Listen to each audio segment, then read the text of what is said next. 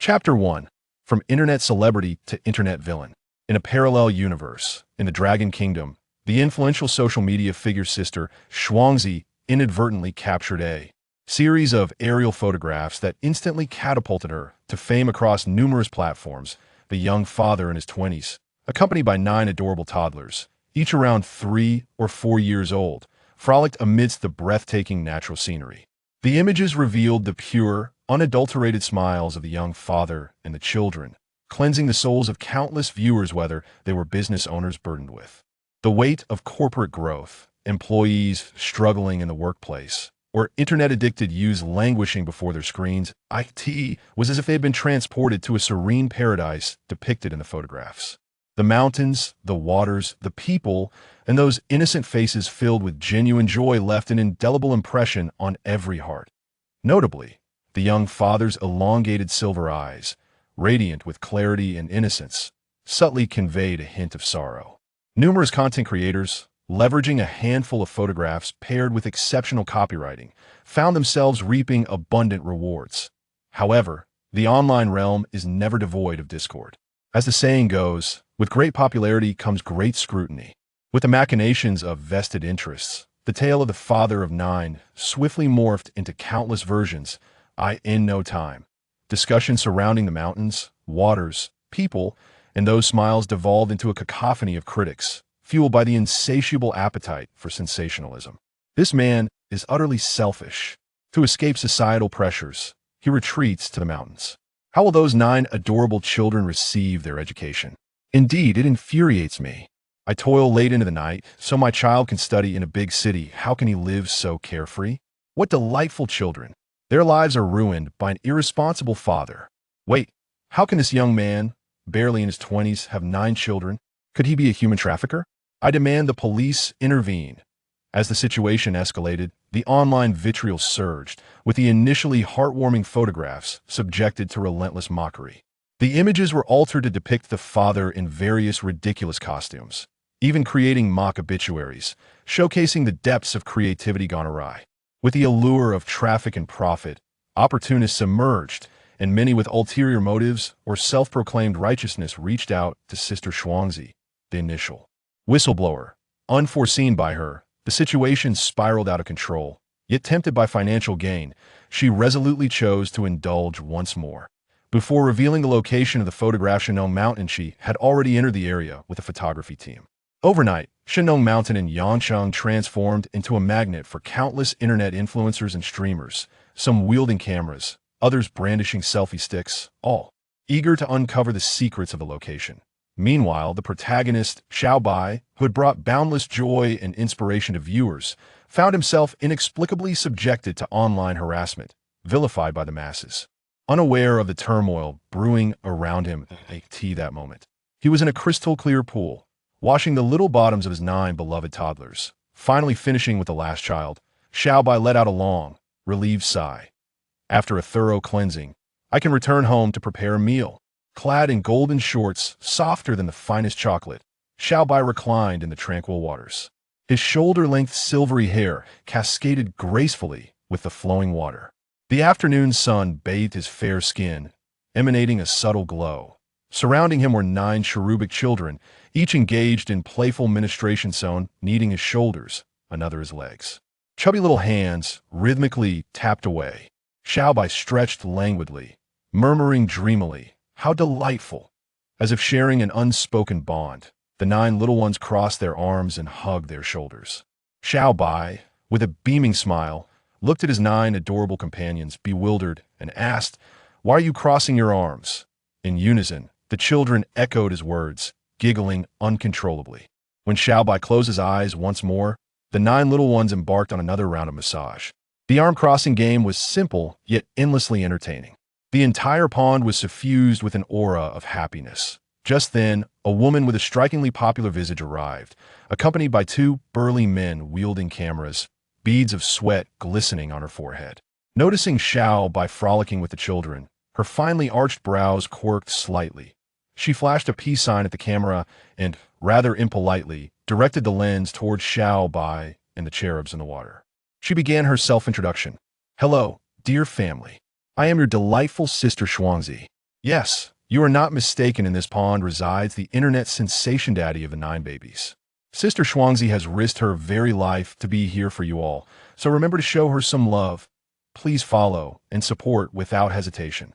Now, let me personally unveil the mystery of Daddy of the 9 babies. However, upon turning around, she discovered the pond was now empty. Xiao Bai, accompanied by the 9 children clad in their little aprons, had already ventured several meters away. Fuming, Sister Shuangzi disregarded her prior intentions to warm up the crowd and dashed to intercept Xiao Bai, her expression tinged with irritation. Daddy of the 9 babies, why are you running away? Daddy of the 9 babies.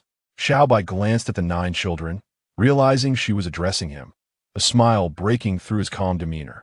Apologies, but I must return to prepare dinner for my little ones. With that, he deftly evaded Sister Shuangzi's grasp and continued on his merry way with the children, leaving her flustered and disheveled in his wake. A shadow of disappointment crossed her face as she hastened a few steps to catch him, rudely exclaiming, "You cannot leave, my interview is not yet complete." "But my children are hungry," Xiao Bai replied nonchalantly, evading her pull with an air of inevitability. "Then let me film at your home. This is a golden opportunity for your fame, you know?" Sister Shuangzi whispered in a tone meant only for him, winking with her large, captivating eyes. Xiao Bai gently shook his head. "I have no interest in fame." Having spoken, she turned away, lost in her own thoughts. "How can you be so uncouth? Don't you think of yourself? What about the children? Hey, please cooperate with our work. Isn't it all about money? Just name your price." Sister Shuangzi relentlessly pressed on, casting a glance at the photographer, who trailed closely behind. Xiao Bai, noticing the persistent trio, halted in his tracks. He scrutinized the woman before him, who was as disheveled as a wild bird. The scars on her double eyelids suggested she had endured at least 3 mishaps. He offered a gentle smile to the 9 adorable children, saying, "Daddy and Annie need to have a word." The Bao, "Take your siblings home first, okay? Daddy, come back soon." Jiao Bao says, "She's hungry," chirped a Bao, the eldest among the 9 little ones, her voice sweet and innocent. "All right, Daddy will return shortly." Xiao Bai brushed a few droplets from his silvery hair and made a pinky promise with the Bao. The little ones nodded earnestly, hand in hand, making their way home. Just as Sister Shuangzi reached out to grab the children, Xiao Bai stopped her. With a calm demeanor, he inquired, "What exactly do you intend to achieve?" Sister Shuangzi, seeing the children had wandered far, felt a twinge of annoyance. "Many netizens are quite intrigued by your story with the children. I'm merely serving the public interest. Do you understand? Serving the public interest?" Xiao Bai chuckled lightly. "Forgive my frankness, but with so many pressing societal issues left unreported, you choose to trudge into these remote woods with a broken camera too. Serve the public?" Sister Shuangzi fell silent, unwilling to pursue that line of discussion. She mockingly addressed the camera. It seems this father of 9 is quite indifferent toward his family.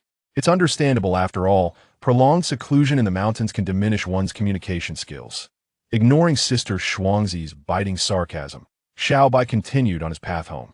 He preferred not to engage in conflict with this internet celebrity, as it would disrupt his peaceful life of raising children. Seeing that Xiao Bai completely disregarded her, Sister Shuangzi once more obstructed his path, her anger boiling over.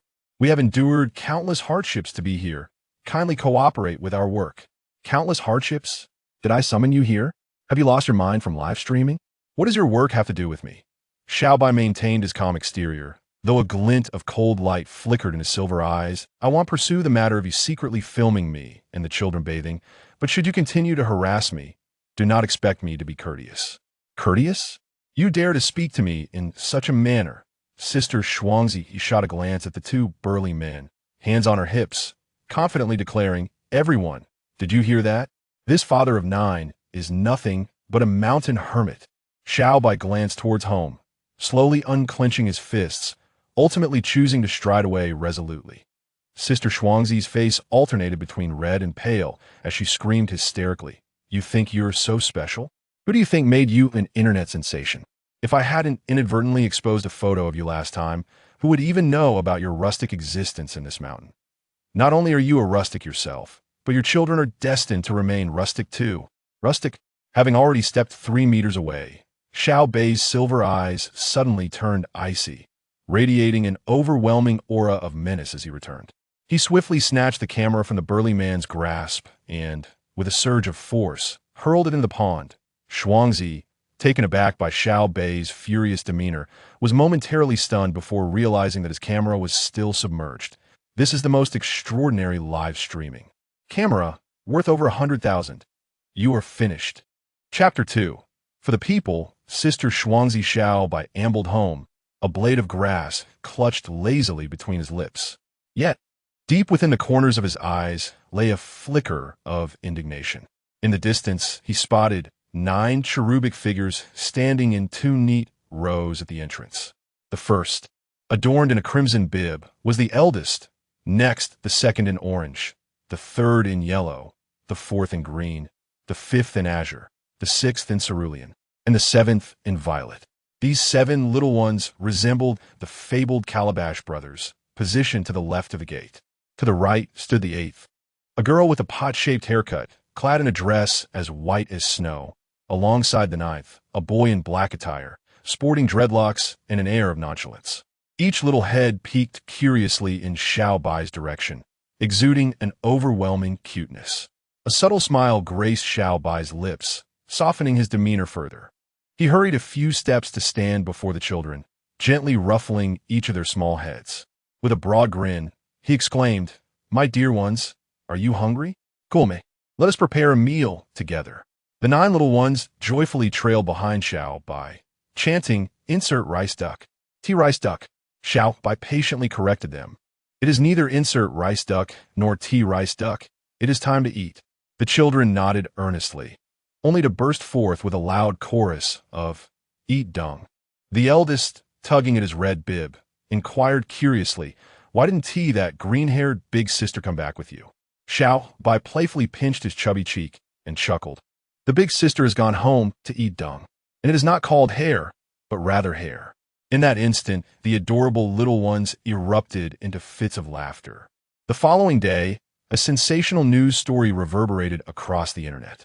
The renowned streamer, Sister Shuangzi, mysteriously vanished after a confrontation with 2 burly photographers and the father of the 9 children. According to police reports, the trio disappeared near a waterhole, with further details still under investigation. I am not a fan, neither praising nor criticizing, but that father of the 9 children is a violent man. While I do not claim to be a fan, having watched the live broadcast, my heart ached for Sister Shuangzi, who encountered such a savage. In a flurry of online discussions, opinions varied widely. Some claimed the father was an unparalleled master who had confined Sister Shuangzi and the others. Others speculated he might be a criminal involved in trafficking women and children. There were even those who whimsically suggested that Sister Shuangzi and the 2 men had encountered a bear. Nevertheless, a segment of netizens remained rational, adhering to the principle of not spreading rumors. They speculated that it was highly probable the trio had been turned into buns by the father of the 9 children. Under the influence of those with ulterior motives, ultimately, all accusations pointed towards the silver-haired, silver-eyed father of the 9 children. What absurdity! On the top floor of the Shanhua Group office building, Shun Mo Nong gripped her coffee cup tightly, her gaze fixed on the news concerning the father of the 9 children and Sister Shuangzi. Anger flickered across her exquisite features, mingled with an undercurrent of concern. She picked up her encrypted phone and dialed. After a long slumber until the daylight broke, Xiao Bai stretched lazily and discovered 9 small faces beaming brightly at him. A warm feeling surged within him as he said, "My little treasures, why didn't you wake Daddy? Are you hungry?" The youngest, with a head full of messy braids, blinked her large eyes and mumbled, "Daddy works so hard to take care of us. He must want to sleep a little longer." A wave of warmth washed over Xiao Bai's heart. His children truly understood. He pinched the chubby face of his little girl and corrected her. "It's not sleep a little, it's sleep more." Yes, Daddy is right. It's sleep a little longer," she affirmed. Xiao Bai found himself utterly defeated, springing up with a flourish only to tumble back down again, eliciting peals of laughter from the little ones. "Daddy will cook for you. You all can play in the yard," he commanded like a general. "No need, Daddy. We've already eaten. Brother made noodles and saved you a big bowl." 8 Treasure, with her adorable pot-shaped hair, spoke softly. The eldest, Big Treasure, blushed like a little apple. Feeling somewhat shy, Xiao Bai planted a kiss on each child's face and, surrounded by their affection, made his way to the dining table. He picked up a lump of noodles that had solidified into a single mass with his chopsticks and was reminded of a song. Look at this noodle. It's big and round. Under the watchful eyes of the little ones, Xiao Bai took a hearty bite and gave a thumbs up, exclaiming, "Delicious!" Yay! The 9 little ones jumped with joy before dispersing in a flurry. Xiao Bai set down his chopsticks and gazed at the innocent children playing in the yard, a smile gracing his lips. He felt immensely grateful that he had not lost them all those years ago. However, his smile quickly froze as he caught sight of a team of uniformed detectives, their heavy footsteps echoing as they approached the door. At the forefront was a resolute man with a square face, accompanied by a young woman with a sharp bob. The moment the children spotted the outsiders, they braced themselves, their expressions wary as they scrutinized the detectives. Even the usually stoic Captain Jiang couldn't suppress a twitch at the corners of his mouth at the sight of the adorably bewildered children. As for the child-loving officer, Tang Wan, she could hardly contain her urge to pinch the rosy cheeks of the little ones. "Children, is Daddy home?" she asked, her voice dripping with warmth. "Daddy, there's an Annie looking for you." Big Treasure called out to the house, her sweet, soft voice increasing the officer's alertness. Even a newcomer instinctively placed a hand on his sidearm. The children's innocent comment provoked a heightened sense of caution among the officers, who all turned their attention to the door. As time ticked by, silence enveloped the entrance. "He hasn't run away, has he?" Captain Jiang exchanged a knowing glance with Tang Wan, preparing to charge inside. Just then, Xiao Bai emerged, clad in golden shorts and a silky vest adorned with intricate dragon embroidery, still appearing slightly groggy. "Dear friends, here are the police officers, both of whom are good people." Observing several children nodding obediently, their apprehensions gradually dissipated, and with warm enthusiasm, one of them exclaimed, "What a great honor to have esteemed guests. Comrades, do not linger outside. Please come in and take a seat." The sincerity in his words, the warmth of his gestures, and the smile that graced his face were as refreshing as a gentle spring breeze. However, the term comrades sounded somewhat peculiar. Tang Wan glanced at the 9 adorable infants and bestowed a signature smile upon Xiao Bai. "I hope we are not intruding," she remarked, leading everyone into the room. "Little ones, while your father talks with the uncles and aunts, why not play hide and seek for now?" "All right." The 9 infants chimed in unison, and the playful commotion resumed. Xiao Bai retrieved a stack of bowls, smooth and luminous as jade, and picked up a dark green water jug. As he poured, he chuckled. "My humble abode is rather modest. I hope you do not find it lacking. Here, have some water." The room was simply arranged, consisting of 1 bedroom, 1 living room, and a kitchen. A large Kong could accommodate over 20 people, while a massive jade dining table was surrounded by 10 jade chairs.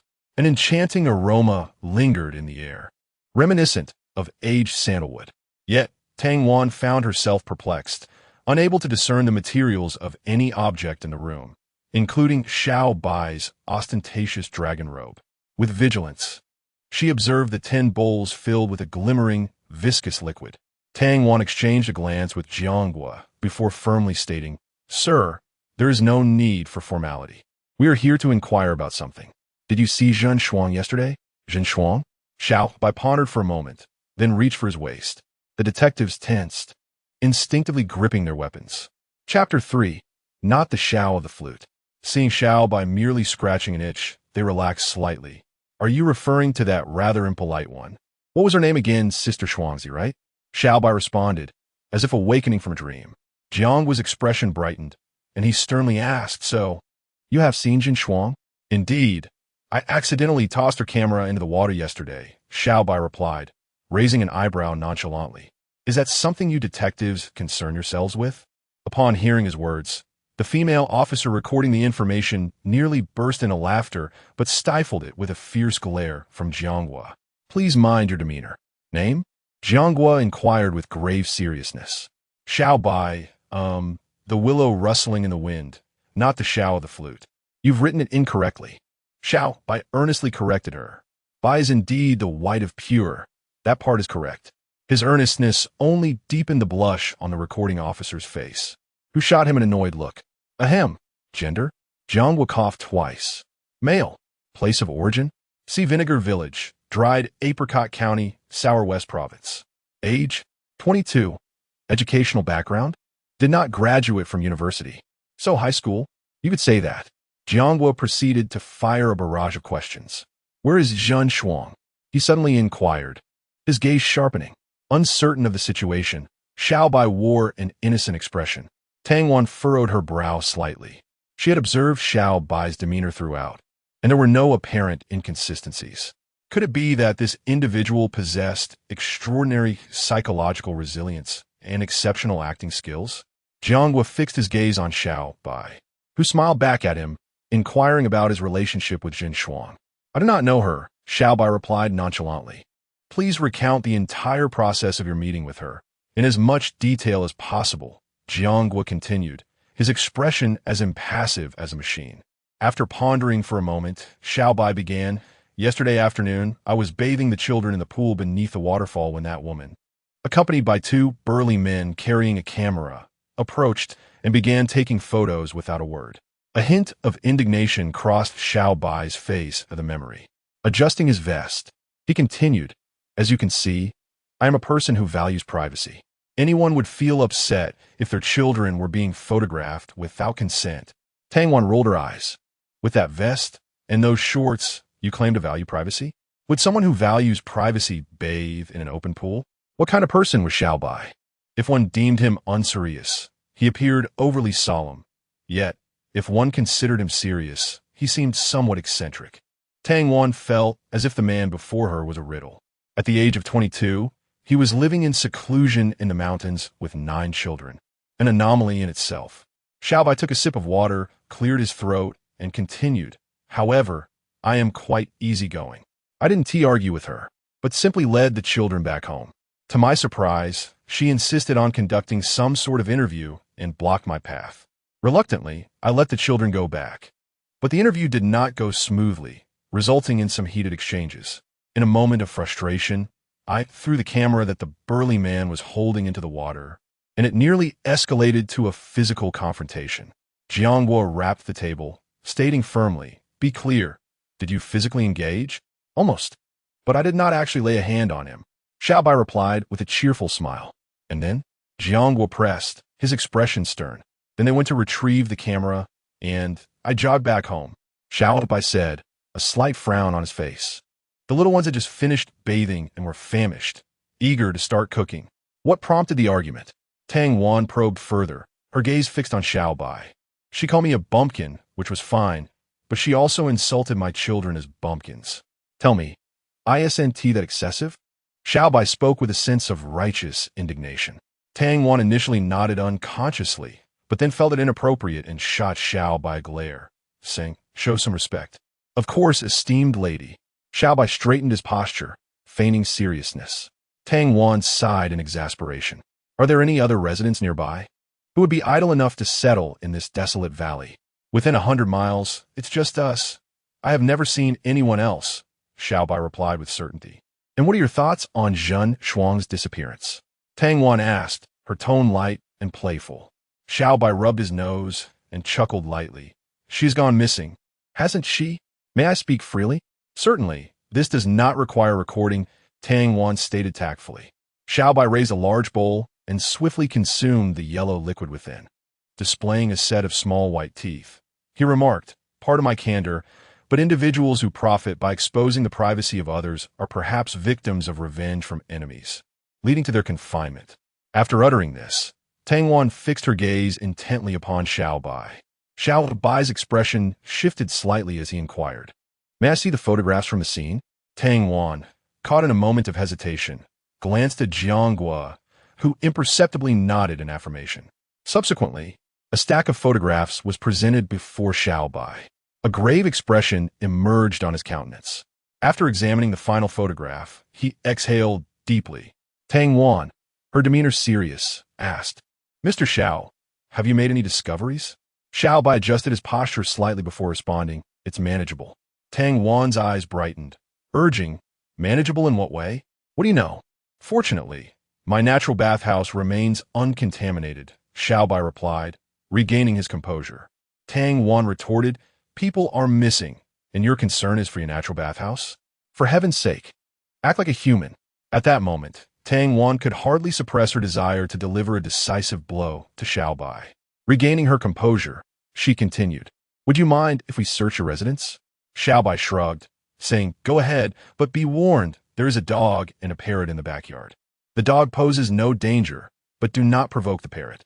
Tang Wan found his remarks perplexing, sensing a hint of jest in his tone, and replied with emphasis, "Thank you for your kind warning." She could no longer bear to look at Xiao Bai's excessively handsome face or his infuriatingly charming demeanor. Accompanied by a team of detectives, she commenced the search. The rear yard was immaculate, leading down to nearly a dozen acres of terraced fields. Upon reaching the backyard and spotting the dog, a collective gasp escaped their lips, causing the hairs on everyone's necks to stand on end. Chapter 4. You tell me this is a dog? The seasoned detectives, accustomed to the chaos of gunfire, found their knees trembling at the sight of a colossal creature sprawled beneath the eaves of the house. This was no ordinary dog. It was more massive than a calf. Its menacing appearance instilled a sense of dread, weighing an estimated 700 to 800 pounds, with bulging muscles and protruding fangs. The size of its fangs rivaled that of ivory. Covered in a pristine white coat, not a single stray hair could be found. Had it not been for Xiao Bai's prior warning, they might never have guessed this imposing figure was indeed a dog. The accompanying police dogs, a handful of them, appeared despondent, perhaps feeling inadequate in comparison. As the crowd observed, the large white dog shifted its hefty backside and rolled over, barely lifting its eyelids, content to bask in the sun. Fortunately, despite the unknown breed, Xiao Bai's assertion proved correct. It posed no real danger. Tang Wan gently patted her chest, reassuring everyone.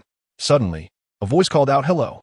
The group jumped again, turning toward the sound to discover a vividly colored exotic bird perched on the eaves. The creature, small in stature and resembling a chicken, was adorned with vibrant plumage. It flapped its wings excitedly while whistling at Tang Wan. "You are so beautiful. Are you a parrot?" Tang Wan inquired with a smile, still astonished by the amiable appearance of the parrot. Why did Xiao Bai advise against provoking it? "Beauty, I am not a parrot. I am the divine bird, the phoenix," the parrot declared with a haughty demeanor, continuing to whistle at Tang Wan. Upon hearing this, the group of detectives erupted in laughter. One young detective, with a mischievous spirit, whistled back at the parrot and jested, "Ha, a divine phoenix? I see you as nothing more than a wild chicken from the mountains." No sooner had he spoken, the once jovial parrot furrowed its fiery brows, its gaze growing increasingly frosty. "This phoenix is truly displeased." Unfazed, the young detective retorted, "And what will you do? Bite me?" "Bite him," commanded the parrot. In an instant, the previously languid dog, Bai, leaped with a fierce growl, baring its fangs as it soared toward the young detective. The glint of its teeth shone ominously in the air, and it seemed that the young detective was about to bid farewell to his head. Before the impending disaster could unfold, a naive voice chimed in, "Bai, I will tell Daddy." The dog, seemingly struck by lightning, executed a swift 360-degree turn in midair and rolled back beneath the eaves like a snowball, gazing up at the small child with an apologetic expression. The child, Bao, stormed over to Bai with indignation, and in the astonished gazes of the onlookers, he patted the dog's head, speaking in a soft voice. "Daddy said these police uncles and aunts are good people." Bai, looking forlorn, pointed a furry paw at the parrot perched on the eaves. The parrot quickly raised its head, feigning indifference. "Oh, the moon is particularly round today. Isn't it?" Bao pointed at the poetic parrot. "Xiaofeng, come here." The parrot, now subdued, fluttered down before Bao, timidly acknowledging its previous misbehavior. With chubby fingers, Bao gently tapped Xiaofeng's head, admonishing it's daytime. "You should say the sun is round, understand?" The onlookers were left in disbelief. Shouldn't this little one be instructing the parrot and commanding the dog? "All right, I see you have recognized your mistake. You may return." Xiaofeng, as if granted a pardon, hurriedly flew back, muttering, "It's me, not a mistake. Come here again," Bao said, visibly displeased. To everyone's astonishment, the parrot, named Xiaofeng, humanly slapped itself. "Brother, don't bully Xiaofeng." Jiu Bao, appearing out of nowhere, marched up with indignation, pointing a chubby finger at Bao. He politely bowed to the detectives, his 9 little braids swaying, the bells atop them jingling cheerfully. It seems that Xiao Feng has found a protector, gently alighting on Xiao Nianyo's shoulder, calling out, Zhou Bao, save me. De Bao shot a glare at Xiao Feng, grasped his sister's hand, and said, Zhou Bao, I won't be angry with you. Let us go play over there. Then promise me you won't bully Xiao Feng again, and I'll play with you. Zhou Bao puffed out his cheeks. All right. De Bao quickly agreed. The 2 little ones then joined hands and skipped away, while Xiao Feng returned to the eaves, her small eyes still fixed on the young policeman. Tang Wan patted her chest, silently relieved, and instructed everyone begin the search, but remembered not to damage the crops. Yet, as they entered the fields, everyone was left bewildered. What on earth is this? They encountered fist-sized grains of rice, corn as thick as a thigh, watermelons the size of millstones, and cabbages taller than a person. The terraced fields were layered in a most peculiar manner, with many varieties that should not be seen in this season, yet they vividly presented themselves before everyone's eyes. The several policemen were left with a multitude of questions. Was this a science fiction world? After a thorough search, the officers found no suspicious clues. However, each person's phone was filled with various astonishing photographs, including Tang Wan's. In the room, Jianghua maintained a stern expression while questioning Xiao Bai, who remained unfazed, often wearing a subtle smile as he answered Jianghua's inquiries. The recorder, Xiao Zhang, occasionally stole glances at the silver-haired man before him. Compared to the effeminate young men online, this unadorned man was far more captivating. Every gesture and smile struck a chord in the heart of the young girl. Xiao Zhang, focus, Jianghua admonished, and Xiao Zhang's face flushed, daring not to look at Xiao Bai again. Are there fierce wild beasts in these mountains? Jianghua continued to inquire. Xiao Bai smiled slightly, just some adorable little animals. There are no ferocious beasts. Captain, at that moment, Tang Wan entered the room. Under Jianghua's questioning gaze, she shook her head slightly. If you find any clues, remember to contact the police. Jianghua rose and strode out of the room. Rest assured, the police and the community are one family. Xiao Bai calmly stood up to see them off. Tang Wan stopped Xiao Bai and leaned in to whisper, Did you plant the crops in the backyard? Xiao Bai shook his head slightly and proudly replied, Not entirely. We also have our 9 little treasures. Tang Wan smirked. A 3-year-old can farm? You must be joking. Such a smooth talker. She scoffed, exiting the room. Xiao Bai merely shook his head in response and followed her out. In the courtyard, the 9 little ones each held a bouquet of wildflowers. Uncle and Auntie Police, these are for you. You must come visit often. De Bao, with utmost seriousness, led the charge. Jianghua paused, and a smile finally broke through his poker face as he accepted the unknown wildflowers from the eldest child, gently patting the little one on the shoulder. As the captain chuckled, a certain detective finally allowed their true nature to emerge. Each of them rushed to the children, accepting the flowers handed to them. The moment they stepped out of the courtyard, Tang Wan was suddenly struck by a thought. With such well-behaved children, how could Xiao Bai possibly be a bad person? However, the conversation echoing from the courtyard nearly caused her to stumble. Dear children, you mustn't tell the police uncles that they often visit our home, all right? Why, Daddy? Because, generally speaking, when they come, it's usually for no good reason. Tang Wan glanced back at Xiao Bai, who was earnestly spouting nonsense, and turned away in anger. Captain, do you find Xiao Bai suspicious? Chapter 5. The colossal black python on the way. Tang Wan deliberately slowed her pace, approaching Jianghua. Though this man rarely smiled, he was a renowned detective in Yang City. Even her father, the chief, treated Jianghua with utmost respect. Jianghua paused momentarily, stating, in our line of work, speculation is the greatest taboo. We rely solely on evidence. He then added with gravity, currently, there is no evidence implicating Xiao Bai. Could it be possible that the waterhole is not the first crime scene? What if Zhen Shuang and the others were attacked by a wild beast on their way back? Tang Wan continued her line of reasoning. Jianghua frowned, admitting, I have considered that possibility as well. However, when I questioned Xiao Bai, he insisted that there are no wild beasts in these mountains, only some adorable little creatures. No sooner had he spoken than a cacophony of friction filled the air. The lush grass behind them parted at an alarming rate. Hiss! What is that? Tang Wan exclaimed, her face paling. Stay calm. Be alert, Jiangwa bellowed. Drawing his firearm, the group pressed against the cliff, eyes fixated on the distant thicket. As the creature emerged, Jiangwa's expression contorted in horror, and he shouted, "Good heavens! We need to descend the mountain, quickly." The officers could scarcely believe their eyes. What they beheld was a python as thick as a water vat, its head emerging from the underbrush, adorned with 4 fangs that dwarfed even the largest ivory. Its triangular eyes glimmered with a chilling malice. Perhaps it was an illusion, but there appeared to be a single, dark horn protruding from the python's head, its glossy scales each the size of a palm.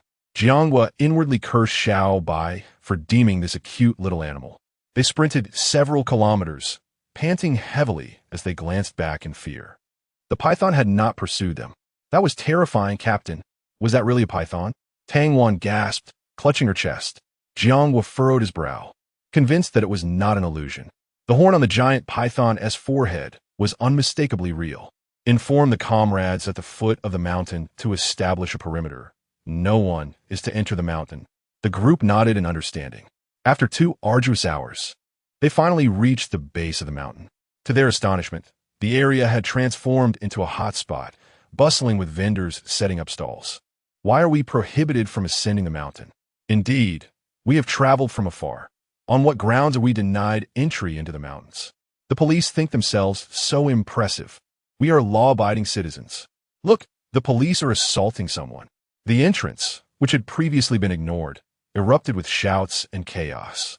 As Jiangwa and his team descended from the mountain, a throng of media representatives armed with cameras rushed to meet them. "Captain Jiang, why are we not allowed to ascend a mountain? Is there a connection between Sister Shuang's disappearance and the father of Jiwu? Is Jiwu's father a human trafficker?" Jiangwa took the microphone, his expression grave, and announced, "Everyone, please quiet down and allow me to speak." Instantly, the crowd fell silent. "First and foremost, entry is prohibited due to the presence of wild beasts in the mountains. The closure is for your safety. Secondly, the investigation into Ms. Zhen Shuang's disappearance is ongoing, and I urge everyone not to speculate. Lastly, we will solve this case as swiftly as possible and provide the public with answers." With that, Jiang set the microphone aside and, along with Tang Wan and the others, climbed into the police vehicle, departing swiftly. "Captain Jiang, wait. Please say a few more words. What kind of wild beasts are in the mountains?" The scene erupted into chaos once more. Xiao Bai sat atop the highest peak of Shinong Mountain, observing the turmoil below with an air of indifference. With his keen eyesight, he could even discern the self-media individuals wielding selfie sticks, discerning whether they were using Apple or Android devices. A massive black unicorn python, as thick as a water barrel, coiled itself around the peak, leaving only its large head affectionately rubbing against Xiao Bai's thigh. "Well done, Xiao Bai praised, patting the giant python's enormous head with a nod of approval. He then tossed a large red cherry into the python's mouth, which responded with a human-like smile, its body growing even more robust. Xiao Bai gazed into the vastness of the world, reflecting on the past 3 years. He had crossed into the innate realm and wondered if he could protect his family. "Papa, Xiaohei, it's time for a feast." Daba, standing at the doorway, shouted towards the distant mountains, lifting his small head. "I'm coming, my little darling." Xiao Bai leaped onto the back of the giant python, which skillfully directed its tail toward Xiao Bai's home. Like a slide, Xiao Bai glided down from the peak, launching himself from the python's tail. He spread his arms and legs, his silver hair cascading behind him, drawing closer to Daba. Daba clapped his tiny hands, exclaiming, "Papa, I want to slide too." Xiao Bai dove down, catching Daba in his arms. With a gentle touch of his feet on the ground, he soared upwards, performing a graceful spin in the yard. He then playfully tapped Daba's little nose, smiling. "After dinner, you can play on the slide with your sisters." "Papa, we don't want to play on the slide. We want to play hide and seek," Jubao called out from behind the window, her face displaying reluctance. In another scene, "Grandpa Zhong, take a look at these photos." In the expansive rice field experimental base, Tang Wan, resembling a primary school student, presented her phone to a frail yet vibrant elderly man. Her eyes shimmered with respect and admiration. The elder took the phone, flipped through it a couple of times, and then returned it to Tang Wan with a warm smile, saying, "You young lady should take some time to date, instead of seeking amusement from this old man. Grandpa Zhong, I could never presume upon your precious time." Tang Wan felt an overwhelming sense of urgency, nearly brought to tears. Grandpa Zhong was the individual she held in the highest esteem, the very man who had led his team to ensure that people around the world had enough to eat. She wished to leave no unfavorable impression, not even the slightest, in his eyes. Observing Tang Wan's anxious demeanor, the elder jested, "Do you truly believe an old man like me is oblivious? How could a watermelon possibly be as large as a grinding stone?" "But Grandpa Zhong, this is the truth." Tang Wan's tears of grievance began to fall. Noticing her earnestness, Zhong Qianqiu's expression gradually turned serious. "Child, are you speaking the truth?" Tang Wan nodded vigorously, her head bobbing like a drum. "I took all these photographs myself. If you do not believe me, I can take you to see." "Very well. Let's set off at once." Grandpa Zhong's spirits soared, eagerly summoning his assistant. "Grandpa Zhong, you haven't eaten yet," Tang Wan expressed her concern. "Eat. If this technology truly exists, it would elevate the living standards of our entire nation." Grandpa Zhong hastily moved forward, leaving even Tang Wan, a diligent police officer, struggling to keep pace. Chapter 6. A respected elder in the off-road vehicle. Tang Wan received a phone call from her father, Tang Sanhua. "Tang Wan, what are you thinking? How could you let Grandpa Zhong, at his age, climb a mountain? Do you realize he is a national treasure of our dragon country? If anything happens, it won't be just you. Our entire family would owe a debt of gratitude beyond measure. Bring Grandpa Zhong back immediately." Upon hearing her father's furious outburst, Tang Wan felt a pang of impulsiveness. Grandpa Zhong was nearing 90 years of age. While he remained robust, the treacherous roads of the Shinong Mountains posed a significant challenge. She found herself at a loss. At that moment, Grandpa Zhong seized the phone from her hand. His voice boomed, "Xiao Sanzai, why are you yelling? It was I who asked this little girl to take me." Tang Sangwa's voice immediately softened. "Grandpa Zhong, my esteemed elder, allow me to offer you a piece of advice.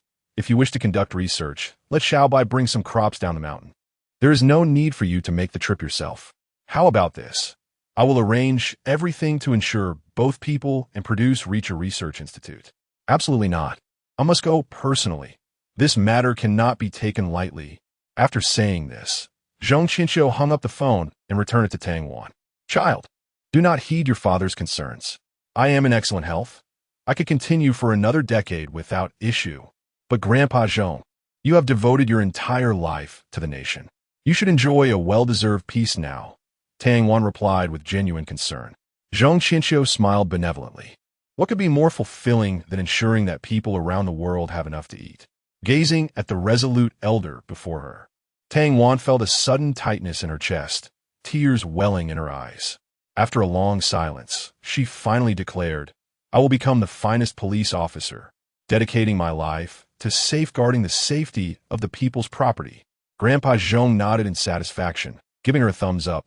At the foot of Shinong Mountain, Jianghua rushed over in a flurry.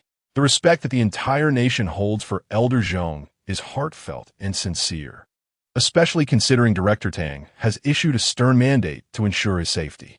Initially, Elder Zhong's arrival was meant to be clandestine, known only to a select few in the criminal investigation team. However, for reasons unknown, a media outlet managed to capture the news. What brings Elder Zhong to the Shinong Mountains? What secrets lie hidden within these mountains that warrant his personal visit? Suddenly, the once reclusive Elder Zhong finds himself trending online. Concurrently, a series of photographs further escalates the situation. Grains of rice the size of fists, corn as thick as a thigh, watermelons the size of grinding stones, and cabbages taller than a person, all under the headline, "The Miraculous Crops of Shinong Mountain." The nine-baby dad is a farming expert. Eager netizens piece together the narrative, revealing the reasons behind Elder Zhong's ascent into the mountains. The entrance to the mountain is overflowing with people, with some internet celebrities clamoring for Elder Zhong to say a few words. Jianghua, with a darkened expression, is itching to drag the leaker of information out for punishment. As his cigarette dwindles, his brows furrow into a deep frown. The stress weighing on Jianghua is evident, for he has resumed smoking after years of abstinence. Tang Wan apologetically remarks, "Captain Jiang, I'm sorry." Jianghua inhales the last puff of his cigarette, forcing a smile that is more mournful than cheerful. "Do not blame yourself. It is not your fault. I shall go outside and disperse those reporters." Dan Wan Zietz, Fu Ming, with the situation reaching a critical point. They continue to incite chaos. Never mind, that is the nature of the media. The more you suppress, the more they retaliate. Jianghua discards the cigarette, but his brow knitted in contemplation. The media is not the main concern, nor is the rugged mountain path. Even if I must carry Elder Zhong on my back, I will get him to safety. However, are you worried about the giant python? Tang Wan suddenly realizes the gravity of the situation. Jianghua lets out a sigh, recalling yesterday's harrowing experience. Tang Wan feels a chill run down her spine and hesitates. Should we not bring heavy equipment? That may not guarantee absolute safety. We cannot gamble with Elder Zhong's life. Jianghua states gravely. After a long silence, he slaps his thigh and declares, "Here is the plan. You first reassure Elder Zhong while I go up the mountain to find Xiao Bai. My intuition tells me this person is not simple. This is unacceptable, Captain Jiang. You must remain at the police station." "Let me go," Tang Wan exclaims with urgency. "No, it is far too dangerous for you. We must devise another plan." Jianghua shakes his head in resignation. He fails to notice that, at that moment, as Tang Wan turns to leave, her eyes are filled with resolute determination. After glancing at Zhong Qinxiu, Tang Wan fully equips herself and embarks on her solitary journey to the Shinnong Mountains without notifying anyone. After an hour of brisk walking, beads of sweat have formed on her forehead. The mental strain weighs heavier than the physical exhaustion, as she must remain vigilant against the potential appearance of the giant python. Suddenly, her phone rings. After a moment's hesitation, she ultimately answers the call. On the other end, Jianghua nearly shouts, commanding her to return. Tang Wan let out a helpless smile. "Captain Jiang, I've already come halfway. If you want to kill me, let's discuss it when I return." After hanging up the phone, her gaze grew resolute. After another hour of walking, she could faintly discern Xiao Bai's residence, which momentarily eased her anxiety. Not far ahead, she spotted a crystal-clear pond and approached it to wash her face casually. However, at the moment she lifted her head, a chill of dread coursed through her. Chapter 7. The beasts of the mountains before her were eyes as large as dinner plates, mere inches from her face, radiating a sickly green glow. Tang Wan fell to the ground, her hands trembling violently around her gun, confronting the colossal creature. The monster was entirely golden, possessing 3 legs, 2 in front and 1 in the back, and a long trailing tail. At first glance, it resembled a toad, yet instead of repulsive growths, its back was adorned with patterns resembling ancient coins. The first image that flashed through Tang Wan's mind was that of a 3-legged golden toad displayed by merchants. Ideally, she should have been thrilled to encounter such a being, yet excitement eluded her now. The sheer size of the golden toad, towering over a meter high, was daunting. It lay there, drooling as it stared intently at her. After a prolonged standoff, Tang Wan hesitated to pull the trigger, uncertain if she could dispatch this behemoth with a single shot. Strangely, the 3-legged golden toad exhibited no reaction. It simply drooled, its eyelids unmoving, staring vacantly at her. However, Tang Wan was not deceived by its seemingly endearing appearance. Her nerves were stretched to their limits. At this moment, even the faintest bird call could shatter the fragile equilibrium. "Little toad, are you playing red light, green light with the police lady?" A soft, childlike voice suddenly rang out. The golden toad quivered, casting a pitiful glance towards the little girl by the roadside. Then, with a waddle of its rotund body, it began to crawl towards her. Tang Wan, lacking such composure, was startled by the voice. Upon seeing the golden toad approach the girl with messy braids, she instinctively shouted, "No, Xiao Bai, it's dangerous," and pulled the trigger. Bang! A deafening sound echoed through the valley. Tang Wan felt a peculiar sensation, as if the bullet had been deflected by some unseen force. When she looked again, Xiao Bai was already petting the golden toad's head, giggling incessantly. Tang Wan was left dumbfounded. Did they know each other? You little toad, you lost. Hurry up and give the police lady a gift. Xiao Bai proclaimed with her chubby little hands pointing at the toad's forehead. Reluctantly, the golden toad blinked its large eyes and expelled a golden coin, the size of a bowl, from its mouth. Waddling over with its hefty rear, it presented the coin to Tang Wan. She rubbed her eyes vigorously, momentarily frozen in disbelief. Police lady, please accept it. We can start again. Xiao Bai wants to play with you too. Xiao Bai exclaimed excitedly, running over with both hands, cradling the golden coin, offering it to Tang Wan. It's so heavy. Could it be made of pure gold? This was Tang Wan's initial reaction, completely overlooking the ease with which Xiao Bai had picked it up moments earlier. Xiao Bai, how did you end up here? Her mind was flooded with questions, yet she was at a loss for where to begin.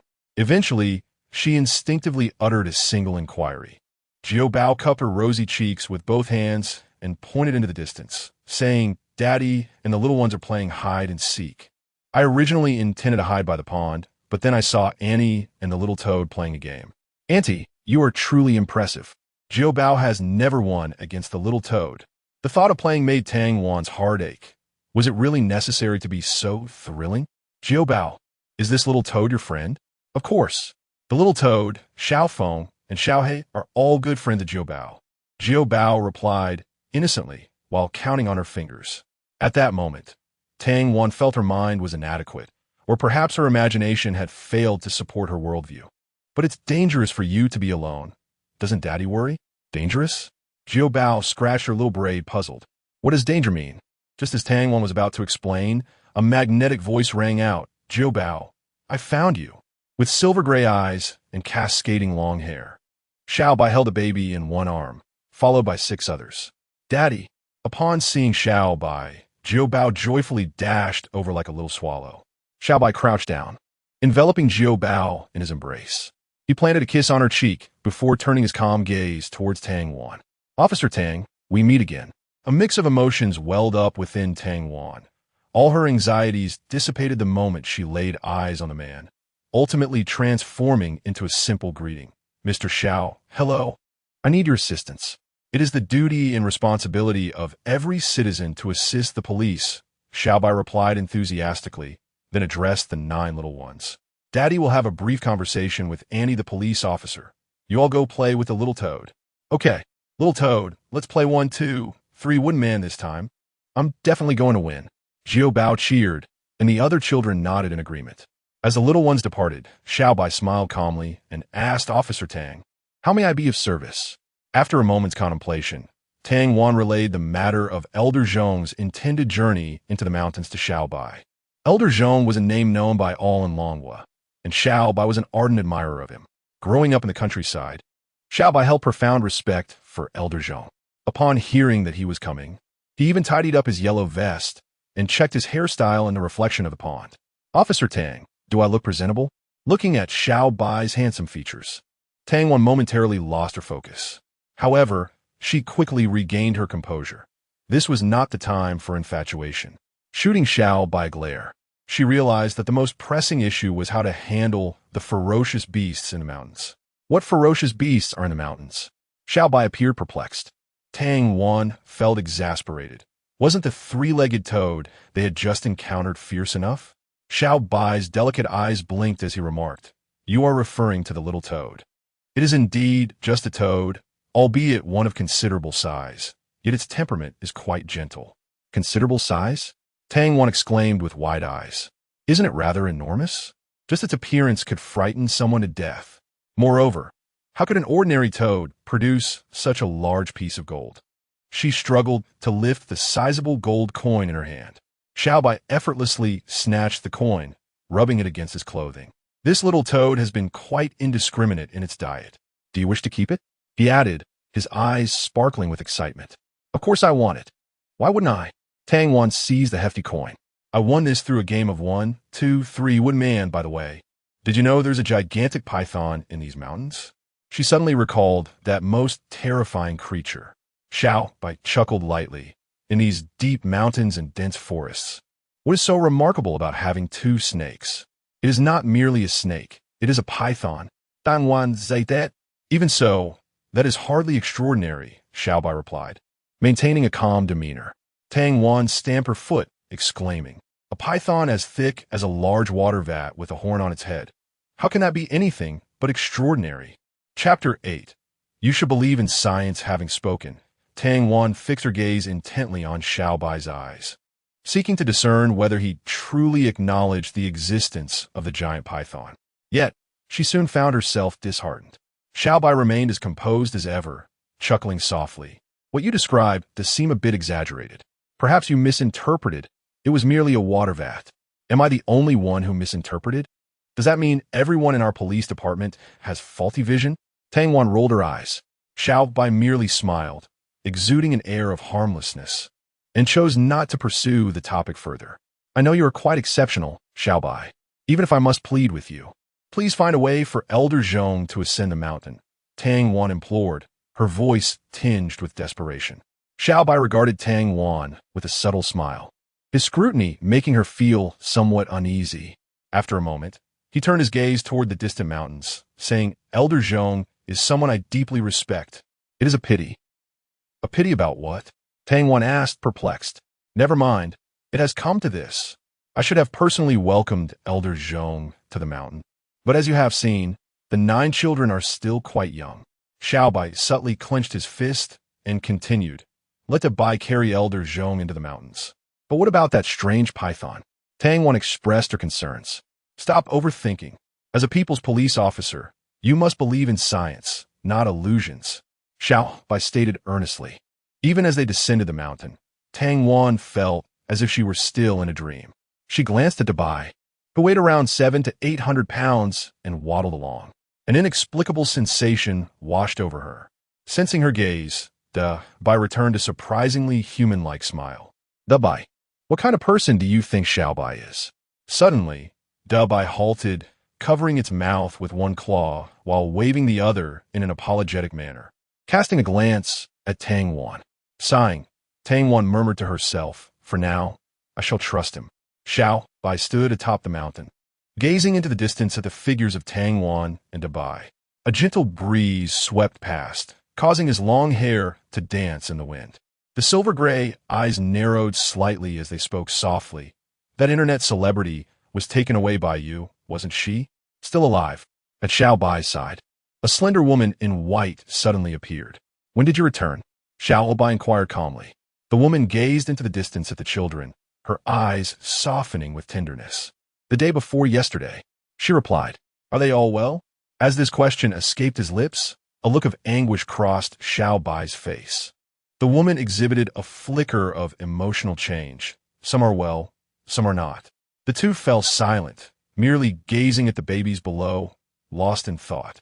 After a considerable time, Xiao Bai glanced at the sun and chuckled. "I shall go prepare a meal for the little ones." The woman nodded slightly. "Babies, Daddy's coming," Xiao Bai called out, then slowly began his descent down the mountain. The woman in white floated gracefully, reappearing 5 meters away in an instant. "Qing Shuang, do not take a life," Xiao Bai suddenly remarked. "I shall try," replied Lung Qing Shuang without turning back, swiftly vanishing into the dense forest. Sensing her departure, Xiao Bai released his grip from the cliff and began to descend gently. Memories from 3 years prior flooded his mind. Xiao Bai, covered in blood, every inch of his skin a festering wound. His once ebony hair had turned a stark white. A noble woman, as regal as an ancient empress, stared at Xiao Bai in disbelief, exclaiming, "I never imagined you truly crawled out of the abyss of hell. Take these 9 infants with you, but remember to uphold your promise. Do not let the children's mother-s information be exposed, or neither you nor the children shall remain safe." Xiao Bai exhibited no human emotion, cradling the 9 swaddled infants as he stumbled down the mountain. "Daddy, you're going to land on the eldest." The little ones below raised their tiny heads, giggling. At their words, Xiao Bai pulled himself from his reverie. From a height of 3 zhang above the ground, he performed an astonishing maneuver. Propelling himself with a sudden leap, he glided 10 meters sideways. Then, with a resounding crash, he landed in the field, his entire body embedding into the earth. "Daddy is being mischievous again." The eldest pouted, hands on her hips. "Oh dear, this father truly gives me no peace." The second child remarked, giving a thumbs up. "This time, Daddy fell even more impressively. The third child exclaimed, bouncing with excitement. The fourth child, looking rather pitiful, lamented, I have to help Daddy wash his clothes again, and I'm already so grown up. The fifth child, with an air of cool indifference, held his forehead, appearing quite troubled. I shall remain silent. My only duty is to be handsome, the sixth child declared. The seventh child, with a profound expression, said, in the mountains, the heavens send down a father, and another calamity befalls the martial world. The eighth child covered their eyes. Daddy, scare the babies again. Naughty Daddy. The ninth child, with big, watery eyes, blinked and tugged the eldest chubby hand, declaring, 1, 2, 3, dig Daddy out. The 9 little ones dashed into the fields, seriously declaring, Daddy, do not move. The babies will dig you out. Xiao Bai affectionately gazed upon the 9 innocent little faces and solemnly remarked, you must not repeat the same mistake as last time by urinating on the ground. The 9 little ones erupted into fits of laughter, particularly to Bao, who blushed and sheepishly declared, sisters, let's get to work. No, we require a story background before we can begin, interjected Xiao Bai with a serious expression. 7 Bao is the best at crafting tales. Please share one. The Bao eagerly turned to 7 Bao, who wore a purple apron. 7 Bao formally cleared his throat, as if he were a storyteller preparing to weave a tale, and proclaimed, once upon a time, a wild treasure fell from the sky, and everyone rushed to dig it up. Bravo!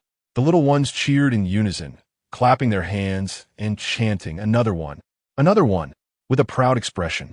7 Bao raised his round, cherubic face and teased, do you think you can handle another?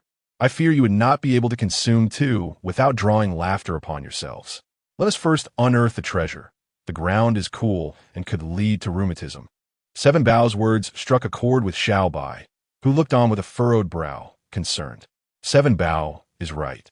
The treasure has aged and is no longer useful. Let us commence. The Bao commanded, and the 9 little ones scattered like fireworks, only to quickly regroup around Xiao Bai. Each child brandished a small tool, shovels, spades, and even crowbars, clanging and bustling about with great enthusiasm. Xiao Bai slowly closed his eyes, savoring this unique familial joy. Before long, the 9 little ones combined their efforts to drag him out. The Bao has issued the command. The wounded still possess a spark of life. We must commence rescue. Remember, this is not a drill. This is not a drill. The 9 little ones began their earnest endeavors, prying open eyelids and listening for heartbeats. 7 Bao, embodying an air of authority, felt Xiao Bai's pulse, while the others clumsily assisted him. Who am I? Where am I? Am I still alive? Xiao Bai struggled to rise, clasping his hands in gratitude. Thank you, my 9 little heroes, for your assistance. To repay your life-saving kindness, I shall prepare a grand feast for you. Yay! Delicious food. The little ones chimed in unison, each clinging to Xiao Bai. Chapter 9. The divine beast brought back by the police flower Tang. One returned to the foot of the mountain with Da Bai, her face a portrait of helplessness. Da Bai, being such a large creature, was impossible to conceal. The media at the foot of the mountain erupted into chaos. What on earth is that? It resembles a dog. Can a dog have tusks? Is this a joke? Breaking news. The stunning police flower ventured into the mountains for half a day and returned with a divine beast. Breaking news. The stunning police flower was gifted a divine beast by the 9 baby daddy. Breaking news. The stunning police flower and the 9 baby daddy have given birth to a divine beast. Breaking news. The 9 baby daddy is not human. He is a divine beast. Breaking news. A union of man and beast. Various sensational headlines flooded the internet, and for a moment, no one cared about the disappearance of Sister Xuangzi. What captivated the public's attention was the 9 baby daddy, as it became evident that only by associating with him could one gain notoriety. Upon witnessing Tang Wan's return, Jianghua initially intended to reprimand her. However, upon noticing the salt-stained police uniform draping her figure, he refrained. His gaze shifted to Da Bai, who, with a human-like demeanor, displayed a hearty smile. Jianghua's expression altered, and he inquired of Tang Wan, have you seen Xiao Bai? She nodded gently. What did Xiao Bai say? Jianghua's eyes brightened, and his breath grew heavier. Tang Wan gestured towards Da Bai, stating, Xiao Bai suggested that Elder Zhong ride on Da Bai up the mountain. Jianghua was momentarily rendered speechless. After a moment, He looked at Tang Wan and said, "Why don't you persuade Elder Zhong?" Initially, Elder Zhong was adamantly opposed to the proposal. However, after much coaxing from everyone, coupled with the corroboration from all officers that a giant python indeed lurked on the mountain, he reluctantly conceded, "All right, I shall heed your advice." I find this remarkable young man quite intriguing. The winding, rugged mountain path was strewn with rocky debris, making each step a challenge. Seated atop Bai, Elder Zhong felt a surge of warmth within as he observed the tense yet protective expressions of the surrounding police officers, gratitude evident on his face. Listening to advice leads to a full stomach, he mused. Were it not for riding this magnificent Bai, my aged body would truly struggle to advance. Grandpa Zhong, you must be weary. Would you like to rest for a moment? Tang Wan, breathless, approached and offered him a bottle of purified water. Elder Zhong accepted the water and glanced at the sweat-soaked officers, his heart aching. "Everyone, take a break and drink some water. You've worked hard for this old bone of mine." "Elder Zhong, you flatter us. It is our honor," one officer exclaimed. "Indeed, to escort you, even if just once, is a source of pride for a lifetime." "Elder Zhong, we are not weary," the officers affirmed with sincere respect for the elder before them. "Captain Jiang, perhaps you should allow everyone a rest," Elder Zhong kindly suggested. Jiang nodded. The mountain path truly was arduous. He then commanded everyone take a 10-minute break. "Captain, do you think that giant python will appear?" A young officer, sipping water, asked with concern. "Close your crow's mouth. It will definitely not appear." Tang Wan shot back, glaring at the officer. Yet the rising and falling of her chest betrayed her inner tension. Suddenly, a rustling sound emanated from the grass ahead. Everyone was startled, drawing their firearms and heightening their vigilance. Moments later, 3 disheveled figures, clad in tattered clothes and covered in dirt, emerged from the underbrush.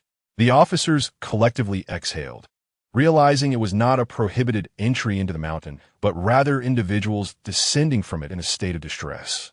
The trio, still shaken, upon spotting the police officers, were met with the sight of a woman at the forefront who burst into tears.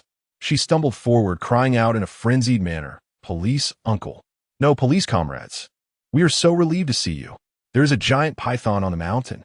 Woe is me. Leave the remaining officers to protect Elder Zhong." Jiang Gua and Tang Wan hurried forward, carefully scrutinizing the leading woman. Tang Wan's eyes brightened as she exclaimed, "You are Jin Shuang?" "Indeed, I am Jin Shuang," came the tearful response as she lamented her distress. Over the past few days, she had endured a harrowing ordeal, devoid of water, electricity, and even the comfort of her fans. The trio had been confined within a pitch-black cave, relying solely on horse dung for sustenance. At last, when a massive boulder obstructing the cave entrance was removed, they stumbled out, only to be pursued by a giant python. Upon spotting the police officers, Zhen Shuang felt as though she had encountered long-lost kin. How had she never realized how comforting the presence of the police could be? Tang Wan extended water and food to Zhen Shuang, earnestly inquiring, "Do you have any idea who imprisoned you?" "I have no clue. When we retrieved the camera and reached the shore, we glimpsed a fleeting white figure. The next moment, we found ourselves in this lightless cave, with our phones and camera vanished. Could it be haunted?" She whimpered. Undeterred, Tang Wan pressed the other 2 robust men for information. Despite their imposing stature, their gaunt cheeks and pronounced dark circles betrayed their distress. Ultimately, their responses echoed one another. Regardless of the circumstances, the 3 missing individuals had inexplicably reappeared. Jiang Gua and Tang Wan simultaneously exhaled in relief, arranging for 2 officers to escort the trio down the mountain. However, Jiang Gua and Tang Wan found themselves at crossroads. The 3 had reported seeing a black python in front of them, describing it in a manner reminiscent of their previous encounter, albeit with exaggerated details. Should they ascend the mountain or not? Old Zhong, seated atop Bai, had gathered most of the story. He addressed Jiang Gua seriously. "Captain Jiang, as party members, we must not shy away from challenges but confront them head-on. Besides, that young man assured us that with Bai, there would be no issues. I have faith in him. If you harbor any doubts, I shall ascend the mountain alone." Jiang Gua, feeling a sense of shame upon hearing old Zhong's words, replied, You speak wisely, old Zhong. Everyone rise. I am eager to discover what manner of creature this black python is. The group steeled themselves and continued their journey, treading carefully with each step. Remarkably, the path proved unexpectedly smooth. They encountered no serpents, not even a small snake. As they neared Xiao Bai's home, approximately 300 meters away, they could faintly discern the wisps of smoke curling from the chimney. Just as they sighed in relief, Bai barked twice, rekindling everyone's spirits. Following the sound, they spotted a small, curly-haired figure peeking out from behind a rock, soon followed by a round little head, its chubby face radiating shyness. Slowly it emerged, cradling a handful of wildflowers, and ambled toward Zhong Qinxiu. It was none other than the spirited Dabao. As Bai recognized his young master approaching, he gently lowered himself. Dabao offered the flowers to Zhong Qinxiu, sweetly proclaiming, "Daddy says these flowers are for the most honorable person." Chapter 10. The culinary skills of a 3-year-old. The 3-year-old child, with a rosy face, appeared somewhat shy. Yet, the seriousness etched upon his visage moved all those present. Zhong Qinxiu's eyes glistened with unshed tears as he swiftly descended from Bai and solemnly accepted the flowers. Gently caressing the young one's face, he expressed, "Thank you, little comrade. I am truly unworthy of such praise." Having completed his task, Dabao felt a wave of relief wash over him, reverting back to his adorable and innocent self. Softly, he remarked, "Papa and my sisters are preparing a meal. Allow me to greet everyone." The sight of Dabber's cuteness instantly dispelled the fatigue that weighed heavily on the others. Old Zhong, with a tender grip on Dabber's small hand, wobbled ahead. The mountain path was perilously steep. One could not help but wonder if Xiao Bai was either exceptionally carefree or irresponsibly reckless for allowing such a young child to venture out alone. Tang Wan observed the figures of the elder and the young child retreating into the distance, and sighed to Jianghua, "Look at them." Jianghua remained silent, his mind replaying the harrowing experiences of Sister Shuangzi. What sort of person could so swiftly subdue a social media influencer and 2 robust men without revealing their identity? Noticing Jianghua's lack of response, Tang Wan gently tugged at his sleeve, inquiring, "Captain Jiang, what are you pondering?" The figure in white, Jianghua instinctively replied, then turned his gaze toward Tang Wan. It was not Xiao Bai who incapacitated Jin Shuang and the others. Tang Wan's eyes brightened. Indeed, Xiao Bai's conspicuous yellow tank top and oversized shorts would have made it impossible for him to change clothes in time. Does this imply that Xiao Bai is not a villain? That is difficult to ascertain. One cannot judge a person's character solely by their appearance. It merely suggests that he is not the perpetrator behind the confinement incident. Jianghua's perceptive gaze shifted once more toward the plump Bai, deep in contemplation. Tang Wan, feeling somewhat bored, quickened her pace to catch up with Dabao. She playfully tugged at the antenna-like hairstyle atop his head, teasing, "Dabao, is this your signal receiving antenna?" Pouting, Dabao retorted, "Why does the police ant do the same thing as Jubao?" "She is 3 years old." Tang Wan responded, "Are you looking down on me?" "How old are you then?" "I'm the elder brother of 8 babies. What do you think?" Dabao replied with a hint of exasperation. 4? Tang Wan guessed uncertainly. "Of course, I'm 3 years old." Dabao rolled his eyes. Suddenly, a thought struck Tang Wan, and despite her hesitation, she couldn't resist asking, "Are you 9 siblings, all biological siblings?" Old Zhong, overhearing her question, displayed a trace of displeasure on his face. "Auntie, you are quite foolish," Dabao said with a sympathetic look. "Did you not notice that my sisters and I all have silver eyes?" Tang Wan patted her head, realizing why Jianghua had never broached the subject. Both Xiao Bai and the 9 children possessed the rare silver irises, and they bore a striking resemblance to one another. However, could it truly be possible for one woman to bear 9 children at once? "What about your mother?" she inquired. "Tang Yatu," Old Zhong interjected, shaking his head slightly. Tang Wan felt she had been overly inquisitive, and her expression turned slightly awkward. "There is nothing much to say. My sisters and I have never met our mother." Dabao's eyes were slightly reddened, yet with a stubborn tone, he asserted, "It's fine. Having Papa is enough." He then expressed a wish. "Auntie, please refrain from asking Papa about Mama, as Dabao fears it might sadden him." "What a good child." Elder Zhong gently grasped Dabao's hand, continuing their journey. Tang Wan stood in a daze, recalling the countless times she had inquired about her mother from her father, Tang Sangwa, throughout her childhood. He would always smile and say, "Mama has gone to a very distant place." Yet on several occasions, she awoke in the middle of the night to find Tang Sangwa in tears. It was only upon maturing that she discovered the heart-wrenching truth.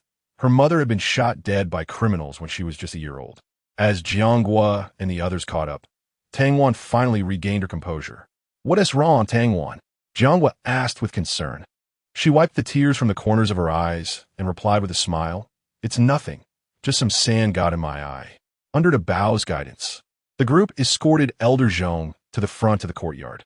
Before them stood a 2-meter-high wooden board, upon which a welcoming message was rendered in bold strokes. "Welcome, Elder Zhong and the comrades of the police, to our humble abode." The characters flowed with vigor and grace, prompting a spontaneous exclamation from Zhong Qinxiu. What a fine script.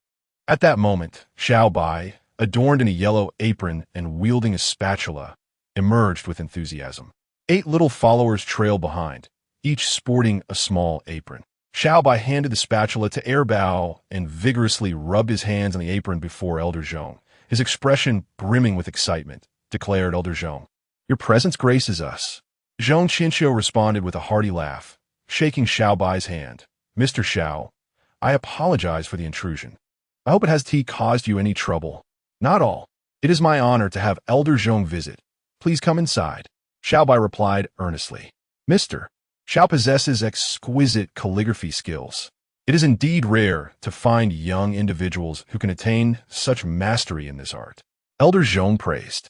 Xiao Bai was momentarily taken aback, then pointed at the characters on the board, his expression peculiar. "Are you referring to this?" Elder Zhong nodded slightly. "That was not penned by me." "Oh, could it be that apart from Mr. Xiao, a master of calligraphy resides here as well?" Zhong Qinxiu queried, puzzled. "Not quite. That welcoming message was written by Air Bao." Xiao Bai explained nonchalantly. Among the 8 adorable children, with a bobbed haircut and a righteous demeanor, Air Bao's cheeks flushed slightly with embarrassment as he admitted, "I noticed Papa was too busy, so I helped him write it." Elder Zhong and the group of detectives stood in place, while Jianghua glanced at his right hand, feeling a flush of heat on his old face. He could only console himself with the thought, "I am a policeman. Being adept with a gun is what matters." "Everyone, let us not linger. Please come inside to rest briefly. The meals will be ready shortly." Xiao Bai warmly beckoned, and he and the little ones resumed their bustling activities. Observing the children skillfully washing, chopping, and arranging the vegetables, the group was once again astonished. It is indeed true that children of the impoverished mature quickly, but to witness 3-year-old toddlers executing such tasks was utterly surreal. At that moment, Dabao took the spatula from Xiao Bai's hands. "Father, please entertain the guests. I shall take care of the remaining dishes," Xiao Bai said with a serene smile, patting Dabao on the shoulder. As Dabao moved a stool to stand beside the stove, the tension among the onlookers heightened once again. Tang Wan hastily exclaimed to Xiao Bai, "No, this is too dangerous. What if Dabao falls into the pot?" Yet, she found Xiao Bai merely smiling softly in silence. Just as she intended to intervene, Dabao had already begun his task. His mastery over the oil temperature and the rhythm of stir-frying was impeccable, displaying a skillfulness that left the audience blushing. Stir-frying, ing, tossing, dry frying, and quick frying. Tang Wan fell silent, her curiosity about the enigmatic man with silver eyes deepening. Even the well-traveled Elder Zhong could not help but express his astonishment, laughing heartily. A strong youth makes a strong nation. These children are indeed the pillars of our country. Elder Zhong, you flatter me. The children are merely indulging in childish antics. Xiao Bai replied with a gentle smile. Everyone is weary from the journey. Let's first enjoy a cup of wild mountain tea. Elder Zhong, feeling a sense of urgency, interjected, "Mr. Xiao, may I first go to the fields?" Chapter 11. What are the 7 treasures of the 7 treasure soup? Elder Zhong's gaze was fervently fixed on Xiao Bai, his eagerness palpable. Xiao Bai understood the elder's feelings well, but knowing that disappointment awaited him stirred a tinge of discomfort within. Everyone harbors their own secrets, and Xiao Bai felt helpless in this regard. Without the slightest hesitation, he smiled softly, saying, Elder Zhong's dedication to the country and its people is admirable. Very well. Let us proceed to the fields.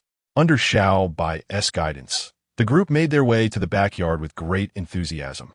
Upon seeing Xiao Bai lead the way, Xiao Feng abandoned her usual chatter, simply greeting the group and standing at attention like a welcoming host.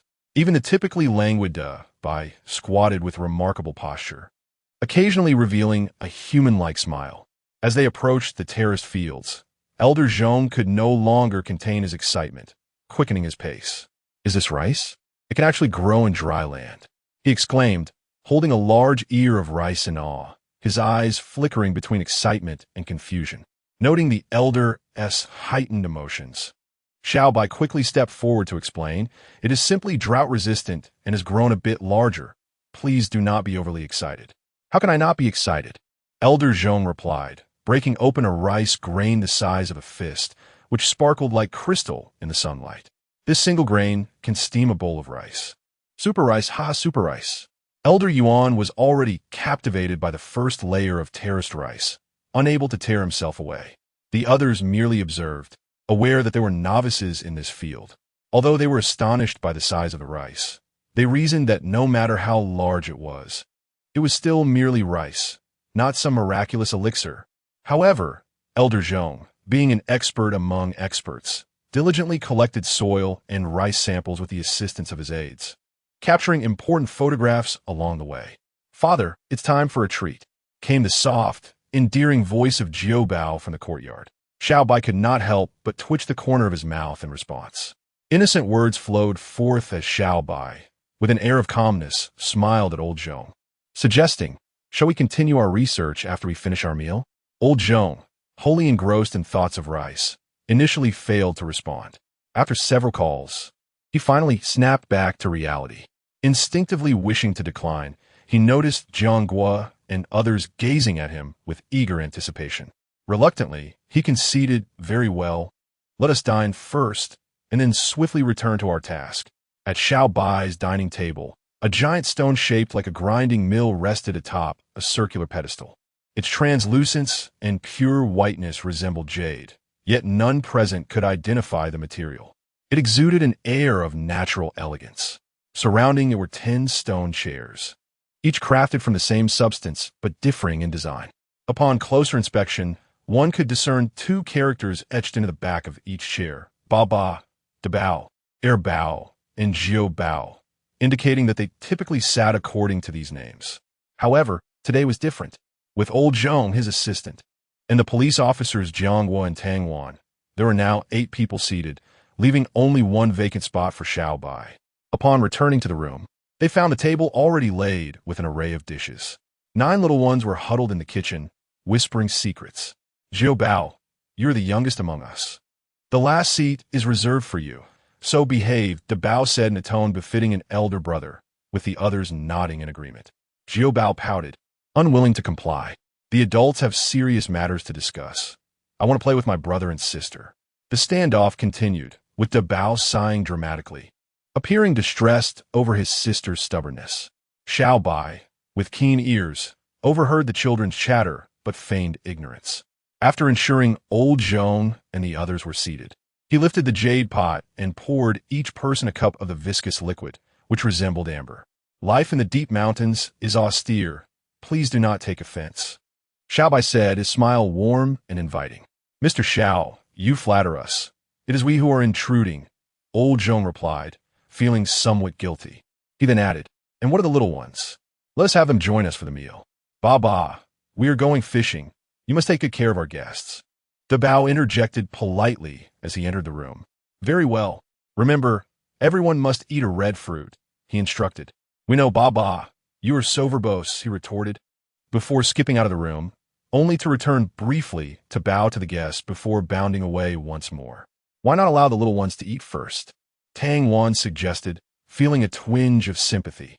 Xiao Bai gestured for her to sit down, calmly responding, "With guests present, it would not do for the children to join us at the table. We must not indulge them too much. Let them play."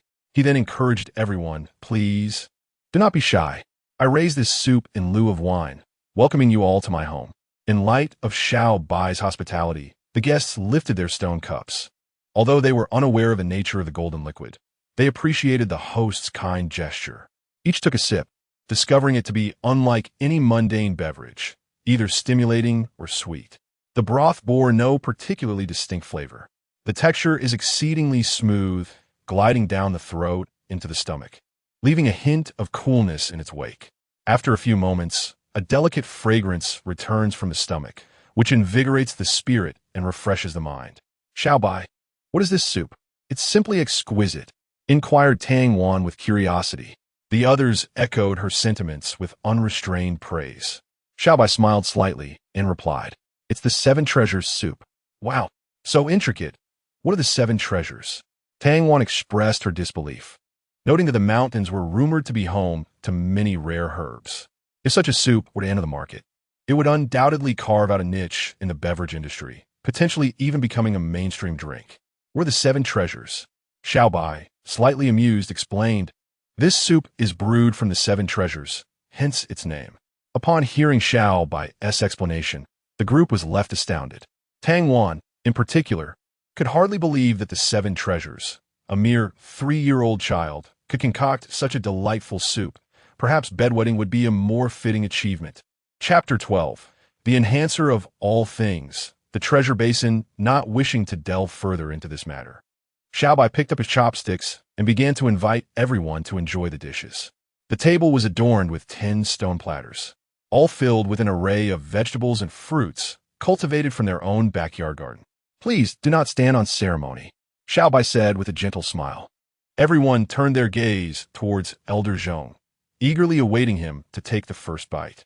However, they found Elder Zhong staring blankly at the pristine white rice dumplings in his bowl, murmuring, "What fragrant rice! Just the aroma alone is quite filling." He then excitedly grasped Xiao Bai's hand and asked, "Mr. Xiao, is this rice from the fields?"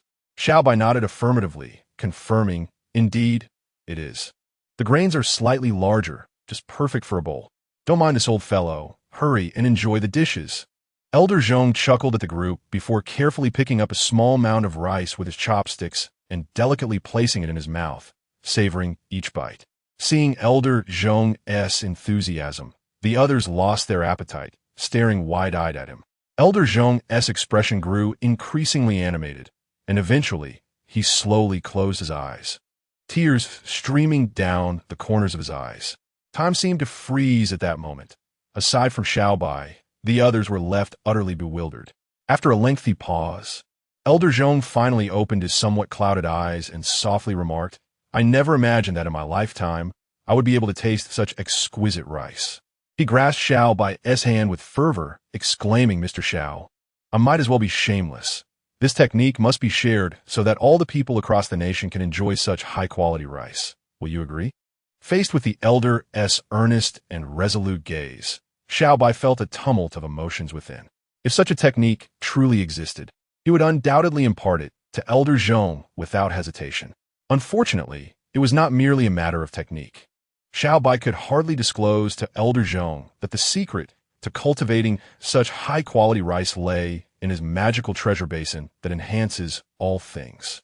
The seeds for this rice were originally purchased from a common market, and it was through the enhancement in the basin that they transformed into superlative rice seeds. Xiao Bai exhibited a slight hesitation. "Old Zhong, this initiative is beneficial for both the nation and its people. If you have any requests, feel free to express them." Noticing Xiao Bai's reluctance, even the usually reticent Jiang Guo offered a word of encouragement. All eyes were fixed on Xiao Bai, brimming with anticipation for this enigmatic young man. Ultimately, with a sigh, Xiao Bai replied, "Old Zhong, whether you believe it or not, I do not possess the technology to cultivate high-quality rice." Observing the dimming of Old Zhong's gaze, he added, "However, you may take the seed from this place back for research. At the very least, you could cultivate several batches." Xiao Bai spoke with a hint of reluctance. Upon hearing this, Old Zhong's previously dull eyes regained their spark. Rising, he expressed, "Thank you, Mr. Xiao, for your magnanimity. I am immensely grateful." Xiao Bai stood up, offering his hands in support. "Old Zhong, you flatter me. Please take a seat." As Old Zhong began to eat, the banquet finally commenced. With dishes such as pine nut corn, stir-fried cabbage, and spicy shredded potatoes, the guests relished the simple fare, praising not only the freshness of the ingredients, but also the culinary prowess of Dabao. Even old Zhong, who was typically mindful of his health, could not resist indulging in 2 generous bowls of rice. After lunch, disregarding the advice of others, old Zhong plunged into the fields. The 10-tiered terraces represented endless treasures to him, overturning his previous understanding. Seeing Jianghua and the others guarding old Zhong, Xiao Bai smiled faintly and made his way toward the little ones. On Shinong Mountain, a natural waterfall cascaded down, forming countless pools below. In one such pool, 9 little ones, clad in tiny shorts, were frolicking in the water. The eldest was enthusiastically directing his younger siblings. Nearby, several children had dug a pit about 20 to 30 centimeters deep, placing all the fish and shrimp they had caught within it. Zabao, uncertain if their father had finished eating, longed to play with him. Jiobao blinked her innocent eyes, suddenly pausing her actions. Dabao hurried over, pinching Jiobao's chubby cheeks. Jiobao, dear, we are no longer toddlers. We cannot cling to our father all day. As soon as Dabao finished speaking, the remaining 7 little ones gathered around Jiobao, each expressing concern for their little sister. Jiobao, are you hungry? I haven't eaten my red fruit. Would you like some? Bao offered a bright red fruit, the size of a hawthorn. Jiobao is not hungry. 1 red fruit can sustain me for a whole day. You eat it, Bao. Jiobao beamed, saying, Dabao is right. I'm no longer a toddler. Let us continue fishing. Witnessing the understanding of the 9 little ones warmed Xiao Bai's heart. He picked up a small stone and tossed it into the pool, splashing water onto the little ones. Upon seeing Xiao Bai, they all scampered ashore, arms outstretched, joyfully calling out Daddy. Chapter 13. Li Bao is responsible for being cool. Xiao Bai planted a kiss on each little one's face. With a knowing smile, the list of today's commendations for the little guests brought forth expressions of eager anticipation from the adorable children. Best chef Dabao. Dabao lifted his small face slightly, basking in the applause of his peers. Best knife skills, Bao. Bao stood with a serious demeanor, his posture impeccably straight. Another round of applause erupted. Best vegetable washer, Sanbao. Sanbao, hands tucked in his pants, wore a cool and aloof expression. The applause rang out once more. Best rice steamer, Sibao. Sibao shyly lowered his head, his cheeks flushed with a rosy hue. Applause. Best fire master, Wu Bao. Wu Bao clenched his little fist, exclaiming, "Eh?" Applause. Best side dish, Lu Bao. Lu Bao gleefully cheered, dashing around the room in jubilation. Applause. Best soup, Chi Bao. Chi Bao smiled gently, offering a signature wave. Applause. Best server, Ba Bao. Ba Bao wore a subtle smile, his eyes glimmering with wisdom. The applause and laughter continued unabated. Xiao Bai wiped the drool from his face and, with a sweet smile directed at the eager-eyed Jiobao, proclaimed, Best assistant, Jiobao. Jiobao leapt into Xiao Bai's embrace, planting a kiss on his cheek, joyfully shouting, Jiobao is amazing, Jiobao is the best. The 7 older brothers and sister Ba Bao watched their little sister's delight, and the applause grew even more fervent, their little palms turning red from clapping. Are the little ones happy? Xiao Bai gently pinched Jiobao's cheek, inquiring of the other children. Happy, they chorused, except for Lu Bao. Lu Bao, are you not happy? Xiao Bai asked with a gentle laugh. Happy, Lu Bao replied, still with his hands in his pockets, his little legs playing with the pebbles beneath him. Then why didn't you shout? Xiao Bai pressed on. Lu Bao flicked his bangs with a proud demeanor, stating, You all handle the atmosphere. I just need to look cool. Giggles erupted as all the little ones declared, Lu Bao is a little cool guy. Lu Bao pouted, as if to say it was only natural. Xiao Bai cleared his throat and continued, There is also an award for Best Daddy. Who do you think the winner is? He looked at the little ones with eager anticipation. Por eso fizer susu. They shouted in unison, laughter bubbling forth. Xiao Bai exclaimed, All right, tell me, were you all doing this on purpose? Holding Jiobao in his arms, he exaggeratedly chased after the remaining 8. I did it on purpose, silly daddy, Jiobao replied. Daddy is so fierce. Let us retreat. As they fled, they teased, Can't catch us. Daddy, you can do it. You're almost there. Suddenly, Xiao Bai sat down abruptly, one hand holding Xiao Bai and the other cradling his waist, his face contorted in pain. "Is Daddy all right? You really worry the little ones," they remarked. "It hurts, but I can handle it." Xiao Bai winced, feeling a moment of sympathy for his father. "I want to be fooled by Daddy." The little treasures, each voicing their concern, instinctively halted their antics and rushed to Xiao Bai's side. With their soft little hands, they gently pressed against his waist. Xiao Bai wriggled free from Xiao Bai's embrace and began to pat his back with her tiny fists. Laughing heartily, Xiao Bai suddenly turned around, opening his arms to embrace the adorable children. "Daddy is the worst. Daddy is a big liar, deceiving the little ones, shamelessly. I knew it was fake, yet I couldn't help but fall for it." After a bout of playful banter, Xiao Bai and the 9 cherubic children sat by the water's edge, splashing in harmony. Click! Tang Wan held her phone close to her chest, closing her eyes to soak in the summer sunshine. In her childhood, her father, Tang Sangua, would always make time to take her to the riverside to catch shrimp, regardless of how busy he was. After their frolic, they would sit by the riverbank, lost in thought. She had been there for a while, but couldn't bring herself to intrude upon Xiao Bai's afternoon with his family. "Daddy, that police lady has been watching over there for quite some time. Is there something she needs from you?" Suddenly, Dabao stood up and whispered into Xiao Bai's ear. Xiao Bai playfully tweaked Dabao's little bun, covering his mouth as he said, "Well done, you're on a point." He was quite pleased with Dabao's alertness. Although the 9 children were of the same age, Dabao had always been the most concerned one. How could Tang Wan's arrival escape Xiao Bai's notice? However, seeing that she was hesitant to approach, he paid it no mind. Upon hearing Xiao Bai award Dabao a point, the other children could no longer sit still. "Daddy, we want a point too." We all noticed the lady. The rest of the little ones clamored in unison. "All right." Xiao Bai propped his chin on his hand, narrowing his silver eyes. "Then let us give everyone a point." "Yay! Police lady, would you like to come play in the water with us?" Xiao Bao shouted at Tang Wan with a small voice. Tang Wan's hand trembled, nearly dropping her phone as she walked over to the children, her cheeks tinged with pink. Though she meant no harm, she couldn't shake the feeling of being caught in the act of clandestine photography. "I see you all having so much fun." "I couldn't bear to interrupt," Tang Wan said, bending down to pinch Xiao Bao's cheek, explaining to Xiao Bai. Xiao Bai smiled lightly. "How are things with old Zhong? I came to discuss this matter with you." Old Zhong mentioned he wants to stay on the mountain. The author has something to say. The night draws to a close. Little treasures, wash up and sleep well. Chapter 14. The Annie's movements are so slow. Xiao Bai was not surprised by old Zhong's decision to stay. Although it posed a bit of a dilemma, the elder had devoted his life to the country and the people. It was truly difficult to refuse. "Then let him stay. My big Kong can accommodate a few more people," he said. "Team Zhong means that we can't leave old Zhong here alone. So our police team," Tang Wan said somewhat sheepishly.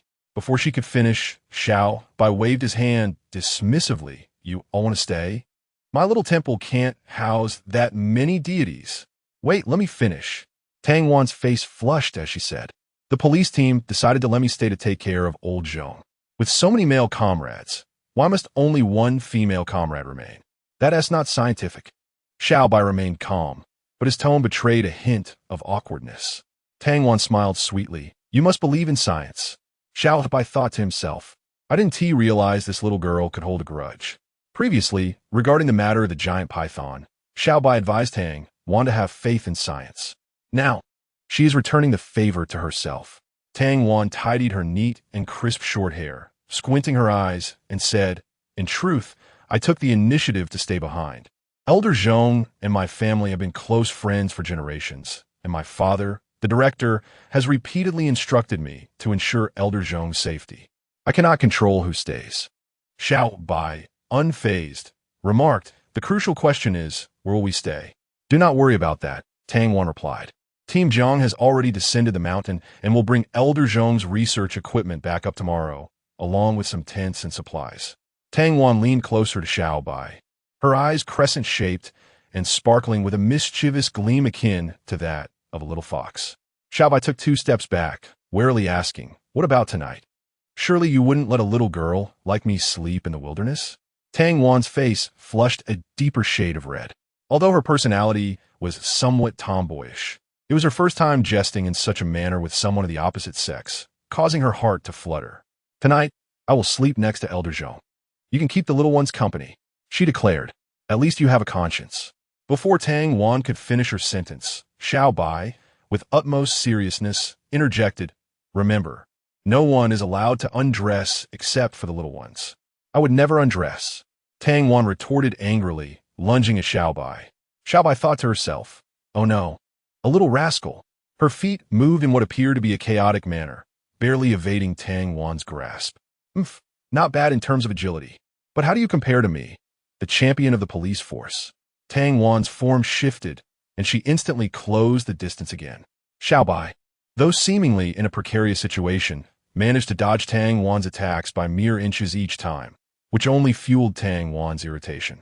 They commenced a game of chase around the clearing by the pond, drawing a gathering of curious children. "Wow, the police lady is so slow," whispered San Bao to the others. The group of little ones nodded in agreement. "Even we can't catch Daddy. With her speed, she has no chance," Bao analyzed calmly. After another 5 minutes, Tang Wan was drenched in sweat, panting heavily as she glared at Xiao Bai. "I refuse to believe I can't catch you." Xiao Bai raised an eyebrow, looking exasperated. "Just give it up, Officer Tang. Don't let the children see you make a fool of yourself." "You!" Tang Wan sprang forward like a frenzied little tiger. Nearby, Jiu Bao, with wide eyes, suggested mysteriously, "Brother and sister, why don't we help the police lady?" The 9 little heads huddled together, whispering and plotting for a moment. As they dispersed, each wore a sly grin reminiscent of a little fox.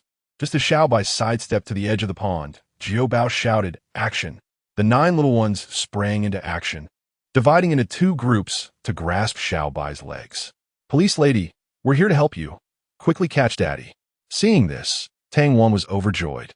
As the deputy captain of the criminal police team, it was truly vexatious that she could not even catch a mere mountain villager. With the little ones holding on to Xiao Bai's legs, Tang Wan was ecstatic. Gathering all her strength, she charged toward Xiao Bai, leaping into the air just a meter away. Splash! A tremendous splash erupted from the water. 9 little ones stood in awe, gazing at Tang Wan submerged in the water alongside Xiao Bai, who maintained a rigid pose reminiscent of steel plank. They shook their heads in disbelief, murmuring, "The police officer is truly foolish." Tang Wan, who had been disoriented from her fall, twisted in the water a couple of times. Just as she resurfaced, a heavy pressure suddenly bore down upon her back, plunging her once more beneath the surface. In her dazed state, she had unwittingly found herself directly beneath the waterfall. The cascading water struck her, compounded by the sweat that had yet to evaporate. She felt her head spin, and darkness clouded her vision. "Oh no, we must save her." Xiao Bai leaned back, his body springing up like a pendulum. No sooner had he uttered those words than the 9 little ones dashed into the water. The 9 petite figures swiftly submerged, and within mere moments, they emerged, supporting Tang Wan as they swam back. They placed her on the shore, where Bao Bao expertly patted her back. With a great heave, Tang Wan expelled a mouthful of water. Just as she noticed Xiao Bai's concerned expression, a blush crept across her cheeks. Chapter 15. "I shall engage you in combat." Tang Wan gradually rose, surveying her drenched police uniform that clung to her form, accentuating her curves. Her face flushed crimson, and she turned to Xiao Bai, asking, "Aren't you going to say something?" Xiao Bai longed to utter, "No need to mention it," but considering Tang Wan's fierce temperament, he anticipated a fierce confrontation. He offered an awkward smile and, with genuine concern, inquired, "Officer Tang, did you bring a spare set of clothes for your ascent?" Tang Wan seethed internally. She had just been rescued by him, and he dared to speak of this. She had been knocked unconscious by the waterfall, completely unaware of who had saved her.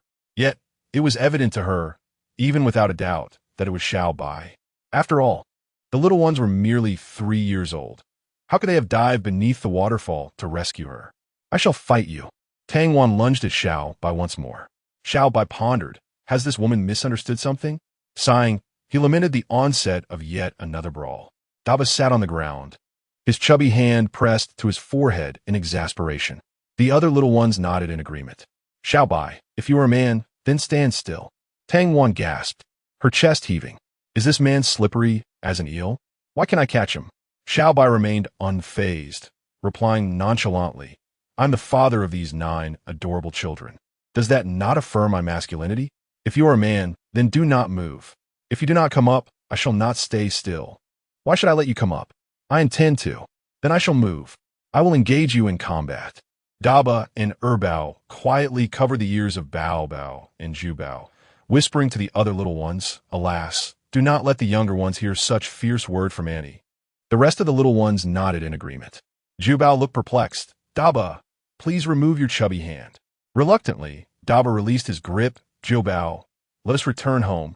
No, I wish to see Daddy and Annie battle. Zhu Bao pouted stubbornly. Daba tempted. Then, shall we go play house over there? Go ahead, I do not wish to join. I want to play with father. Zhu Bao was utterly unfazed by this. Dabao, in resignation, shook his head and exchanged a knowing glance with the other little ones. They understood without words and, hand in hand, departed from the waterhole. Upon witnessing this, Zhu Bao panicked, quickly rising to shout, elder siblings, wait for Zhu Bao. He scampered after them with his tiny feet. Dabao secretly wore a triumphant smile. Xiao Bai could not help but admire Tang Wan's tenacity. She seemed utterly exhausted, yet relentlessly pursued him. Truly, it was overwhelming. Women were indeed not as adorable as little ones. Xiao Bai, feeling helpless, stood his ground and declared, I shall remain still. Do as you wish. Tang Wan's eyes lit up, and she charged forward with a flourish. Coming to a halt just 20 centimeters away from Xiao Bai, she paused her movements. Their eyes locked, and Tang Wan suddenly felt a peculiar sensation within her heart. Xiao Bai's brows were remarkably sharp, resembling 2 swords thrusting into the heavens. His elongated silver eyes were sharper than a blade. His chiseled features were impeccably defined, and a faint, unshakable serenity lingered at the corners of his mouth. Most infuriating of all was the flawless quality of his skin, which shimmered with a subtle silver glow.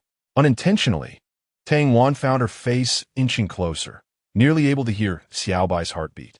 Hey, are we still going to fight, or are we going home? Xiao Bai's voice interrupted her actions. Tang Wan's cheeks flushed crimson once more, and in irritation, she delivered a punch to Xiao Bai's chest. So hard, Xiao Bai's pectorals felt like iron. Tang Wan winced, nearly brought to tears from the impact. Xiao Bai chuckled helplessly and remarked, I told you to stop hitting. You weirdo. Tang Wan retorted.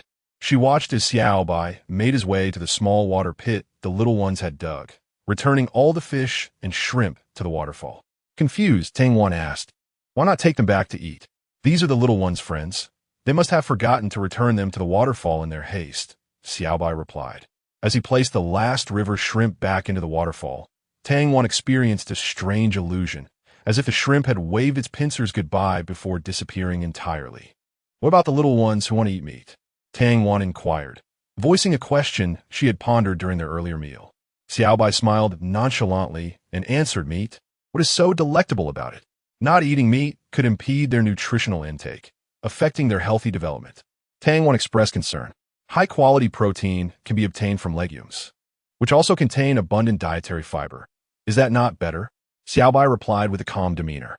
But that is different, scientists have said. Tang Wan attempted to continue the debate. Xiao Bai waved a hand, revealing a set of pearly white teeth. The fact remains, I have been vegetarian since childhood, and you, as a detective, cannot even touch the hem of my garment. The average height of a typical 3-year-old child ranges from 86 to 109 centimeters, with an average height of approximately 97.5 centimeters. After a brief pause, Xiao Bai chuckled, my little one stands at the modest height of 120 centimeters.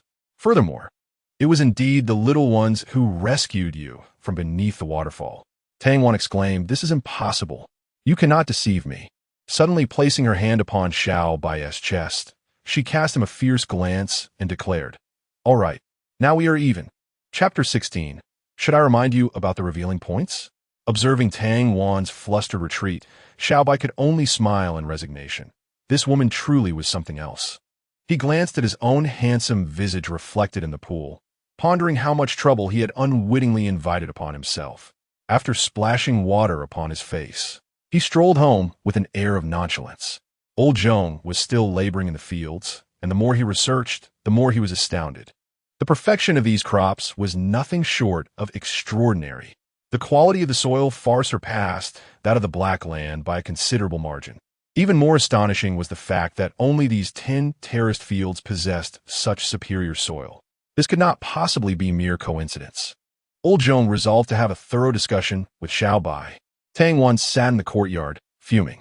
Although it was summer, her damp clothing was decidedly uncomfortable. All because of that insufferable Xiao Bai. She muttered to herself, but then her eyes brightened. Xiao Bai's home lacked a wardrobe. There were merely a few large, dark boxes in the bedroom. The material was hard to describe, somewhat resembling rosewood, yet evidently more durable. The boxes were not locked, or rather, Xiao Bai's household seemingly had no concept of locks. With considerable effort, Tang Wan managed to pry open one of the dark boxes. Fortune smiled upon her. A triumphant smile graced her lips as she beheld an assortment of vests and shorts, neatly folded within. She mused that she had not anticipated this man to possess a hint of obsessive-compulsive disorder. Selecting the topmost set of golden yellow shorts and vest, she nervously closed the door. Anxiously shedding her damp garments, she donned Xiao Bai's attire. After peeking outside to ensure no one was about, she sighed in relief. How delightful! This scoundrel Xiao Bai's clothing felt astonishingly light against her skin. The fabric was indescribably smooth, and the faint fragrance emanating from it invigorated her senses. Unbeknownst to her, at that very moment, Xiao Bai sat on the rooftop, a frown creasing his brow. This woman had the audacity to steal his clothes. In fact, he had arrived in the courtyard just as Tang Wan began changing. Not that he wished to intrude, but with his keen eyesight, he could see quite clearly, even through the paper-covered window. Unfortunately, he caught an accidental glimpse of her impressive figure. Hastily closing his eyes, he leaped onto the rooftop, adhering to the principle of what is inappropriate should not be observed. It was merely an accident. Noticing that Xiao Bai had yet to return, Tang Wan decided to venture to the backyard to seek out old Zhong, hoping to assist him with any tasks. As she made her way to the fields, Xiao Bai floated down gracefully into the courtyard. Upon returning to his bedroom, he was taken aback. This woman was indeed careless. His police uniform, along with his undergarments, had been carelessly tossed into a wooden basin. The child observed the situation with a hint of disapproval. Xiao Bai hesitated, feeling that it would be inappropriate for him to take matters into his own hands. Just as he grappled with this dilemma, Xiao Bao skipped back cheerfully. "Daddy, what are you doing?" she inquired, her innocent eyes sparkling with curiosity. Xiao Bai's face brightened as he pinched Xiao Bao's cheek and replied, "Aunt Tang's clothes are wet and need to be washed and hung up." "What should we do?" Xiao Bao, with a look of bemusement, asserted. "Daddy can wash them and then hang them up." Xiao Bai chuckled awkwardly, yet explained, "But fathers are boys, and boys shouldn't casually touch girls' things." Xiao Bao tilted her little head, indignantly retorting, "The naughty older boys often play with my things." Xiao Bai patiently clarified, "You are all still little children, and besides, the older boys are merely helping you fold your clothes. That doesn't count." "Oh, I see," Xiao Bao exclaimed, gazing at the basin filled with clothes, her expression transforming into one reminiscent of a mischievous little fox. "So, Daddy means that I should help Aunt wash the clothes and then hang them up?" Xiao Bai nodded, planting a kiss on her cheek. "2 rosy apples," Xiao Bao declared proudly. "1, Xiao Bai countered playfully. "Then Daddy should find someone else." Xiao Bao is unable to assist. The little girl, with her hands behind her back, swayed her way out the door. "All right, 2 it is, but you mustn't eat them all at once." Xiao Bai relented. "Deal," Xiao Bao exclaimed joyfully, turning around and carrying the large basin into the yard. She then grabbed a ladle from the kitchen, standing on a stool to scoop water out, a dangerous maneuver. Little ones should not attempt this without prior training. Any ordinary parent might have been horrified, but not Xiao Bai. He knew his own child well. These 9 adorable little ones had been by his side since they were small. If there were 9 formidable characters in Shenong Mountain, they surely embodied them all. The most formidable of them was Xiao Bao, as she could command the other 8. Thinking about the need to check on old Zhong, Xiao Bai steeled himself and ventured into the backyard. "Hello, big brother," Xiao Feng greeted with a sycophantic smile. Xiao Bai nodded, glancing toward the wall. "Where's Bai?" "He has gone down the mountain," Xiao Feng reported. pointing with her little wings in the direction of the descent. Goodness, they even led our dog down the mountain. It seems Jiangua isn't as rigid as I thought, Xiao Bai remarked with a faint smile as he made his way toward old Zhong's location. Upon seeing Xiao Bai approach, Tang Wan proudly puffed out her chest, silently conveying, "What can you do about it? Are you upset?" Xiao Bai smiled serenely, thinking that had old Zhong not been present, he would have liked to remind Tang Wan, "You are revealing a bit too much." Chapter 17. Could it be flirting? Old Zhong, noticing Xiao Bai's arrival, took a few quick steps forward to grasp his hand, oblivious to the dirt that adorned his own hands. He began to ask a flurry of questions. Tang Wan observed that Xiao Bai showed no sign of disdain, and with a warm demeanor engaged in conversation with old Zhong. She subtly nodded in approval. This man, it seemed, was indeed rather impressive. "Mr. Xiao, from where did you procure the soil?" Elder Zhong gazed at Xiao Bai with eager anticipation, his bony hands clasping Xiao Bai's firmly, silently reflecting the excitement within him. Maintaining a serene expression, Xiao Bai understood that Elder Zhong would inevitably pose such inquiries. With a gentle smile, he replied, "Elder Zhong, you may simply call me Xiao Bai, or Little Xiao if you prefer. This soil was brought along during the initial cultivation of the fields." Elder Zhong fixed his gaze upon Xiao Bai's eyes, revealing no discernible emotion. Gradually releasing Xiao Bai's hand, he shook his head and fell into deep contemplation. How could this be possible? Observing the elderly man, whose hair had turned entirely gray, Xiao Bai felt a twinge of compassion, yet he found himself powerless. The secret of the treasure trove could not be disclosed to anyone, not even to the 9 little ones. Noticing Elder Zhong lost in thought once more, Tang Wan, usually boisterous, approached Xiao Bai and softly suggested, "Let's take a stroll over there." Acknowledging her earnestness with a slight nod, Xiao Bai walked alongside her through the melon fields, both enveloped in silence. As the sun began its descent, their shadows elongated. "Do you know, Grandpa Zhong holds agricultural science dearer than his own life," Tang Wan remarked, a hint of melancholy in her voice. Xiao Bai remained silent, continuing along the field's edge. When he noticed Tang Wan had halted, he turned to smile and said, "I am aware. May I implore you to share what you know with Grandpa Zhong?" Tang Wan gazed at Xiao Bai with earnest eyes. Without meeting her gaze, Xiao Bai turned his attention to the distant sunset, his eyes deep and unfocused. Tang Wan chose not to interrupt, quietly observing the profile of Xiao Bai. In terms of appearance and demeanor, this man was nearly flawless, yet for reasons unknown, Tang Wan sensed that his story harbored many imperfections. As the sun dipped behind the mountains, Tang Wan remained lost in thought, gazing at Xiao Bai. "Let us return home. It is time to prepare dinner." Xiao Bai finally broke his gaze and walked home with a calm demeanor.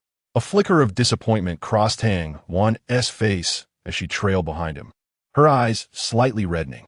Upon returning home, the 9 little ones were already bustling about in the kitchen. Xiao Bai nodded with satisfaction, deftly tying on an apron and commencing to stir-fry.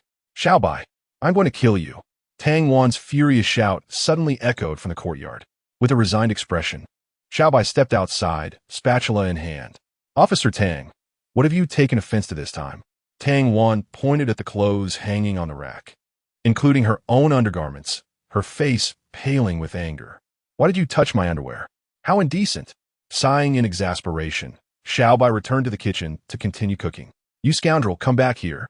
Tang Wan, brimming with indignation, was about to storm into the house. "Aunt Tang, the clothes were washed by Xiao Bao, not Dad." Xiao Bao suddenly appeared at the doorway, a hint of grievance on his adorable face, smudged with streaks of grime akin to a little kitten. Tang Wan stood frozen in place. Her heart jolted. She suddenly realized that this was the home of Xiao Bai and the little treasures. Her party had arrived, and Xiao Bai's family was bustling about, exceptionally warm and welcoming. Even the tiny infant was diligently occupied in the kitchen, helping with the laundry. Unbeknownst to her, Tang Wan felt a sharp pang of sorrow in her heart. She rushed over and embraced Xiao Bao, gently wiping away the smudges from the child's face with her fingers, tears brimming in her eyes. "I'm so sorry, Xiao Bao. It is Annie's fault." Xiao Bao, taken aback by Tang Wan's sudden affection, wriggled out of her embrace and shook her little head adorned with 9 tiny braids. The silver bell jingled melodiously as she ambled away, murmuring, "Aunt Tang is quite strange," just like a little child. As the meal was laid out on the table, Tang Wan still dared not meet Xiao Bai's gaze. Sitting in the corner like a child who had committed a misdeed. "Little ones, go to the fields and call Grandpa back for dinner." 8 of the 9 adorable children complied, while the Bao sat earnestly in a chair, observing Xiao Bai and the others intently. "The Bao, why aren't you going?" Xiao Bai playfully flicked the Bao's forehead. "Stop it, Daddy. Don't play with my receiver," the Bao replied, shaking her head with impatience, sounding quite mature for her age. "I'm afraid you two will argue again. You're both old enough to be considerate." Tang Wan couldn't help but chuckle at the Bao's endearing nature. "Thank you for your concern, the Bao. Daddy and Aunt Tang are not arguing," Xiao Bai said, pinching the Bao's cheek with a smile. "So what are you two doing? Are you, as the books say, flirting?" Chapter 18. Tang Wan's Midnight Awakening at the Dining Table. A serene atmosphere enveloped the scene. A kind elder, 2 warm young adults, and 9 adorable little ones. Both Elder Zhong and Tang Wan found themselves increasingly fond of the 9 children, who were not only exceptionally good-looking, but also outstanding in every aspect. Nowadays, it is rare to see a 3-year-old cooking. Many 13-year-olds struggle to boil a simple bowl of instant noodles. Yet, Zhou Bao was nothing short of astonishing, capable of cooking and laundry, seemingly capable of anything. Tang Wan had no doubt that if Xiao Bai wished, he could easily capture a daily video and turn it into a fortune. The crux of the matter was that Xiao Bai was certainly unwilling to do so.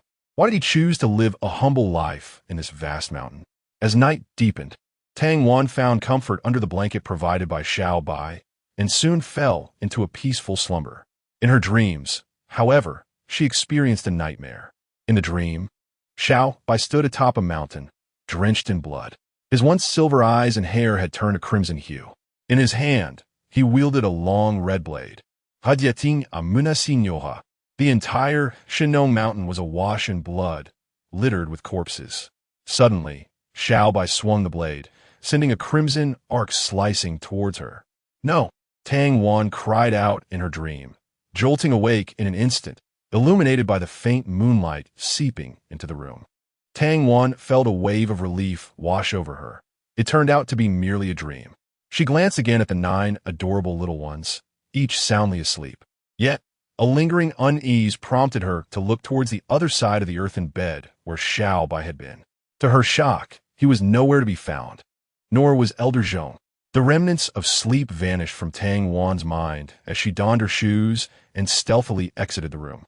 Unbeknownst to her, the moment she departed, all 9 infants simultaneously opened their eyes. "Is Aunt Tang sleepwalking?" "Inquit du Bao, pu deo." The Bao scratched his head and reasoned, "That can't be. She might have gone to find Papa and Grandpa Zhong." "Adults are truly strange, staying up at such an hour," murmured Air Bao. "Let's not worry about them. Let us get some sleep," yawned Wu Bao. "Sleep," echoed Lu Bao with a cool tone. The little ones quickly succumbed to slumber once more, drifting back into their dreams. Tang Wan cautiously treaded along the mountain path, her instincts assuring her that no harm would befall her. Yet, the remnants of her earlier nightmare instilled a subtle worry within her. "Xiao Bai, I must confess, I only have a little over a year left to live." Elder Zhong's voice carried on the mountain breeze, reaching Tang Wan's ears. She froze in place. On the roadside, perched upon a massive stone, Elder Zhong and Xiao Bai sat side by side. Xiao Bai squinted his silver eyes, casting a gentle glance in Tang Wan's direction. "Elder Zhong, I believe the test results must be erroneous. Judging by your constitution, you could easily live another decade," he said softly. "Alas, I know my body better than anyone. My stomach has been tormenting me with unbearable pain." Elder Zhong Qinxiu remarked, touching his abdomen with a hand, then smiled faintly. "Strangely enough, I haven't felt any pain today. It must be a misdiagnosis. You need not worry too much," Xiao Bai replied with an air of ease. "I've consulted several top hospitals, and the results are consistent. How could there be a misdiagnosis?" Zhong Qinxiu chuckled lightly, conceding, "Regardless, I never intended to seek treatment. My life has no regrets. Then why not stay a while longer in these mountains? The scenery, the air, it may very well restore your health," Xiao Bai suggested earnestly, recalling similar cases he had heard of. "Haha, Even if you wish to send me away, I am reluctant to leave.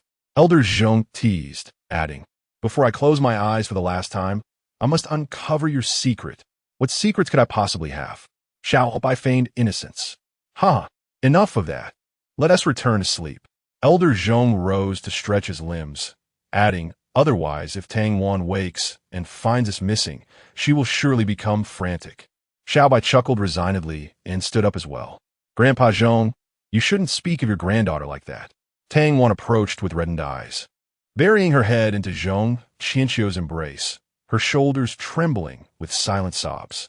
Zhong Qianqiu was momentarily taken aback, but then smiled kindly, patting Tang Wan's shoulder. Little girl, why are you crying?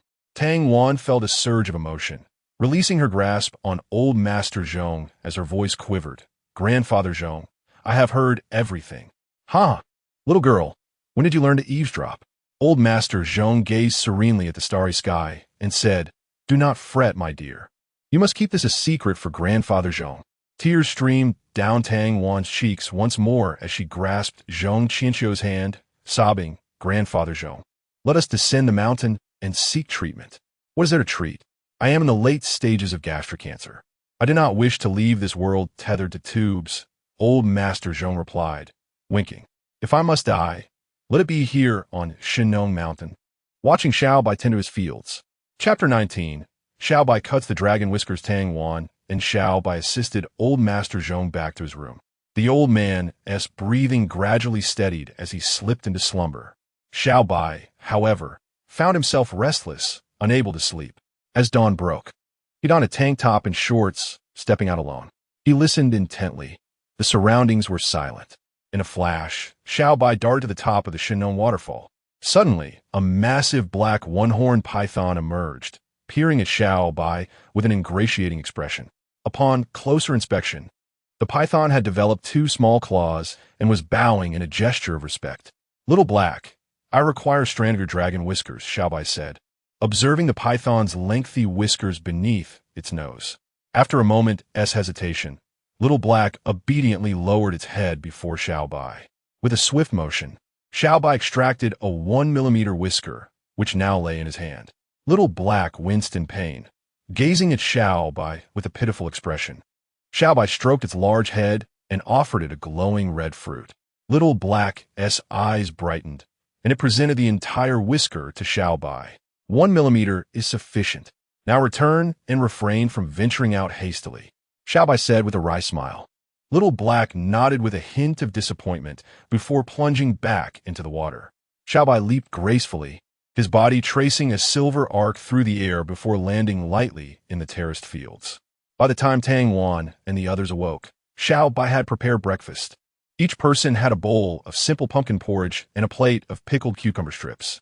However, upon closer inspection, old Master Zhong's bowl emanated a faint golden glow. The little ones washed up, grumbling about Xiao Bai's unilateral actions that had hindered their culinary prowess. Xiao Bai merely smiled in silence. Tang Wan had never tasted such delicious pumpkin porridge before. Its fragrant sweetness melted in her mouth, leaving her feeling inexplicably content. Just as she was about to praise Xiao Bai, she noticed old Master Zhong's complexion had changed dramatically. The elderly man's face flushed crimson, and he was drenched in perspiration, soaking through his clothes. Grandfather Zhong, what do you feel unwell? Tang Wan rushed over, supporting Zhong Qianqiu with urgency. Xiao Bai and the 9 little ones also hurried to old Master Zhong's side. So hot. Zhong Qianqiu felt a wave of heat surging from his stomach, radiating throughout his entire body. Now the individual feels as if being scorched from the inside out, an indescribable discomfort enveloping them. Xiao Bai casually patted old Zhong's back twice, and then instructed Qi Bao, quickly bring some Qi Bao soup, it seems he has suffered from heat stroke. Although Tang Wan wished to refute this claim, pondering how such a situation could possibly be heat stroke, she found herself at a loss for alternatives and promptly contacted the hospital. Qi Bao swiftly brought over a bowl of Qi Bao soup. Xiao Bai supported old Zhong as he drank it in one go. Gradually, old Zhong's pain subsided, yet sweat continued to cascade down his brow. I feel much better now. I apologize for causing you concern. Old Zhong managed a feeble smile, his body exceedingly fatigued. Xiao Bai's brow relaxed slightly as he suggested, "Allow me to assist you to the bed for some rest." "No need, I can rest here. I must return to the fields shortly." Old Zhong stubbornly declined. "You are not going anywhere." Dan Wan et Golim. Her patience waning as she coaxed and persuaded old Zhong back to the bed. After some commotion, old Zhong finally drifted into a deep slumber, his snores resonating through the room. "Will Grandpa, Zhong be all right?" Tang Wan gazed into Xiao Bai's eyes, sensing an inexplicable feeling. Xiao Bai's expression remained unchanged as he softly reassured, "Fortunate souls are watched over by the heavens. Trust that old Zhong will be fine." "Do you truly believe Grandpa Zhong has heat stroke?" "Could it be?" Tang Wan gestured towards her stomach. "Do not overthink it. You have summoned a doctor, so it is best to call Captain Jiang and head up the mountain together," Xiao Bai stated as he rose and exited the room. Tang Wan considered his words and quickly dialed Jiang's number. The line was filled with noise. "Captain Jiang, Sister Shuangzi mentioned encountering a black dragon in the mountains. Is that true?" "Captain Jiang, is Chihuahua really that rude? Did he strike Sister Shuangzi?" "Captain Jiang, what is your purpose in ascending the mountain? Is it related to Grandpa Zhong? As a taxpayer, we have the right to be informed." "What is it, Tang Wan?" Jiang's irritable voice finally came through. Tang Wan hurriedly asked, "Captain, have you gone up the mountain yet?" "Not yet," Jiang replied, somewhat annoyed. "That is fortunate." Tang Wan recounted old Zhong's situation to him. "Do not panic. I will fetch the doctor immediately," Jiang replied, followed by the sound of a roaring engine. "Captain Jiang, are you all right? We can discuss it once you reach the mountain." Beep, beep, beep. Jiang had already hung up the phone. Tang Wan sighed, glancing at the now peacefully sleeping old Zhong, and opened the news app. Upon seeing the trending video, her frustration nearly erupted her lungs. Chapter 20. A game of eagle-catching chicks. In the viral video, Sister Shuangzi was a mess, tears and snot streaming down her face. She exaggeratedly emphasized the challenges she faced in coming to Shinnong Mountain to clarify the doubts of netizens. She then angrily denounced Chihuahua's rudeness. With embellishments, she portrayed Xiao Bai as a savage from the mountains, utterly devoid of quality or moral compass. Moreover, she confidently asserted that it was Xiao Bai who had confined them, vowing to file a lawsuit against him, compensate her for the camera and phone. Ultimately, she disclosed that she had indeed encountered a black dragon on Shinnong Mountain. Countless devoted fans of Sister Shuangzi took to the internet to denounce Xiao Bai. Some even reported him to the Yangqing police. Tang Wan, filled with indignation, shut her phone and exited the room. She spotted Xiao Bai playing with 9 adorable children in the yard, engaged in a game of eagle-catching chicks. With arms wide open, Xiao Bai embodied the role of the mother hen with remarkable finesse. The eldest, pretending to be the eagle, racked his brain, yet could not catch a single chick. Frustration was etched on his face, his large eyes darting around, while the other 8 little ones beamed with joy. In stark contrast to the pure hearts of Xiao Bai and the children, Tang Wan suddenly felt that those akin to Sister Shuangzi outside exhibited a truly grotesque demeanor. "Tang Annie, would you like to join us?" The eldest, noticing Tang Wan standing at the doorway, suggested eagerly. Tang Wan hesitated for a moment, but was irresistibly drawn in. She quickly ran to join the others behind the 9 kids. The eldest shook his head and innocently remarked, Tang Auntie, you're mistaken. The newcomer has to be the eagle." Tang Wan smiled awkwardly and exchanged places with him, stealing a glance at Xiao Bai. The eldest felt a twinge of guilt, but exhaled in relief upon seeing Xiao Bai's calm demeanor. Before long, 30 minutes had slipped by. Tang Wan was completely immersed in the joyous atmosphere before her, even though she hadn't caught a single chick. Xiao Bai's defense was seamless, and the 9 little ones were incredibly agile. This left Tang Wan with a slight sense of defeat. However, she had grown accustomed to this. Ever since she had met Xiao Bai, her worldview had been consistently challenged. At that moment, her exhaustion felt as though her chest might burst. Meanwhile, Xiao Bai and the 9 little ones showed no signs of fatigue, their breathing steady. It was understandable that Xiao Bai, being a man who spent years traversing the mountains, possessed better stamina than her. But how could these 3-year-olds have such boundless energy? "I can't go on any longer," Tang Wan declared after a while, finally unable to push herself any further. She plopped down onto the ground and exclaimed, "Annie concedes. I need a break." "Wow, Annie has such poor stamina," the sixth child remarked, puzzled. The eldest patted the sixth child on the shoulder, saying, "We shouldn't say that about Tang Annie. After all, she is a girl, and it's quite normal for girls to have less stamina than boys. But Bao Bao and Jiu Bao are girls too," the sixth child retorted defiantly. "That's true," the eldest pondered seriously.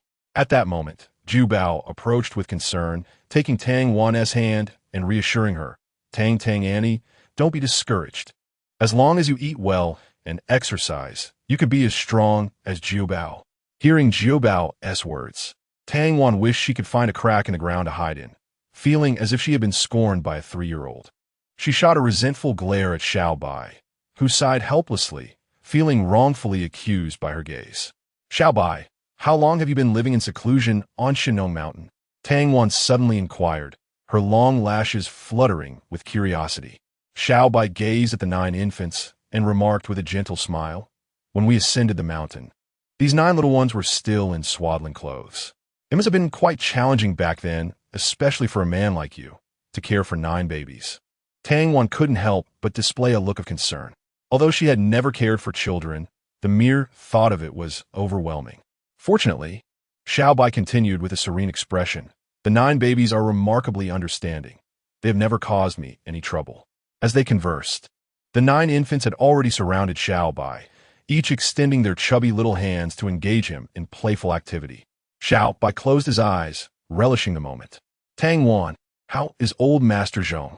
The previously harmonious atmosphere was disrupted when Jianghua rushed into the courtyard, accompanied by a doctor and 2 nurses, drenched in sweat. Tang Wan was initially startled, but quickly rose to respond. "Much better. He's resting inside."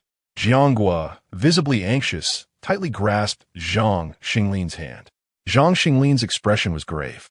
As a nationally renowned oncological surgeon, he was among the few who understood old Master Zhong's condition. Given old Master Zhong's age, the hope for a cure was virtually non-existent. Nonetheless, Zhang Xinglin held profound respect for the elder. Even granting him 1 more day of life was an immeasurable act of kindness. Without uttering a word, he led the nurses directly to the room, with Jianghua and Tang Wan following closely behind. As the group departed, a faint smile appeared on Xiao Bai's lips. A minute later, a gasp erupted from the room. "This is impossible." The author has a message. This is the first update of the day. Dear readers who enjoy it, please provide some feedback. Chapter 21. The mysterious recovery from cancer. Zhong Qianxiu experienced a dream. In this dream, he returned to his youth, filled with fervor and determination to ensure that all citizens could have enough to eat. The scene shifted back to Shinong Mountain, where he wandered through the fields in the backyard, feeling an exhilarating lightness throughout his body. All the crops seemed to beckon to him. Just as he was basking in this pastoral ambience, he was startled awake by a familiar voice. Old Master Zhong abruptly sat up, gazing with confusion at Zhang Xinglin and the others before him. What is happening? Why does everyone look like that? He noticed that both Zhang Xinglin and Jianghua, along with Tang Wan, appeared as if they had seen a ghost, their eyes nearly bulging from their sockets. Mouths agape, as if they could fit an egg and 2 walnuts inside. "Xiao Zhang, what brings you here?" Old Master Zhong asked with a kind smile. Zhang Xinglin seemed frozen, completely unresponsive. Old Master Zhong tentatively called out to Jianghua, only to find him equally incredulous. "Cough, cough. What is the matter with you all?" Old Master Zhong feigned a light cough, inquiring once more. It was the 2 nurses who first regained their composure, nudging the seemingly immobilized trio. Only then did all 3 awaken from their astonishment. "Grandpa Zhong," they exclaimed in unison. Zhang Xinglin, unable to contain his excitement, grasped Old Master Zhong's hand and declared loudly, "A miracle, truly a miracle. You have returned to your youth." Zhong Lao was utterly perplexed by Zhang Xinglin's words, his face a portrait of confusion. "What do you mean by returning to youth?" Noticing the absence of a mirror in Xiao Bai's room, Zhang Xinglin instructed a nurse to bring a basin of water. With palpable excitement, he urged, "Zhong Lao, look into the water." Zhong Qianxiu, momentarily bewildered, leaned forward to gaze into the basin. He was taken aback, his expression far more exaggerated than that of the three individuals present moments ago. The clear surface of the water reflected a face filled with astonishment. His hair, a thick, black crew cut, stood upright, and all the age spots on his face had vanished. Even the wrinkles had significantly diminished. "Is this me?" Zhong Qianxiu murmured, pointing at his reflection as if in a trance. "Who else could it be?" Zhang Xinglin grasped Zhong Lao's hand, declaring, "Let me take your pulse." 1 breath, 2 breaths, 3 breaths. Zhang Xinglin's head shook like a rattle. "What is wrong, Zhang Xingxiu? Is there an issue?" Tang Wan inquired with concern. Zhang Xinglin slapped his thigh and erupted into hearty laughter. "There is indeed a problem, a significant one. Zhong Lao's heart is in better condition than that of a 20-year-old. Upon hearing this, both Tang Wan and Jiang Guo sighed in relief. There was no better news to be had. Jiang Guo maintained his composure, while Tang Wan leaped for joy, as everyone felt a wave of relief. Tang Wan suddenly halted mid-jump, her expression shifting back to worry. But what about Grandpa Zhong's stomach?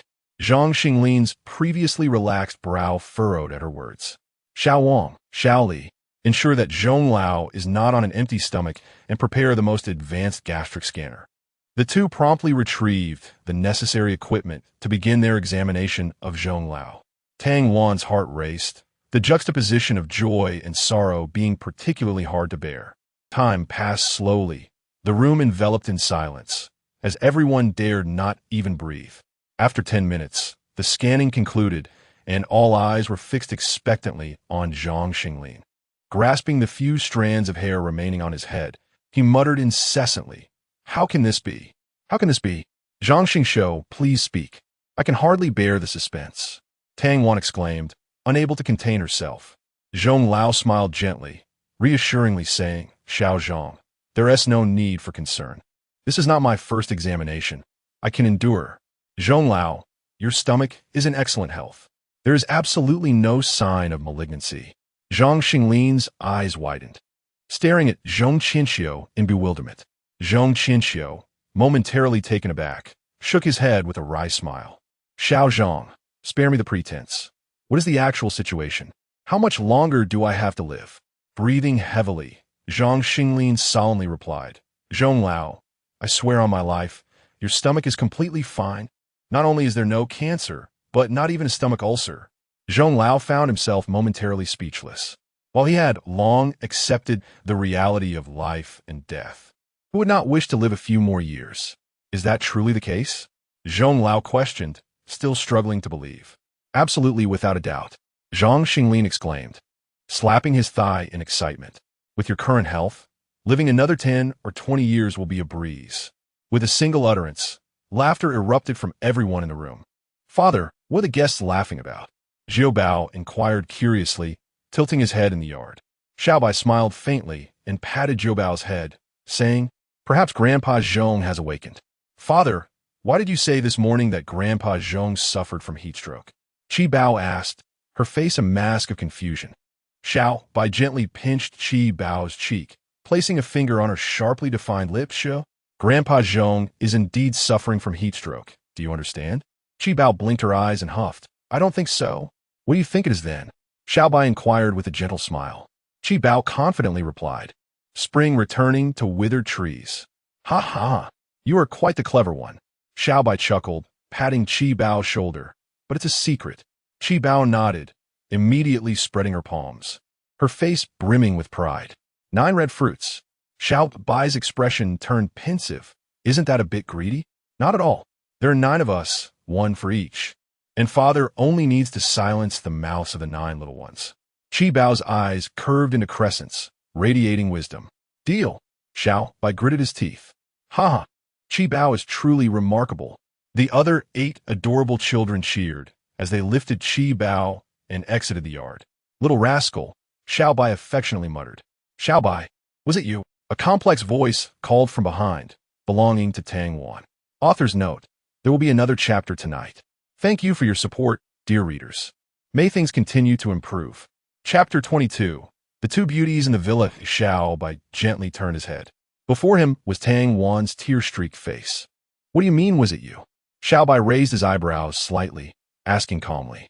"Stop pretending. Did you save Grandpa Zhong? Tang Wan's eyes scrutinized Xiao Bai's face, scanning for any subtle expression. Xiao Bai was momentarily taken aback, then responded nonchalantly. Who else could it be? You saw it this morning. How is it? Grandpa Zhong's heat stroke has dissipated, hasn't it? What heat stroke? I was referring to Grandpa Zhong's stomach cancer, Tang Wan exclaimed, her demeanor fierce and accusatory. Xiao Bai was taken aback again. Grandpa Zhong's stomach cancer has improved? Dr. Zhong said Grandpa Zhong never had stomach cancer, Tang Wan stated firmly, her gaze piercing through Xiao Bai. Fortunately, Xiao Bai sighed, patting his chest, then smiled brightly. I mentioned it could have been a misdiagnosis. How could such a good person like Grandpa Zhong have that kind of illness? Is that so? Then let me ask you, when Dr. Zhong arrived just now, why were you not at all anxious and didn't he even go inside to check? Tang Wan challenged. I'm not a doctor. What use would it be for me to go in? Besides, I needed to keep an eye on the little ones, afraid they would cause trouble. Xiao Bai replied without flinching. You. Tang Wan was momentarily at a loss for words. Whether as a woman or a detective, her instincts told her that Zhong Qianqiu's inexplicable recovery was undoubtedly linked to Xiao Bai. Yet, Xiao Bai's responses left her with no leads to follow. All right, enough of this nonsense. Remember, you must believe in science. Xiao Bai rose, gently patting his backside and stretching lazily. Did Captain Jiang not descend the mountain with the equipment and tents? Where's the tent? Tang Wan pouted. The tent will be delivered by other colleagues later. That's good. Xiao Bai sighed in relief. You snored last night, and I hardly got any sleep. You. Tang Wan, filled with indignation, leaped towards Xiao Bai once more. How can this woman always be so brusque? Xiao Bai deftly stepped back, creating a 2-meter distance, and smiled lightly. Officer Tang, spare yourself the trouble.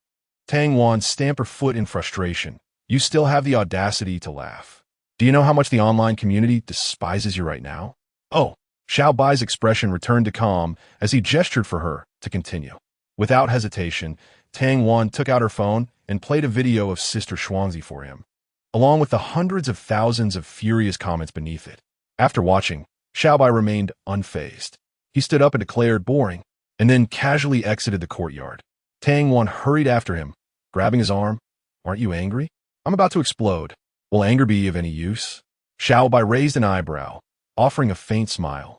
She is a renowned internet celebrity. How can a mere hermit like me contend with her?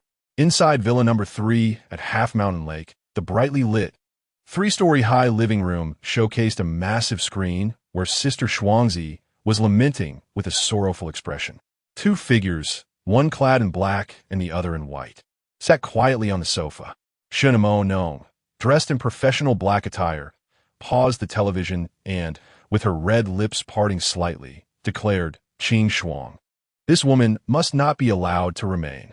Cold Qing Shuang, in her flowing white dress, resembled a shard of ancient ice, responding in an icy tone.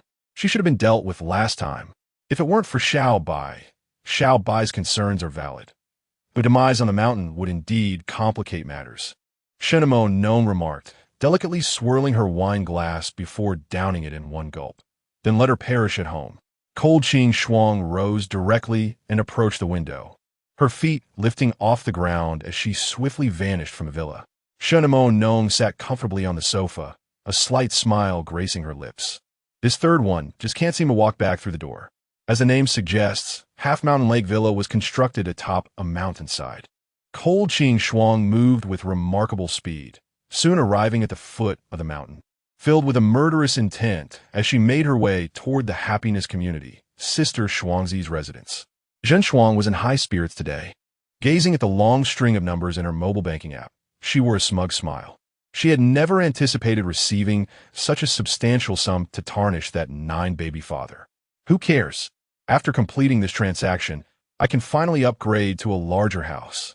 Zhen Shuang was utterly enraptured, having finally become wealthy. Ding dong. At that moment, the doorbell interrupted Zhen Shuang's reverie.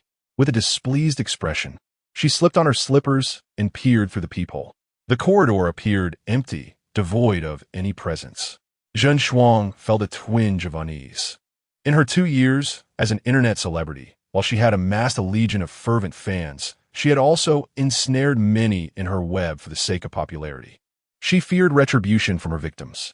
After a couple more glances, she confirmed that the corridor remained utterly vacant. Zhen Shuang murmured crazy under her breath before turning to retreat into her room. Ding dong. The doorbell rang once more, presenting the same unsettling scenario. After the third ring, Zhen Shuang felt a pang of fear. She secured all the locks and barricaded the door with 2 chairs, then cautiously returned to her bedroom. The sheer curtain fluttered slightly as a chill breeze swept through. Shivering, Zhen Shuang wondered when the window had been opened. Just as she approached to shut it, she sensed a shadow flicker behind her. Whirling around, she was startled to see her own reflection standing by the window. Chapter 23. Calculating the cause of Zhen Shuang's death in Xiao Bai's courtyard. Tang Wan's expression grew increasingly grave. After hanging up the phone, she fixed her gaze on Xiao Bai, who was busy assisting the criminal police officers in setting up tents. Zhen Shuang is dead. Xiao Bai's hands paused momentarily before he turned his head, his brows furrowing in concern. What is going on? At that moment, Jianghua approached from the backyard, his face stern. Nodding at Xiao Bai, he said to Tang Wan, "Take care of Elder Zhong here. I will lead the other officers back to Yang City." Tang Wan nodded emphatically. "Everyone, follow me." With that command, all 7 or 8 criminal police officers ceased their tasks and followed Jianghua in unison. Just as they stepped out of the courtyard, Jianghua returned, his poker face contorting into a faint smile. "Xiao Bai, might I take Bai with me?" Xiao Bai replied, "Tang Wan, Bai gets queasy at the sight of blood. Don't let it go to the scene." Xiao Bai offered a kind reminder. Jianghua nodded stiffly, feeling that something was amiss. Could that fierce-looking Bai really faint at the sight of blood? After sending Jianghua off, Xiao Bai surveyed the unfinished work in the courtyard, shaking his head with a wry smile before continuing to set up the tent. Tang Wan settled onto a small stool, gazing absent-mindedly at Xiao Bai's back. "Officer Tang, is this your affair, or are you merely content to watch?" Xiao Bai complained, a hint of dissatisfaction in his tone. Tang Wan snapped back to reality, shooting him a glare before reluctantly moving closer to lend a hand. "Who do you think killed Zhen Shuang?" she asked, her focus wavering as she assisted with the tent. Xiao Bai narrowed his slanted eyes, as if playing the role of a fortune teller, fingers moving as he muttered incantations. "What are you doing?" Tang Wan inquired, puzzled. "Just calculating who the murderer might be," Xiao Bai replied earnestly. "Huh, you couldn't predict a thing," Tang Wan retorted. Once Xiao Bai finished erecting the last tent, he stretched and said, "Then why do you keep asking me?" Tang Wan glanced at the 8 tents set up in the courtyard, her expression one of disbelief. "It seems you've transformed your home into a testing ground." At that moment, 9 lively children bounced back into view. The Bao, deep in thought, circled the tents a few times before stating, "Daddy, we still need one more." Xiao Bai patted the Bao on the shoulder, explaining, "This will be Aunt Tang's sleeping space tonight. The little ones are still resting in their rooms." "Are you going to sleep with Aunt Tang or with the little ones?" the Bao asked. Jiao Bao rushed over, grasping Xiao Bai's hand with curiosity. Tang Wan's face instantly flushed with embarrassment as she silently recited that children speak without restraint. Xiao Bai cleared his throat a couple of times and affectionately tousled Jiao Bao's hair, assuring him, "Of course, we are all sleeping together with the little ones. Then Aunt Tang would surely feel lonely." "How about Jiao Bao keeps Aunt Tang company for the night?" Jiao Bao replied obediently. The remaining children eagerly chimed in. "We should also sleep with Aunt Tang." "No," Jiao Bao declared, hands on hips, with utmost seriousness. "Except for Sister Ba Bao. You are all boys and cannot sleep with Aunt Tang." The others, including the Bao, bowed their heads, seemingly lamenting their predicament. "Oh dear, I can't take it anymore." At that moment, Zhang Shengshou emerged from the backyard, wiping the sweat from his forehead while grumbling, "Old Zhong is truly a tough one. How does he endure in this sweltering heat?" Tang Wan hurried over to support him, inquiring, "Why didn't you return with Team Jiang?" "I was initially worried about old Zhong's health and wanted to stay for a couple more days to observe," Zhang Xinglin replied with a wry smile. "However, it seems my concerns were utterly unfounded. I might outlive old Zhong." The old gentleman was quite remarkable, as he seemed aware of his impending mortality. As soon as Zhang Xinglin finished speaking, Qi Bao interjected. Unexpectedly, Xiao Bai shot a glare at Qi Bao, apologizing, "Children speak without restraint. Please do not take offense." Tang Wan felt a bit awkward. Qi Bao was usually very well behaved, but today he had blurted out such a statement. Oh, Zhang Xinglin was not angered. Rather, he became intrigued and smiled at Qi Bao, asking, "Little one, how did you know that my end is near?" Qi Bao stuck out his tongue and glanced at Xiao Bai. Xiao Bai, with a helpless smile, offered Qi Bao an encouraging look. Furrowing his little brows, Qi Bao recited, "The Huangdi Neijing states, the yang energy is like the sun. If it loses its place, life is shortened and not illustrious. Sir, do you often stay up late? Your yang energy is severely diminished." Zhang Xinglin dismissed it lightly. "Indeed, little one, you possess quite a bit of knowledge, but I am well aware of my own health. You have misjudged me." With that, he turned to head back to his room. Qi Bao, somewhat anxious, exclaimed, "Pale complexion, fear of cold limbs. Abdominal distension with a sensation of cold or vomiting clear fluids, poor appetite, or difficulty in digestion, preference for warm drinks, loose stools, and prolonged clear urination." Zhang Xinglin's body jolted. He had assumed the child was merely showing off his cleverness. However, the symptoms Qi Bao described resonated eerily with him. He had always scoffed at traditional Chinese medicine, considering it overly mythologized. Yet today, Qi Bao's insight stirred something within Zhang Xingshou, causing him to waver. Turning his head with difficulty, he asked, "Little physician, how should I regulate my condition?" Chapter 24. The wound on Lung Qingshuang's chest. Qi Bao narrowed his silvery eyes, adopting an air of a master, and declared with a maturity beyond his years, going to bed early would remedy the situation. Zhang Xingshou nodded in a daze. Suddenly, his eyes brightened, and he added, "Little physician, since you are so skilled, I have a patient who came to the hospital 3 days ago." The old Chinese doctors were at a loss, and mentioned something about a pulse condition. The pulse of the liver being utterly deficient, indicating imminent death within 8 days. Is that accurate or not?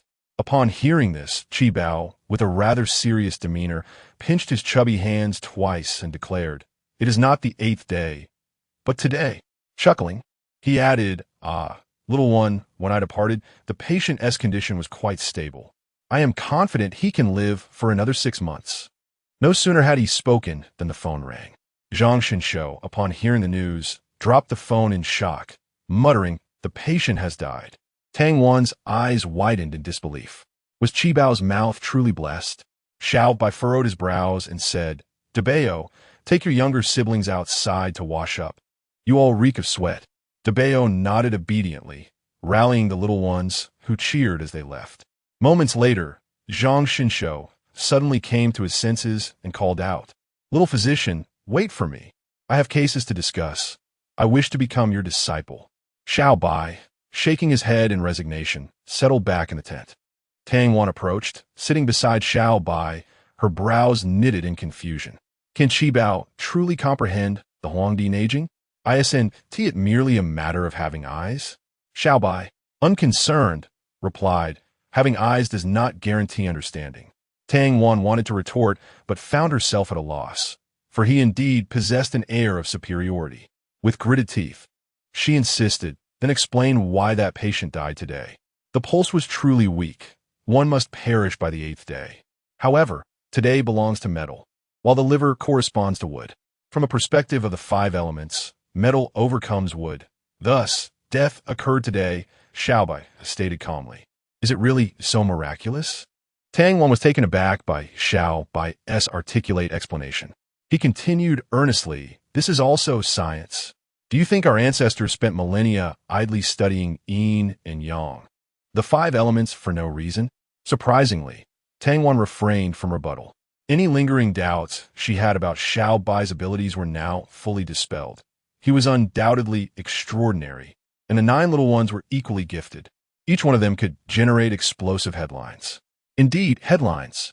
With a mix of emotions, Tang Wan opened her phone, and as expected, Sister Shuangzi's death had become a trending topic online.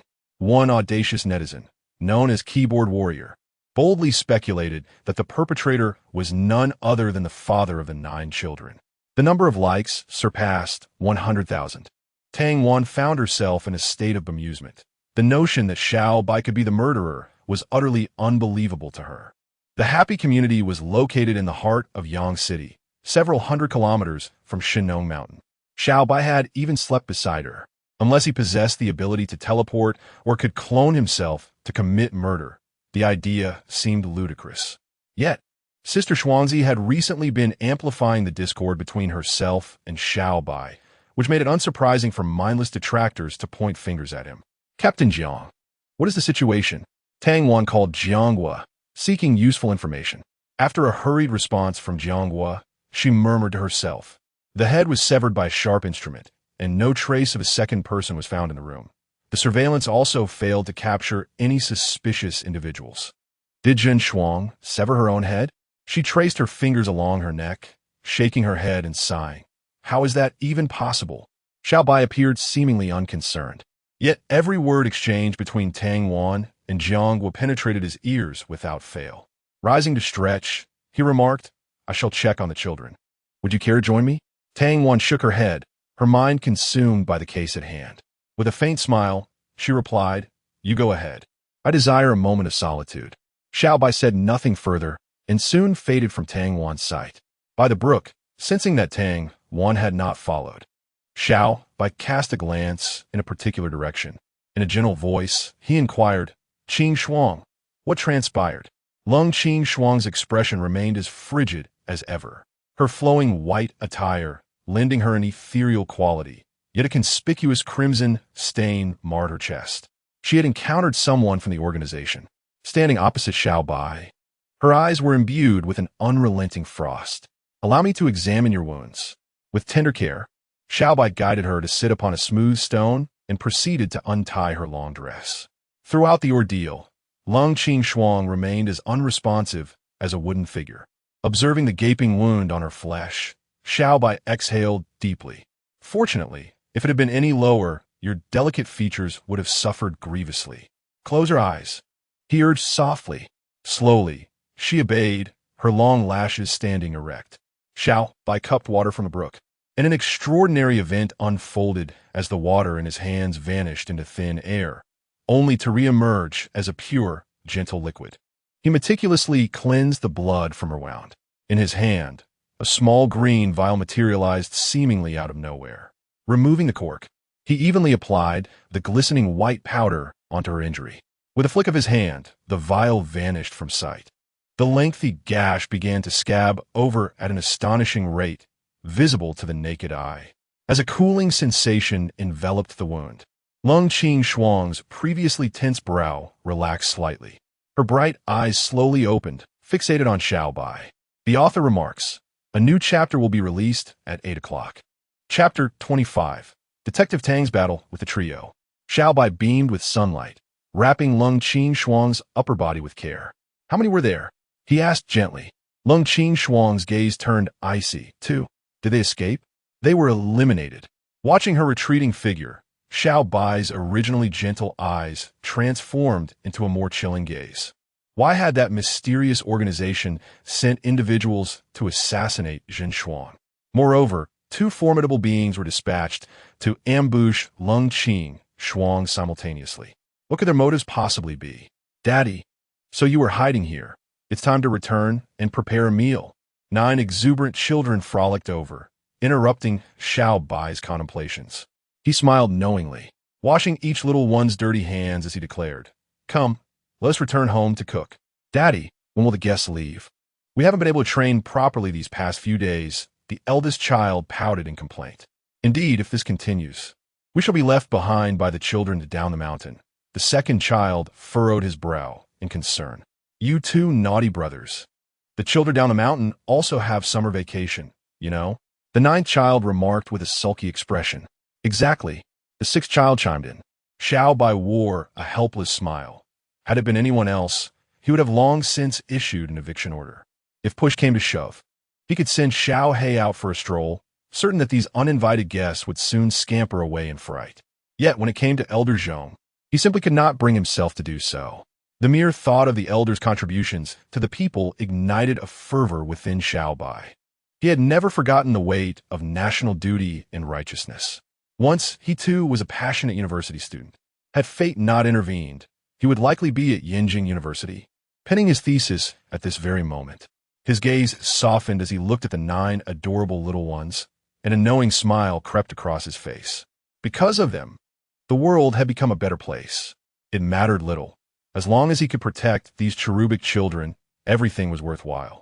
Speaking of which, where was Zhang Xingshou? Xiao Bai remarked with a gentle smile. That grandfather, who was as curious as a child. He had quizzed Qibao on numerous basic concepts, and left as if he had struck gold. Debao replied with a look of disdain. Qibao cast a guilty glance at Xiao Bai. Daddy, Qibao didn't he mean to? Xiao Bai, feeling a pang of affection, gave Qibao a tender kiss and replied with a gentle smile. It's all right. Qibao was just trying to remind him. Daddy, why is that old grandfather so clueless about basic medical knowledge, yet still able to practice medicine? Qibao asked, her face a picture of confusion. If those down the mountain heard this, they would undoubtedly be taken aback. Zhang Xingshou, known for his miraculous healing, was renowned across the nation and held a significant reputation worldwide. To think he was compared to a mere elementary school student lacking fundamental medical knowledge. Xiao Bai patted Qibao on the shoulder and explained, perhaps it is because Qibao is simply too exceptional. Qibao's cheeks flushed slightly as she waved her hands. I only have a slight understanding. I still have a way to go before becoming a medical sage. Seeing Qibao's modesty, Xiao Bai and the other little ones erupted into laughter. Just then, upon returning home, Qibao was whisked away by Zhang Xingshou, who addressed her as Teacher Qibao with exaggerated affection. The remaining 8 children looked on, helplessly. Sanbao huffed, her little face puffed with indignation. What is wrong, Sanbao? Xiao Bai inquired softly. If that old man were to learn martial arts, I could be his teacher, Sanbao declared, somewhat defiantly. Suddenly, her eyes lit up. How about I give Aunt Tang some pointers? Her skills are so poor. How can she handle a villain?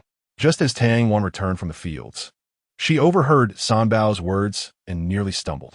Goodness, here she was, the fighting champion of the police force, being ridiculed by a 3-year-old. Feeling somewhat aggrieved, she patted Sanbao on the shoulder, saying, Master Sanbao, I would be honored to receive your guidance. Xiao Bai quickly intervened, smiling lightly. Children are just joking. Why take it so seriously as an adult? Tang Wan shot Xiao Bai a glare, her resolve firm. Today, I shall be capricious.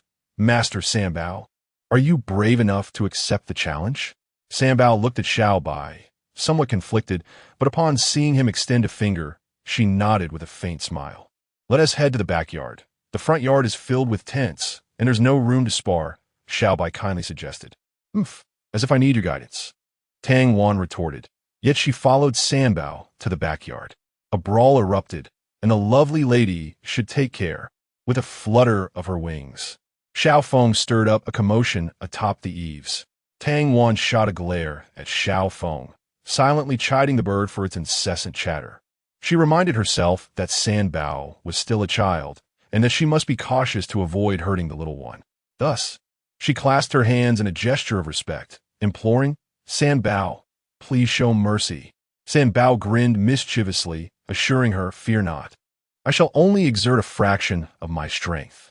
Xiao Bai, overhearing the noises from the courtyard, shook his head with a faint smile and began preparing meals with the other little ones. A half-hour later, Sanbao strode back in triumph, his face unflinching and heart steady. Xiao Bai pinched Sanbao's cheek and inquired, where is Aunt Tang? Aunt Tang said she needed some time to cool off, so she sent me back first. Sanbao replied with a hint of pride. Did you behave? Xiao Bai asked with a gentle smile. Yes. I didn't use any strength at all and didn't hurt Aunt Tang, Sanbao declared, wearing an expression of compliance. Xiao Bai gave Sanbao a thumbs up before removing his apron and heading toward the courtyard. There, he found Tang Wan seated on the ground, drenched in sweat. Lost in thought, the author wishes to express, today is the college entrance examination. May all candidates excel and achieve perfect scores. Chapter 26. Come to my bathhouse tonight. Noticing Xiao Bai's approach, Tang Wan turned her head with a dazed expression.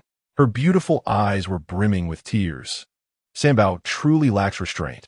How could he make someone cry? Xiao Bai muttered to himself, then extended his right hand. Upon seeing Xiao Bai's slender fingers, Tang Wan's tears flowed uncontrollably. Xiao Bai, am I truly useless? She choked out. Xiao Bai scratched his nose and replied with a gentle smile. Why do you say that? I can't even defeat a 3-year-old child. How can I have the audacity to become a police officer? Woe is me, Tang Wan lamented, feeling increasingly aggrieved, and began to weep helplessly. You are overthinking it. Even if a squad of special police were deployed, they might not stand a chance against my San Bao. Xiao Bai said with a beaming smile, his tone brimming with confidence. Really? Tang Wan sniffled, gazing up at Xiao Bai with innocent eyes. What would I gain from deceiving you? Now, get up. My arm is nearly numb, Xiao Bai said, stretching his right arm with a smile. Serves you right. Tang Wan chuckled through her tears, grabbing hold of Xiao Bai's large hand. With a gentle tug, Xiao Bai helped her to her feet. Xiao Bai, will you teach me martial arts? Tang Wan asked, her eyes filled with sincerity and anticipation. Xiao Bai's expression shifted to one of helplessness, understanding that San Bao had revealed his abilities and would inevitably attract trouble. However, after observing her for several days, he recognized that although Tang Wan was somewhat dim-witted, her nature was not malicious. Furthermore, a criminal investigator's life was fraught with danger. With Tang Wan's current meager skills, she stood little chance against formidable foes. Let this be a good deed, Xiao Bai mused, raising an eyebrow. Meet me at my natural bathhouse at 3 o'clock tonight, until they returned to the dining table. Tang Wan's heart raced with anticipation. What could Xiao Bai possibly want at the water's edge in the dead of night? Would he truly teach her martial arts? What if he didn't? After all, she could hardly hold her own against him. Girl, who are you thinking about? Zhong Qianxiu noticed Tang Wan staring blankly at the chopsticks in her hand and teased her. Xiao Bai, in a reflexive manner, glanced at Tang Wan. Shortly thereafter, he observed Zhong Lao and Zhang Shengxiu struggling to suppress their laughter. Xiao Bai maintained an air of calm indifference, as if the situation bore no relevance to him. The 9 little ones stood with their mouths agape, glancing back and forth between Xiao Bai and Tang Wan, a hint of concern in their voices. Aunt Tang, are you trying to take away our daddy? Tang Wan's face flushed crimson. Stammering, she retorted, that's not what I meant. Grandpa Zhong, you are so annoying. I won't talk to you anymore. With a fierce glare directed at Xiao Bai, her cheeks still flushed, she exited the dining hall. Behind her, the sounds of Zhong Lao and Zhang Shengxiu's hearty laughter echoed. Faintly, one could hear Zhong Lao's earnest voice. Xiao Bai, Tang Wan is a good child. You scoundrel. Xiao Bai, Tang Wan muttered shyly as she left. Wow, you truly have guts, beautiful. Xiao Feng whistled in jest. Shut up. If you say another word, I'll pluck all your feathers. You're nothing but a wild chicken. Tang Wan Vito Faisali. Bite him to buy. Xiao Feng casually remarked, then glanced at the empty ground. After a moment of contemplation, he added, just kidding, beautiful. Tang Wan, with a playful smile directed at Xiao Feng, replied, what's wrong? With the Bai absent, have you turned timid? Xiao Feng, using one wing to prop up his head, chirped, this truly puts this phoenix in an awkward position. Tang Wan chuckled, and just then, her stomach betrayed her with a rumble. I'm so hungry. It's all that wretched Xiao Bai's fault for keeping me from my meal. Here, Aunt Tang. These snacks are for you. Wu Bao blinked his big eyes, his face full of concern. Tang Wan gazed at the small tray he held, which contained a bowl of porridge and a piece of vegetable bread. A warm feeling blossomed within her heart. In her memory, Wu Bao had always been an exceedingly shy little boy, rarely speaking, almost like a dainty little girl. She had not expected him to be so thoughtful. Thank you, Wu Bao. Did your father send you to bring me food? Tang Wan asked, her eyes filled with expectation. Wu Bao's little face flushed as he replied, no.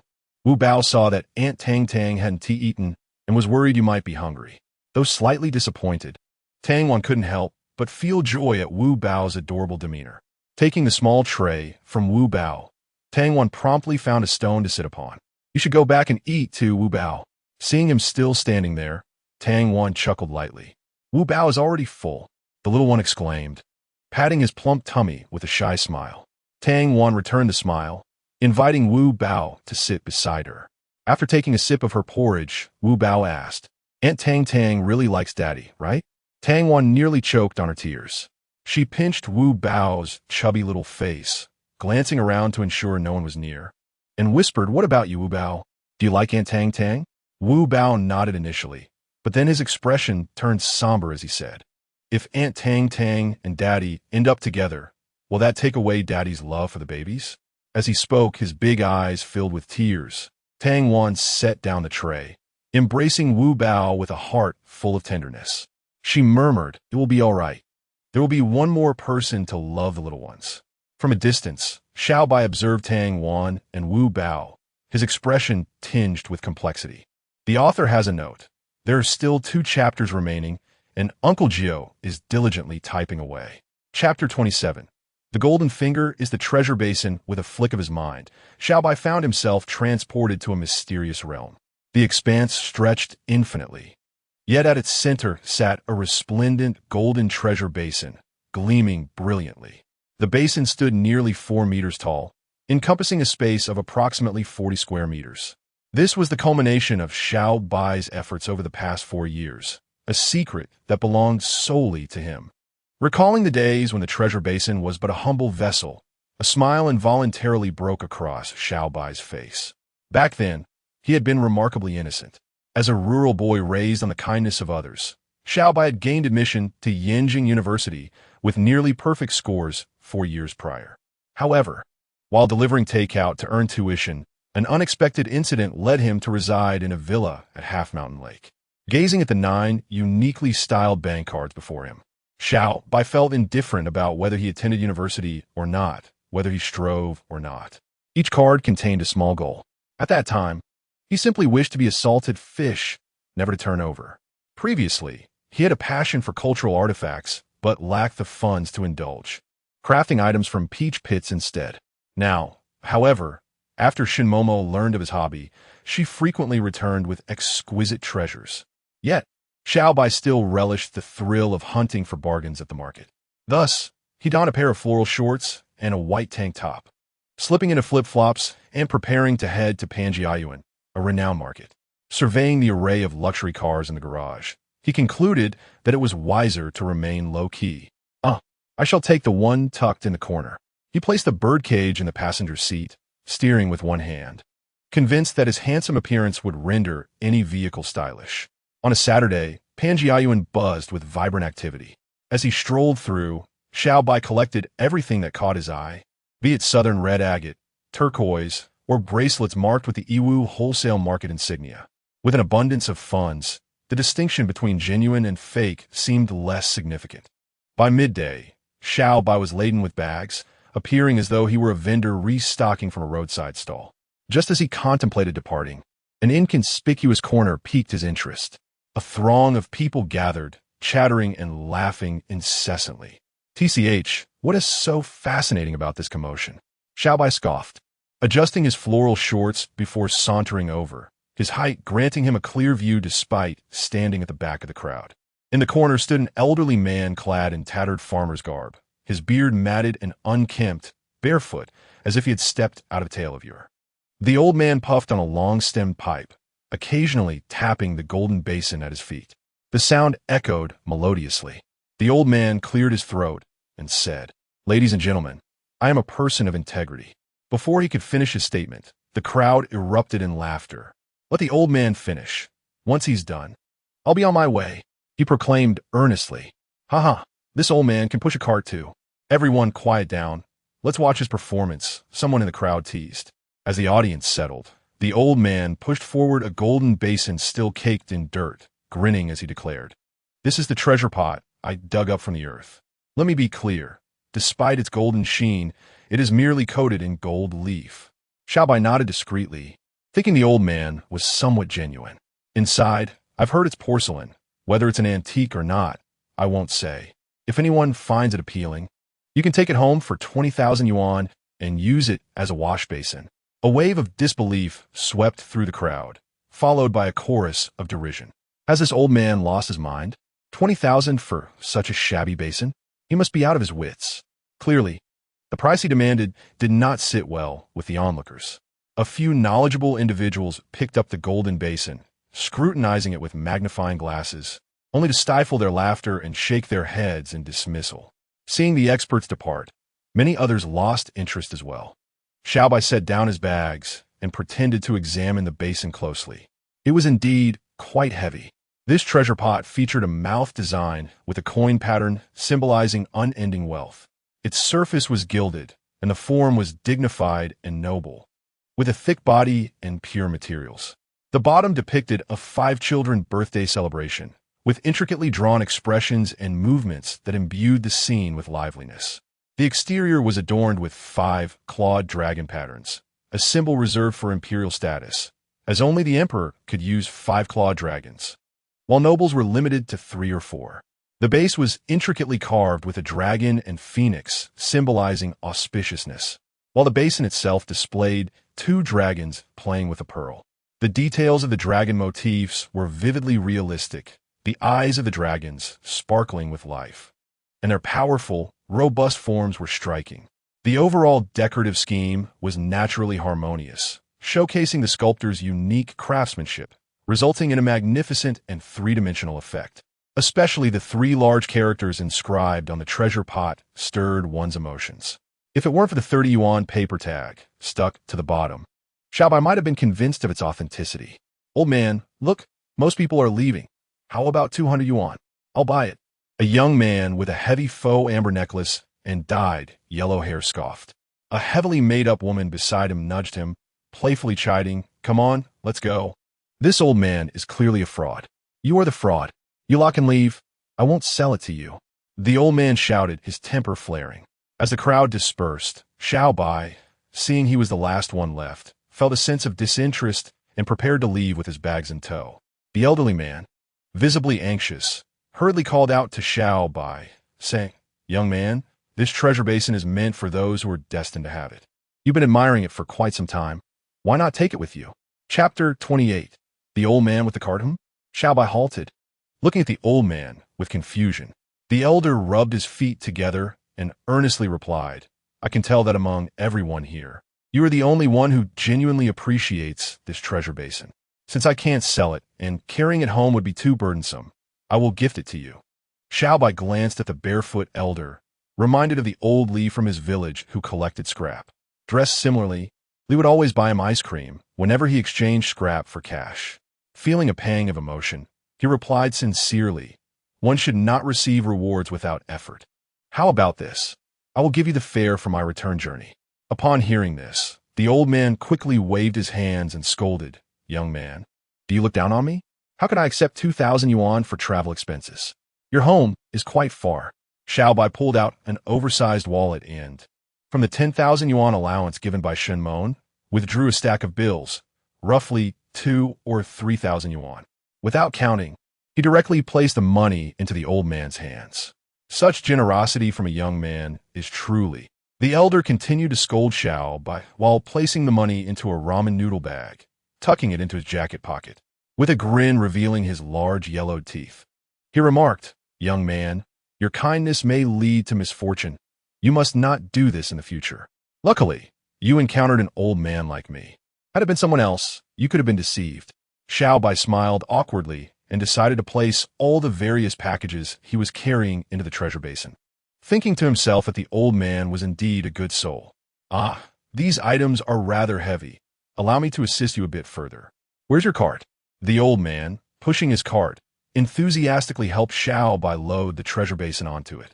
Along the way, he warmly conversed with Xiao Bai about the simple customs and traditions of the countryside. Once they had loaded everything onto the cart, the old man reluctantly bid farewell to Xiao Bai.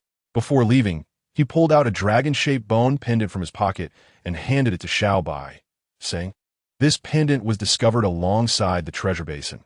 I shall give it to you as well." Without waiting for Xiao Bai to decline, the old man pushed his cart away. As he walked, a half-torn paper tag remained stuck to the bottom of his foot. Xiao Bai, holding the pendant in one hand and steering the cart with the other, felt a warm sensation in his heart. Even when the bone pendant pricked his palm, he barely noticed. Upon returning home, while changing clothes, he marveled at the simplicity of rural folk. Who says that all old people turn bad? There are still many good ones. That old man was truly wonderful. However, as he suddenly felt in his jacket pocket, he cursed aloud. His oversized wallet had vanished without a trace. Sitting on his leather sofa with a sullen expression, Xiao Bai found it hard to believe what had just occurred. It was neither on the cart nor at home. The old man was not only a swindler, but possibly a thief. Gazing at the treasure basin on the floor, he instantly lost his earlier affection for it. Narrowing his eyes, Xiao Bai resolved to use this treasure basin for a cleansing purpose. Without hesitation, he prepared to fill the steaming basin with water. Xiao Bai removed his socks, preparing to insert his size 43 feet into the footwear. "Halt! If you dare reach in, I shall strangle you." A sharp, piercing voice of a child echoed, causing the chandelier to tremble. Xiao Bai's foot slipped, and the sudden fright threw him off balance, sending him tumbling from the sofa, his forehead colliding with the edge of a treasure basin. Crimson blood streamed down his forehead. Ignoring the pain, Xiao Bai sprang to his feet, mustering his courage to declare, "Who dares to disturb me? You are the true disturbance." The child's voice faded gradually. Xiao Bai fixed his gaze intently on the treasure basin below, equally astonished. The blood he had spilled upon it began to seep into the basin. The eeriness escalated. The golden treasure basin suddenly grew increasingly ethereal, ultimately transforming into a streak of luminous light that surged into Xiao Bai's brow. He felt a resounding thud in his head, and in an instant, he found himself in a dazzling golden space. While he was still bewildered, a child donned in a yellow ancient costume, with 3 upward-sticking buns on his head, knelt before Xiao Bai, respectfully proclaiming, "I pay my respects to the master." "Master? Where am I?" Xiao Bai had prepared himself somewhat, having read countless web novels. However, novels are mere fabrications. This was the real world. Returning to the master, the treasure basin has recognized its owner. "You are now in the treasure basin space." The young boy replied earnestly. Suppressing the tumult in his heart, Xiao Bai asked seriously, "What powers does this treasure basin possess?" The boy in yellow rose slowly, proudly stating, "This treasure basin is extraordinary. It can enhance all things."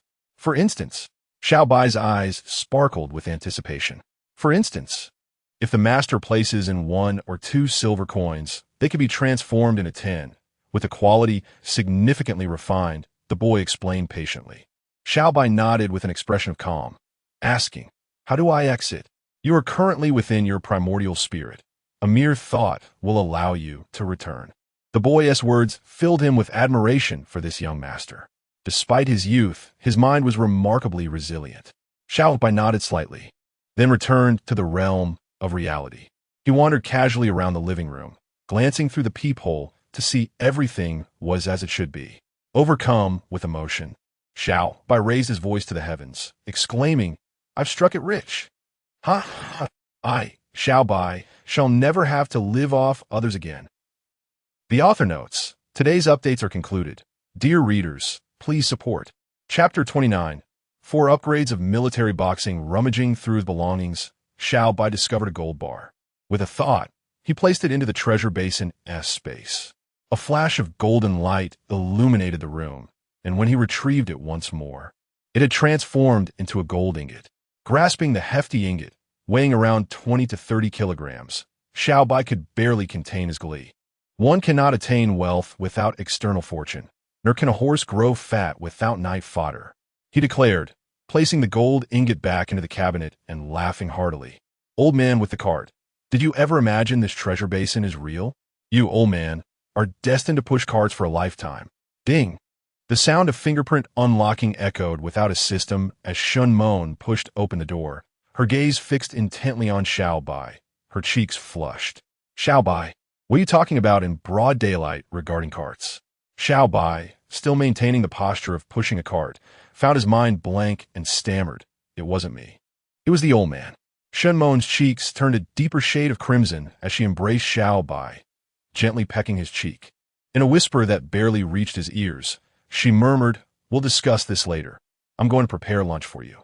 Xiao Bai pondered, has Mon misunderstood something? That posture seems to be one I am not particularly skilled at. The scene froze, and a hint of reminiscence appeared on Xiao Bai's face. If it weren't for future events, life at that moment would have been quite enjoyable. This wretched existence had him feeling utterly exhausted, yet he was compelled to rise once more. Returning to reality, Xiao Bai surveyed the treasure basin before him. Suddenly, a young boy clad in yellow appeared at his side. "Master, you have arrived." Today, you have 4 opportunities for upgrades. What would you like to enhance? Xiao Bai nodded slightly and circled around the treasure basin. Surrounding it was a neat pile of various items. Books, clothing, food, and an assortment of peculiar trinkets. After searching the wooden bookshelf for some time, a smile crept onto his lips as he retrieved a modern manual on military physical training. Handing it to the young boy, he instructed little Huang, "Upgrade this book 4 times." Little Huang, curious yet respectful, refrained from asking further questions. The moment the modern paper manual was placed into the treasure basin, a brilliant golden light erupted forth. The 5-clawed golden dragon on its surface seemed to come alive, swirling around the basin. The paper manual initially became ethereal before solidifying more and more. When it reappeared in little Huang's hands, it had transformed into a wooden version. The original title Military Physical Training had morphed into Enhanced Military Physical Training. Once again, little Huang placed the enhanced manual into the basin. This process repeated several times until the book in Xiao Bai's hands had diminished to the size of a palm, resembling a jade-like booklet, boldly inscribed with Expert Military Physical Training. That should suffice, Xiao Bai thought with a faint smile as he willed himself out of the treasure basin space. Upon his approach, Tang Wan and Wu Bao ceased their conversation, their expressions momentarily awkward. Xiao Bai affectionately patted Wu Bao's head, appreciating his thoughtfulness in recognizing that Annie was hungry. Wu Bao shyly lowered his head and dashed off to find other little friends. Tang Wan cast a complex glance at Xiao Bai, and for a moment, an uncomfortable silence enveloped them.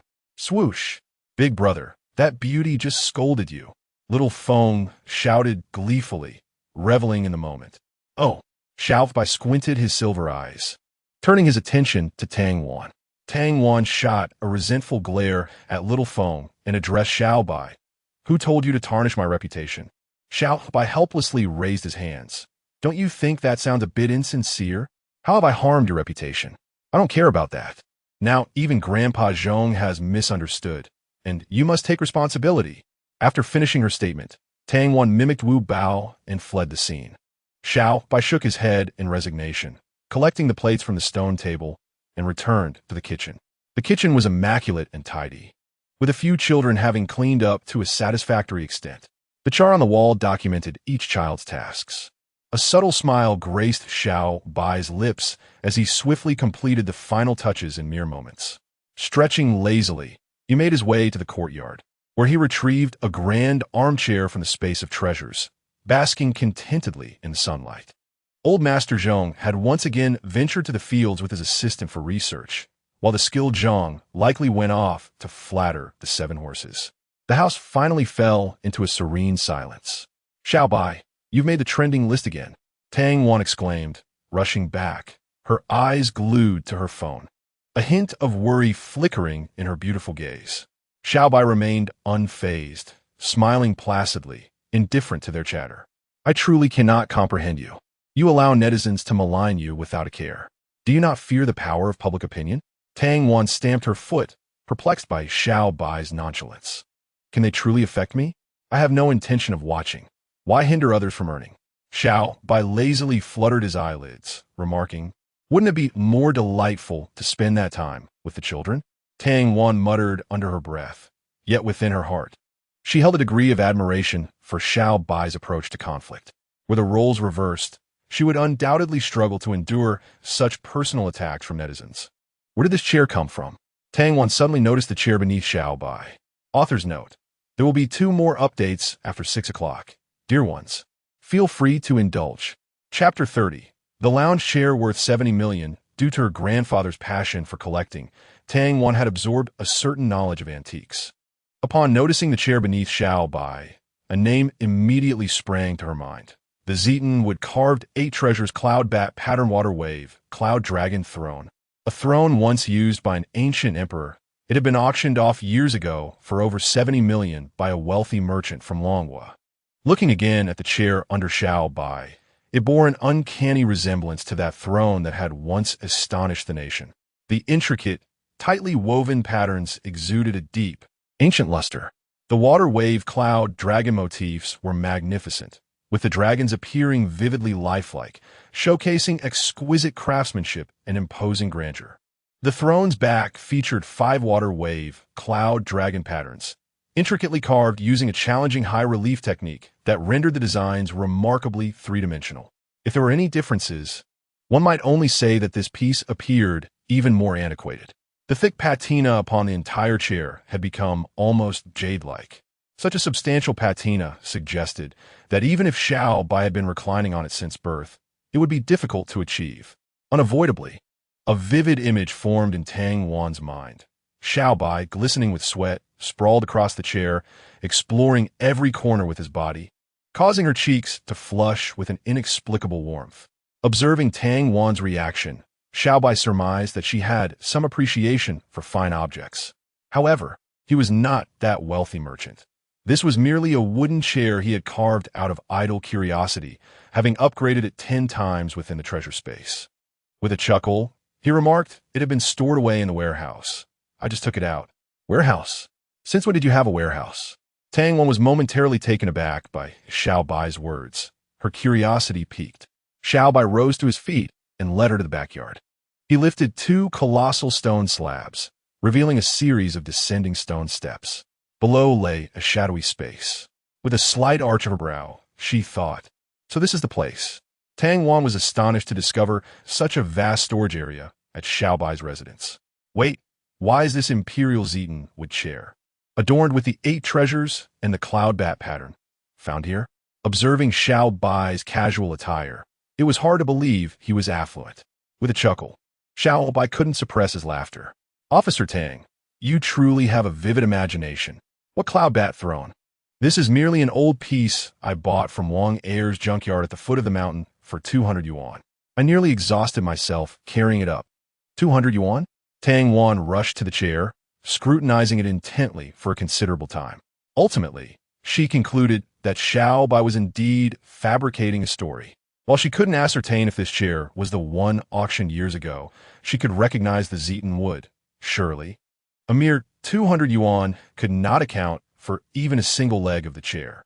Alas, Xiao Bai wore an expression that suggested he was indifferent to her skepticism, leaving Tang Wan both frustrated and helpless. Sitting down on the chair, Tang Wan mimicked Xiao Bai's gesture of squinting her eyes, murmuring to herself, "Let me also experience the sensation of having over 70 million beneath me. Well, enjoy that feeling. I shall go check on the little ones," Xiao Bai shrugged nonchalantly, leaving the yard with an air of indifference. Tang Wan stretched, basking in the afternoon sun. Today, the little ones had ventured up the mountain to gather wild fruits. On a robust, upright purple-leaf plum tree, 9 little ones were busily darting about, their laughter echoing in the air. The 3-year-olds were climbing and jumping with boundless energy. Xiao Bai clapped his hands, cautioning them, "Don't eat too many. Be careful not to upset your stomach." Upon seeing Xiao Bai arrive, the children leapt down from the tree, each little pouch filled to the brim with purple plums. "Daddy, try mine. I picked the best ones." They clamored, circling around him eagerly. Xiao Bai took a plum from each child's pouch, wiped it on his clothing, and popped it into his mouth. The sweet and sour flavor was refreshingly delightful, transporting him back to his childhood. As an orphan in the village, he had seldom tasted a hearty meal. During summer days, he would often wander up the mountain, for the purple leaf plums were his favorite sustenance. "Daddy, whose purple plums are the tastiest?" Xiao Bao asked with wide-eyed anticipation. The other 8 little ones turned their gazes towards Xiao Bai's face. With a gentle smile, he replied, "Every one of them is delicious. I love them all." "Daddy, you're so sly," the 9 little ones exclaimed in unison, bursting into joyous laughter. Meanwhile, Zhang Xingshou returned to the yard, slightly dazed. He simply could not fathom how, in the blink of an eye, the 9 little ones had vanished without a trace. "It seems that Master Qibao remains reluctant to accept me as a disciple." Lifting my gaze, I saw Tang Wan lounging in the grand armchair, basking in the sunlight. Rubbing my eyes, I swiftly knelt beneath the chair, using my garment to wipe its legs. Startled by the sudden presence, Tang Wan felt a jolt as she noticed Zhang Xingshou kneeling on the ground, his eyes wide as if they were copper bells. "Zhang Xingshou, what are you doing?" she asked, confused. Zhang Xingshou was too mesmerized to respond, his eyes nearly embedded in the chair. Chapter 31. A refreshing revelation goodness. A Zetan wood-carved 8-treasure cloud bat pattern water wave cloud dragon throne.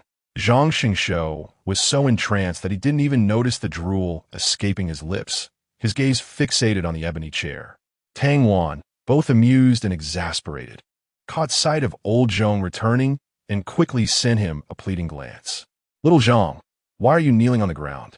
Old Zhong inquired, gently patting his shoulder.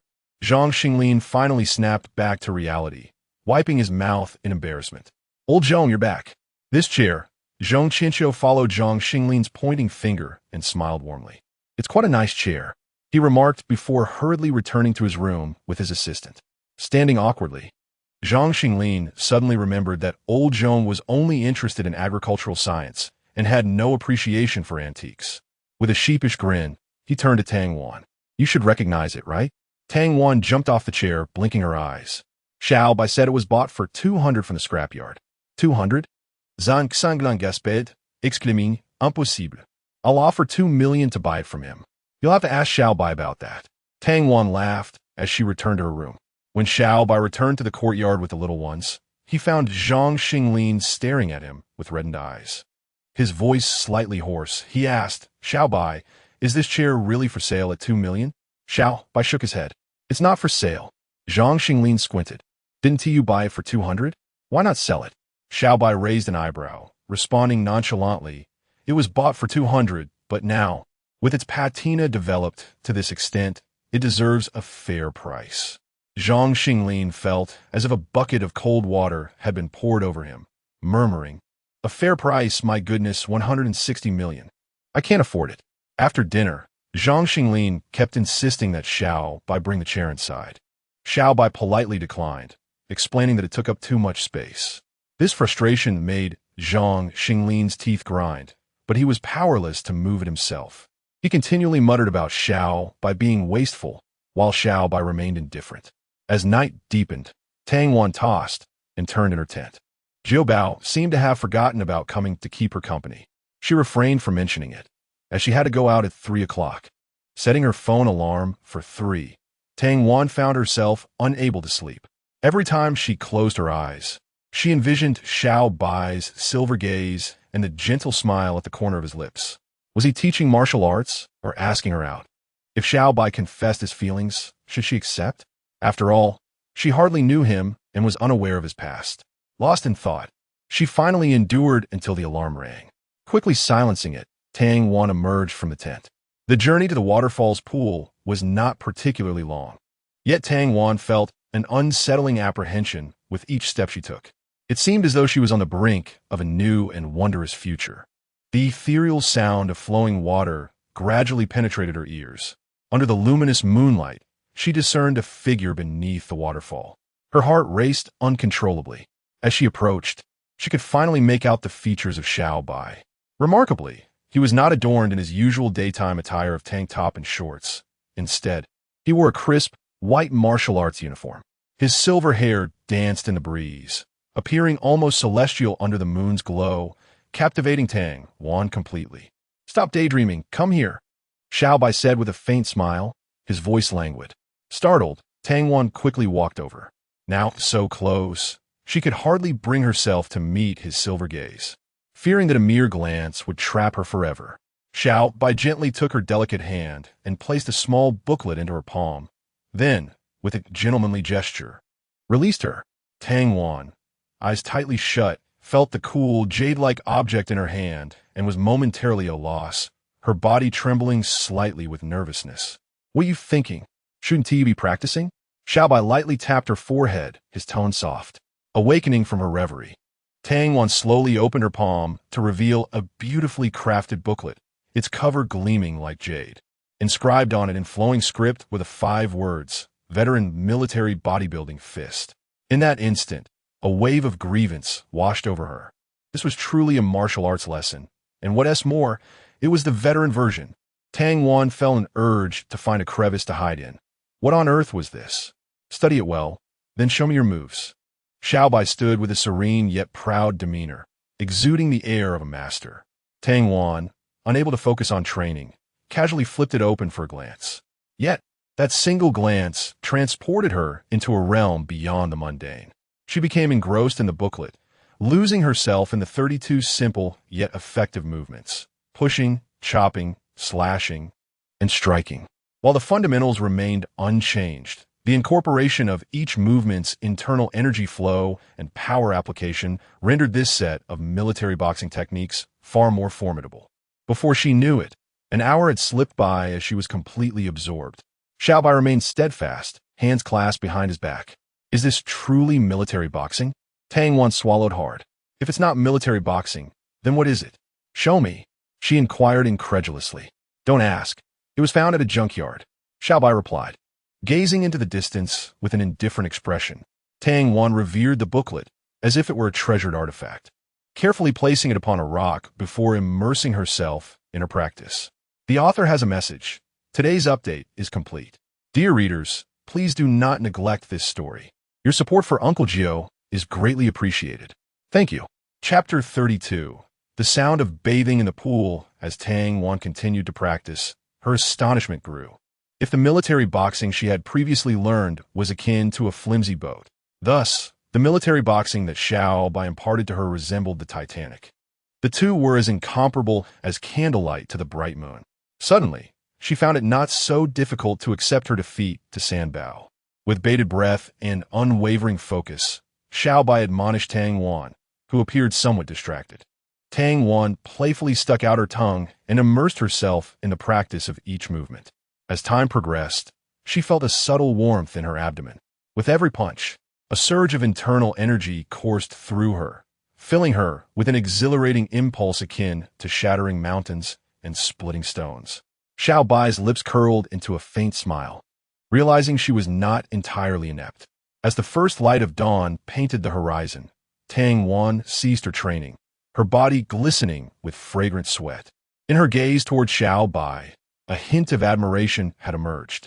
She delicately presented the treasured booklet to him, reluctant to part with it. Thank you, Xiao Bai. I feel as though my skills have undergone a profound transformation. Why not call me Master Xiao and let me hear it? Xiao Bai replied with a gentle smile. Such a beautiful thought. Consider this a compensation for tarnishing my reputation. With that, she clutched the military boxing booklet to her chest. Very well, let this be settled, Xiao Bai remarked, not wishing to prolong the conversation, casually touching his nose. Xiao Bai, I would like to take a bath, Tang Wan said, slightly embarrassed as she caught a whiff of her own sweat. Xiao Bai pointed towards the water pool and shrugged. Over there. He then began to turn away. Hey, Tang Wan stomped her foot, her voice rising in urgency. In this desolate wilderness, I feel a bit frightened. What if I drown like last time? All right. Xiao Bai pivoted, sitting on a stone by the water pool, chuckling. You go ahead. I'll keep an eye on you. You lewd scoundrel, Tang Wan exclaimed, her eyes wide in disbelief. With a sigh of resignation, Xiao Bai replied, What do you want me to do? Go over there on the stone, turn your back to me, and don't peek. Tang Wan's voice quivered increasingly. Without further ado, Xiao Bai strode a few steps to a distant boulder, stretched, and reclined. The moonlight poured over his handsome face, illuminating his remarkably deep silver eyes. In the distance, rustling sounds emerged as Tang Wan cautiously disrobed. She stepped gently into the water. The night was eerily tranquil, save for the gentle sound of splashing water. Xiao Bai, are you still there? Yes. You must not peek. You think too much. This water is quite refreshing. Do you have a woman you fancy? Surely, you aren't asleep? Xiao Bai. Tang Wan's heart raced as she brushed her long hair from her forehead. Peering closely, she found that Xiao Bai's figure had vanished from the stone. Xiao Bai, you absolute scoundrel. Tang Wan crossed her arms, her teeth clenched in frustration as she rose. Scanning her surroundings, there was no sign of Xiao Bai. That rascal had slipped away. While she grumbled about Xiao Bai, she scrubbed her sweat-drenched clothes in the water before donning them. Just as she stood and took a few steps, she spotted Xiao Bai beaming at her, holding a brand new martial arts uniform. Suddenly, it occurred to me that you need to change into a clean outfit and see if it fits, Xiao Bai said with a faint smile. Did you run off to fetch my clothes? The abrupt turn of events left Tang Wan with a twinge of guilt. Otherwise, if you catch a cold, It would be a bother for both me and the little ones. Xiao Bai replied calmly. One cannot expect wisdom from a dog. Ashu, Tang Wan retorted, followed by an involuntary sneeze. Snatching the clothes from Xiao Bai's hands, she turned her back. Xiao Bai slightly inclined his body, gazing into the distance. Seizing the moment, Tang Wan quickly changed into the clean outfit. The clothes Xiao Bai brought exuded a delightful fragrance, though they were a bit large. She could barely manage with the belt. I'm ready, Tang Wan said with a mischievous grin. Just as Xiao Bai turned around, she tossed the soiled clothes into his hands and triumphantly strode away. Xiao Bai shook his head in resignation, his figure swaying slightly as he returned to the courtyard. You've met your match this time, Xiao Bai. Ah. The thought of having pranked Xiao Bai made Tang Wan chuckle. Little did she know, as she entered the courtyard, her previous clothes were already swaying on the clothesline. The sound of chopping would resonated from the backyard. Tang Wan, homestead. Rushing to the back to see, a small mountain of chopped wood had accumulated beside Xiao Bai. Officer Tang, what brings such joy? Xiao Bai inquired without lifting his head. Tang Wan stamped her foot. Are you a rabbit? How did you know? Xiao Bai set down the axe, smiling faintly. Oomph. This police flower 1T stoop to your level. Tang Wan crossed her arms and retreated to the tent. Strangely, despite having not slept all night, she felt remarkably well. She took out a small booklet and began to flip through it earnestly. After breakfast, Tang Wan eagerly summoned San Bao. With a beaming smile, she asked San Bao, would you be interested in a sparring session? The author has a message. This is the first update of the day, barring any unforeseen circumstances. There will be 2 more updates tonight. Chapter 33. Only using 10% of my strength. Seeing Tang Wan's confident demeanor, San Bao awkwardly shook his head. Aunt Tang is too weak. Perhaps it's best to skip it. San Bao, with his hands behind his back, regarded Tang Wan with the air of a master. Tang Wan, instead of being angry, smiled back. It has been 3 days. One must look at things with fresh eyes. Do not be too arrogant, San Bao. However, they will have to wait for 3 days. Aunt Tang, do not be impatient, giggle. San Bao blinked his silver eyes, and with the other little ones, they scattered away. San Bao, wait. If you win against me, I will give you this. Tang Wan rummaged through the tent and produced a box of chocolates. These were given to her by a police officer who had a secret crush on her, especially brought up the mountain. Wow, is this the legendary chocolate? San Bao et Golim. This battle is on. Lu Bao's eyes lit up. San Bao touched his head. All right, Aunt Tang, let us head to the backyard. A few minutes later, San Bao, with a triumphant expression, bounced back from the backyard holding the chocolate. Daddy, can I eat this? He looked at Xiao Bai with sparkling eyes. Xiao Bai smiled faintly, declaring that each person could only have 1 piece. Oh yeah, long live Dad, cheered the 9 little ones, circling around San Bao in delight. After sharing the chocolate, they dashed outside to play. Today, Zhang Xingshou did not bother Qi Bao. After finishing breakfast, he began to marvel at the chairs scattered about the courtyard. Xiao Bai paid him no mind, opting instead to tidy up the kitchen. He then cleaned the rooms from top to bottom. As he passed by Tang Wan, she looked up with a pitiful expression and asked, why? What do you mean, why? Xiao Bai shrugged. Why have I made so much progress yet still cannot match San Bao? Tang Wan queried, bewildered. Handing the broom to Tang Wan, Xiao Bai replied with a gentle smile. Before sunset, sweep all the dirt from Shinong Mountain. Staring at the broom in her hand, Tang Wan rolled her eyes. You're kidding me. How could that be done in a single day? Xiao Bai smiled faintly. You know it's impossible in just 1 day. With that, he strode away. After a moment of surprise, Tang Wan burst into laughter, tossing the broom aside and calling out, Xiao Bai, wait for me. By the pond, Xiao Bai held a bamboo pole with a thin line dangling from its tip. Tang Wan carefully sitting beside him and mimicking his focused gaze on the water surface. An entire hour passed, and Tang Wan frowned. Why is there no reaction at all? Xiao Bai replied calmly. How could there be no response? Your heart is already stirred. Pretentious. If the fish aren't biting, they simply aren't. Tang Wan scoffed, pouting. Xiao Bai shook his head dismissively, maintaining his serene demeanor. Another hour slipped by, and Tang Wan, unable to contain herself any longer, reached for the line. A small stone was tied to the string, glimmering in the light. She glared at Xiao Bai. Do you think you're Jiang Tai Gong, waiting for the willing to bite? Xiao Bai stood up, stretching lazily, A martial artist must keep their heart tranquil. With your restlessness, how can you hope to rival Sanbao? Tang Wan was momentarily speechless. Are you trying to cultivate my temperament? I'm honing my own, Xiao Bai replied with a soft smile. You laugh every day. Do you really need to cultivate your temperament? Tang Wan teased, blinking her large eyes. Xiao Bai narrowed his silver eyes, memories of blood-soaked battlefields flashing through his mind. He remarked gently, everyone has their own heart's knot. Is yours related to the children's mother? Gathering her courage, Tang Wan met Xiao Bai's gaze and asked, is that true? Xiao Bai's expression remained unchanged, yet Tang Wan felt a shift within him. Don't ask. Asking is pointless. As they walked along the mountain path, the sounds of children's laughter echoed from afar. The little ones moved with agility, resembling playful spirits in the mountains. Xiao Bai, how far am I from Sanbao? Tang Wan inquired with curiosity. Xiao Bai chuckled awkwardly. If we were to compare this to academic degrees, Sanbao is a postdoctoral scholar, and you. After a moment of thought, he grinned mischievously, a kindergarten kid. You, Tang Wan, feeling indignant, exclaimed, I acknowledge that Sanbao is formidable, but surely he cannot surpass me by such a vast margin. However, Xiao Bai's subsequent words left her utterly astonished. Sanbao engaged in the competition against you with less than 10% of his strength. In this world, there exist countless enigmas.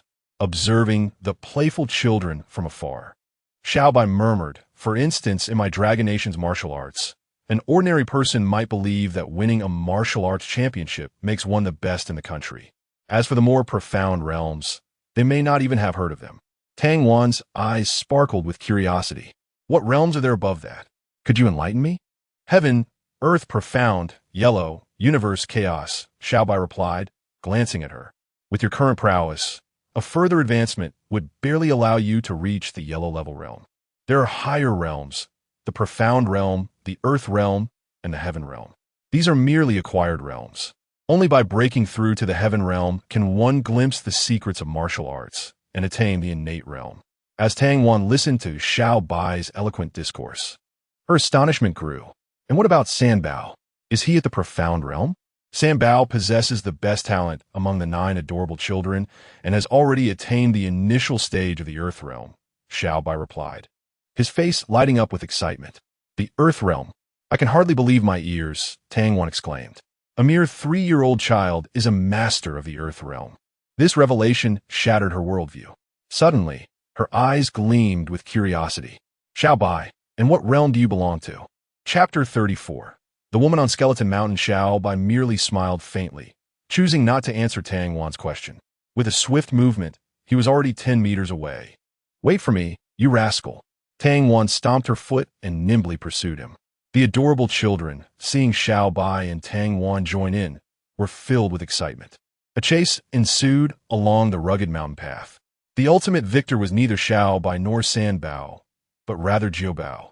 The reason was simple. A father loves his children, and an elder brother loves his younger sister. Often, Xiao Bao inexplicably secured first place. Tang Wan did not yield to anyone. She exerted herself to the utmost, but ultimately finished in last place. She had to admit that Xiao Bai's family was indeed extraordinary. Standing atop a small hill, a cool breeze brushed past. Each child devoutly closed their eyes, extending their arms and lifting their little faces to embrace the harmony of nature. As their hair danced in the wind, on the rooftop of Shun Hua Group, Shunimo Nong gazed down upon the throngs below. With arms crossed and delicate fingers gently tapping her shoulders, she observed. In a flowing white garment, Lung Qingxuang approached with a cool demeanor. Qingxuang, your injury has yet to heal. Why not rest for a few more days? Shunimo Nong turned to her, a hint of concern in her eyes. Lung Qingxuang dismissed it nonchalantly, replying, Xiao Bai's medicine grows increasingly miraculous, leaving no scars behind. Are they all well? Shunimo Nong spoke slowly, her eyes slightly reddening. Yet her resolve quickly solidified. They are well. When will you meet them? Lung Qingxuang stepped before Shunimo Nong, brushing away a speck of dust from her shoulder. Shunimo Nong inhaled deeply, lightly shaking her head as she said, perhaps it is best to refrain. The risks of meeting are too great and would not alter anything. I find myself increasingly unable to discern Xiao Bai. A peculiar glimmer flickered in Lung Qing Shuang's icy gaze. Oh, Shen Nong's lips curled into a slight smile. For instance, I feel that I am no longer a match for Xiao Bai. The aura surrounding him rivals that of our master, despite his deliberate attempts to conceal it. A hint of softness briefly graced Lung Qing Shuang's frigid countenance. Shen Nong's expression also bore a trace of pride as she lightly parted her crimson lips. Let us not forget, he is a man who has clawed his way out of the depths of hell. This time, I miscalculated and nearly allowed you to fall into the jaws of a tiger. A note of regret tinged Shen Nong's voice, but her gaze sharpened as she declared, "One must not come empty-handed. It appears we must strike back. 200 kilometers from Shinnong Mountain lies a remote mountain range. The main peak resembles a skull, leading the locals to refer to it as Skull Mountain. However, in stark contrast to the serene beauty of Shinnong Mountain, which is adorned with melodious birds and fragrant blossoms, Skull Mountain is shrouded in a pall of faint purple miasma, despite its towering trees and dense forests. A few audacious villagers who ventured into the mountain fell victim to the poisonous vapors and succumbed to horrific decay within days. This incident made headlines, shocking the nation. Experts later posited the existence of some radioactive substance on Skull Mountain, but the veracity of this claim remained beyond the discernment of the common folk, who simply accepted the admonition that the mountain was off-limits. At this moment, a figure clad in red was swiftly traversing Skull Mountain. Judging by her form, she appeared to be a woman, with a veil of light fabric obscuring her face and a long ponytail trailing behind her. Only her keen, hawk-like eyes were visible. Upon reaching the base of the main peak, she climbed with agility akin to that of a gecko, nimbly ascending to the halfway point. There, she pressed a protruding stone, and slowly, a stone door above her opened. The woman leapt inside, and the door closed behind her with a gentle finality. A narrow staircase descended for 100 meters, flanked by luminous night pearls. The woman, intimately familiar with the terrain, effortlessly leaped over several steps at a time, soon arriving in a grand hall adorned with intricate patterns of bones. The hall, approximately 300 square meters in area and 5 meters in height, was oval in shape. No one would have anticipated that within Skull Mountain lay such a concealed sanctuary. "Bloodhawk, what is the situation?" A chilling voice emanated from a man draped in a black robe, seated upon a skeletal throne at the center of the hall. Bloodhawk knelt on one knee, reporting, "The withered ghost and Changrong have failed in their mission and were slain by Lung Qing Shuang." The black-robed man remained silent. The oppressive atmosphere of the hall, so thick that one could hear a pin drop. The flickering green lamps cast wavering shadows, as if they might extinguish at any moment. Bloodhawk bit his lip, blood seeping from the corner of his mouth, yet his eyes burned with unwavering determination. "Humph!" The black-robed man scoffed, then added, "I did not anticipate that two from the Earth Realm would prove no match for Lung Qing Shuang. I have underestimated this woman." The Lord of the Skeleton Throne, Blood Eagle, harbored a perplexing question. Why must Zhen Shuang be eliminated when her presence could benefit our plans? Blood Eagle lifted his head, gazing intently at the Lord of the Skeleton Throne. With a forceful slap upon the skeletal seat, the Lord scolded, "Foolish. If this woman continues to chatter, Shinnong Mountain will attract nationwide scrutiny. Should it catch the attention of the Dragon Soul, our scheme will be thwarted." Upon hearing the name Dragon Soul, Blood Eagle involuntarily shuddered. It was the most clandestine blade of the Dragon Kingdom, a nightmare for all malevolent forces. That old man, Zhong Qinxiu, must not remain on Shinnong Mountain any longer. Summon Emoya and by foam, whatever means necessary, ensure that he descends from Shinnong Mountain on his own. The Lord of the Skeleton Throne's voice echoed ominously. A sudden gust of wind swept through, leaving the skeletal seat vacant. Rising, Blood Eagle departed the skeleton hall with deliberate slowness. Atop Shinnong Mountain, 3 ethereal figures stood on the summit. Opposite Blood Eagle, clad in vibrant red, were 2 silhouettes, one black and one white. The man in black, arms crossed, bore a crow emblem around his neck. His long, dark hair cascaded behind his ears, and his profound gaze was shrouded in an impenetrable gloom. The man in white lounged lazily upon a stone, a blade of grass clutched between his lips, his sharp chin slightly raised. Is it the old man, Blood Eagle? Emoya gestured dismissively towards Zhong Qinxiu, who was laboring in the terraced fields. Blood Eagle nodded slightly, indicating that the Lord wished for the old man to leave the mountain voluntarily. Emoya, unimpressed, pouted. Why complicate matters? Just eliminate him. Do you even comprehend who he is? Blood Eagle shot back, his eyes wide. He is merely an old farmer. Emoya replied nonchalantly. Blood Eagle, exasperated, retorted. Perhaps you should glance at the news instead of solely focusing on your training. That is Zhong Qinxiu, revered as the god of agriculture, a national treasure of the Dragon Kingdom. Unfazed, Emoya turned to the squinting Bai Feng and inquired, Brother, do you have any ideas? Bai Feng, still languid, replied. What ideas? We excel at killing, but kidnapping the old man does not pique my interest. His expression was relaxed, with the grass swaying as he spoke. Emoya shrugged. See, there truly are no options. Can we refrain from tasks requiring intellect? This is the Lord's command. Failure to comply bears consequences. Blood Eagle coldly declared before striding away. How imposing, Emoya murmured under his breath, then turned to Bai Feng. Well, brother, let us take action. Bai Feng replied, You handle this trivial matter. I shall bask in the afternoon sun. With a yawn, he reclined on the stone. Emoya shook his head with a wry smile and hastily descended the mountain path. As for how to persuade Zhong Qinxiu to leave, Emoya had no immediate plan. He decided to observe the old man's condition closely, if necessary. He could slip him a potion to facilitate a hospital visit. Emoya retrieved a dark feather from his pocket, pinching it between his fingers. Sambao, wait for Xiao Bai. A soft, melodic voice pierced Emoya's ears. The raven's reaction was exceedingly swift. It effortlessly ascended to the towering branches of a great tree. Perched atop the canopy, it beheld a small child adorned with 9 tiny braids, clad in a red belly band, who was in pursuit of a small boy ahead, balancing 3 skyward-pointing pestles atop his head. Xiao Bai, I truly cannot contend with you. Please spare me, the little boy implored with a look of resignation. My father said that only by defeating you can Xiao Bai be deemed the most skilled among us. The little girl, Nyo, retorted, her cheeks puffed up in indignation. That's nonsense. Xiao Bai is indeed the strongest among us 9. The boy asserted confidently. I don't believe it unless you challenge Xiao Bai, she insisted. Let us not.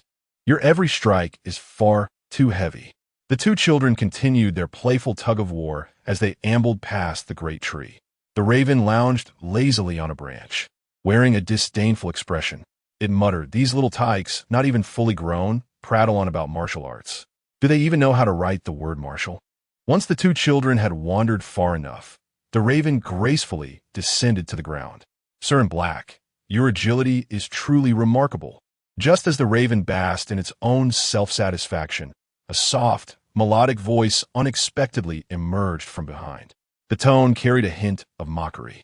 Startled, the raven turned to find the very boy who had just passed, standing there clad in a yellow belly band, gazing up with a mischievous smile playing at the corners of his mouth. The raven, slightly perplexed, thought how this child had seemingly moved far away only moments before. Yet, disinclined to ponder deeply, it simply remarked with a sinister grin, Little imp, the mountains are perilous. You ought to hurry home and nurse. Upon hearing the raven's words, the boy's expression gradually turned frosty. His silver eyes narrowed as he became somewhat irate. Oh, I am so scared. The raven feigned terror, crossing its arms in mock fright. Are you a bad person? The boy, undeterred by the raven's sarcasm, inquired earnestly. Indeed, I am a villain. What of it, little rascal? Will you dare to bite me? The raven's lips curled into a smirk, a glint of malice flickering in its gaze. It held no reverence for life. In the eyes of an assassin, there were only the living and the dead. Whether child or woman, if displeased, they could all be dispatched. Being a bad person is just fine. The boy replied with a sense of relief, the furrows in his brow easing. The raven sensed a peculiar disconnect in the child's reasoning and chuckled coldly. Little brat. Was so good about that. With a sudden burst, the boy propelled himself off the ground, launching a small fist directly at the raven's face. My father said that bad people can be beaten. Chapter 36. The utterly frustrated raven initially, The raven dismissed the encounter. What strength could a 3-year-old possess? However, the moment the boy leapt into the air, the raven's demeanor shifted drastically. Like a still pond suddenly disturbed, the boy's speed was astonishing. His small fist even enveloped in a gale. With the raven's advanced perception, it found itself momentarily at a loss. It instinctively leaned back, and the boy's fist nearly grazed the raven's cheek as it passed. Before he could steady himself, a menacing gust of wind surged from behind. Xiao executed a swift spinning kick, sending a blow towards Emoya. The latter could only defend himself, lacking any means to retaliate. Within less than 10 exchanges, Emoya made a careless mistake and was struck by Xiao's small foot on his backside, propelling him forward several meters in a tumble. He landed awkwardly, akin to a dog in a compromising position. Xiao, with his hands clasped behind his back, exuded an air of mastery and playfully remarked, "Uncle in black. Are you suggesting that you were careless and did not evade?" Fuming, Emoya slowly rose to his feet, casting a venomous glare at Xiao. "You little brat, I shall peel your skin," he hissed, advancing once more to engage Xiao in combat. Yet, within another 10 exchanges, Emoya found himself once again on the ground, 2 distinct footprints marking his backside. Rising once more, he gently rubbed his sore posterior. This mischievous child consistently targeted his rear, while the pain was minimal. The humiliation was profoundly aggravating. Emoya's gaze grew increasingly frigid as he silently channeled his inner energy into the black feather at his fingertips. Initially, he had not intended to resort to poison against Xiao, as even a killer possesses a sense of honor. However, the audacity of this little rascal, treating him like a mere plaything, was intolerable. "Strange uncle, if you admit Xiao's prowess, I might just let you go." Xiao, standing in a stance of defiance, provocatively beckoned with his finger. Seeking death, Emoya propelled himself from the ground, feigning an escape. Xiao, momentarily taken aback, quickly pushed off the ground to pursue him. In a matter of moments, Emoya displayed a bloodthirsty grin, rapidly shooting the black feather back at Xiao.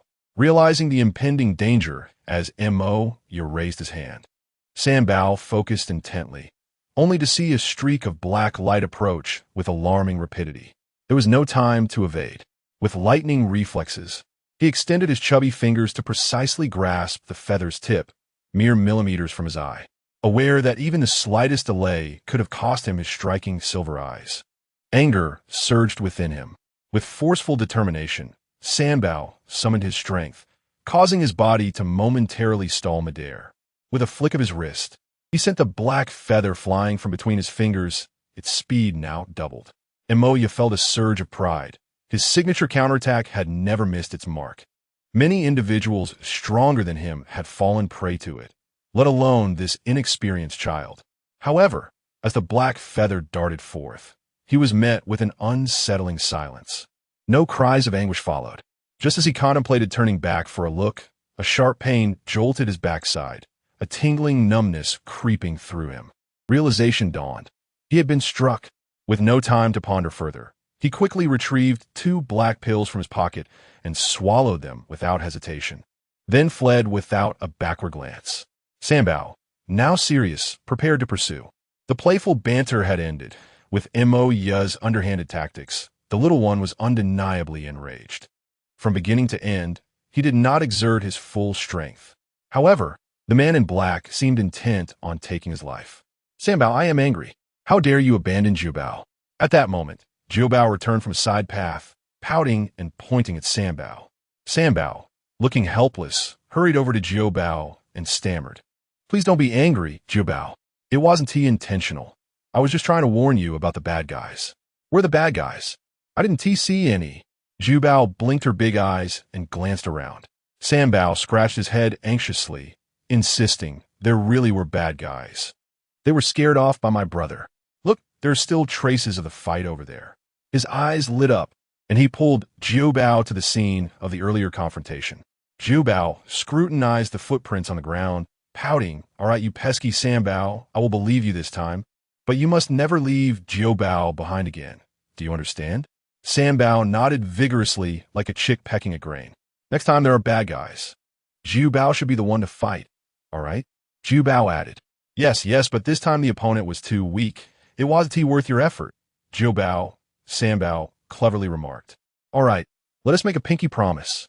If we do, we won tea change for 100 years. After this little episode, the two little ones skipped home merrily. Before they left, Sanbao glanced back, thinking he must tell his father about this incident. Meanwhile, Emoya felt an overwhelming sense of frustration.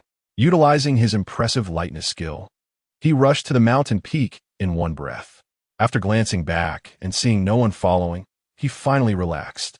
So is everything settled? Bai Feng lay comfortably on a rock, half closing his eyes while observing Emoya. Upon hearing this, Emoya was instantly consumed by rage. In a fit of anger, he plucked a feather from his behind and shot at Bai Feng. Bai Feng was startled, not by the fact that Emoya had thrown a concealed weapon at him, but rather by the unusual location from which Emoya had drawn it. They were golden partners and fierce competitors, neither willing to concede in their skills of lightness or concealed weaponry. Sparring with each other was a common occurrence. However, Bai Feng distinctly remembered that Emoya's black feathers and his own white ones were both stored in their respective quivers. The sudden extraction from his backside was a new trick from Emoya. If only Emoya knew what Bai Feng was thinking at this moment. He would surely faint from embarrassment. How outrageous to draw a dart from one's backside. Despite his anger, Emoya's black feather did not aim for a lethal spot. Bai Feng, unfazed, casually tossed out a white feather, which collided with Emoya's black dart, and both fell to the ground. Bai Feng finally adopted a more serious demeanor, sitting up and asking, "What has caused such fury?" Emoya opened his mouth, his lips twitching slightly. He was unable to admit that he had been beaten by a little child. Seeing Emoya's face shift between emotions, his expression a mix of red and black, Bai Feng smirked and teased, "What's wrong? Could it be that you encountered a formidable opponent?" After much hesitation, Emoya finally grimaced and stated, "The intelligence is erroneous." Upon hearing Emoya's account, the typically unruly Bai Feng's expression grew increasingly grave. Like Emoya, he had received reports indicating that Xiao Bai and the 9 infants in Shinong Mountain were merely ordinary individuals. The true challenge of this mission lay in persuading Zhong Qianxiu to descend from Shinong Mountain on his own. However, even a single infant could effortlessly overpower Emoya. It was utterly absurd. Casting a skeptical glance at Emoya, Bai Feng felt a mix of amusement and despair. Although Emoya might be lying, the 2 shoe prints on his rear could not possibly be fabricated. Call for the blood eagle. This matter is too peculiar, Bai Feng remarked, resting his chin on his hand in resignation. Emoya did not refute him. His mind was consumed with the image of battling the little specter. Based on the strength displayed by the child, he must possess the cultivation of a terrestrial realm. A 3 or 4-year-old martial artist at such a level was unheard of in his extensive experience in the martial world. Even if one began cultivating in the womb, achieving such a realm was inconceivable. It is worth noting that some legitimate martial artists, without significant opportunities, may spend their entire lives without even brushing against the threshold of the yellow realm. As Emoya prepared to signal the blood eagle, he and Bai Feng sensed an anomaly. The temperature atop the peak seemed to drop a few degrees. Instinctively turning around, they beheld a man in white, who was observing them with keen interest. The man stood approximately 187 meters tall, his silver hair floating gracefully in the wind, reminiscent of a celestial being descended to the mortal realm under the sunlight. The most striking feature was his elongated silver eyes, which glimmered with a faint, ethereal light. Xiao Bai. Emoya's gaze grew increasingly frigid. He had seen this face countless times in the files, though the Xiao Bai in the documents wore a tank top and shorts, perpetually adorned with an innocent smile. The aura he exuded now was utterly different. "Are you too lost?" Xiao Bai inquired, a playful smile gracing his lips. "If you are, I can guide you down a mountain. This is not a place for you." After a brief pause, he added, "It is quite dangerous here." Bai Feng cast a sidelong glance at Xiao Bai, feeling somewhat irked. Why did this mountain farmer possess a more striking appearance than he? Clapping his hands, Bai Feng chuckled. It appears that the intelligence hall is indeed blind. To appear silently atop Shinong Mountain, how could the 9 infants caretaker be an ordinary person? I believe we have genuinely strayed into the wrong place. Let's depart. Exchanging a brief glance with Emoya, the two ascended into the air. Just as they were about to leave the summit, an unexpected twist occurred. Both raised their hands, and two feathers, one black and one white, seemed to possess their own will. One was aimed at Xiao Bai's face, while the other targeted his throat. The speed was astounding, akin to shooting stars. The feathers expanded within Xiao Bai's pupils, ultimately filling his entire gaze. Whoosh! Whoosh! Two piercing sounds echoed through the air. Bai Feng and Emoya turned back to see that the spot where Xiao Bai had stood was now empty. In their confusion, they suddenly felt their breathing becoming increasingly labored. A hand, akin to an iron claw, tightly gripped my throat, and my body was slowly lifted. In my terror, I caught sight of Xiao Bai's handsome visage. His expression remained calm, yet a hint of coldness lingered at the corners of his eyes. I fervently wished for no bloodshed upon Shinnong Mountain, for it was the home I shared with my little ones. Xiao Bai paid no heed to the purple countenance and bulging eyes of Emoya and Bai Feng. He continued, seemingly unperturbed. However, what if someone were to intrude upon your home and nearly harm your child? Bang! The handsome faces of Emoya and Bai Feng collided violently. Xiao Bai washed his hands by the pond, a naive smile gracing his face, before lightly returning home. The little ones, upon seeing their father's return, erupted into joyous cheers, rushing to him for embraces. Only Sanbao stood to the side, hands clasped behind his back, wearing a contemplative expression, pondering whether to share his thoughts with father. Chapter 38. Bai really faints at the sight of blood after assigning tasks to the adorable children. Xiao Bai squatted down with a beaming smile in front of Sanbao. He pinched his soft, chubby cheeks and asked, "Sanbao, are you troubled?" "Dad, stop it," Sanbao replied, pushing away at his round face with hesitation in his eyes. "What is the matter that you cannot share with your father?" Xiao Bai asked expectantly.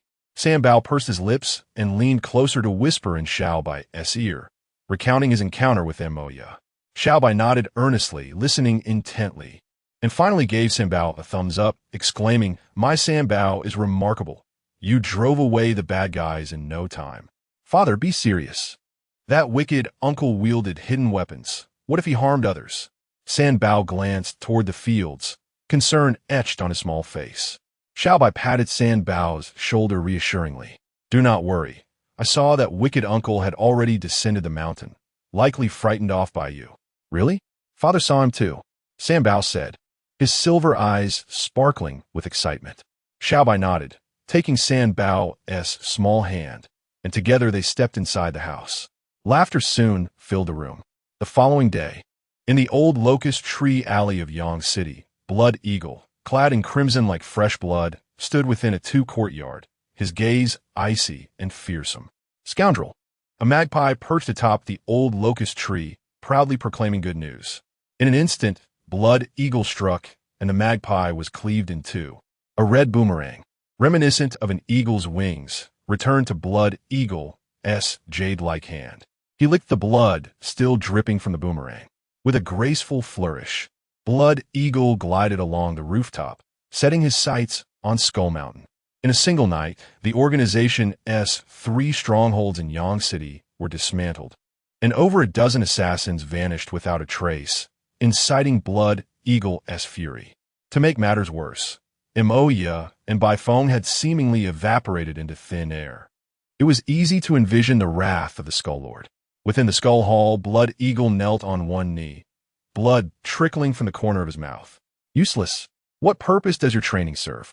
The Skull Lord's rage was palpable, his countenance contorting beneath the mask. The 3 strongholds in Yangsheng must undoubtedly be the work of the disciple from the Jade Maiden sect. Send the Cobra to handle it. As for Zhong Qinxiao, you shall deal with him personally. Should you fail again, leave your head atop Shinnong Mountain. Blood Eagle accepted the command, rising slowly, his expression devoid of emotion. A faint bruise visible on his chest where a palm print lingered. Standing at the pinnacle of Shinnong Mountain, Blood Eagle cast a sidelong glance at Zhong Qinxiao, who was still laboring in the fields, a bloodthirsty grin creeping upon his lips. After dinner, Xiao Bai relaxed under the shade of a tree with the young children. Tang Wan, seemingly possessed, practiced military boxing not far away, occasionally calling over Sanbao for sparring sessions, all of which Sanbao effortlessly triumphed. Gradually, twilight descended, and two figures emerged along the mountain path. Captain Jiang, Big White, Tang Wan, and the 9 adorable children rushed forward simultaneously. Big White hung his head dejectedly, indicating that the recent travels had been far from enjoyable. Barking incessantly at the children, tears glistened in his eyes. Jianghua was in no better state. Aside from looking weary from travel, deep exhaustion lurked in his gaze. Captain Jiang, what brings you here? Why didn't you give us a call in advance? Jianghua tugged at his poker face, inquiring about old Zhong. Old Zhong is well, though perpetually busy, impossible to rein in, Tang Wan replied with a gentle smile. That's good, Jianghua said, moving under the large tree and addressing Xiao Bai with gravity. Mr. Xiao, you are not misleading me. Big White, despite his robust appearance, truly faints at the sight of blood. Xiao Bai sighed helplessly. Captain Jiang, did you truly bring Big White to the scene? I assumed with his fierce appearance, he would possess extraordinary abilities. Jianghua awkwardly tugged at the corner of his mouth and replied, I never anticipated that he would collapse upon arrival. It took 5 or 6 officers from the criminal investigation team just to lift him. Big White, feeling quite wronged, barked twice more and wiggled his rear as he returned to the backyard. Big White is a gentle pet, Captain Jiang, Xiao Bai began, hesitating before finally exhaling a sigh. Captain Jiang, how is the investigation into the case proceeding? Have any suspects emerged in the death of Queen Hong? Jianghua looked at Xiao Bai and shook his head with difficulty. Understanding the inappropriateness of his presence, Xiao Bai called the children to feed Big White. Once Xiao Bai discreetly departed, Jianghua sighed, this is a ghost of a case. If there were not a lack of motive, I might suspect that Jin Shuang took her own life. Noticing Tang Wan's silence, Jianghua paused before continuing. The pressure at the bureau is immense. Jin Shuang's fans generate a frenzy online, and some media figures are adding fuel to the fire. To assert that the murderer is Xiao Bai is utterly ludicrous. Tang Wan cast a complex glance towards the backyard, a sudden chill coursing through her body as an idea took root. Chapter 39. The Dragon Soul Twin Sisters After Dinner. While tidying up the household, Xiao Bai's gaze sharpened. What day is it today? 2 unexpected guests had arrived. Indeed, it wasn't long before a pair of tall twin sisters appeared in the courtyard. With identical height and features, the only distinction lay in the colors of their garments. One was adorned in a purple hanfu, while the other donned a blue one, both embellished with intricately embroidered golden dragon patterns that appeared almost lifelike. They stood there quietly, their long tresses tied back in elegant ponytails, their flawless faces radiating an air of imperiousness that seemed to ward off intruders. Xiao Bai, dressed in a golden yellow tank top and baggy shorts, strolled into the courtyard with a faint smile, oblivious to the purpose of the two women's visit. The woman in purple cast a sidelong glance at Xiao Bai, her brows knitting together as she noticed the dragon pattern on his attire. Coldly, she remarked, "This outfit does not suit your temperament. You ought to remove it." Xiao Bai narrowed his elongated silver eyes, but chose not to engage in a dispute with her. At that moment, Jianghua and Tang Wan also emerged, their expressions betraying confusion upon seeing Xiao Bai. Xiao Bai shrugged nonchalantly and continued to the kitchen to tidy up the dishes. "You are Jianghua, the captain of the criminal police in Yang City, correct?" The voice of the woman in purple remained aloof, reminiscent of an ethereal being untouched by the mundane world. Jianghua's expression stiffened, and he replied solemnly, "Indeed." "Who are you?" The woman in purple moved gracefully, appearing before Jianghua in an instant, presenting a golden dragon-shaped badge before his eyes. Jiang was body jolted as he cautiously accepted the badge, immediately saluting with fervor, eager to speak. However, upon seeing the woman's gesture for silence, he quickly sealed his lips. "The research findings of Elder Zhong have been submitted. We have been dispatched to ensure his safety. Please arrange for surveillance installations to be set up in this house, and within a 10-mile radius, starting tomorrow," the woman in purple stated firmly, leaving no room for dissent. Jianghua glanced toward Xiao Bai, who was busily engaged in the kitchen, feeling somewhat conflicted. He was aware that Xiao Bai valued his privacy, yet an order was an order. Ultimately, He nodded in reluctant agreement. Tang Wan, bewildered by the unfolding events, sensed that the identities of the two women were far from ordinary. Just as she was about to speak, Jianggui silenced her. The woman in purple took a couple of steps back, glancing over her shoulder to say, "By the way, I am Long Bing, and this is Long Yin." With that, she and the woman in blue exited the courtyard, vanishing into the vast moonlit night. Jianggui looked at Tang Wan, troubled. "Perhaps you should discuss this with Xiao Bai." "I won't. Who are these two, so audacious?" Tang Wan retorted, her indignation palpable. Jianggui quickly interjected, "Have you heard of the Dragon Soul? That is all I can disclose." Dragon Soul? Tang Wan momentarily lost her focus, realizing she had encountered members of the Dragon Soul. They were revered by the soldiers of Long Nation. "You must persuade Xiao Bai. This matter cannot be stalled." Jianggui sighed, shaking his head as he went to find Elder Zhong. Tang Wan stood frozen for a prolonged moment before resolutely making her way toward Xiao Bai. Unbeknownst to them, Xiao Bai had overheard every word, his keen ears absorbing their conversation. Ordinary people would be unaware of the existence of the Dragon Soul. Yet Xiao Bai was no ordinary individual. In fact, he possessed knowledge that surpassed that of many prominent figures. Seeing Tang Wan's hesitance, Xiao Bai put away his apron and smiled gently, asking, "What's the matter, Officer Tang? Are you preparing to bid me farewell?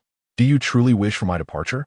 Tang Wan replied, a hint of annoyance in her voice, "I have no choice. I am but an ordinary farmer with 9 children to care for. With so many of you here, I fear that in just a couple of days, we shall have no rice left to cook." Xiao Bai laughed heartily. "Oh, come now. What a miser you are. I can hardly believe you." Tang Wan rolled her eyes and retorted, "Umph. You think I'm lying?" After a moment of silence, she bit her lip and suggested, "Xiao Bai, shall we take a walk outside?" Xiao Bai regarded her warily. "What are you plotting?" "I simply think you are handsome, and your little one is adorable. Surely that is enough." Tang Wan pouted, yet her beautiful eyes betrayed a seriousness. "Well, if that is the case, then perhaps I shall decline," Xiao Bai said, washing his hands as he prepared to return indoors to tend to the sleeping children. Suddenly, Tang Wan felt a pang of unease in her heart. Unable to articulate her feelings, resolutely, she grasped Xiao Bai's arm and exclaimed, "Stop being so full of yourself. I have something important to discuss." Without waiting for a response, she pulled him out of the courtyard. "All right then, what is it?" "Speak plainly," Xiao Bai stated, standing under the large tree outside, his gaze fixed on a distant point, his eyes seemingly unfocused. "They intend to install surveillance in your home," Tang Wan said, studying the profile of Xiao Bai, summoning her courage to speak. Xiao Bai's profile was indeed strikingly handsome. Even in his current expressionless state, he exuded a refreshing charm. After a brief silence, Tang Wan noticed the corners of Xiao Bai's mouth twitching upwards. "Impossible," he stated slowly, the 2 syllables escaping his lips with deliberation. "I may not have expressed it clearly. This is an order that cannot be contested," Tang Wan explained, somewhat flustered. Xiao Bai stood up slowly, patting Tang Wan on the shoulder with a meaningful look. "Trust me, it is unfeasible." Chapter 40. The passionate battle in the forest on an exceedingly tranquil night. The occasional croaking of frogs could be heard. Long Yin reclined on a sturdy tree branch, quietly observing Long Bing, who was seated cross-legged beneath the tree. "Are you not going to practice? Why do you keep staring at me?" Long Bing inquired, her beautiful eyes momentarily closing, her expression impassive. Long Yin stretched lazily. "Sister, you are so beautiful. Why do you always wear such a stern face? Little girl, are you praising me or yourself?" Long Bing replied, a soft smile gracing her lips. "Either way works. As we are twin sisters," Long Yin said, executing a graceful flip as she descended from the tree. "Ah, the air in these mountains is simply delightful. This mission feels like a vacation," she mused. "Never let her guard down," Long Bing cautioned, her brow furrowing. "Since the Dragon Soul has sent us, this mission must be significant." Long Yin, undeterred, mimicked her sister's posture and sat cross-legged beneath the tree. "Sister, do you not find Xiao Bai rather handsome?" she asked, unable to suppress her excitement after a few moments. A look of infatuation crossed her face. Long Bing furrowed his brow once more. "In my eyes, there is no concept of handsome or not, only tasks and foes. He is not our enemy, so why treat him in such a manner? Long Yin retorted defiantly. Long Bing opened her frosty eyes and declared sternly, his attire is an affront to dragons. Long Yin, perplexed by her rigid sister, could only roll her eyes in response. From a distance, perched upon a higher tree trunk, Xiao Bai listened intently to their exchange, a subtle smile gracing her lips. Her reverence for the dragon soul, the sharp sword of the dragon kingdom, rivaled that of the venerable elder Zhong. Each member of the dragon soul had emerged from a sea of blood and corpses, traversing the world to execute perilous missions for the sake of the kingdom. However, this did not grant them the liberty to act recklessly within their own domain. As the two began to meditate and cultivate, Xiao Bai prepared to rise and depart. Suddenly, her ears perked up, and she steadied herself once more. A fleeting red figure glided into view, her toes barely grazing the ground, nearly soundless. As the woman's silhouette drew nearer, Long Bing and Long Yin, who had been cultivating beneath the tree, simultaneously opened their eyes. They exchanged a glance and stealthily encircled from two directions. How intriguing! Xiao Bai observed the impending encounter from her perch, a smirk playing on her lips. Blood Eagle, feeling quite vexed, contemplated the means of the skeleton palace master, realizing she had no choice but to take risks. Since Zhong Qinxiu was entrenched in research here, it would be prudent to eliminate the source of his presence by orchestrating an accident that would obliterate all crops. At that point, Zhong Qinxiu would have no reason to remain on the mountain. Arson was the most fitting choice, but it had to be executed artfully, igniting only the fields while sparing the Xiao family. As she plotted, a sudden chill swept through the air, and Blood Eagle sensed impending danger. She sprang forward, her feet barely touching the ground as she lunged 3 meters ahead. A whip crack echoed where she had just stood. Upon landing, there was another sharp sound. A whip, akin to a venomous serpent striking, lashed out at Blood Eagle's slender waist. With a swift movement, she narrowly evaded the whip's grasp, her back against a sturdy tree. Her gaze icy as she fixated on the two whip-wielding women ahead. "Who are you? Why do you trespass upon Shinon Mountain?" Long Bing inquired, her expression devoid of emotion. Blood Eagle remained silent, drawing forth a boomerang. With a flick of her right hand, she aimed directly for Long Bing's throat. In an instant, the 5 to 6 meters between them evaporated, and Long Bing executed a graceful roll, narrowly escaping the boomerang's trajectory. The boomerang, akin to an eagle's wing, whistled as it returned to Blood Eagle's grasp. Simultaneously, Long Yin and Long Bing struck, their two long whips targeting Blood Eagle from above and below. With a nimble leap, Blood Eagle propelled herself 5 meters into the air. Crack! The mighty tree behind her was struck by the whips, shattering into 3 segments upon impact. After a brief skirmish, Blood Eagle realized that both opponents before her were masters of the Earth Realm, just as she was.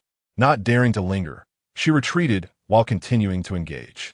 In the dense forest, the whips were cumbersome to wield, and Blood Eagle's lightness of foot far surpassed that of her adversaries. For a full half-hour, they pursued one another, leaving a trail of devastated trees in their wake. Ultimately, Long Bing and Long Yin returned empty-handed, having run with remarkable speed. Long Yin, with the whip coiled around her waist, gazed helplessly at Long Bing, whose expression mirrored her frustration. Despite being formidable practitioners of their realm, they had failed to capture a single adversary. This irked her greatly. As the difficulty of our tasks escalates, we must enhance our vigilance, Long Bing remarked coldly, decisively leading Long Yin to the rooftop of Xiao Bai's residence for surveillance. Meanwhile, Blood Eagle sprinted with an urgency akin to desperation. Her toes barely grazed the treetops, her body as graceful as a butterfly. Feeling she had finally evaded Long Bing and her companion, she allowed herself a moment of relief. Just then, a small stone struck her calf with uncanny precision. Blood Eagle felt her meridians constrict, her right leg growing numb. Losing balance, she tumbled from the tree, rolling twice before managing to crouch on the ground, resembling a vigilant leopard scanning her surroundings. Chapter 41. The cave filled with manure after a prolonged moment. Blood Eagle's gaze fixed upon a solitary figure in the distance. Dressed in flowing white, with silver hair cascading. The man stood as if he were one with the world around him. Such a striking white could easily be overlooked if one did not observe closely. Who are you? Why did you launch a surprise attack against me? Blood Eagle's icy stare pierced through the white-clad figure. Is it not preferable to live in peace? Why come to the mountains at night to wreak havoc upon the trees? Xiao Bai slowly turned to face her, his silver eyes glimmering in the moonlight. You are Xiao Bai? This cannot be. Blood Eagle was taken aback. The intelligence from her organization depicted Xiao Bai merely as an ordinary student. Yet, that previous strike had been so swift that even she, a master of her realm, could not evade it. She was astonished to discover how deeply Xiao Bai had concealed his true prowess, managing to elude the watchful eyes of the Intelligence Bureau. With this realization, the mystery surrounding the disappearance of Moya and Bai Feng became painfully clear. You killed Moya and Bai Feng? Blood Eagle's voice was frigid.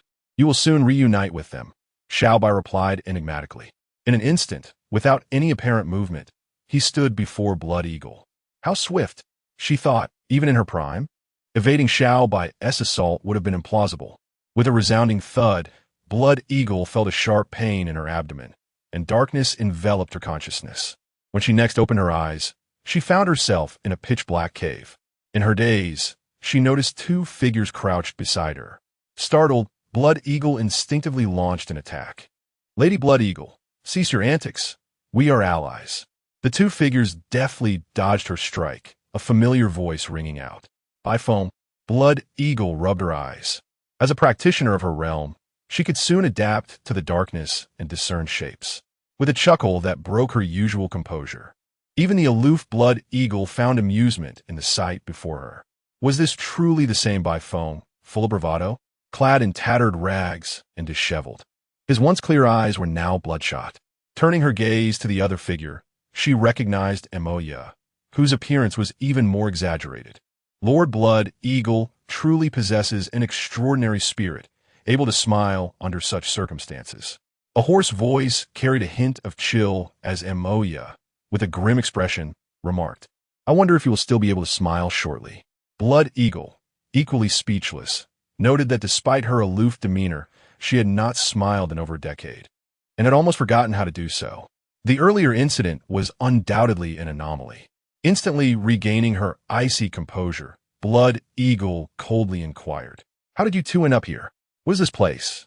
A vast stone cave. As for why we are here, I believe you already have your suspicions. Bai Feng replied with a wry smile. Blood Eagle slightly nodded. You were also brought in by Xiao Bai? Sighing, Bai Feng lamented, What a troublesome organization. They claimed Xiao Bai was merely an ordinary person, yet he subdued both me and Moya, two practitioners of the profound realm, with a single move. Bai Feng rubbed the swelling on his forehead, grumbling. Blood Eagle refrained from responding, having herself been knocked unconscious with a mere kick. Have you not attempted to escape? Blood Eagle rose to stretch her calves. We are not fools. If we could have escaped, we would have done so long ago, Bai Feng yawned. His face contorted in dismay. The cave's walls are smooth, and the entrance is sealed by a massive stone weighing several tons.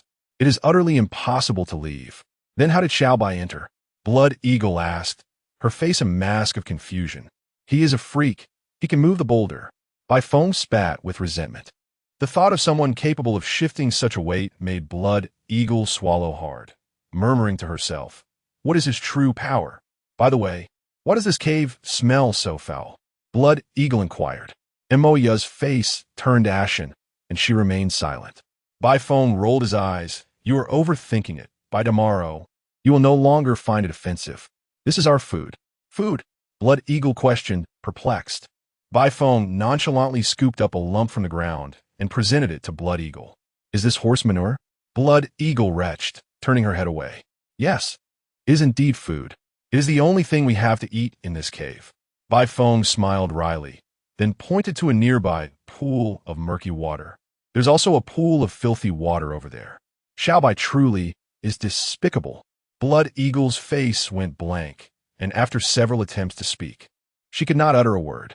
To survive by consuming horse manure was a torment worse than death. Xiao Bai's cruelty was evident, rather than killing them.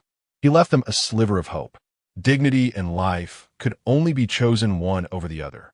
The cave was eerily silent, save for the faint sounds of 3 breaths. Finding the situation dull, Bai Feng reclined on the pile of manure, closing his eyes to sleep and conserve energy. Emoya maintained a sullen demeanor as she sat cross-legged in meditation, though a closer inspection revealed she had not truly entered a state of focus. Blood Eagle glanced around, confirming Bai Feng's words. There was indeed no possible way out. She began to meditate as well, needing to clear the blockage in her calf, which had been struck by Xiao Bai's earlier blow. Otherwise, her leg would be rendered useless. After half an hour, she finally broke through the obstruction in her calf. A fierce desire for survival surged within her, and Blood Eagle clenched her silver teeth, asking, "Is there enough horse manure in this cave to sustain us?" Bai Feng replied, as if in a dream, "Rest assured, there will be plenty." Chapter 42. How delicious can corn porridge be as dawn broke? Xiao Bai set off with several adorable little ones to the fields to harvest corn. Carrying a large bamboo basket, Xiao Bai led the way, while the 9 little ones followed closely like little tails. "Daddy, why are those 2 ants sleeping on the roof?" inquired the ever-concerned Bao.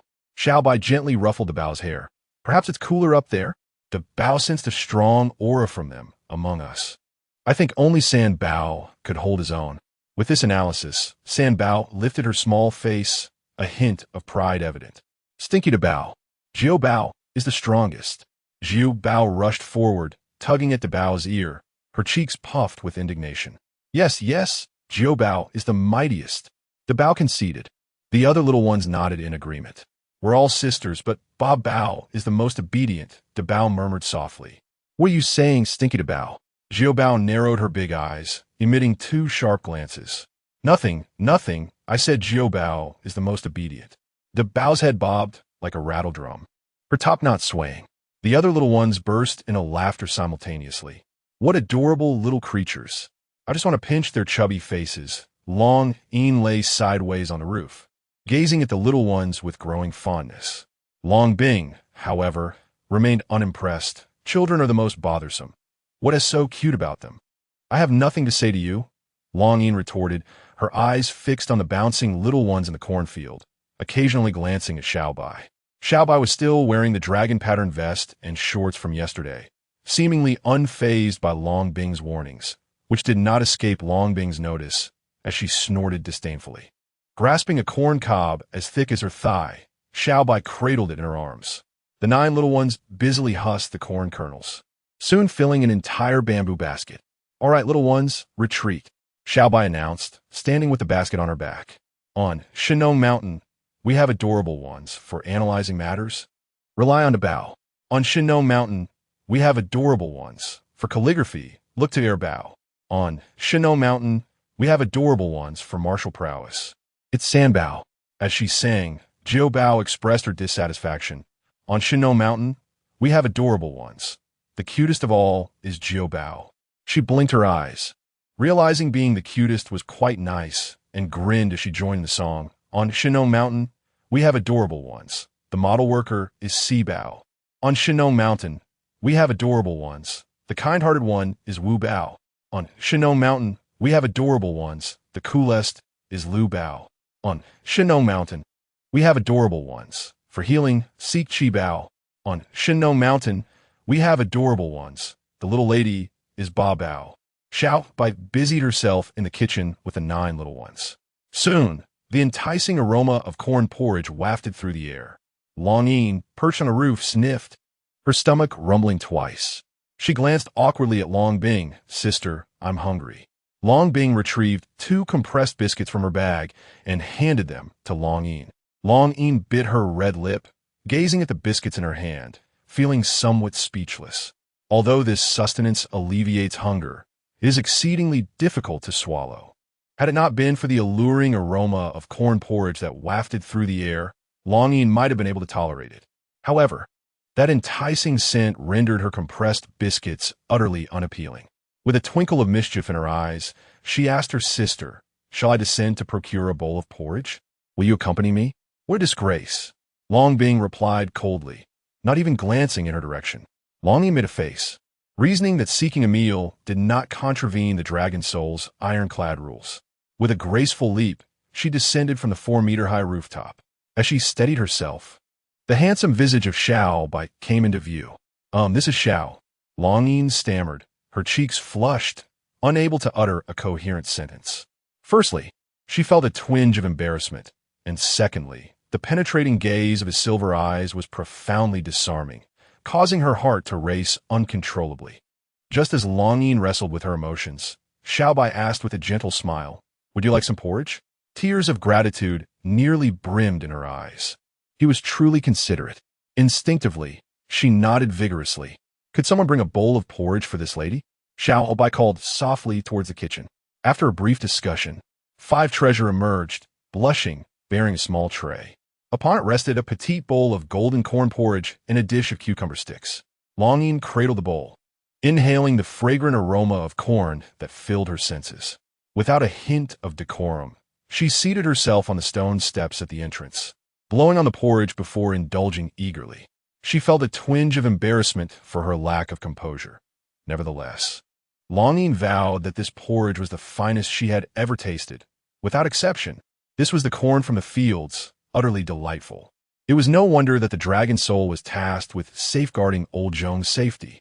For one could only imagine the uproar should such corn be produced en masse and distributed nationwide.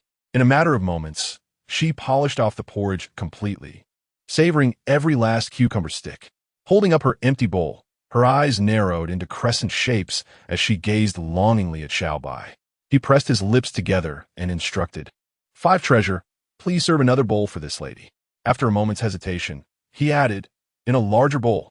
Longing's face flushed with embarrassment. What did he mean by a larger bowl? Did he imply that she could consume a great deal? She merely found the porridge delightful. How mortifying! A flurry of thoughts raced through her mind. Understanding the unspoken cue, 5 Treasure soon returned with a bowl so large it was nearly akin to a basin. Longing shot Xiao by a reproachful glare, clutching the bowl as she leaped with vigor back onto the rooftop. "Do be careful, don't break my tiles." Honestly, who enjoys lingering on rooftops? Xiao Bai's voice drifted intermittently to her ears.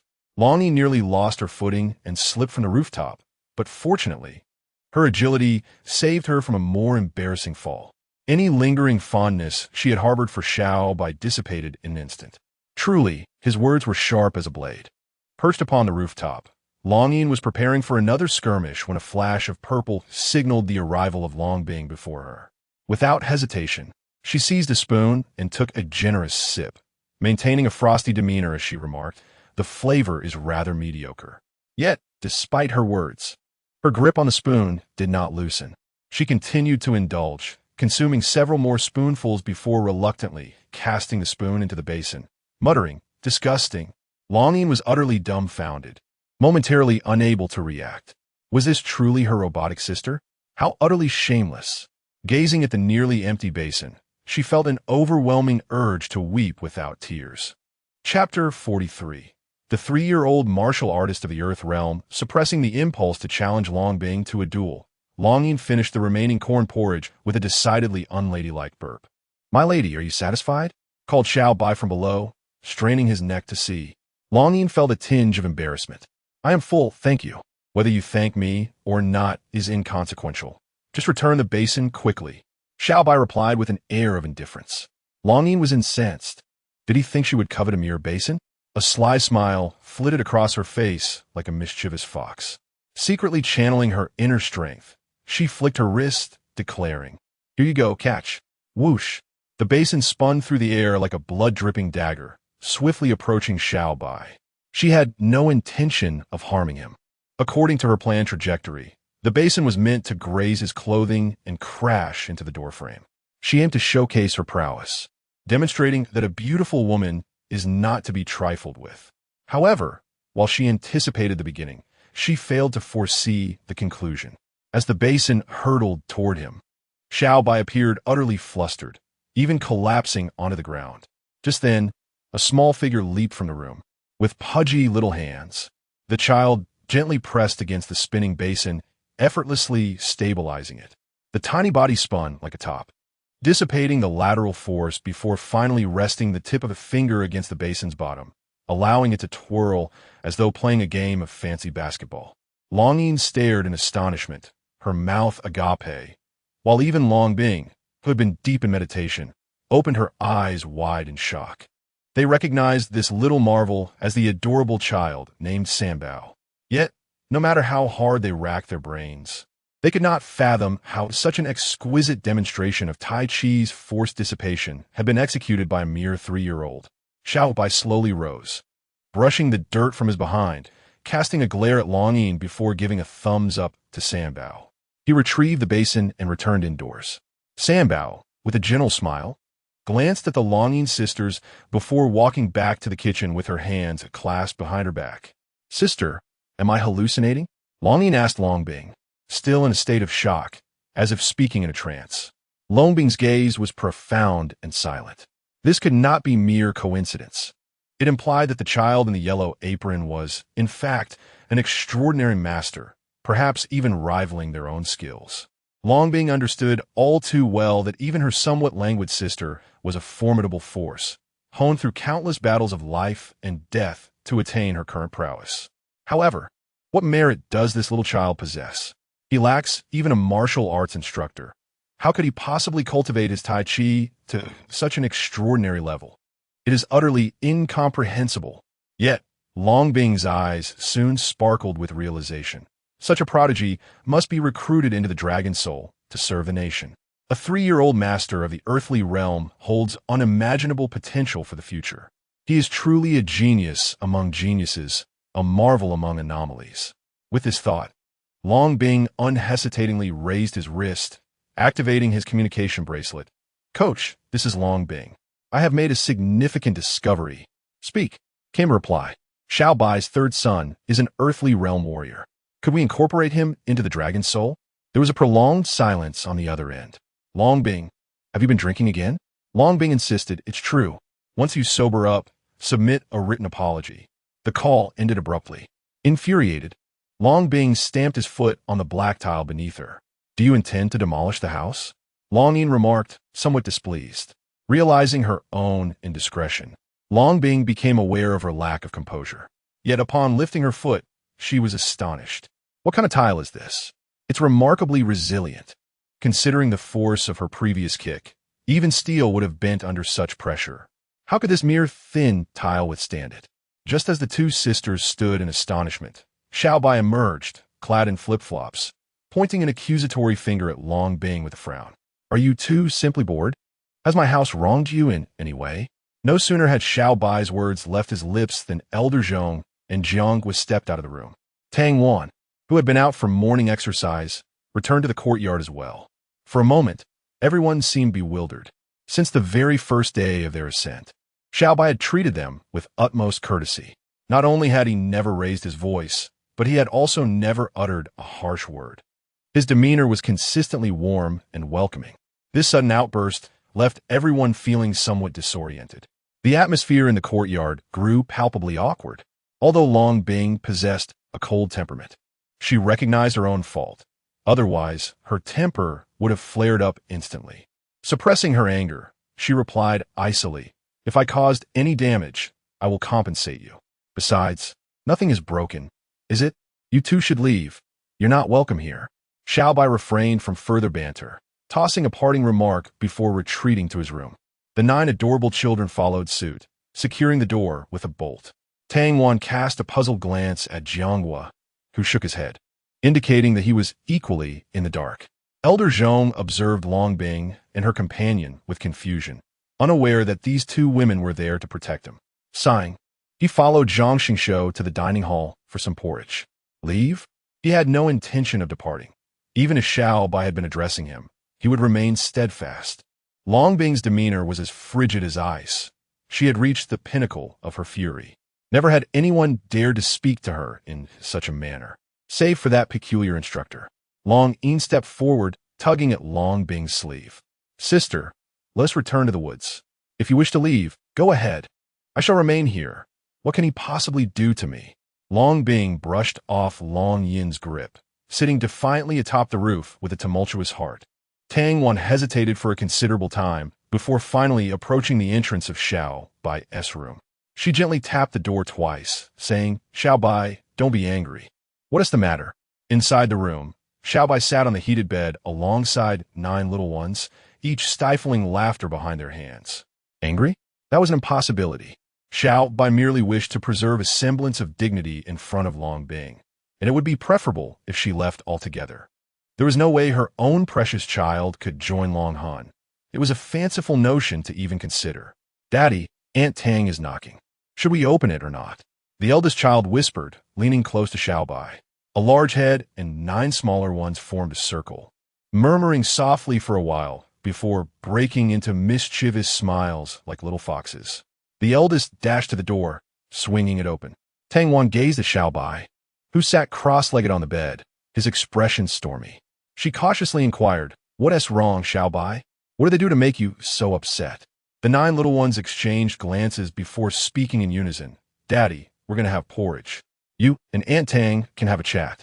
With that, they scampered out of the room, leaving only Xiao Bai and Tang Wan behind.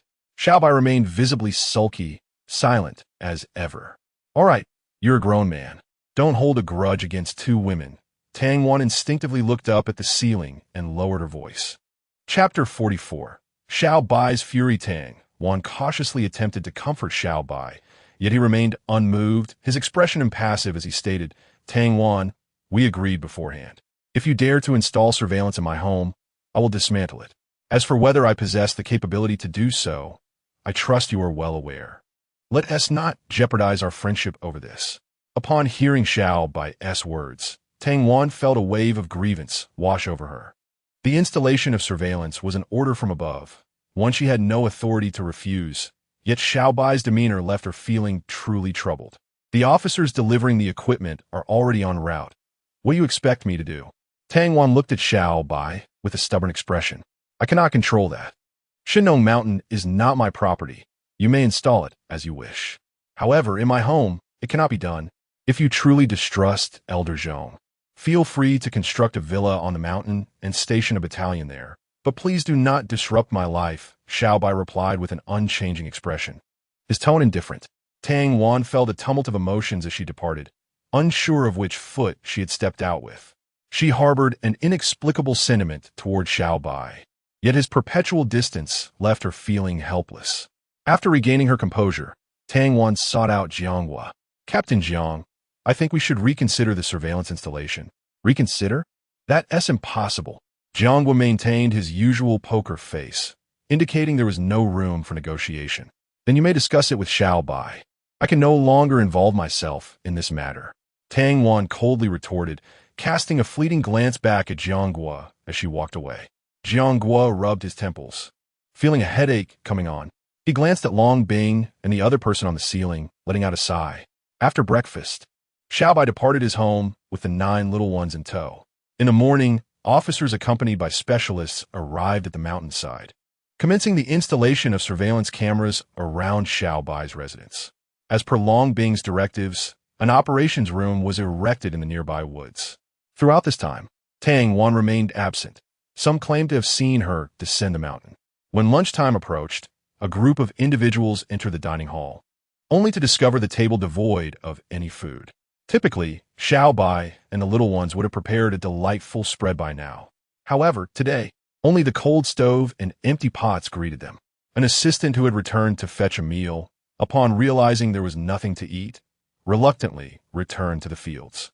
There he spotted old Zhong sitting on the ground, savoring golden brown roasted sweet potatoes, their aroma utterly enticing. "Shaoli, come over and eat. I've saved 2 for you," old Zhong called out. Shaoli hastened over, unable to resist swallowing hard at the enticing sight. He was genuinely hungry and soon joined old Zhong on the ground to partake in the feast. "Old Zhong, these sweet potatoes are delectable, so fragrant and sweet," Shaoli exclaimed. Old Zhong chuckled like a child, replying, "Is there anything made by Xiao Bai that isn't delicious? Did Mr. Xiao send these?" Xiao Li's face lit up with joy. Old Zhong wiped his lips and said, "He mentioned he hadn't prepared lunch, fearing I might go hungry, so he brought these over." Gazing at the surrounding fields, old Zhong murmured, "This child is quite considerate. There's no need for such a grand show. The collection work here is nearly complete. In a couple of days, we shall descend the mountain. The mention of returning made Xiao Li feel a twinge of reluctance. The meals at Xiao Bai's home were truly exceptional. Even the simplest fare was a culinary delight unattainable elsewhere. Can't we stay a few more days? Xiao Li looked at old Zhong with hopeful eyes. Old Zhong shook his head. If it were just the two of us, it wouldn't be a problem to linger longer. But look at how many people are up here now. It would disrupt Xiao Bai's life. Yet, Xiao Li seemed poised to protest, but old Zhong waved him off. Silly boy, we can always return in due time, he said with a knowing smile, reminiscent of a cunning fox. He distinctly remembered Xiao Bai's words when he departed. Old Zhong was always welcome to return for a visit. Above them, Longing munched on compressed biscuits, casting a somewhat forlorn glance at Long Bing, who remained unfazed, lost in his thoughts. Jiang Gua and Zhang Xingxiu, with unabashed expressions, managed to procure 2 loaves of bread from the installers, barely scraping by for lunch. The courtyard, once filled with the laughter and chatter of the little ones, now felt desolate and quiet. A sense of monotony enveloped everyone. Deep within Shinnong Mountain, wisps of smoke rose gracefully. Xiao Bai, contentedly roasting sweet potatoes, watched as the little ones relished their meal, creating a vivid tableau of familial joy in nature. "Daddy, are we going to spend the night here?" inquired the ever-concerned Bao. Xiao Bai peeled a perfectly roasted sweet potato and smiled gently, saying, "Today's theme is outdoor camping. Is there anyone opposed?" "Not all," cheered the 9 little ones, their excitement bubbling like mountain sprites. After a moment of revelry, Wu Bao leaned in closer to Xiao Bai and whispered, "Daddy, may I take dinner to Grandpa Zhong tonight?" Xiao Bai affectionately ruffled Wu Bao's hair, chuckling, "Of course. Wu Bao is the most thoughtful. And what about Aunt Tang?" She hadn't eaten lunch, and Wu Bao suddenly expressed concern. Xiao Bai sighed. He did not harbor any dislike for Tang Wan. In fact, he found himself appreciating her innate simplicity. However, he instinctively recoiled from her approach. At this moment, his sole desire was to safeguard the 9 little ones. Matters of romance were simply out of the question. Aunt Tang had already descended the mountain, so Wu Bao need not worry. Xiao Bai's expression returned to normal as he gently pinched Wu Bao's small face. After enjoying some roasted sweet potatoes, the 9 adorable children rested against the shade of a tree, patting their little bellies. Xiao Bai appeared to stroll leisurely, gliding a few steps on the ground. Then, with a sudden stomp, a square clod of earth was thrust upwards. Rubbing it lightly with his right foot, the clod spun rapidly before landing precisely atop the fire pit, effectively extinguishing the flames. "Daddy, you're so cool," exclaimed Sin Bao, eyes sparkling. "Daddy, it's been a while since we sparred. I wonder if your skills have diminished." "San Bao the hero, please teach me." Xiao Bai earnestly clasped his fists together in salute and assumed a stance. San Bao, brimming with enthusiasm, kicked off from the tree trunk, propelling himself 5 meters directly in front of Xiao Bai. With a proud demeanor, he declared, "Daddy, please show mercy." Following this, his shoulders moved in unison as he launched a flurry of punches toward Xiao Bai. A slight smile graced Xiao Bai's lips as the myriad shadows of fists condensed into 2 tiny fists in his eyes. With pinpoint precision, he seized San Bao's wrist. Unfazed, San Bao sprang both legs simultaneously, aiming directly for Xiao Bai's chest. Xiao Bai instinctively drew in his chest and abdomen, bending into an incredible arc, evading San Bao's dual-legged assault. Using his heel as an axis, he exerted force through his arms and flung San Bao away. San Bao flipped several times in the air before landing safely atop the tree trunk. He called out to the remaining 8 children, "Daddy is formidable. He cannot be defeated alone. Little ones, let's all join in." Chapter 45. The cobra with flowers blooming behind its head. Swish, swish, swish. 8 small figures surged forth simultaneously, darting toward Xiao Bai. Unperturbed, he adopted a Tai Chi starting posture. San Bao giggled and leaped down from the tree. In an instant, Xiao Bai found himself encircled by tiny fists and feet. The children's movements accelerated, leaving only fleeting shadows in their wake. Xiao Bai remained composed, showing no signs of distress. With feet pivoting around one another and arms forming a circular embrace, His movements flowed like a tranquil stream, effortlessly dissipating the sharp attacks of the little ones.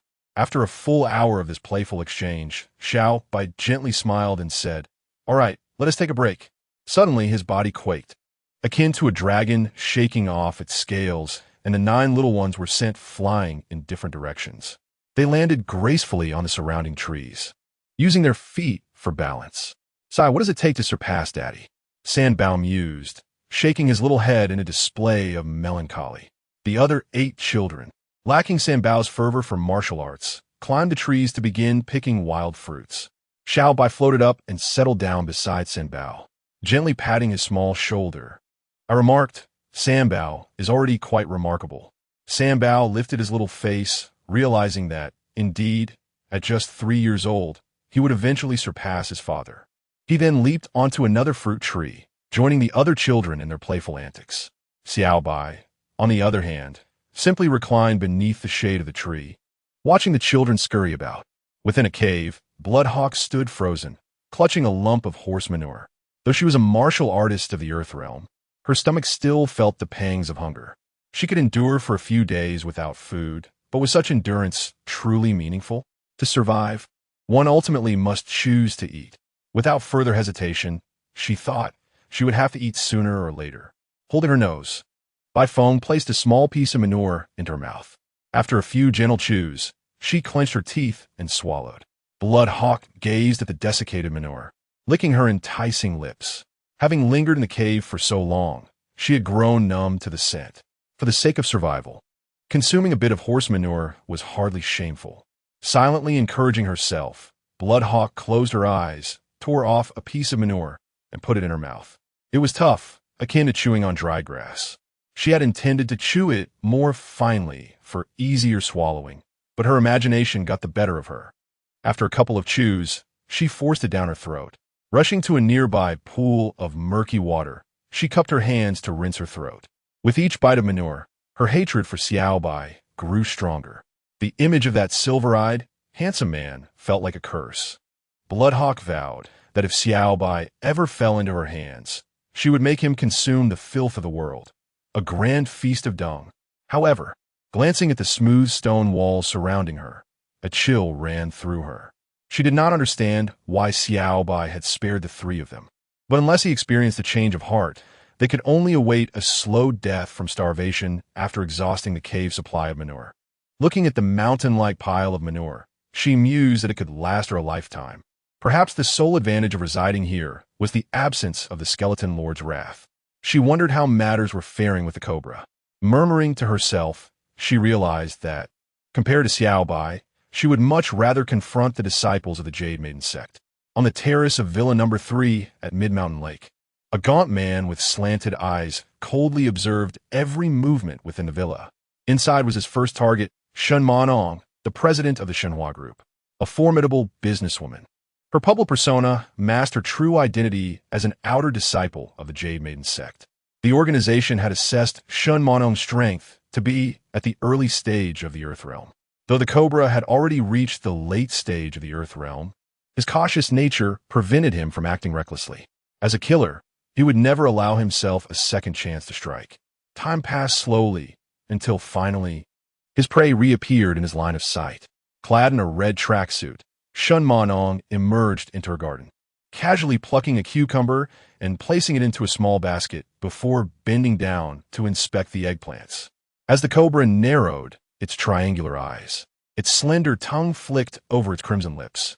It raised a small crossbow on its left arm, poised at the perfect range. Already witnessing the scene of Shen Moshuan sprawled on the ground, blood oozing from the corners of his mouth. The jet-black bolt, devoid of any sheen, was aimed at Shen Moshuan's back. A sinister curve played at the corners of the cobra's mouth, each kill igniting a fervor within him. Whoosh! The dark arrow shot forth. Just as the bolt was 3 meters away from Shen Moshuan, the latter, who had been crouching on the ground, suddenly thrust his hand backward. A spiny cucumber was hurled forth, seemingly with a mind of its own, colliding with the arrowhead. The rapidly spinning cucumber redirected the bolt, embedding it firmly into the wooden frame of the cucumber rack. Shen Moshuan held 2 tomatoes in his hands, a mocking expression directed at the cobra. The cobra's eyes widened in disbelief, contemplating numerous possibilities. Yet, his singular thought was to flee. With only one bolt remaining in his crossbow, a rule he had imposed upon himself, he knew he had to retreat if he missed. With a push from his feet, the cobra leapt into the air, intending to escape. Suddenly, he sensed a malevolent wind behind him. He attempted a lateral maneuver midair, but was a fraction too late. He dodged the first crimson beam, but not the second. Crack! A red splash erupted from the back of the cobra's head, and he collapsed onto the rooftop. The cobra rolled to his feet, gingerly touching the tender spot on his head, wiping the tomato juice from his hands. A wave of dread washed over him. Had Shun Mashuan thrown a stone instead of a tomato, he would have felt the splatter of his own brain matter. This time, the cobra learned his lesson and refrained from jumping again. He executed a roll and leapt off the rooftop, swiftly crossing over the high wall and dashing away into the hillside. Shun Mashuan delicately wiped his jade-like hands with a silk handkerchief, his gaze playfully fixed on the direction the cobra had vanished, choosing not to pursue. While letting go, clad in white as pure as snow, Lung Qingshuang, akin to an icy mountain lotus, descended from the window, coldly remarking, "Like Xiao Bai, I detest the presence of corpses in our home." Shun Mashuan tossed the handkerchief into the trash bin and picked another cucumber to place in his small basket. Then, he crouched down to begin picking tomatoes. Lung Qingshuang snorted and leapt back into the room through the window, just as Shun Mashuan was about to enter with his basket. Lung Qingshuang suddenly poked her head out of the window, her expression impassive as she said, "That cucumber, please pick one for me as well." Lately, the data had dipped slightly. Dear fans, remember to give Uncle Gio a little nudge for more updates. Chapter 46. Mental Lock on the Thief of Cucumbers. Having been in the organization for 10 years and assassinated 368 individuals, the Cobra had never felt as disheveled as today. How could Shun Mashuan, merely a novice martial artist, leave him in such a plight? The Cobra felt that the organization's intelligence had become increasingly unreliable. Attempts to contact Blood Eagle had yielded no response, as if he had vanished from the face of the earth. Could it be that the Blood Eagle faction has encountered some troubles as well? The Cobra grew increasingly anxious as he fled, ultimately fixing his gaze resolutely towards the direction of Shinnong Mountain. As dusk approached, a sweaty young man named Li observed the elderly Zhong, who was still engaged in soil testing, and felt a deep sense of admiration. Ever since old Zhong had regained his youth, he worked tirelessly, seemingly oblivious to the passage of time. If it weren't for Li's reminders, the old man might even forget to eat. Upon thinking of meals, Li glanced at the house of the Xiao family. The chimney was devoid of smoke, indicating that Elder Xiao was indeed quite upset this time. Fortunately, he was with old Zhong, so there would be food to eat. With a foolish grin, Li scanned the surroundings, realizing that there was no trace of Xiao Bai nearby. Don't forget, he thought with a hint of worry, nothing was more disheartening than working the fields without sustenance. "Grandpa, look what Wu Bao has brought you." Wu Bao's soft voice unexpectedly rang out as he appeared at the edge of the field, hoisting a large, golden object that resembled a yam. Li rubbed his eyes, wondering when this little fellow had shown up. Old Zhong set aside his work and approached Wu Bao with a kindly expression. "What delicious treat has Wu Bao brought for Grandpa?" Wu Bao shyly shook the hefty item on his shoulder and smiled. "This is Huang Jing." Old Zhong's face reflected disbelief. It appeared to be Huang Jing, but such a large specimen was beyond anything he had ever encountered. He had neither seen nor heard of it before. Huang Jing was referred to by ancient scholars as the food of immortals and was noted in Jiahuang Ben Chao as a sustenance source. Li Shizhen classified Huang Jing as a vital medicinal herb, thus it was listed foremost in the herbal compendium. The Wufu Jing states that Huang Jing acquires the pure essence of heaven and earth, hence it is named Wujizi. It symbolizes sustenance and alleviation of poverty, leading to fame and success. These facts were all too familiar to Zhong Qinxiu. However, upon seeing the Huang Jing on Wu Bao's shoulder, he still found it hard to believe.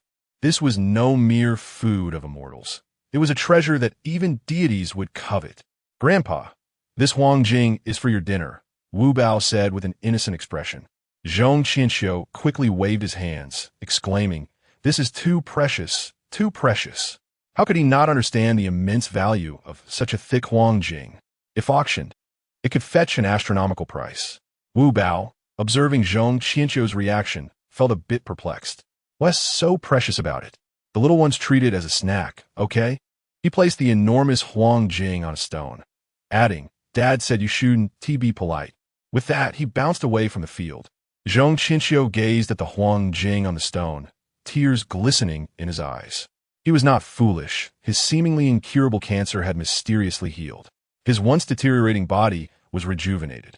The 9 little ones radiated with wonder. Even a child could deduce that Xiao Bai had been quietly aiding this old man. This was one of the reasons he wished to descend the mountain in a couple of days. He did not want to expose Xiao Bai's kindness and disrupt the happiness of that family. With a sigh, Zhong Qianqiu placed a segment of the yellow essence from the stone and handed it to Xiao Li. He then broke off a piece for himself and began to crunch on it. Its flavor was sweet and the texture was refreshing. After a few bites, the weariness of the day seemed to dissipate, leaving Zhong invigorated. Xiao Li gazed at the yellowish substance in his hand and asked, Can this really be eaten like a meal? Zhong Qianqiu replied with a mysterious smile, Ah, you are indeed fortunate. Did you bring this to Grandpa Zhong? Xiao Bai held a larger piece of yellow essence, which he had upgraded thrice using the treasure pot. Five Bao nodded obediently, though somewhat puzzled by Zhong's excitement. Xiao Bai, unfazed by Zhong's reaction, smiled calmly.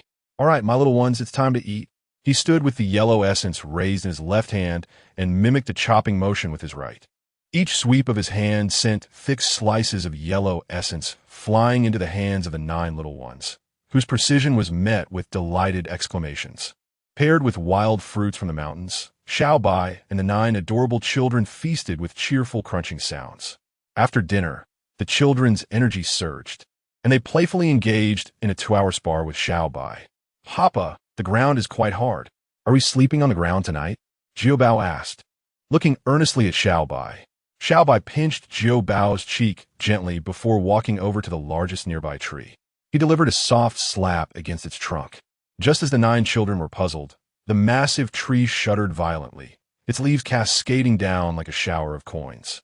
After a full minute, the tree ceased its trembling, forming a natural mattress of leaves around it, piled to a thickness of 30 centimeters.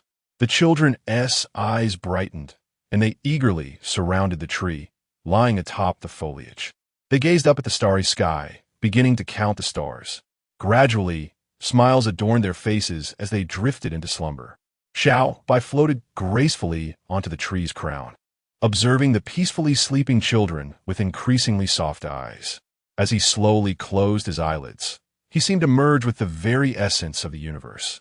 His internal meridians began to operate autonomously, and within his consciousness, a luminous orb of white light shimmered brilliantly. This was an exceedingly advanced meditation technique, originally the most rudimentary form of practice within Buddhism. However, after being upgraded to its highest form by the treasure pot, it transformed into a radiant sphere embedded in Xiao Bai's consciousness. Requiring no conscious effort from him, this technique would cultivate itself daily, continuously enhancing Xiao Bai's strength with each passing second. In his consciousness, there were 5 such luminous orbs. As time progressed, the imagery within a 10-mile radius became vividly clear in his mind, and the range continued to expand.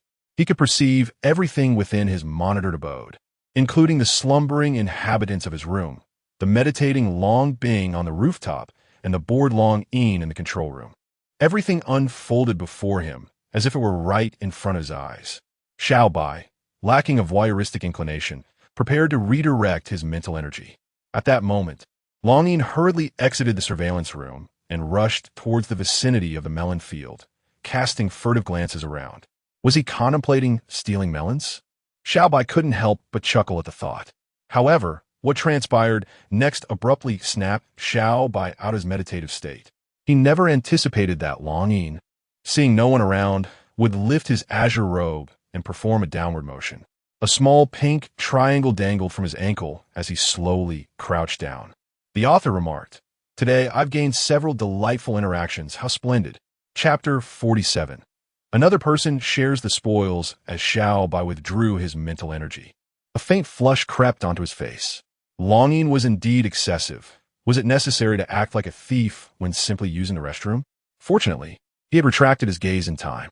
Well, he hadn't seen anything at all. After a few self-reassuring thoughts, Xiao Bai still found himself wide awake, feeling quite uncomfortable as a blinding whiteness enveloped his vision. Unbeknownst to Longyin, Xiao Bai was grappling with his predicament, and he had no means to alleviate the disturbance he caused. The moonlight filtered through the pines, and clear springs flowed across the ground. As an ethereal melody concluded, Longyin rose to tidy himself up. Just as he intended to return to the surveillance room, he heard faint footsteps emanating from the melon field. A thief was indeed present. This was Longyin's immediate reaction. He crouched down slightly, focusing his gaze on the direction of the field. Sure enough, a gaunt figure soon emerged, marveling at a watermelon the size of a grinding disc. Swallowing hard, the newcomer squinted with his triangular eyes and raised his hand to smack the watermelon. Bang! A muffled sound echoed as the watermelon split into several pieces. Clearly, he was parched, shoveling the flesh into his mouth with his hands. How audacious of this melon thief to come here and indulge. Longyin felt quite displeased. She had noticed the enticing watermelons upon ascending the mountain. It seemed Xiao Bai had no intention of sharing them with anyone. She could only suppress her yearning, only to see a little rascal take advantage of the situation. With a swift lift of her leg, Longyin gracefully approached the thief from behind. Perhaps the watermelon was too delectable, for the thief was utterly oblivious to the enchanting beauty standing behind him, even leaning his head deep into the watermelon. Take this, Longyin scoffed, delivering a fierce kick to the intruder. She did not exert excessive force, for stealing melons was not a capital offense. With a thud, the thief, being rather slight, tumbled headfirst into the massive watermelon. Longyin, feeling unsatisfied, contemplated delivering another kick, but then heard a resounding bang as the watermelon shattered into pieces, splattering her with juice. A thin man, covered in watermelon pulp, squinted at Longyin with cold, triangular eyes, resembling a venomous snake. The man felt quite disgruntled. Having just suffered a tomato to the head during the day, he had rushed to the Shinong mountain, parched and drawn to such an enticing watermelon. Just as he was relishing his feast, someone had kicked him from behind, leaving him drenched in watermelon guts. With a surge of strength, the watermelon was explosively shattered, revealing a tall woman clad in hanfu. Her gaze was decidedly unfriendly. Longyin glanced at the watermelon juice that drenched her, her temper flaring instantly. How dare you make me wet? You won't escape my wrath. With a swift movement, her long, fair legs swept horizontally, striking the chin of the cobra. The cobra's eyes widened as he leaned back, his body bending as if devoid of bones. Noticing that her kick had missed, Longyin disregarded any modesty and executed a vertical split kick. The cobra, however, was too preoccupied to admire the view below. Longyin's leg techniques were both rapid and fierce, and a successful strike would surely leave him coughing blood. Without hesitation, he planted both hands on the ground and executed a backward roll, creating distance between them. Their eyes met once more, now devoid of the initial disdain. A true master reveals their prowess at the first strike. While credentials can be forged, the skill at hand is unmistakable.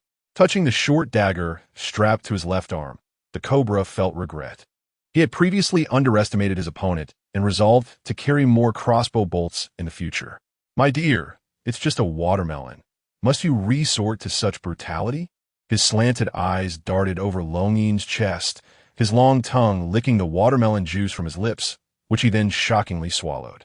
Longyin scrutinized the wiry man before her, particularly his slanted eyes and the palpable aura of menace he exuded. He was evidently no ordinary thief. Do not play coy with me. Who are you really? Longyin's expression grew grave as she slowly unsheathed the long whip from her waist. The cobra's gaze fell upon the whip, at least 3 meters in length. With a cold smile, he taunted, "You think I fear you, you wretched woman?" With a crack of the whip, Longyin ceased her chatter and launched an immediate attack. The whip danced like a dragon, aiming straight for the cobra's chest. He dared not meet it head-on. Instead, he contorted his body in a bizarre manner to evade the strike. The watermelon patch became a flurry of activity as they exchanged blows, neither landing a hit on the other, though the ground was strewn with shattered watermelon remnants. In this open field, Longing held the advantage with her whip, and the cobra's triangular eyes darted anxiously. Raising his left hand, he shouted, "Look out for the arrow." Longing's heart raced as she quickly dodged, only to realize she had been tricked. The cobra swiftly retreated, sprinting 30 meters towards the distant woods. Longing, undeterred, brandished her whip and pursued him into the forest. Just as she departed, Long Bing, donned in purple, arrived on the scene. Like Longing, she had felt a sudden disturbance, akin to a stream colliding with a vital point. Leaping down from the rooftop, she sprinted several hundred meters to the small grass patch. Just as she began to relax, the sound of the whip crack echoed from the direction of the watermelon patch. Adjusting her purple shorts, she dashed toward the watermelon field, only to arrive a moment too late, witnessing the remnants of watermelon pulp scattered across the ground. With a chilling gaze, Longbing also set off towards the woods. Meanwhile, in the room, Elder Zhong and the others slept soundly, undisturbed, while Jiangguo was roused by the faint sounds outside. Knowing that members of the Dragon Soul were on guard, he gripped his handgun, observing the doorway intently. He did not dare to relax until the sounds had faded into the distance. The frantic cobra burrowed deep into the mountains, exerting every ounce of its strength. The women it encountered today were all peculiar, leaving the cobra feeling utterly defeated. Fortunately, its mastery of flexibility had reached a commendable level, allowing it to navigate the dense forest with ease. After running several kilometers, it finally evaded the pursuit of Long Ling. Just as it breathed a sigh of relief, a ghostly voice echoed in its ear. "You've done well, but you let that reckless woman lead you astray." The cobra was drenched in cold sweat, leaping several meters in shock. "Are you human or ghost?" "I am the victim." It beheld Xiao Bai, a striking figure with flowing silver hair and piercing silver eyes, radiating lethal intent. "Victim? You sowed the seeds of your own misfortune," Xiao Bai retorted, his gaze penetrating. The cobra, upon realizing it was facing an exceptionally handsome man, felt a slight easing of its anxiety. Yet, Xiao Bai's voice deepened as he continued. "How can I save you wretched souls? Those who do not cherish their sustenance shall be left to consume dung." As soon as the words left his lips, a flash of white darted past. Before the cobra could comprehend the situation, it felt a sharp pain at the back of its head and collapsed. When it regained consciousness, it found itself in a pitch-black cave, where 3 shadowy figures with glowing red eyes were examining it closely. "Cobra, you've arrived. Another mouth to share the dung," one of them remarked, rubbing its eyes. The cobra realized with surprise that these were all familiar faces. "You are Blood Eagle, Emoya, and Bifong." For reasons unknown, the cobra suddenly felt a sense of comfort. Blood Eagle, with his inherent charm, was unmistakable. Emoya and Bifong were also strikingly handsome, their faces radiating beauty. In contrast, the cobra was lanky and bore triangular eyes, rendering it rather unfortunate in the realm of looks. Observing the 2 scruffy, bloodshot-eyed individuals before him, and the once aloof Blood Eagle, now resembling a dejected girl, the cobra mused that fate can indeed be fair at times. "What brings you here?" it inquired, but received no answer as the trio continued to gaze intently at its form. "What do you intend to do?" The cobra felt a twinge of panic, tightening its collar. "Do not move," Blood Eagle commanded in a dry voice. Cautiously, he pinched a small piece of watermelon flesh from the cobra's neck, savoring it as if it were the finest delicacy. A solemn expression adorned his face, as though he were relishing the most exquisite gourmet fare. Witnessing this, Emoya and Bifong could no longer contain themselves. They pinned the cobra to the ground and began to rummage through its clothes, tearing off pieces of dried watermelon. Unsatisfied, they stripped the cobra bare, shaking its clothing until several shriveled pieces of watermelon fell to the ground, which the trio then scrambled to seize. The cobra was utterly bewildered by their sudden fervor. Catching a whiff of the cave's odor, it clutched its chest and shouted, "Have you lost your minds? That is contaminated with dung. It's inedible." "Inedible because it's tainted with dung?"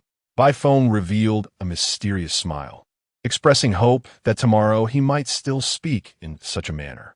After a hard-won retrieval of his garments, the cobra was once again knocked to the ground. Yet, The keen-eyed blood eagle astutely observed that there was ketchup smeared on the back of the cobra's head. Good gracious, this ruckus nearly left the cobra bald. What exactly do you three intend to do? The cobra lamented, his voice tinged with a sob. The formidable cobra, known for his unflinching demeanor in the face of death, shed tears of grievance. Bai Feng placed a reassuring hand on the cobra's shoulder, saying, "My dear cobra, I apologize for the inconvenience. And thank you for the fruits and vegetables you provided." Fruits and vegetables, indeed, these three have lost their minds. The cobra felt exceedingly wronged, a profound sense of injustice welling within him. "All right, brother, in a couple of days, you shall understand us." Blood Eagle consoled him, then pointed to the inscriptions on the cave ceiling. "Brother, do take a look at what is written above." The cobra tilted his head back. As a martial artist of the earthly realm, seeing in the dark posed little difficulty. To his surprise, he beheld the stark inscription, "Every grain in your bowl is earned through hard work." Reciting the poem softly, the cobra felt somewhat perplexed. Then suddenly, he smacked his forehead and exclaimed, "You mean to say that deciphering this verse is the key to our exit from this cave? You are overthinking it. This is simply what the demon wishes to convey to us, to cherish our food," Blood Eagle confessed, a look of remorse crossing his face.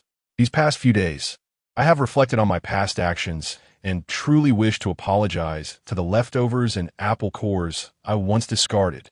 Indeed, if only we had some cow dung to eat, it would be a delightful change of flavor." Bai Feng empathized. Emoya clutched his chest. "Brother, spare us. That cuts deep." The cobra mused, in the depths of the forest, the dragon traverses mountains and waters. Alas, the cobra's agility was unparalleled. He could slip through any crevice. In contrast, her traditional Han attire made her somewhat fastidious. Despite her carefulness, her garments were left in tatters, resembling shreds of silk. While in pursuit, Long Yin was astonished to discover that the cobra's tracks had vanished. The surroundings appeared meticulously altered, rendering it impossible to ascertain the cobra's direction. Reluctantly, she commenced a search, hoping for a stroke of luck. After several laps, she noticed a group of individuals resting beneath a nearby large tree. Long Yin approached cautiously, her expression becoming complex. Beneath the dense foliage, 9 small heads peeked out, each sleeping soundly with smiles gracing their cherubic faces. At the edge of the leaves, Xiao Bai lay with his hands as a pillow, his body arched in a protective half-crescent shape. Evidently, his subconscious still harbored concerns for the safety of the little ones. A pang of sorrow struck Long Yin's heart. She lamented the folly of her sister, who, devoid of empathy, had led them to forsake their comfortable home for this remote wilderness. "Why are you dawdling here instead of pursuing?" Long Bing's sudden appearance startled Long Yin. She quickly gestured for silence, pointing at Xiao Bai and the adorable children beneath the tree. Long Bing glanced at them, her expression as impassive as ever, and declared, "Hurry up and pursue. Do not waste time here. Why do you speak so harshly? Who is responsible for the children sleeping here?" Long Yin's expression turned cold. "Insisting on pursuing you, while I must remain here to protect the little ones. What if a wild beast appears? Have you lost your mind? That little fellow is a realm warrior. What beast could possibly harm them?" Long Bing pointed at Sambao and shot a glare at Long Yin, saying, "Let us not forget our mission." Long Yin's lips moved, but after casting one last glance at the little ones in Xiao Bai, he reluctantly followed Long Bing deeper into the dense forest. Once the two sisters departed, Xiao Bai began to softly murmur, 1, 2, 3, 4, counting all the way to 10. The little ones simultaneously rose from among the leaves. "Wow, Daddy, this is so much fun," exclaimed DeBeo, his face beaming with joy. "That ant in the purple clothes is so annoying. She only says Sambao is amazing. But Jiubao is also quite capable." Jiubao pouted, feeling somewhat disgruntled. Sambao hurried over to embrace Jiubao, declaring she doesn't understand anything. "Jiubao is the strongest." Yes, Sambao is right." The other 7 little ones nodded in unison, their expressions earnest. Jiubao cradled her round little face, feeling that her siblings were indeed correct. Xiao Bai looked at the 9 adorable treasures, unable to suppress a knowing smile. The little ones had performed splendidly, and thus, Daddy decided to reward each with a red fruit. As soon as he spoke, Xiao Bai opened his palm as if performing magic. 9 glowing crimson fruits appeared before him. The 9 little one's silver eyes sparkled as they lined up in an orderly fashion to receive their red fruits. Eagerly, they popped them into their mouths, revealing satisfied smiles. "Daddy, I feel revitalized and don't want to nap anymore," Xiao Bai said, kicking at a small stone with her foot. "Yes, Daddy, shall we have another match?" San Bao rubbed her little hands, itching for a rematch. "No more fighting. Daddy always defeats us." Xiao Bai shook his head in refusal. The little ones formed a circle, pondering what to play late into the night. Only Debeo rested her chin in her hands, appearing deep in thought. "Debeo, what are you thinking about?" Xiao Bai asked with a concerned smile. Debeo contemplated that the 2 ants had ventured deeper into the woods, which could pose a danger. The author has a message. "Dear little cuties, please give 5-star ratings and urge for updates. Uncle Joe on behalf of the little treasures thanks you all." Chapter 48. The fate of the charming longing hangs by a thread. Xiao Bai shook his head with a faint smile. His eldest, Debeo, was indeed a worrywart. While he might jest and tease, he held no fondness for Longbing. Proud and cold, such a woman was not easily liked. Yet, considering Longyin, especially with Longhunt's contributions to the entire Dragon Kingdom, Xiao Bai could not simply turn a blind eye.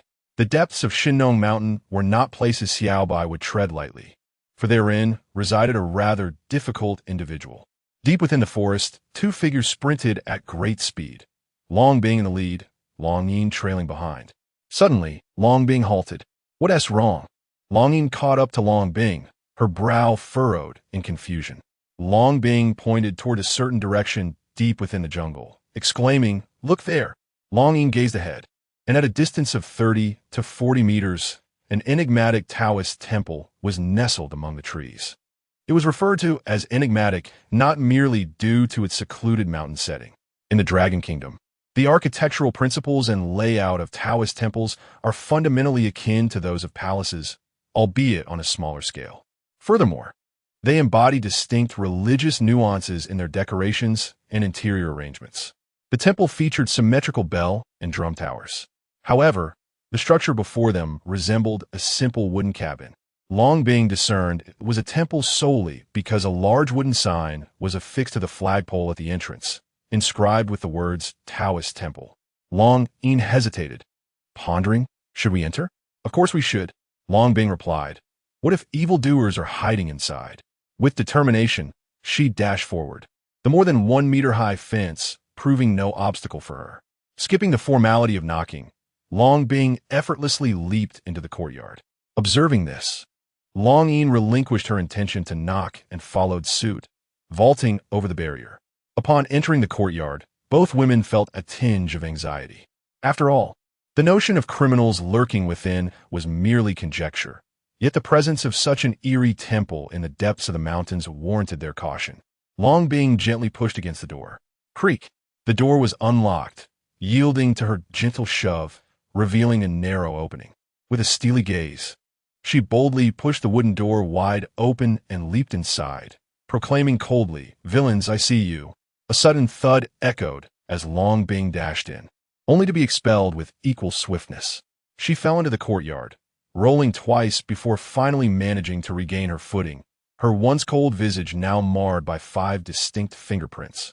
Longyin stared, taken aback by the unexpected turn of events. She was well aware of Longbing's formidable combat prowess. How could she have been so inexplicably struck? Worry etched on her face, she inquired, "Sister, what happened?" Longbing's gaze grew increasingly frigid. She was as bewildered as her sister, having rushed in only to feel a sharp sting across her face before being flung back out. Rubbing her stinging cheek, she shouted, "Who dares to cause mischief here? Show yourself."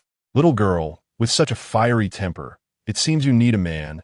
A peculiar voice emanated from within the room, languid and seemingly on the verge of fading away. Yet, to their ears, it resonated like thunder in their minds. The strangeness was undeniable, and the only certainty was that the voice belonged to a woman. Recognizing the voice, Longyin understood they had mistaken their quarry. It could not possibly belong to the triangular-eyed man. Bowing respectfully, she stated, "Esteemed elder, please do not take offense. My sister and I have tracked a nefarious individual to this place, and we shall take our leave." With that, she grasped the still reluctant Long Bing and attempted to depart. However, just as they leaped over the fence, a diminutive figure blocked their path. Upon closer inspection, it was a Taoist nun, albeit one who appeared somewhat disheveled. Standing at less than 1 meter and 40 centimeters, she wore a coarse blue robe. Her hair, though lustrous and black, was alarmingly sparse, estimated to consist of no more than 200 strands. Upon the crown of her head, a button was secured, with a small branch of uncertain origin protruding through it. It would be more accurate to say it was a burden resting atop her head rather than merely an adornment. Gazing upon her visage, one would see a pair of eyes resembling mere slits, devoid of visible pupils. Her plump nose pointed skyward, and fortunately, her face bore no wrinkles, rendering her somewhat presentable. The Taoist nun stood there in silence, wielding not a whisk, but a large smoking pipe. Displaying a set of uneven yellowed teeth, she remarked, "You think you can come and go as you please? It is not so simple." Her voice, though not loud, pierced the air like the grating of rusty metal against one's ear. "You have already crossed paths with me. What more do you desire?" Long Bing narrowed her beautiful eyes, glaring at the nun. "What did you call me?" The old nun, rather than responding with anger, chuckled. "Little child, you have yet to mature, yet you dare to speak so boldly before me. It appears you wish to cultivate yourself well in these mountains." With that, without any visible movement, she positioned herself behind Long Bing and Long Yin. Before they could draw their whips, the old nun gently tapped the pot against their backs twice. Immediately, they stood frozen like two wooden posts, completely devoid of control. Their eyes were filled with disbelief. Long Bing moved her lips, yet no sound emerged. The short nun cackled, "Your breath is foul. Best remain silent." She then turned to Long Yin and inquired, "Do you have anything to say, little girl?" Upon meeting the nun's gaze, Long Yin, filled with remorse, said, "Esteemed elder, you are a person of exceptional skill. Please forgive the transgressions of my sister and me. Forgiveness is not within my nature. I have never pardoned anyone in my lifetime." The short nun scrutinized Long Yin through narrowed eyes, noting her decent appearance. "Just the right fit, as I am in need of a disciple. You shall remain here." Then, her gaze shifted coldly to Long Bing. "As for you, it is a pity I can only accommodate one disciple. I shall have to feed you to the wolves. Esteemed elder, spare her. My sister acted without intent. I beseech you to let her go." Long Yin's voice broke, tears streaming down her face. Though she disapproved of Long Bing's actions, the bond of sisterhood was undeniable. How could she bear to witness her sister's demise? "Speak further, and I shall take you both." The short nun's expression turned icy, issuing a stern warning. "If you intend to kill, let us die together." Long Yin's frustration flared, and she resolutely closed her eyes. Long Bing's eyes glistened with unshed tears, yet no sound emerged from her throat. "Very well." The short nun clenched her yellow teeth and raised a massive smoking pot high above Long Yin's head, ready to bring it crashing down. The copper pipe, as wide as a bowl, threatened to shatter Long Yin's skull upon impact. Long Bing emitted a muffled sound, tears of regret cascading down her cheeks. Yet all was in vain. The copper smoking pot descended with the swiftness of lightning, poised to strike Long Yin's forehead. In this moment of peril, an unexpected turn of events unfolded. Long Yin, who had been resigned to her fate, suddenly felt a lightness in her body. Someone grasped her slender waist, swiftly moving her several meters away. Then, a wave of dizziness engulfed her, and darkness claimed her consciousness. Long Bing was uncertain about what had transpired, feeling a sudden pain at the back of his head before collapsing. Taoist, why must these two naive young girls take matters so seriously? A somewhat languid voice resonated lightly. The author remarked, "Having completed another chapter, I aspire to unveil it before next week. For those dear readers who find Uncle Gio's updates slow, I kindly ask for your patience. After the premiere, you shall be treated to plenty." Chapter 50, Xiao Bai versus the short Taoist nun. Xiao Bai stood with an air of indifference outside the courtyard, his silver eyes shimmering with flecks of light. Following him were 9 adorably soft infants, their gazes towards the short Taoist nun tinged with trepidation. "Young man, As we previously agreed, in the realm of Shinong Mountain, our paths must not cross. The short nun's already narrow eyes widened suddenly, her tone icy as she questioned. Have you overstepped your bounds today? Xiao Bai gently patted the heads of the little ones, signaling them to remain unafraid. With a charming smile revealing his pearly whites, he replied, It is not that this young man has crossed any lines, but rather that these two girls are under your protection. Taoist. Oh, the short nun chuckled coldly, then remarked, Is there still someone in this world whom I, a humble priestess, cannot vanquish? Xiao Bai's expression turned serious. They are members of the Dragon Nation's elite, the Dragon Soul, who have devoted their lives to safeguarding our homeland. Even in death, they should not perish here. Do not invoke notions of national righteousness with me. Such matters are of no concern. The short nun bared her uneven yellow teeth, gnashing her jaw as she hissed, I only know that those who offend me must die. If the king of hell refuses them, I shall personally send them below. Taoist, it is late at night, and with children present, let us refrain from propagating superstitions. Xiao Bai said with a calm smile. The short nun, initially brimming with menace, found herself momentarily at a loss for words. Tightening her grip on the purple copper pipe, she shot a glare at him. Young man, I have already decided to eliminate these two girls. Do you wish to oppose me, Taoist? Xiao Bai shrugged helplessly. To be honest, I do not desire enmity with you, but I must protect these two girls. Then, there is nothing more to say. Only one of us shall see the light of tomorrow, the short nun declared sharply, lifting her pipe and soaring into the air. Despite her modest stature, she leaped impressively high, reaching a height of 7 to 8 meters, swinging the pipe down towards Xiao Bai's forehead. Xiao Bai cast a reassuring glance at the infants, signaling them to retreat. The 9 little ones understood immediately, stepping back 10 meters, each focused and clenching their tiny fists, silently cheering for their father. Even Sanbao, known for her bravery in battle, bore a hint of concern on her small face. Whoosh! The enormous purple copper pipe descended, slicing through the air with fierce winds. Xiao Bai tilted his head slightly, the yellow hue reflecting in his silver eyes, growing larger. A smile graced his lips as he leaned back at a 45-degree angle. With a gentle push against the ground, he slid back 2 meters. Bang! The short nun's pipe struck the ground, sending dust swirling into the air. Xiao Bai straightened, legs apart, his center of gravity lowered. With fluid grace, he brought his hands together in front of his chest, then slowly unfurled them. Assuming the initial posture of Tai Chi, the diminutive Taoist, Nun missed her strike and quickly closed the distance. Her long pipe swept towards Xiao Bai's temple. Xiao Bai maintained an air of calmness, stepping back with his right leg and slightly leaning back, evading another lethal blow.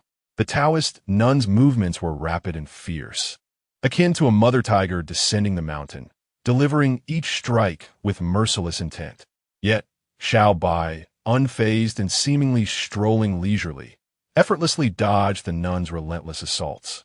For half an hour, they exchanged blows in a spectacle akin to a revolving lantern, captivating the onlooking children who forgot their worries, exclaiming in exhilaration, "Daddy is so handsome!" Zhubao gazed at him with admiration. Sanbao couldn't help but nod, thinking one day, I too shall be as dashing as Daddy. You little rascal, do you think that by defending I cannot take you down? The Taoist nun's temper flared as she withdrew from the fray. Her earlier respectful address of young master now replaced with little brat. Xiao Bai touched his nose and chuckled. Master Taoist, that's enough. Practitioners should prioritize cultivating their inner peace. Curse your grandmother's leg. The Taoist nun retorted angrily, swinging her bronze pipe in a diagonal strike. With a distance of over 3 meters between them, it was evident that the trajectory of the pipe would not reach Xiao Bai. However, his expression turned grave, and he executed a peculiar sidestep. Boom! Dust erupted from the ground, revealing a crescent-shaped crater. Sanbao, what is happening? Daba asked, puzzled. Sanbao swallowed hard, sensing the energy being released. This lady has already entered the innate realm. Ah, is it that formidable? Will Daddy be in danger? Sibao exclaimed, worry etched on his face. Sanbao shook his head solemnly. They only knew that their father was formidable, but he had never revealed whether he had reached the innate stage. Seeing the Taoist nun unleash her inner energy, Xiao Bai realized that this matter could not be resolved easily. His narrow silver eyes gleamed with cold light as he directed an invisible palm strike toward the nun's chest. The nun's expression changed dramatically as she hastily leaped aside. Boom! A colossal handprint, nearly a meter in diameter, was imprinted on the ground, more exaggerated than her attack. The 9 children rubbed their eyes in unison, gazing at Xiao Bai with starry-eyed admiration. Indeed, Daddy is impressive. Noticing that Xiao Bai did not pursue further, the Taoist nun steadied herself, her sparse brows furrowed tightly. You two have stepped into the innate realm.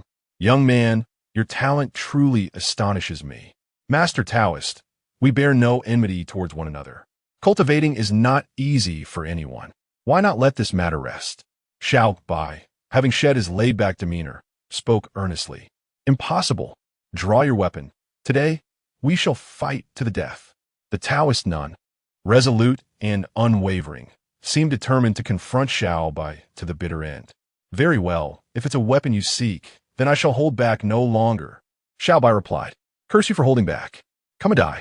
The Taoist nun bared her yellowed teeth, spewing curses as she repeatedly struck with her long pipe, unleashing invisible energy that sent dust swirling around them. Xiao Bai, no longer inclined to yield, danced his palms in response.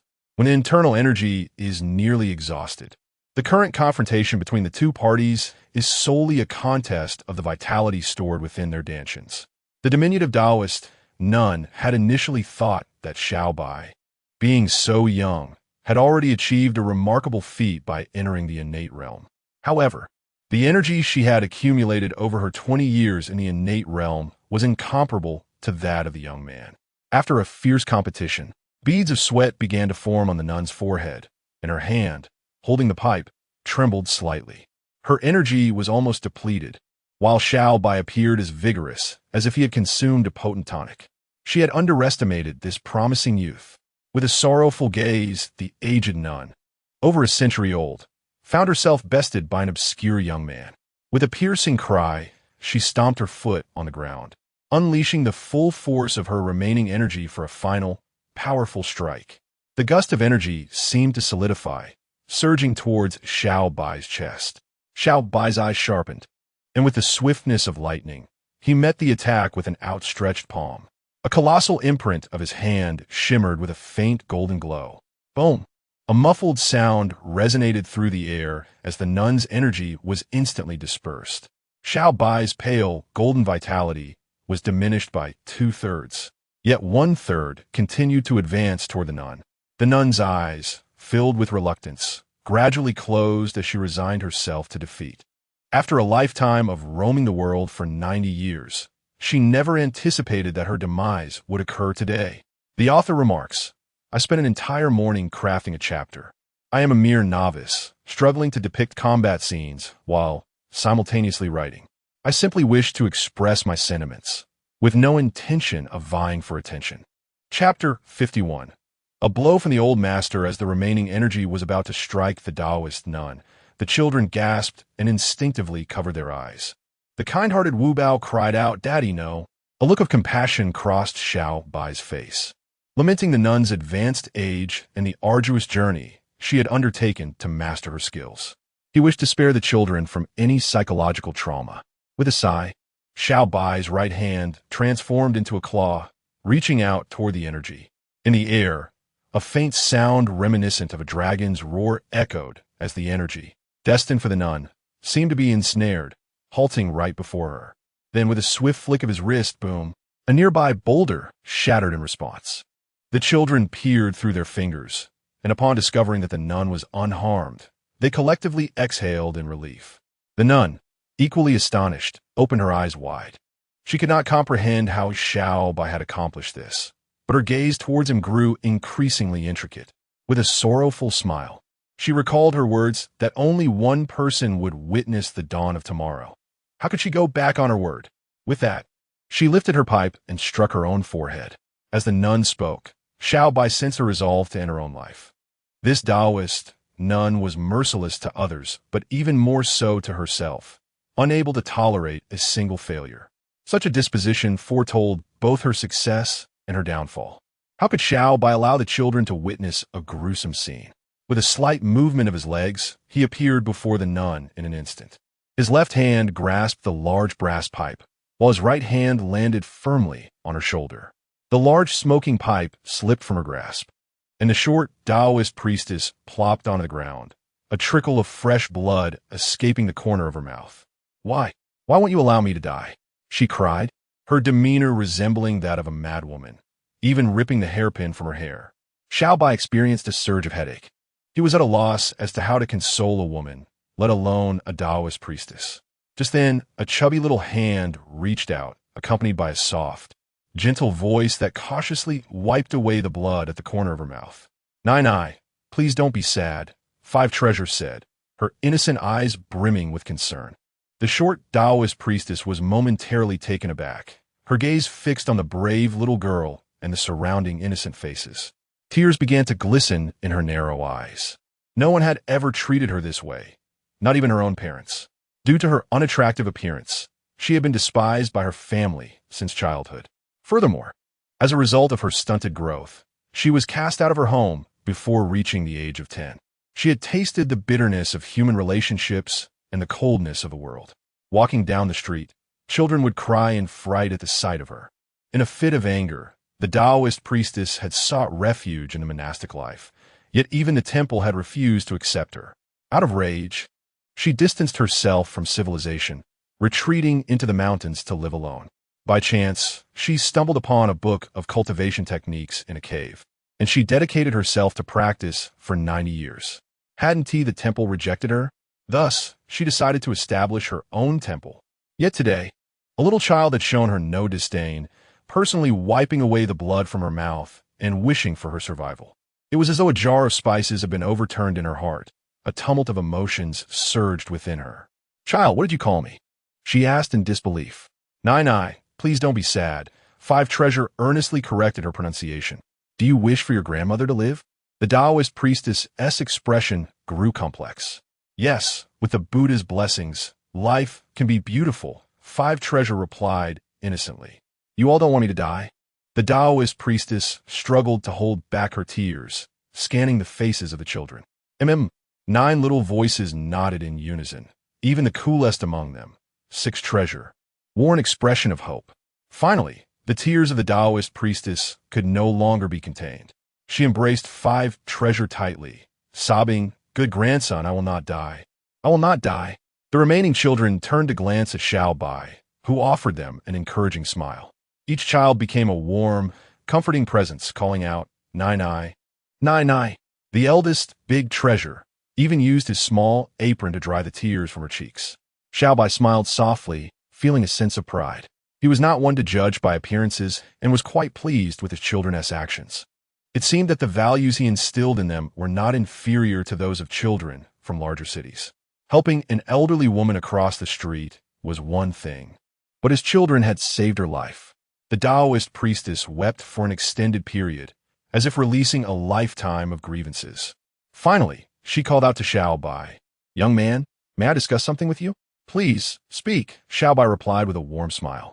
The humble Taoist priestess, feeling desolate and alone, expressed her wish to adopt several children as her beloved grandchildren, uncertain if her request would be granted.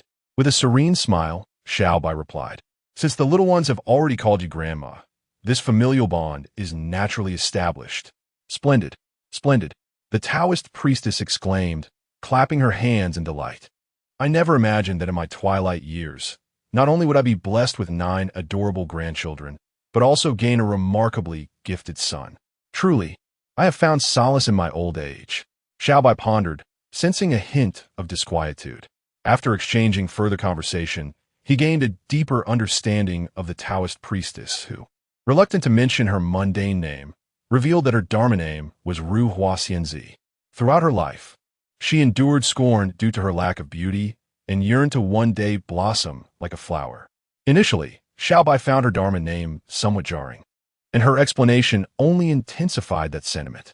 As dawn's first light began to illuminate the horizon, Xiao Bai assured the Taoist priestess that he would regularly bring the children to visit her. Just as he was about to depart with the little ones, she inquired, "What are those two girls lying down? Are you not taking them with you?" Bai Xiao Bai momentarily faltered, realizing her playful grin. Slowly shaking his head, he replied, "Let them sleep a bit longer. They had quite the night. And please, do not mention to them that I was their savior." The Taoist priestess let out a long sigh of relief, commending him. "Well done. It seems I need not worry about you becoming too enamored with the comforts of home, jeopardizing your noble foundation."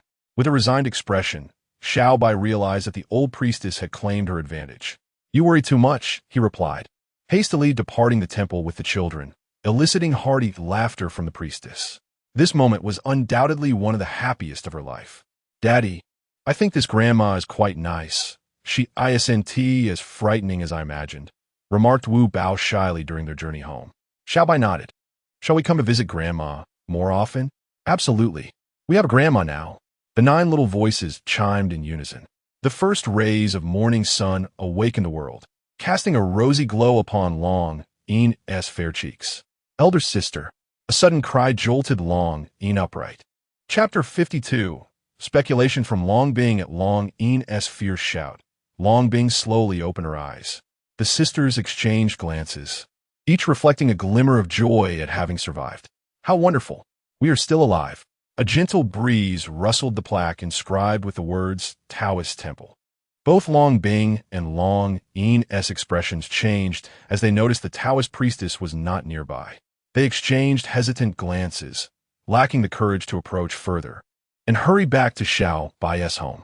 Once the sisters departed, the Taoist priestess gently pushed open the wooden door. "Elder sister, who do you think saved us?" Long In pondered aloud on their way back down the mountain path. With a grave expression, Long Bing shook her head. The red-dressed woman, the man with triangular eyes, and the aging Taoist priestess. Since arriving at Shinong Mountain, Long Bing's confidence had suffered an unprecedented blow. If the first two managed to evade their pursuers due to their unique agility, then what of this diminutive Taoist nun? She had no opportunity to confront Long In, as she was struck directly at her acupoint. The ability to target acupoints signifies the capacity for internal energy to be externally manifested. Such a feat is emblematic of one who has transcended into the innate realm. This unassuming, short Taoist nun is astonishingly a formidable adept of the innate. To be able to thwart the elder nun and rescue both her and Long Bing, the individual must, at the very least, also be an innate powerhouse. Just how profound are the waters of Shinong Mountain? Observing that Long Bing seemed indifferent to her, Long In mused aloud. "It's quite peculiar that the one who rescued us left us here without revealing themselves." The words were spoken without intent, yet they resonated with Long Bing. Her gaze sharpened. The refusal to appear indicates a certain inconvenience in meeting. "I believe I have discerned who our savior is," Long Bing declared, enunciating each word with conviction. "Who is it?" Long In inquired hastily. Long Bing raised her slender brows and replied, "If they are disinclined to meet, why bother concerning ourselves with their identity? Of course, we must care. They embrace my waist. Surely they bear some responsibility." Long In chuckled. "I trust the truth shall soon come to light," Long Bing reflected to herself. Upon returning to the Xiao family residence, Jianghua approached with a somewhat dispirited demeanor. Having spent a tense night clutching a firearm, fatigue was evident in his bloodshot eyes. "Miss Long, who was it that came last night?" he asked in a hushed tone. Long Bing shook her head, lacking the inclination to engage in lengthy discourse with Jianghua. To escape from Miss Long's grasp, the assailant's origins must be quite extraordinary. Jianghua assessed calmly. "What are they doing?" Long Bing queried, glancing at the two busy officers. Jianghua sighed. All surveillance equipment was sabotaged last night. Even the monitoring room was reduced to rubble. "What?" Long Bing's expression darkened further. "Is Elder Zhong unharmed?" He asked. "Fine. He went directly to the backyard this morning. He should be back soon," Jianghua replied, checking the time. "That's a relief." Long Bing felt a cold sweat trickle down her back, the horror of the situation amplifying in her mind. She and Long In had indeed been too careless. If the adversary had lured them away, how could Jianghua possibly protect Elder Zhong? Lost in thought, she heard distant laughter and chatter. Xiao Bai, accompanied by 9 children, approached, animatedly conversing. Longbing's gaze hardened as she strode directly towards them. Before anyone could react, she struck Xiao Bai squarely in the chest. He staggered back a dozen steps, landing heavily on the ground, blood trickling from the corner of his mouth. Baba, Xiao Bai, what are you doing? Almost simultaneously, everyone responded in shock. The 9 children surrounded Xiao Bai, some offering support while others gently patted his chest. Sanbao shielded Xiao Bai behind him, glaring furiously at Longbing. Longyin also rushed to Xiao Bai's side, but with 9 children encircling him, she could not assess his condition, her eyes filled with confusion as she looked at Longbing. The most enraged was Elder Zhong, who had just returned from the fields and witnessed the scene of Longbing injuring Xiao Bai. With a sudden shout, she approached Longbing. As for Jianghua, he was utterly taken aback. Longbing's actions had transpired far too swiftly. Under the piercing gazes of the crowd, Longbing muttered as if in a trance, "Impossible. How could this be?" During her conversation with Long Yin on the road, Longbing had already concluded that Xiao Bai was the one who had saved them. Thus, she resolved to test him by launching an attack. Though her strike was executed with remarkable speed, if Xiao Bai were indeed an innate master, he would undoubtedly evade it. However, she overlooked one critical fact. For an ordinary person, this blow could very well be fatal. Rather than mere oversight, it was more accurate to say that Longbing had unwavering faith in her instincts. Deep down, she had never entertained the idea that Xiao Bai could be struck. "Comrade, how could you do this?" Elder Zhong exclaimed, trembling slightly as he pointed at Longbing. "Please, calm down, Elder Zhong." Longbing's expression grew increasingly grim, wishing desperately to vanish into the ground. Alas, Elder Zhong sighed heavily, stomping his foot as he approached the children. "My dear ones, let Grandpa see your father, shall we?" "No, no one is to touch father." Xiao Bao spread his arms wide, blocking Elder Zhong and everyone else. Qi Bao, meanwhile, was incessantly patting Xiao Bai's back and then removed a small gourd hanging from his neck. Pulling out the cork, he poured 2 small, pale purple pills into Xiao Bai's mouth, watching anxiously as he struggled to swallow them. Moments later, Xiao Bai's complexion gradually regained its color, and his silver eyes slowly opened. "Father, are you feeling better?" "Father, don't move. You have internal injuries and need to rest." "Father, everyone rest assured. Father has taken Qi Bao's medicine and will recover swiftly." As Xiao Bai slowly rose to his feet, a collective sigh of relief swept through the crowd. At that moment, San Bao approached Longbing with heavy steps, her large eyes fixed on her. "Auntie, I challenge you to a duel." Longbing lacked the courage to meet San Bao's gaze and instinctively took 2 steps back. Just then, Xiao Bai, supported by the children, ambled over and gently ruffled San Bao's little head. "Help father back to rest." San Bao hesitated for a moment before stubbornly shaking her head. "San Bao, listen to your father." At this juncture, De Bao asserted his elder brother authority. Ultimately, San Bao accompanied Xiao Bai as they departed, frequently glancing back. Throughout this, Xiao Bai had not cast a single glance at Longbing. "Shaoli, pack up. We are descending the mountain today," Elder Zhong softly declared, making his way towards the backyard. Upon seeing Elder Zhong leave, Jianghua had intended to offer some words of persuasion. However, he reconsidered, realizing that remaining on the mountain was no longer feasible, and decided to return to pack his belongings as well. "Longyin, have I truly erred?" Longbing asked faintly, as if in a daze. Chapter 53. "Do you not intend to say anything?" Longyin shook his head vigorously. "I do not comprehend what you are doing." With that, he too headed towards the backyard. In the room, "Father, I expended 2 recovery pills. You owe me compensation." Qi Bao pouted, wiggling his chubby fingers. "I shall return you 2 red berries." Xiao Bai replied with a faint smile. "Long live father." Qi Bao leaned close to Xiao Bai and whispered, "Daddy, Jiao Bao also wants the red fruit. The wild tomato you pretended to bleed with his Jiao Bao's." Jiao Bao blinked her large eyes, brimming with anticipation. "All right, I will give Jiao Bao 2 red fruits as well." Jiao Bao gently cradled Xiao Bai's head and planted a soft kiss on his cheek, exclaiming, "Daddy is amazing. Daddy, Daddy, what about us? We all contributed to your performance." The other 7 little ones chimed in eagerly. Well, you all did wonderfully. So each of you shall receive a red fruit, Xiao Bai replied, his smile radiant. 1. Sanbao drooped his little head and looked up, saying, Daddy, I believe my last glance was undoubtedly worthy of an Oscar. I should be rewarded with an extra red fruit. We all performed at an Oscar level. The others echoed in agreement. Feigning difficulty, Xiao Bai pondered for a moment, pinching each little one's cheeks, and declared, All right, since you are a team, each of you shall receive 2 red fruits. Yay! Sure. The adorable children were about to cheer, but then remembered to keep their excitement restrained, suppressing their bubbling joy. Daddy, I noticed that lady appeared quite sad. Have we gone a bit too far? 5 Bao, initially excited, suddenly felt a pang of sympathy for Long Bing. Xiao Bai affectionately ruffled 5 Bao's little head, saying, We are actually saving her life. The kind-hearted 5 Bao shook his head. Daddy, I don't quite understand. You will comprehend it naturally when you grow up, Xiao Bai responded with a knowing smile. But are we not being a bit unfair to Grandpa Zhong? It was the first time I saw him angry, Daba sighed, resting his chin on his hands. Montag Yan smedet mysteriösly. Grandpa Zhong is the only one who saw through our act.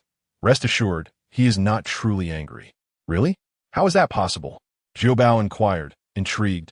The wild tomato disguised as blood might fool others, but it cannot deceive your Grandpa Zhong.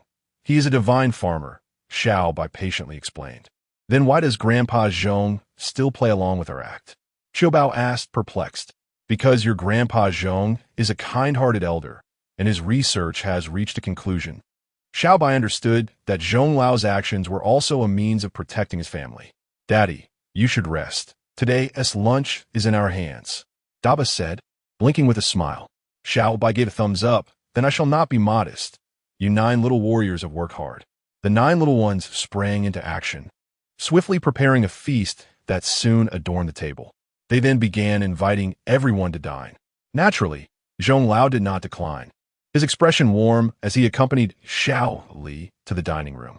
Jiang Gua and Zhang Xingshou almost choked on bread, eagerly racing to the table.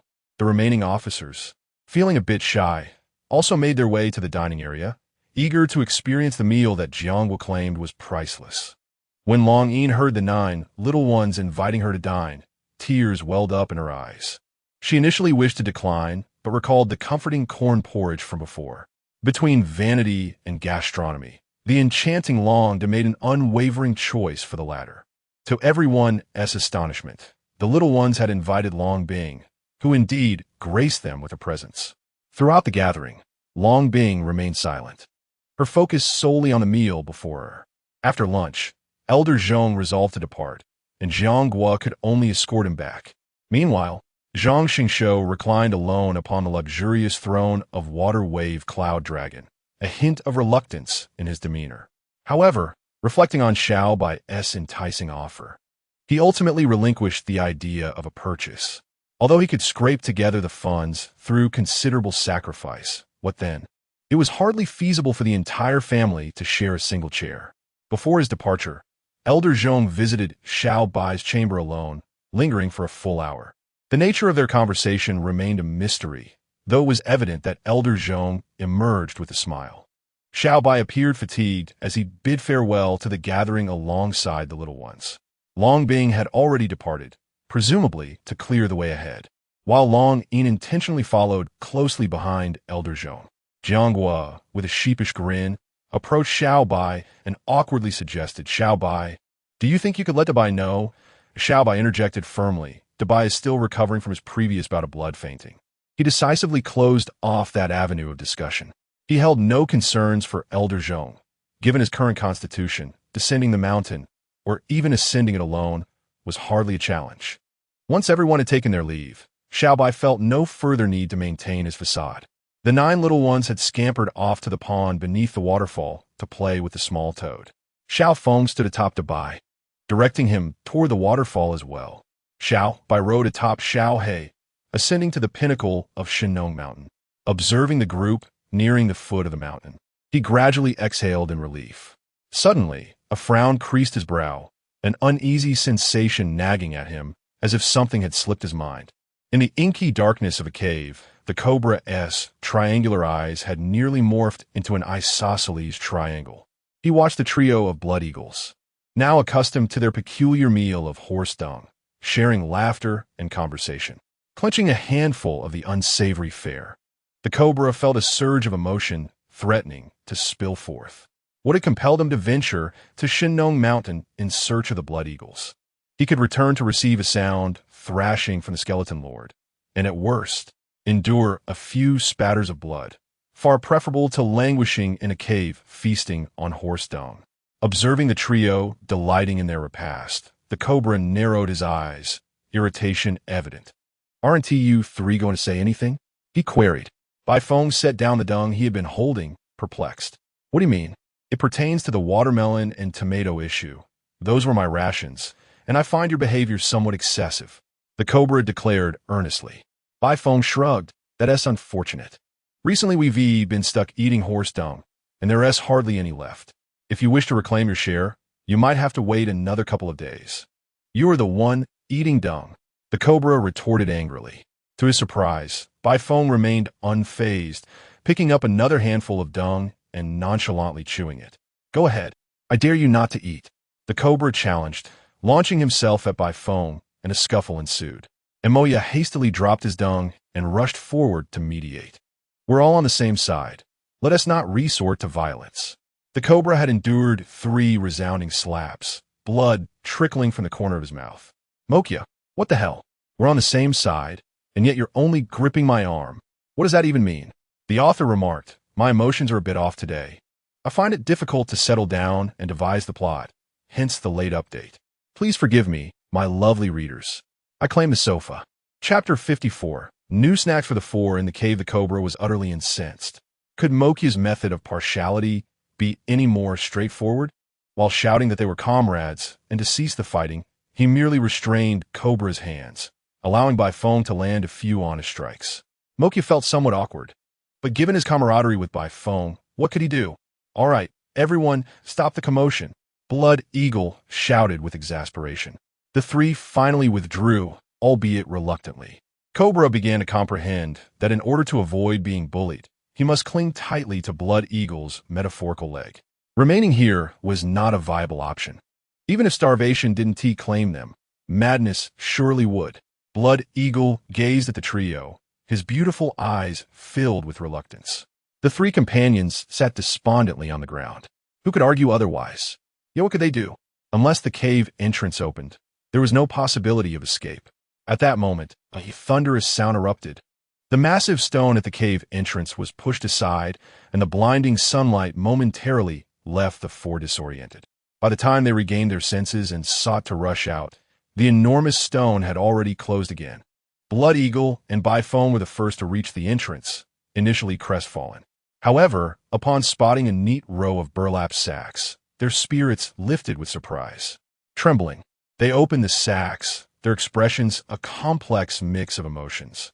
Bai Feng, demonstrating better composure, broke into a grin. "This is wonderful. Finally, we can savor a new flavor. It's in bulk." Meanwhile, the cobra and Mokia followed suit. "What new flavor?" Cobra inquired curiously. Bai Feng confidently reached into the burlap sack and slowly revealed his palm, displaying round, plump morsels, uniform in size, with a glossy black hue. A faint scent reminiscent of mutton wafted from them. Cobra felt a wave of nausea. "Isn't this just sheep dung?" Goodness, there were 4 large burlap sacks. "Are these snacks?" Bai Feng, with a mischievous grin, extended his hand towards Mokia. "Mokia, please, you go first." Mokia scowled and pushed Bai Feng's hand back. "No, you go first." "No, you." Blood Eagle, dismissing the 2 as eccentric, hoisted his own burlap sack and ventured deeper into the cave. Since Xiao Bai had delivered 4 packages, that meant 1 for each of them, and Blood Eagle was quite confident in his arithmetic. Upon seeing Blood Eagle take action, Bai Feng and Mokia also grabbed their respective bags and retreated into the cave. Cobra hesitated, staring at the burlap sack towering before him, momentarily lost in thought. This was the largest snack packaging he had ever encountered, without a doubt. "Cobra, do you want the sack of snacks?" Bai Feng had returned, his gaze greedily fixed on the burlap bag beside the cobra. Cobra was momentarily taken aback, then hoisted the sack and turned to leave. Without a moment's thought, he declared, This is my sustenance. The tranquil life became vibrant and colorful due to 4 bags of sheepdong. Initially, the 4 individuals were polite to one another, but once they began to indulge, their demeanor transformed entirely. The delightful crunch and a unique flavor that only lamb possesses captivated them all. They could not help but squint their eyes in pleasure, subtly pulling the burlap bags closer to themselves, even cradling them during their afternoon nap.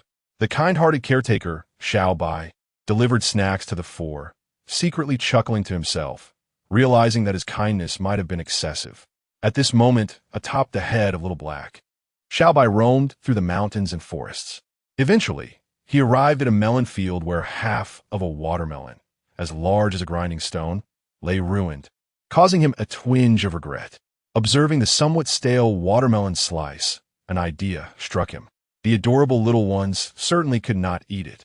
What if it upset their stomachs? Should he offer it to the 4 in the cave? After a moment's reflection, he decided against it. After all, it was no longer fresh, and they might not wish to eat it. Disposing of it seemed the better option. Dismounting from Little Black, he gestured for the creature to return. Then, with a swift motion, he transformed his claws, each strike accompanied by a faint sound reminiscent of a dragon's roar. In no time, he cleared the remnants of the shattered watermelon from the ground. Rising into the air, he orchestrated a series of movements, propelling shiny black watermelon seeds into the soil. Wasn't out of season for planting? Such limitations did not exist in Xiao Bai's realm. His seeds could thrive even in the desert, yielding watermelons. After meandering through the melon field once more, he selected the most visually appealing watermelon. Gently cradling it in one hand, he gracefully made his way toward the pool beneath the waterfall. In the water, 9 little ones along with a small toad, a little phoenix, and Big White were frolicking joyously. Nearby, 7 tiny aprons and 2 little skirts hung from tree branch. Little Black, in a rather pitiable state, lay down like a slide.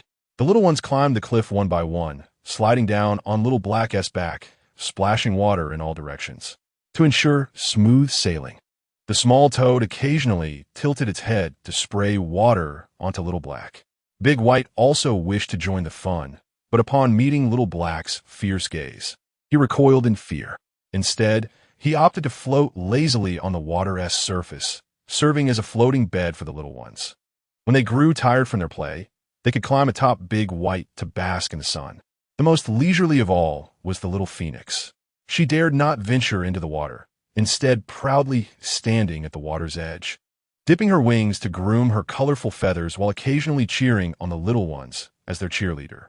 Upon seeing Xiao Bai approach with a large watermelon, the 9 little ones erupted in excitement, scampering out of the water bare-bottomed.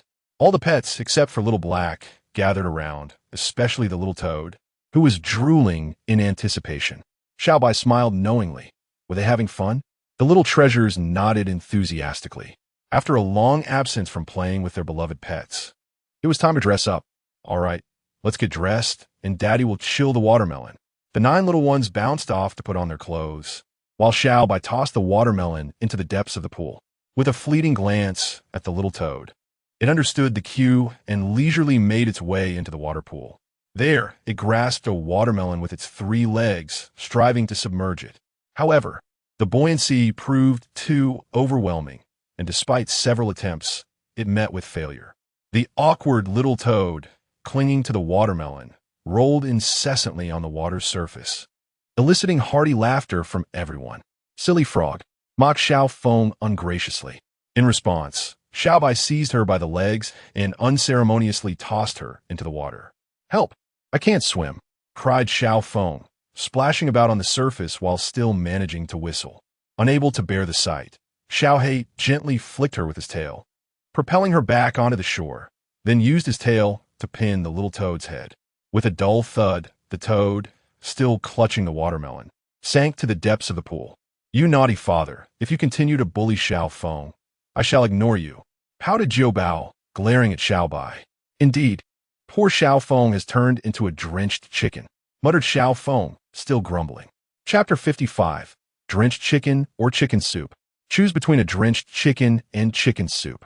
Upon seeing Xiao Bai narrowing his silver eyes, Xiao Feng immediately covered her mouth, snuggling into Xiao Bai's embrace with a look of grievance. "Father, you mustn't squint," Xiao Bai insisted, pouting.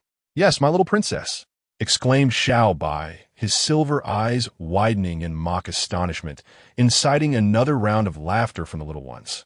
After frolicking with the children for half an hour, Xiao Bai snapped his fingers.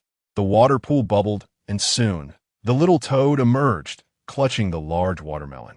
With its big eyes twinkling, the toad performed a header, sending the massive watermelon rolling towards them. Xiao Bai raised a finger, gesturing in mid-air without turning back. The watermelon landed perfectly within the circle formed by Xiao Bai and the children, as if cradled by an unseen force, gently settling on the ground. "Father, after all that gesturing, it's still a whole watermelon," Xiao Bai declared triumphantly. "You are mistaken, Xiao Bai," 3 Bao interjected. Before he could finish, the watermelon on the ground began to crack open like a blooming lotus, slowly dividing into hundreds of evenly sized pieces. All the little ones, except for 3 Bao, widened their eyes in amazement. "How magnificent! Father, I want to learn this trick." "Me too," the adorable children clamored, tugging at Xiao Bai's clothes. 3 Bao stood up, hands behind his back, circling the watermelon with an air of maturity. "Enough of the antics. Father is transforming true essence into sharp blades. We cannot yet achieve such feats with our vitality," he proclaimed. Instantly, the enthusiasm of the 8 little ones waned. Xiao Bai affectionately ruffled each child's head and smiled gently. "Do not fret. All of you can attain innate abilities soon. Now, let us enjoy the watermelon. Hooray, watermelon time!" The 9 little ones each seized a piece of watermelon and began to munch eagerly, their faces smeared with juice, completely forgetting their earlier discontent. "Oh, it's so hot. If only we had some chilled watermelon." Xiao Feng lamented, perched atop the head of the great white creature, sporting a woeful expression. Dabai nodded in enthusiastic agreement, nearly causing Xiao Feng to tumble. "Gulu," the little toad, also swallowed nervously. "Look at the 3 of you, so unambitious." Xiao Bai jested, casually handing over 3 slices of watermelon. Dabai and the little toad displayed endearing smiles, wiggling their ample behinds as they began to munch on the watermelon. Xiao Feng was even more dramatic, standing directly on the watermelon rind, nodding her little head vigorously. While eating, she also used her wings to shield the fruit. In truth, she was at a disadvantage, as she consumed much slower than Dabai and the little toad. Next came Xiaohong. Xiao Bai tossed 2 slices of watermelon into the air. Xiaohong, originally curled up in the pond, lifted its head and, upon seeing the watermelon soar, sprang forth like a spring, gulping down both slices without a care for the flavor. "Will Xiaohong truly evolve into a dragon?" Dababeo asked curiously. At this, Xiao Feng, Xiao Can, and Dabai simultaneously paused their feast. Xiaohong, even more exaggerated, leaned its massive head forward, its eyes glowing with fervent intensity like searchlights. Xiao Bai gently stroked the dragon-shaped bone pendant around his neck and smiled widely, saying, "It will. How wonderful! In the future, all the little ones will be dragon knights." The adorable children were overjoyed, and even the snake-like markings at the corners of Xiaohong's eyes seemed to beam with delight. As for the other 3, they fell into contemplation. With Dabai and the little toad, the watermelon was quickly devoured. The little treasures, patting their round bellies, lay on the grass, plucking a lotus leaf to shield their faces, basking in the afternoon sun. A gentle breeze passed by, rendering the scene remarkably harmonious. Suddenly, Wu Bao lifted the lotus leaf from her face, sat up, and said, soft and sweet, "Daddy, it's so hot. Shall we send a watermelon to Nai?" "Certainly." A gentle smile graced Xiao Bai's lips.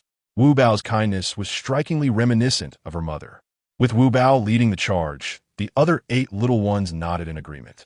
Returning to the watermelon patch, the 9 little ones gestured animatedly to each watermelon. After discussion, they selected a particularly round watermelon as the prize. As for the choice of carrier, Xiao Feng was deemed useless. She could hardly move it. The little toad could manage, but once lifted, it was left with only 1 leg and could not proceed. Dabai was a commendable option. Thus Xiao Bai and the little ones unanimously decided that Xiaohong would take on the role of the carrier, as not only could it transport watermelons, but also people, and it was remarkably swift. Xiaohong twisted its massive body, glancing at the other three with a roll of its eyes, exasperated by its piggish companions. Xiao Bai placed each little one on Xiaohong's back in order of age, then leapt onto Xiaohong's head, balancing a watermelon in one hand while steadying Xiaohong's horn with the other. With astonishing speed, Xiaohong truly moved swiftly. The watermelon atop Bacao's head and Xiao Bao's little braid fluttered in the wind, while Dabago's lofty staff bent slightly backward. Only Bao to Qi Bao, the 6 little ones, remained composed, their hairstyles undisturbed. Such is the charm of a buzz cut. In the vicinity of the Taoist temple, merely a kilometer away, Xiao Bai halted Xiao He, signaling him to return, and then gradually approached the temple. Nine, the little ones have come to see you. 9 cherubic voices rang out, their melodious tones reminiscent of silver bells. The short Taoist nun, puffing on her large pipe, suddenly opened her eyes wide, tapping the pipe against her shoe to extinguish it. In a matter of steps, she leaped outside the courtyard, rushing towards the children, calling from the mountain path. She pinched one, hugged another, her delight radiating from ear to ear. Wonderful! My precious little ones have arrived. The 9 infants, undeterred by the nun's disheveled appearance, beamed with genuine smiles. Trailing behind, Xiao Bai carried a watermelon the size of a grinding stone, exuding calmness. It was not until they entered the courtyard that the nun noticed what Xiao Bai held. Her previously narrow eyes widened in surprise, revealing her dimly lit pupils. By air, is that a watermelon you're carrying? Accepting the term of endearment with quietude, Xiao Bai grinned. The little ones worried you might be too warm, so they insisted on bringing you a melon. What a magnificent watermelon! My Bayer is indeed remarkable. The nun praised, raising her thumb in pride. With martial prowess, one can reach the innate realm, and with diligent farming, one can cultivate melons. A child should be as exceptional as my son. Very well, very well. Xiao Bai smiled non-committally as he placed the watermelon on the ground. You keep it and enjoy at your leisure. We have already eaten. The nun scrutinized Xiao Bai for a moment, her gaze then softening as she looked at the 9 little ones. Tonight, we shall all dine here. I will personally prepare a grand feast for you. No need to be so polite. Silly child, there's no need for formality with your mother. The nun smiled mysteriously, adding, and what I cook is something you have surely never tasted before. The author remarks, Chapter 56, What divine delicacies await. Unable to resist the nun's enthusiasm, they ultimately acquiesced to stay for dinner. The nun, bubbling with joy, hurriedly departed from the temple, allowing Xiao Bai and the little ones to roam freely. Intrigued by the nun's enigmatic demeanor, Xiao Bai felt a flicker of anticipation for the evening's feast. Daddy, shall we practice a bit over there in the clearing of the woods? Sam Bao's soft voice chimed in, filled with eagerness. Xiao Bai ruffled Sam Bao's short hair. The texture feels delightful. Then, clapping his hands, he declared, little ones, let us head toward the woods. Soon, the depths of the forest echoed with the sounds of playful battles, trees snapping, and dust swirling. After an entire hour, the 9 little ones sat dejectedly on the ground. No more, no more. Daddy is simply too formidable, the Bao lamented, his little braids drooping as he incessantly muttered. The remaining 8 little ones sagged their heads in defeat. Xiao Bai, however, wore a mischievous grin, having intentionally gone a tad harder today to instill some pressure on the children. For when facing true adversaries, no one will hold back. Bad Daddy, once we break through to the Earth realm, we shall gang up on you, Xiao Bao exclaimed, hands on hips, puffing up in indignation. Xiao Bai raised an eyebrow slightly, welcoming the brave little warriors to challenge him whenever they pleased. By air, gather the children. It's time for dinner. At that moment, the voice of the short Taoist nun echoed like a broken gong. Come on, let's go back and eat. Let's go back and eat dung. The baby is starving. A large figure accompanied by 9 smaller ones returned to the temple, chatting and laughing. It seemed that the short nun had no proper dining area. She had somehow procured a stone slab over a meter long, propped up by a wooden stump beneath it, forming a makeshift, albeit peculiar, table. Surrounding the table were small wooden stools, simple yet exuding a pastoral charm. On the table rested 9 jade bowls and 2 large earthenware bowls, all covered with lids, creating an air of mystery. The hours spent gathering materials and setting up the table and chairs likely consumed half an hour. With only half an hour left, Xiao Bai found it hard to imagine what divine dish the short nun could conjure, especially considering that there was not even a vegetable garden around the temple. As long as it wasn't dark cuisine, he thought. The short nun, clad in her coarse blue robe, balanced a small tree branch atop her head. Perhaps mindful of the children nearby, she refrained from bringing her large pipe. She seated Xiao Bai in front of the earthenware bowl and sat beside him. The little ones naturally arranged themselves in order before the small jade bowls, their faces filled with anticipation as they stared at the covered bowls. Their little eyes twinkled, seemingly pondering what lay inside. Guess what delicious treat Grandma has prepared for you? The short nun revealed a set of uneven yellow teeth, and the wrinkles at the corners of her eyes nearly blossomed like flowers. The adorable children collectively shook their heads, unable to guess. Then let's take a look. The short nun's squinted eyes sparkled with mischief. One by one, the children stretched out their chubby hands and slowly lifted the lids from the bowls.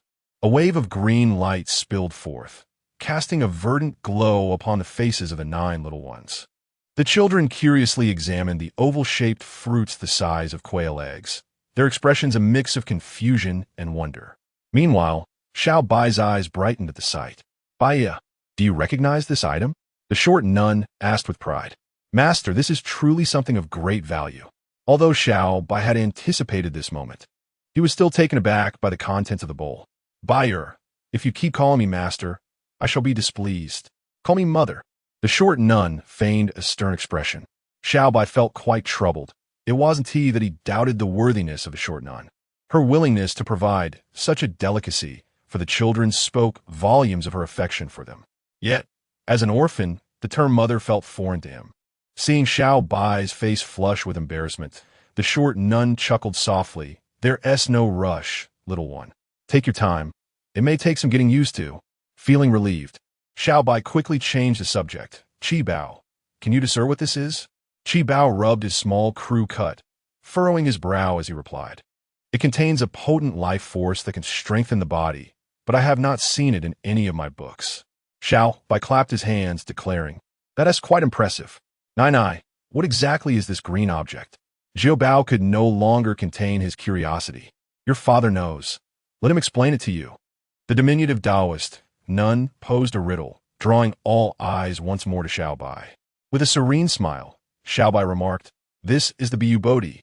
Not only is its growing environment exceedingly harsh, but it also requires at least a century to reach this size." Upon hearing this, the 9 little ones gaped in astonishment. 100 years to grow this large? The Taoist nun was equally taken aback, not expecting Xiao Bai to possess such knowledge, let alone articulate the precise duration. She couldn't help but give a thumbs up, thinking my child is truly well informed. Xiao Bai chuckled awkwardly and added, "As for its effects, you will know once you taste it." Upon his words, the 9 little ones simultaneously swallowed hard. "Nai, can we eat it?" asked Wu Bao timidly. "Of course.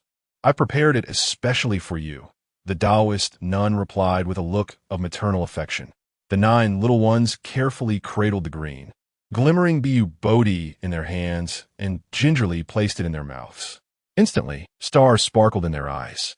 The texture was smooth, devoid of color and flavor, as if it flowed effortlessly into their stomachs. Soon, a subtle fragrance wafted from their bellies, an indescribable sensation of comfort enveloping them. The little ones gently closed their eyes, savoring the changes within their bodies. Breathe steadily and concentrate. Do not let your true essence leak out. Xiao Bai's voice rang clear and strong in their ears. Just as they were about to inquire why, they felt a surge of refreshing true energy rising from their stomachs, gradually entering the foot Yangming's stomach channel, and then meandering through their meridians. The little ones felt their meridians swelling and hurriedly followed Xiao Bai's guidance to sit cross-legged and focus.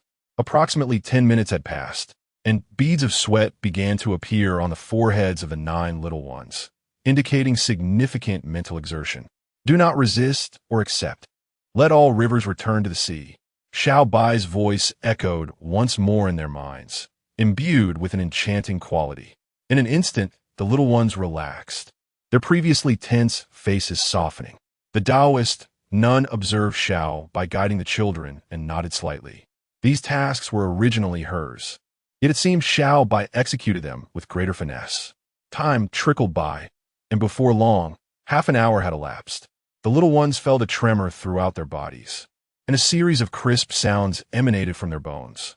Subsequently, all the true energy circulating within their meridians converged into their dantians. Bao was the first to open his eyes, his gaze shimmering with brilliance. He leaped up to embrace the Taoist nun's arm, exclaiming, "Thank you, Nai.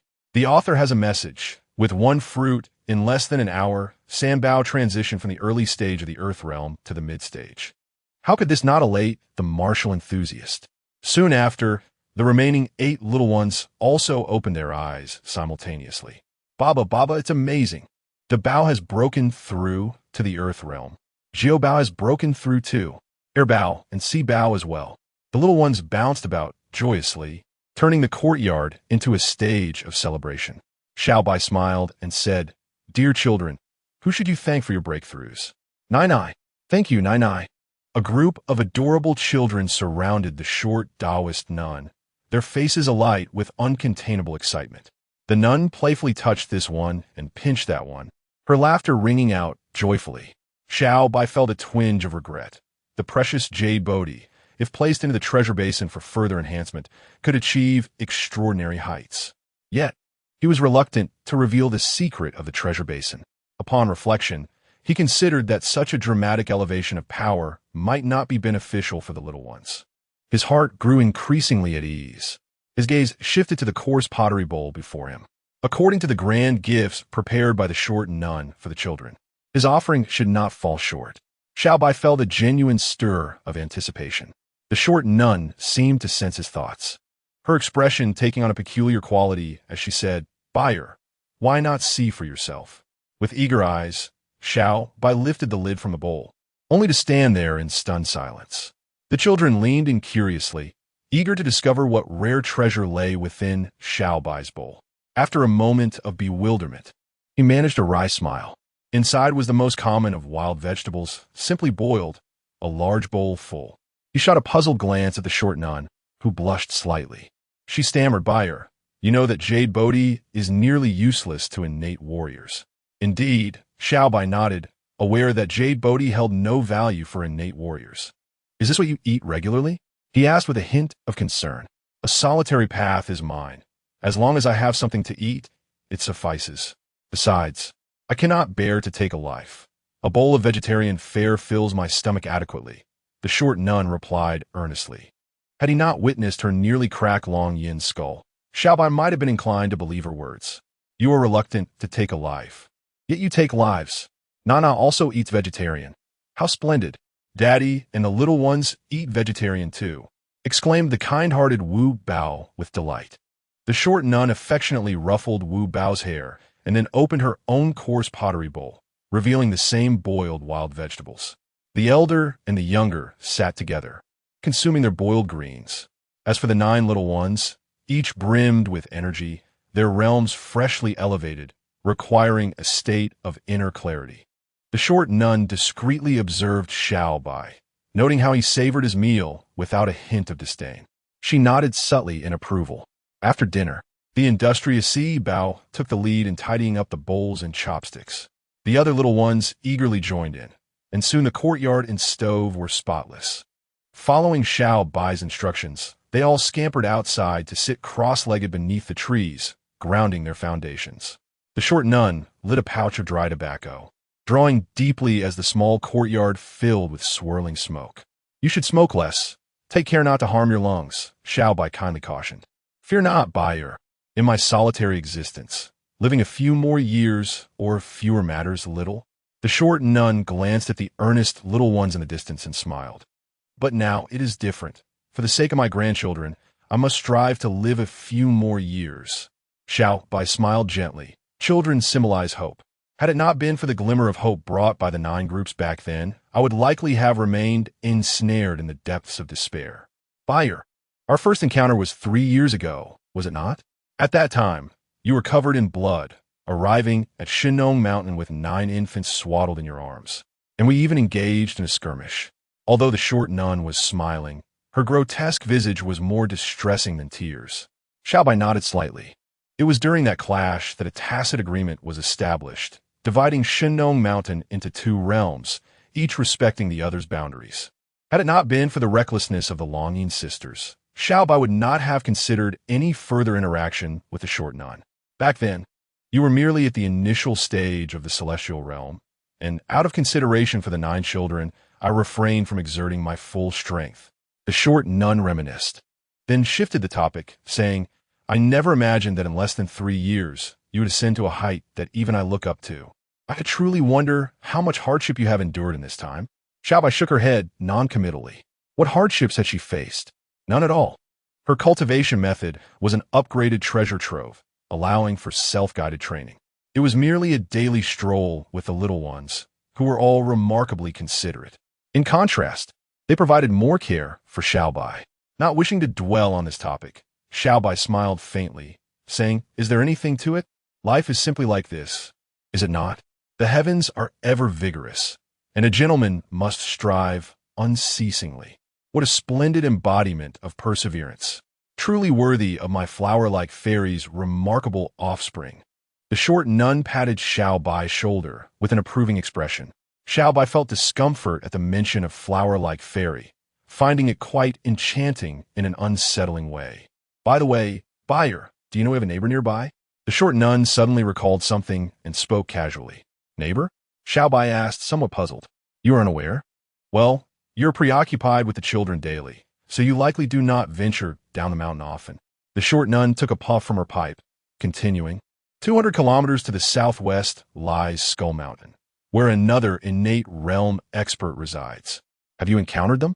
Xiao Bai inquired with apparent nonchalance, though a hint of gravity crept into her silver eyes. The short nun scoffed. 2 years ago, I went out to stretch my limbs and happened upon them once. However, they were cloaked in secrecy, wearing a skull mask, not appearing to be of noble intent. Xiao Bai raised an eyebrow. Did you engage in combat? Need I even say?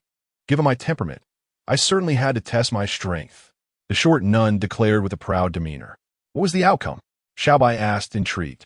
I initiated the confrontation, merely exchanging a few blows, but we could not determine a victor, the short nun recalled meticulously. However, I can assure you, they are indeed a formidable innate practitioner. Upon hearing this, Xiao Bai fell into contemplation. So close to Shinong Mountain, wearing a skull mask, this seemed rather familiar. Meanwhile, within the Skull Hall, the Skull Lord suddenly sneezed twice. Recently, the Skull Lord had been in a foul mood, as one after another, his assassin members had gone missing, further aggravating his temperament. With a fierce slap against the skull throne, the Skull Lord abruptly rose, addressing the 4 below with icy resolve. You have 3 days, even if you must dig. You must retrieve the Blood Eagle Quartet. Chapter 58. Shadows at Midnight. Xiao Bai did not spend the night at the home of the short nun, who had also declined his suggestion to live together. I will move in with you when I no longer smoke. I cannot jeopardize the health of my grandchildren. Reflecting on these words brought a warmth to Xiao Bai's heart. He was a person who valued gratitude. How could he forget the immense kindness the little ones had received from the short nun? Thus, before his departure, Xiao Bai placed a milky white pill on the cabinet, along with the method of consumption tucked beneath it. As the hour approached midnight, the mountain path was rugged. Under the silvery moonlight, Xiao Bai led the way, followed by Dabao, as the 10 of them strolled leisurely homeward. After traveling 3 miles, Xiao Bai squinted his eyes. The oil lamp in his home flickered to life, illuminating the bedroom. A woman's silhouette was cast upon the paper window. What could a woman be doing in the house at such a late hour? A myriad of figures flickered through Xiao Bai's mind, only to be dismissed one by one. Dad could be a ghost? Wu Bao asked, a hint of fear in his voice. Stop talking nonsense. Children should not speak of strange and supernatural things. Qi Bao chimed in, her small hands on her hips, her voice still carrying the sweetness of infancy. Xiao Bai chuckled lightly, agreeing with Qi Bao. Come, let us see who this mysterious guest is.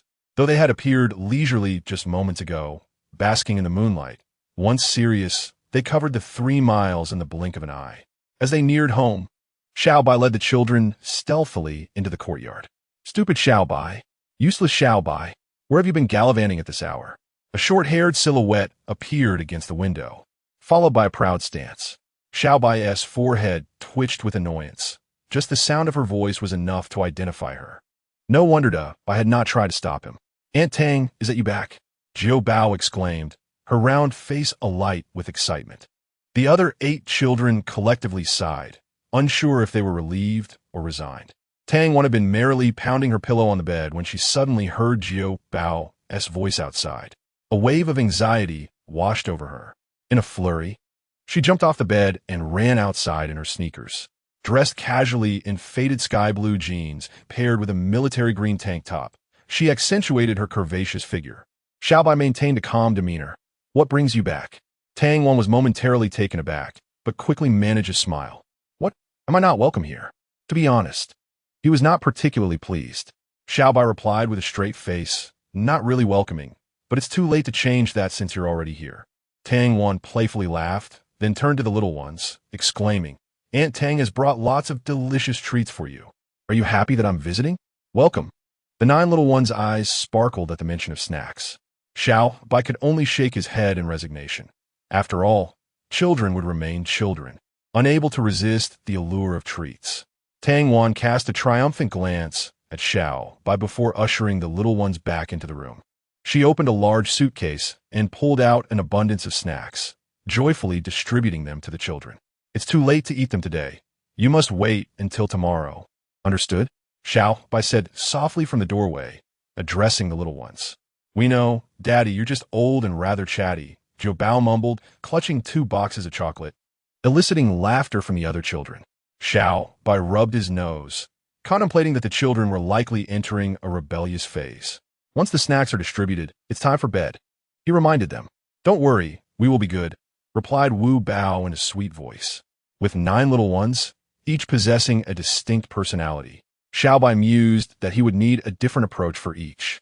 He returned to the courtyard and sank into the ornate water-wave dragon throne, gazing up at the sky, his elongated silver eyes gradually losing focus.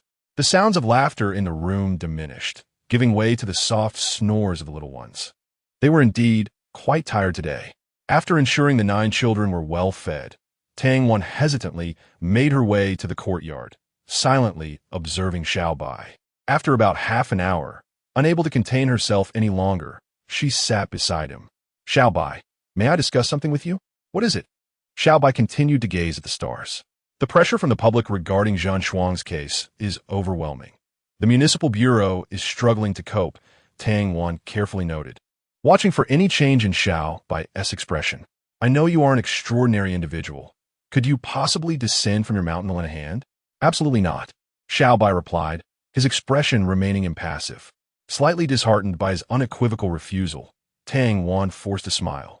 Rest assured, I can ensure the little ones are safe on the mountain. Please, I beg you. Enough. You won't be able to protect them. Xiao Bai stood up decisively.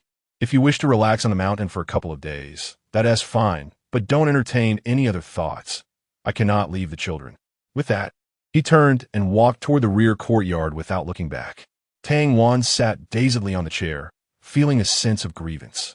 She had anticipated Xiao Bai's rejection, but had not expected it to be so absolute, leaving no room for negotiation.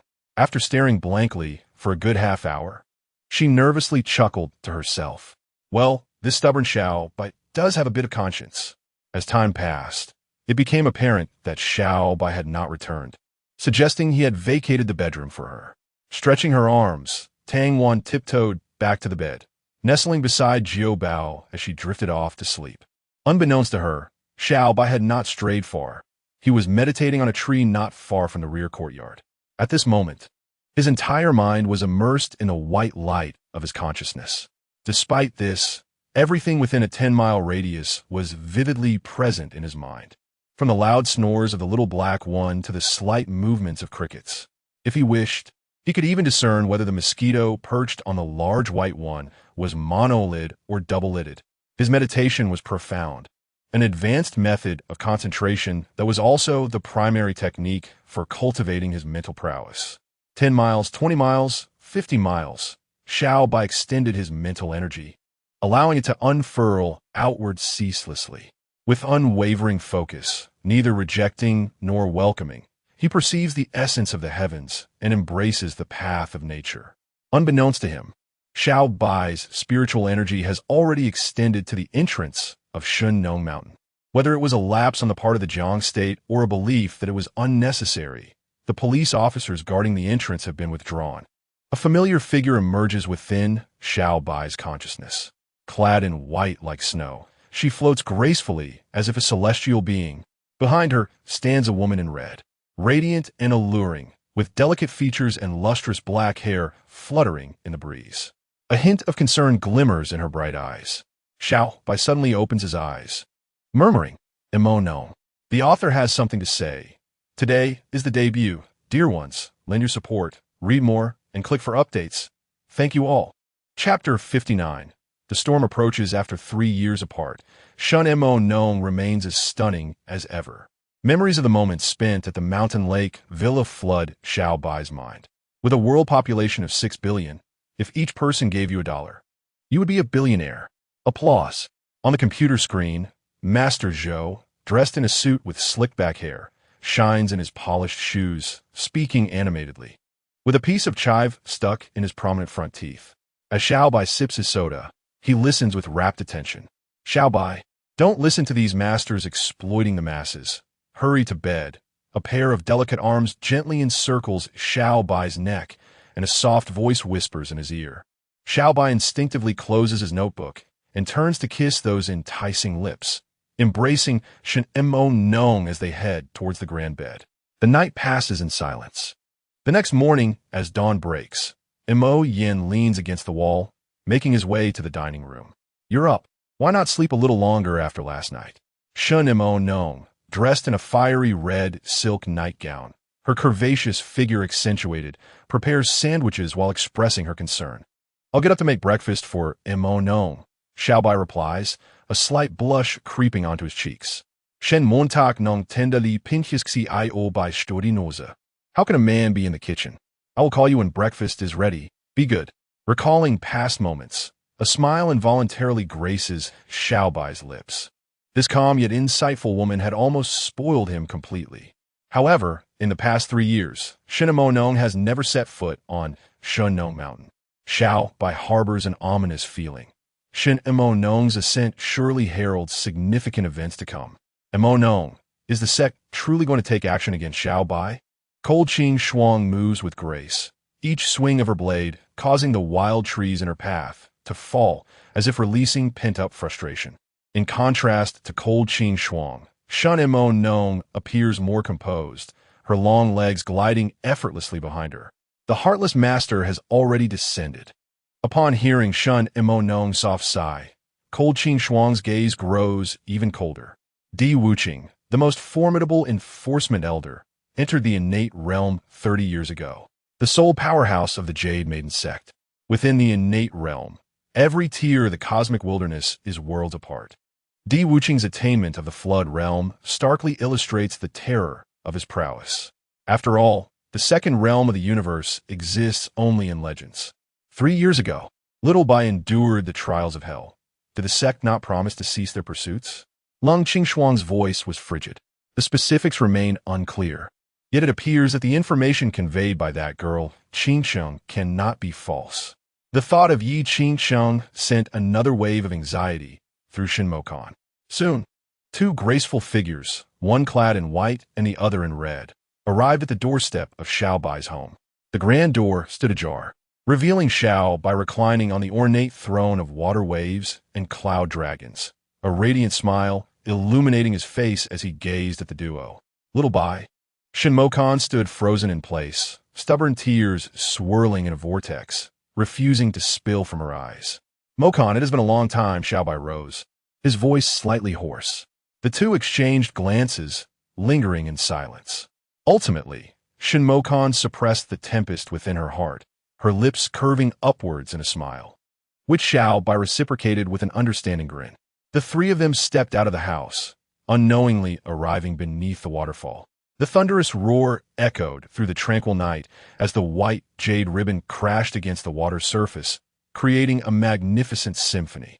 Xiao Bai and Shin Mokan sat upon the smooth stones by the pool, while Lung Qing stood facing away from them, gazing into the distance. The sect intends to bring you harm. At dawn, take the children and hastily leave Shinnong Mountain. Shin Mokan's crimson lips parted, though her expression remained composed. The urgency in her tone betrayed her inner turmoil. Xiao Bai remained silent for a long while before responding with a calm smile. What is destined to come will inevitably arrive. Mokan, you have grown so thin, he remarked. So have you, Shin Mokan replied instinctively, quickly adopting a serious demeanor. Little Bai, do not be willful. Heed my words. It has been 3 years since the children and I have endured in this mountain, not to mention the pact made years ago.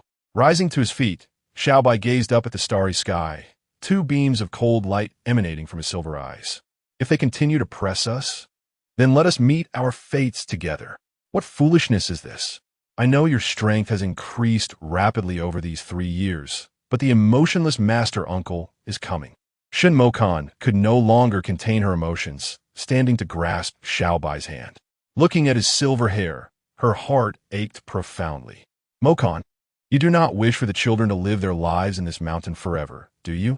Xiao Bai gently held Shin Mokan's hand, gazing into her beautiful eyes. Moreover, if we flee, where can we truly escape to? At that moment, Shin Mokan's eyes brimmed with tears once more. Indeed, with the emotionless master uncle emerging, where could they possibly hide? Just then, Lung Qing, who had remained silent, turned to face them, her gaze resolute. If the emotionless master uncle arrives, let me be the first to fall. No, if death comes, let it be I who meets it first. Shin Mokan clenched her long fingers into a fist, her elegant brows betraying a trace of determination. You two, what talk of death is this? Bah! Xiao Bai's gaze softened. Neither of you can die. The little ones need you. Then his tone shifted, his narrow eyes glinting like blades. If anyone is to perish, it should be her. Although Shin Mokan and Lung Qing knew that Xiao Bai's words were impossible, neither dared to contest them. The 3 sat side by side, basking in the luminous moonlight and the ethereal sound of the water. Come, let us visit the children. As the sky began to brighten, Xiao Bai smiled gently at the 2 women. As the cold and distant Qing Shuang slightly nodded, her gaze shifted. Over the span of 3 years, she had watched from afar the children's growth countless times, from their helpless infancy to their tentative first steps. Yet, she had never uttered a word to the adorable little ones. A melancholic smile graced Shin Mengnong's lips. Would she frighten the babies? Might they harbor any dislike towards her? Surely not, for the little ones were exceedingly understanding, comforted Xiao Bai gently. The trio strolled into the courtyard, where the children had already risen early. Some were chopping wood, while others were boiling water, all busily preparing breakfast. Upon hearing footsteps, they paused their tasks and eagerly bounded outside. Daddy! Daddy! They exclaimed. Upon noticing the 2 beautiful women beside Xiao Bai, their eyes sparkled with curiosity. Shyly, they greeted in unison, Hello, aunties. Shin Mengnong struggled to hold back her tears, softly replying, You are all such good children. Qing Shuang's eyes glistened as well. Is there sand in your eyes, auntie? Let me blow it away for you. The keen-eyed Dabao observed the shimmering tears in Shin Mengnong's eyes and rushed over with genuine concern. As his small hand touched hers, a jolt of electricity surged through her. Slowly, she crouched down, allowing Dabao to earnestly examine her eyes while he gently blew warm air towards them. Auntie, do you feel better now? Zabao inguit ao ses li. Shin Mengnong tenderly caressed his head, tears of warmth cascading down her cheeks. Much better, thank you, dear. Chapter 60. Tang Wan confronts Qing Shuang, observing the interaction between Dabao and Shin Mengnong. Both Xiao Bai and Qing Shuang were moved. The redness around Qing Shuang's eyes shimmered with unshed tears. For reasons unknown, Sam Bao could not help but approach. Grasping Qing Shuang's hand, he mimicked, Annie, do your eyes need blowing too? Qing Shuang's throat felt parched, rendering her speechless. She could only nod vigorously before slowly crouching down. San Bao's round little face enlarged in her gaze as he cautiously puffed warm breath towards her. Annie, do you feel better? He asked, tilting his head inquisitively after a few blows. Qing Shuang nodded, gripping San Bao's tiny hand tightly, as if releasing it would cause him to drift away. Unbeknownst to her, San Bao felt an inexplicable discomfort in his heart and began to pout, tears brimming in his eyes. Qing Shuang, unsure of how to respond, simply embraced him, gently patting his small back. What's wrong, San Bao? Xiao Bai squatted down, concern etched on his face. San Bao sniffled and whimpered, Daddy. I don't know why, but my heart suddenly hurts here. He pointed to his chest, his expression a blend of confusion and distress. Xiao Bai paused, then tenderly rubbed San Bao's chest, smiling softly. Do you feel better now? San Bao nodded and then dove into Xiao Bai's embrace. The remaining 7 little ones stood bewildered, having never witnessed the usually spirited San Bao in tears. Xiao Bai, are you back? At that moment, Tang Wan emerged from the room, dressed casually. Upon witnessing the presence of 2 enchanting beauties beside Xiao Bai, Shen Mo Nong was momentarily rendered speechless. She exchanged a glance with Lung Qing Shuang, and together they turned their attention toward Xiao Bai. Xiao Bai awkwardly scratched his nose, acutely aware that the current situation was rather difficult to elucidate. However, he held no guilt and feared no repercussions. A gentleman stands unperturbed. This is Officer Tang, a detective from the Municipal Police Department. Xiao Bai indicated to Shen Mo Nong and Lung Qing Shuang as he pointed towards Tang Wan. Shen Mo Nong offered a slight nod to Tang Wan, casting a meaningful glance at Xiao Bai. In contrast, Lung Qing Shuang gave a cold huff and adopted a stern demeanor. The atmosphere became somewhat awkward. Daddy, please cook. The little ones are hungry. At this crucial moment, it was the eldest child who took the initiative. Though he was unaware of the specifics of the adult matters, he could sense his father's evident discomfort. Fortunately, his single remark shattered the tension. Yes, Daddy, hurry and prepare the food. We are all starving. With the eldest leading the charge, the remaining 9 little ones began to chatter excitedly. They were not privy to any underlying issues. They simply felt a pang of hunger. All right, has everything been prepared? Today, Daddy will be the chef. Xiao Bai shared a knowing glance with the eldest child, then addressed Mo Nong and Qing Shuang. You 2 take a break. I'll call you when breakfast is ready. Having said that, he calmly entered the kitchen, cradling the 3rd child in his arms. The other children followed closely behind Xiao Bai. Observing the eldest child's retreat to the kitchen, Shen Mo Nong smiled warmly. I'll help too. This left only Lung Qing Shuang and Tang Wan in the room, one outside the door and the other inside. After a moment's hesitation, Tang Wan managed to force a smile.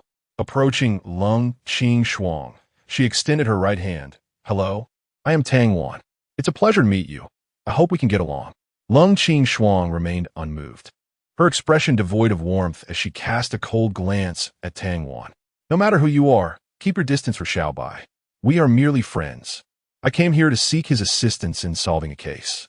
Please do not misunderstand. Before Tang Wan could finish her sentence, a blade glinting with a chilling light was already poised against her fair neck. I shall not repeat myself. Lung Qing Shuang's eyes glinted with a lethal intensity. So swift, Tang Wan swallowed hard, fully aware that if this woman intended to kill her, she would have no opportunity to draw her weapon. She understood that Xiao Bai was enigmatic, but only now did she truly grasp how little she knew about him. Yet, the inherently stubborn Tang Wan would not easily yield. Ignoring the blade at her throat, she chuckled lightly. Is this your way of threatening me? You may interpret it as such. Lung Qing Shuang raised an eyebrow, displaying signs of impatience. Tang Wan defiantly lifted her chin. This is a matter between Xiao Bai and me. It has nothing to do with you. At that moment, Lung Qing Shuang's wrist exerted pressure, and an overwhelming sense of impending doom surged within Tang Wan. She realized that this woman was indeed capable of murder. That was Tang Wan's final thought before everything around her faded to darkness. Lung Qing Shuang, observing the 3rd child standing at the doorway, appeared momentarily flustered, her icy demeanor faltering. Annie, are you and Aunt Tang practicing martial arts? San Bao inquired with a naive expression. Lung Qing Shuang sighed with relief. San Bao's eyes brightened as he glanced at the fallen Tang Wan, shaking his head with a sigh. Don't be fooled by Aunt Tang being a police officer. Her skills are rather lacking. With an air of a master, he approached and effortlessly lifted Tang Wan onto the water wave cloud dragon throne. With newfound confidence, he declared, Auntie, I challenge you. Lung Qingxuang couldn't help but laugh at San Bao's proud demeanor. Is San Bao really that impressive? She asked. San Bao waved his little hand, correcting her. Not just impressive, but truly remarkable. Intrigued by his assertion, Lung Qingxuang was aware of San Bao's capabilities, yet she had no precise measure of his skill. Regardless, she was certain he would not surpass her. She humbly clasped her fists, saying, Please be gentle with me. Certainly. San Bao tightened his little belly pouch and pointed to an open space outside the courtyard. Lung Qingxuang intended to use this opportunity to offer guidance to San Bao while fostering interaction. However, as she reached out, she quickly realized her mistake, an egregious one at that. The small, chubby child moved with astonishing speed, his strikes akin to lightning. At such a tender age, he wielded his internal energy with remarkable finesse. San Bao was equally astonished. For some reason, he felt an inexplicable fondness for the lady before him and couldn't resist wanting to grow closer to her. Initially, he aimed to elevate her skills as he did for Tang Wan, but he discovered that she was a formidable opponent. The two began by sparing each other, but gradually, they grew serious. By the end, they had both exerted 90% of their strength, each blow accompanied by a gust of vigor. Lung Qingxuang was secretly alarmed. If it were a life-or-death struggle, she believed she could defeat San Bao. Of course, only if she unleashed her full potential. After all, despite his strength, San Bao lacked any experience in Mortal Kombat. However, in a sparring match, she found herself unable to gain an advantage whatsoever. This San Bao was indeed at the late stage of the Earth Realm. The author remarks, although the debut has not garnered much attention, dear readers who appreciate this book need not worry. The author remains steadfast and will not easily abandon the story. Chapter 61. A warm breakfast. Lung Qingxuang was unsure how Xiao Bai managed it, but she had to admit that he had nurtured a little prodigy. A 3-year-old at the late stage of the Earth Realm would undoubtedly cause a stir in the martial arts world if such news were to spread.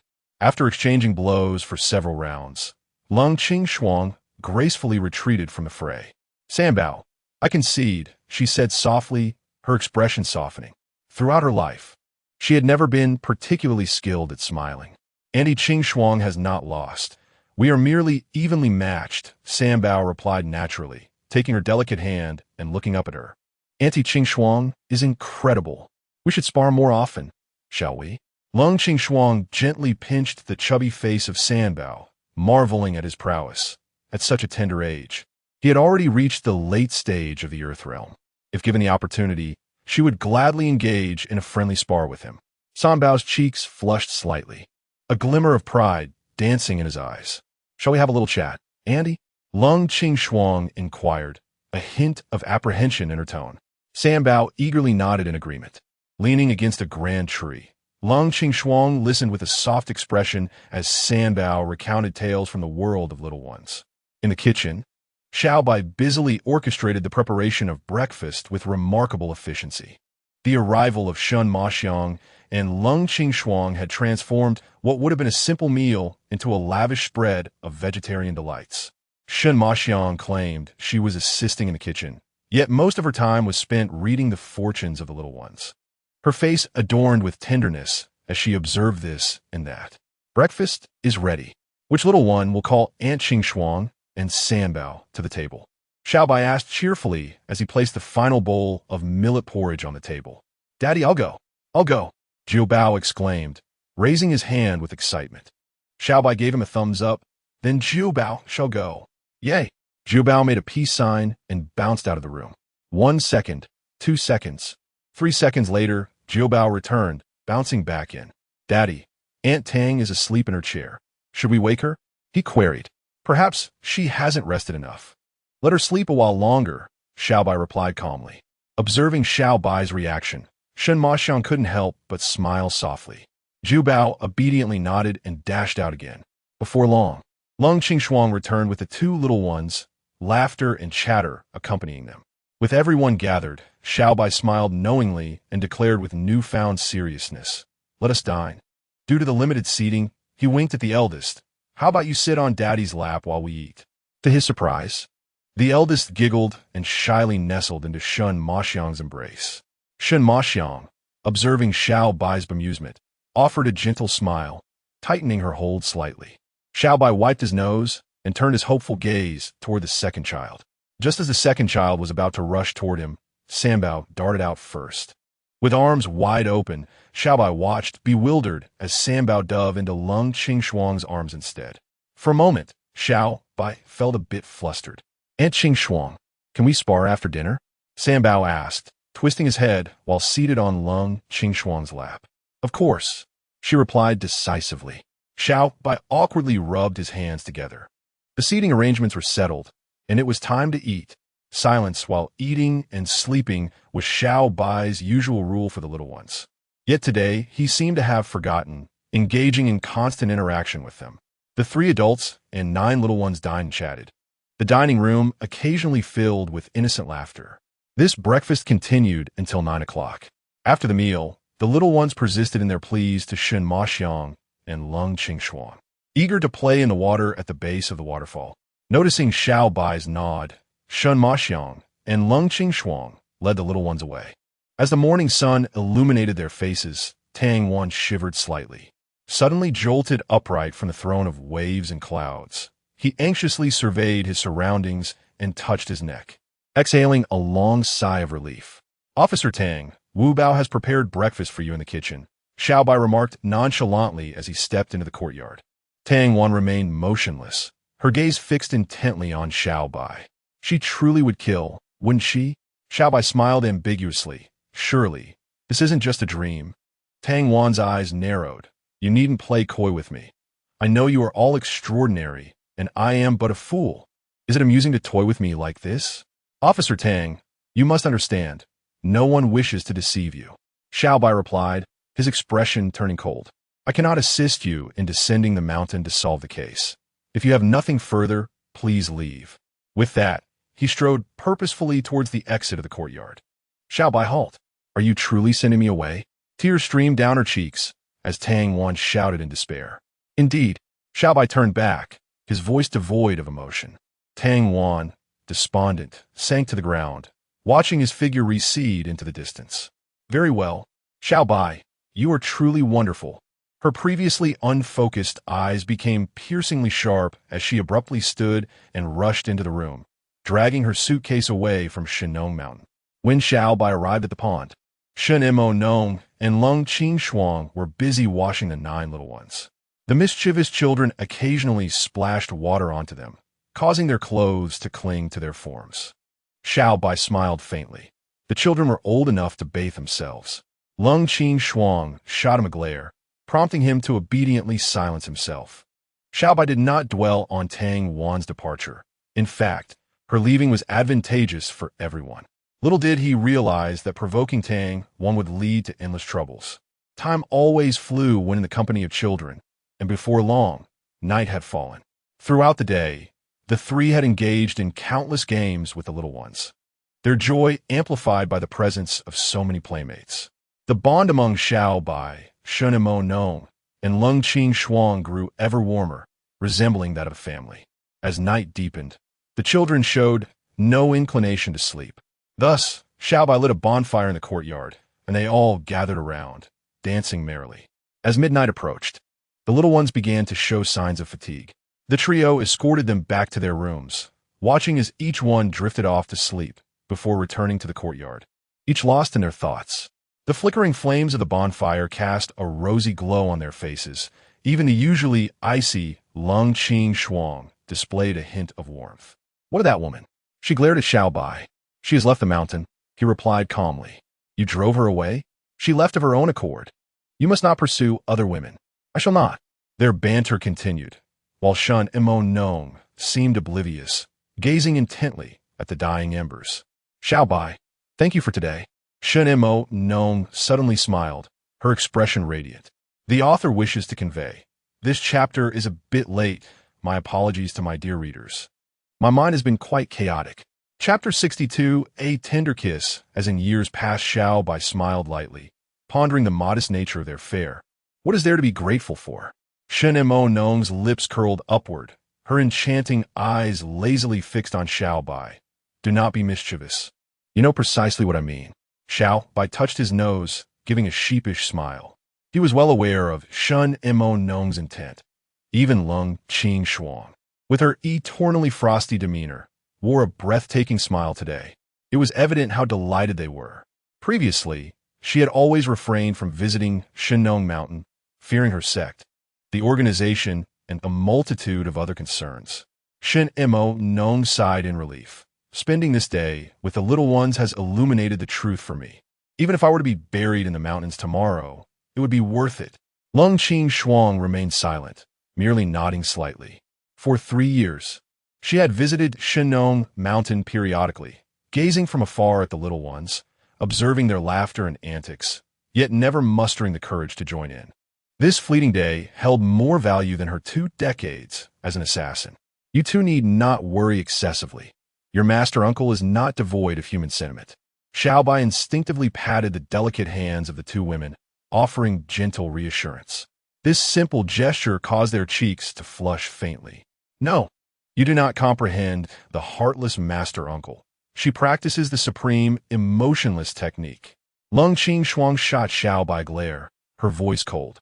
Xiao Bai smirked slightly, narrowing his silver eyes. The supreme, emotionless technique? How easily one speaks of forgetting emotions. Those who wish to forget are often the most sentimental. Essentially, if our master uncle arrives, it signals our demise. No need to ponder further. Leaving those words, Lung Qing Shuang rose and made her way directly to the bedroom. Qing Shuang remains as cold on the outside as she is warm within, reserving time for us. Shen Mo Nong smiled softly, her clear eyes shimmering with wisdom. Xiao Bai nodded. She was undeniably warm-hearted, yet insisted on donning a mask of iciness. Xiao Bai, there is something I have long wished to convey to you. Shen Mo Nong grasped Xiao Bai's hand, her gaze revealing a hint of regret. Do not speak. Xiao Bai pressed 2 fingers against Shen Mo Nong's gentle lips. I cherish my current life. This is my choice. However, without us, you would be like Tang Mi now, having graduated from university and embarked on a new chapter of life. In Shen Mo Nong's eyes, there was a flicker of pain and regret. I have been alone since childhood. Heaven did not grant me the opportunity to choose. Xiao Bai took her delicate hand firmly, his gaze resolute. Meeting you all, though an unexpected occurrence, has bestowed upon me the warmth of family. Give me some time. I will certainly protect you and the little ones. Xiao Bai's eyes glinted with cold light, a faint red glow emanating from his silver pupils. Should anyone wish to harm you, regardless of who they are, I will ensure they regret ever coming into this world. Shen Mo Nong could not suppress her laughter at Xiao Bai's earnest declaration. Qing Shuang was right. Your strength has indeed grown considerably. Even your words are now so assertive. Xiao Bai looked bewildered, unsure of where the humor lay. I still remember when you were laid back, every day carrying a birdcage and fiddling with your prayer beads in an elderly manner. Shen Mo Nong mischievously winked. The delicate flutter of her brows, with just a single glance, set Xiao Bai's heart racing. The commanding lady, when she played cute, exuded an entirely different charm. Shaking off the chaotic thoughts in his mind, Xiao Bai gently inquired, "Are they all well?" After a long silence, Shen Mo Nong sighed deeply. Everyone is fine, except for Qing Cheng. I haven't had the chance to tell you that Qing Shuang and I plan to leave here tomorrow and return to the sect. What has happened to Qing Cheng? Xiao Bai's heart tightened with worry. The news of your uncle's intention to kill you was relayed by Qing Cheng at the cost of her life. It is likely that the sect will not spare her. Shen Mo Nong's voice carried a note of desolation. What can you and Qing Shuang change by going back? Xiao Bai's gaze gradually regained clarity as he spoke softly. Shen Mo Nong offered a sorrowful smile. Either we live together or we die together. Is your uncle targeting only me or both me and the little ones? Xiao Bai asked with unprecedented seriousness. Only you. Shen Mo Nong brushed Xiao Bai's silver hair aside, her eyes filled with concern. Very well. Xiao Bai's eyes narrowed slightly, emanating a sharp glimmer. Emo Nong, you and Qing Shuang stay behind to take care of the little ones. I will go rescue Qing Chung. Oh. Upon hearing Xiao Bai's words, Shen Emo Nong involuntarily trembled, gripping a strand of Xiao Bai's hair, causing him to grimace in pain. Ignoring the pained expression on Xiao Bai's face, Shen Emo Nong's demeanor turned cold. No, you would be walking into a trap. You know how much your master despises you. But didn't you say that Di Wu Qing has already come down from the mountain? Xiao Bai raised an eyebrow and retorted, Who is the lamb and who is the tiger remains to be seen. Seeing the confident glint in Xiao Bai's eyes, Shen Emo Nong found herself momentarily unable to fathom him. This little Bai was no longer the timid boy he once was. Reminded of that man who had grown complacent and wished only to live off others, a smile involuntarily graced her lips. What are you smiling about? Xiao Bai scrutinized Shen Emo Nong's face, slightly moved. Shen Emo Nong parted her red lips, recalling the past. Do you remember the you from back then? Was I not weak? Xiao Bai blinked. No, you were adorable, very charming. Shen Montag Nong smiedet brichtli. As time trickled away, night fell in the blink of an eye. Xiao Bai stood up, extending his hand toward Shen Emo Nong. Come, let us return to the room and sleep. Shen Emo Nong slowly rose. Their gazes locked with deep affection. Their noses drew closer, feeling each other's warm breath. Shen Emo Nong gently closed her eyes and murmured, Xiao Bai, kiss me.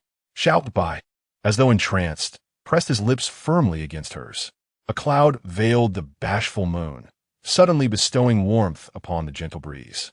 Little Feng perched atop Bai's head, observing the couple in the courtyard, frozen in a single pose for half an hour, jaws agape in shock, too stunned to utter a sound.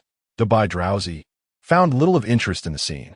As the moment drew to a close, Shen Emo Nong gently pushed Xiao Bai away and hastily retreated to her room. Xiao Bai wiped his lips, recalling that familiar taste after 3 long years. While others may endure hardships, they can confront their emotions directly. Only Xiao Bai cannot, for fate has never granted him a choice. As the ominous clouds dispersed, Xiao Bai stood proudly, his silhouette elongated by the moonlight, draping him in a silvery cloak. If you dare to peep again, you'll find yourself in a pot of soup, he declared coldly, casting a glance towards the backyard. Xiao Feng recoiled slightly, incessantly flapping her wings at the large white figure. Oomph, I said I wouldn't come, yet you insisted, you little pest. Upon returning to his chamber, Xiao Bai ignited a sandalwood-scented incense. The fragrant tendrils enveloped the room, ensuring that the 2 women and the 9 adorable children slept even more soundly.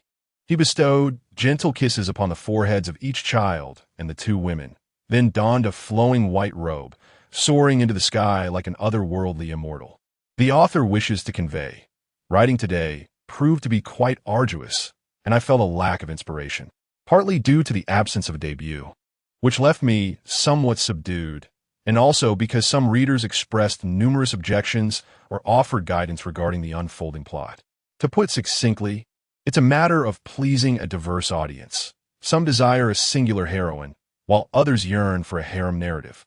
As a novice author still immersed in my first book, which has exceeded 700,000 words, I must admit that I am on the verge of exhaustion, yet I persist, aspiring to reach 1 million words. Struggling through this endeavor, my previous book featured a sole heroine, and despite many urging me to explore a harem, I chose not to and ultimately abandoned that project. However, I harbor no regrets. I cannot compromise the support of one faction for the whims of another. Regarding this current book, while there are numerous female characters, discerning who the true heroine is remains subjective. Each reader will have their own interpretation. There are 1,000 readers, each with 1,000 perspectives. I am open to constructive suggestions, yet it is imperative that I maintain control over the main narrative. Chapter 63. The midnight departure of Xiao by warm sunlight filtered through the white paper of the window, illuminating the faces of the little bundles of joy. Sam Bao stretched in his sleep, his tiny feet resting on Lung Qingxuang's leg. Lung Qingxuang's sharp brows twitched as she abruptly opened her eyes. Upon surveying her surroundings and noticing San Bao's chubby little feet, her expression softened. Remaining still, she turned her gaze to Shen Mornong, who, too, was awake, striving to maintain her tranquil pose. Alongside her, Not only were there 2 tiny feet, but a pudgy little hand rested upon her chest, unmistakably belonging to the drowsy Dabeo. Their eyes met, and Lung Qingshuang whispered, "You slept so soundly today. Where's Xiao Bai? He hasn't gone off to cook, has he?" Shen Mornong, just awakening, felt a sense of unease. At Lung Qingshuang's words, her eyes widened in alarm. Recalling Xiao Bai's words from the previous night, she shivered involuntarily. Could Xiao Bai have truly gone to rescue Yi Qingqing? Startled by Shen Mornong's movements, Dabeo blinked sleepily, his face flushing crimson upon realizing where his little hand had wandered. "Auntie, I didn't mean to." Shen Mornong gently pinched Dabeo's soft cheek and bestowed a tender kiss upon him. Laughing, "There, all is forgiven." Dabeo rubbed his head, feeling as though he had been wronged. Something felt amiss. Why were the little ones still asleep? "Where's Daddy?" he exclaimed, sitting up abruptly in surprise, startled by the loud cry of the eldest baby. The remaining 8 little ones sat up, each rubbing their sleepy eyes. Shin Mokan became acutely aware of the gravity of the situation. The joy of being with the little ones had caused her to overlook the fact that both she and Lung Qingshuang would never oversleep. She hastily slipped into her shoes and dashed to the kitchen, only to find the pots cold and the stove unlit, with no sign of breakfast being prepared. Venturing into the courtyard, she leapt onto the rooftop, yet still saw no trace of Xiao Bai. A chill ran through her heart. Xiao Bai had indeed gone to the sect. Returning to her room, Shin Mokan forced herself to regain her composure, scrutinizing every corner of the bedroom. Finally, her gaze settled on a wisp of fresh incense ash in the incense burner. "What is wrong, Sister Mokan?" Lung Qingshuang noticed Shin Mokan's unease. Shin Mokan glanced at the group of babies still engaged in a collective discussion about why they had overslept. Leaning closer to Lung Qingshuang, her voice trembled slightly. "Xiao Bai's gone to the sect to rescue Qing Cheng." "What?"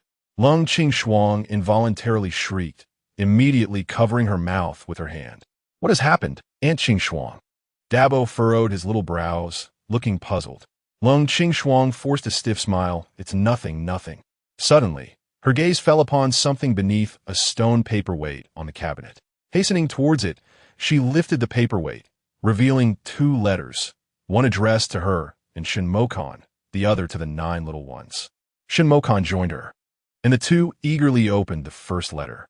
Xiao Bai's calligraphy combined strength and grace, as if it concealed deep affection within its strokes. The letter contained but a single sentence: "Take good care of the babies and wait for my return." The brevity of those 10 words held both women's attention for several minutes.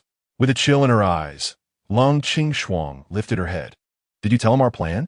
Shin Mokan nodded, her eyes glimmering, and then carefully placed the letter back into its envelope.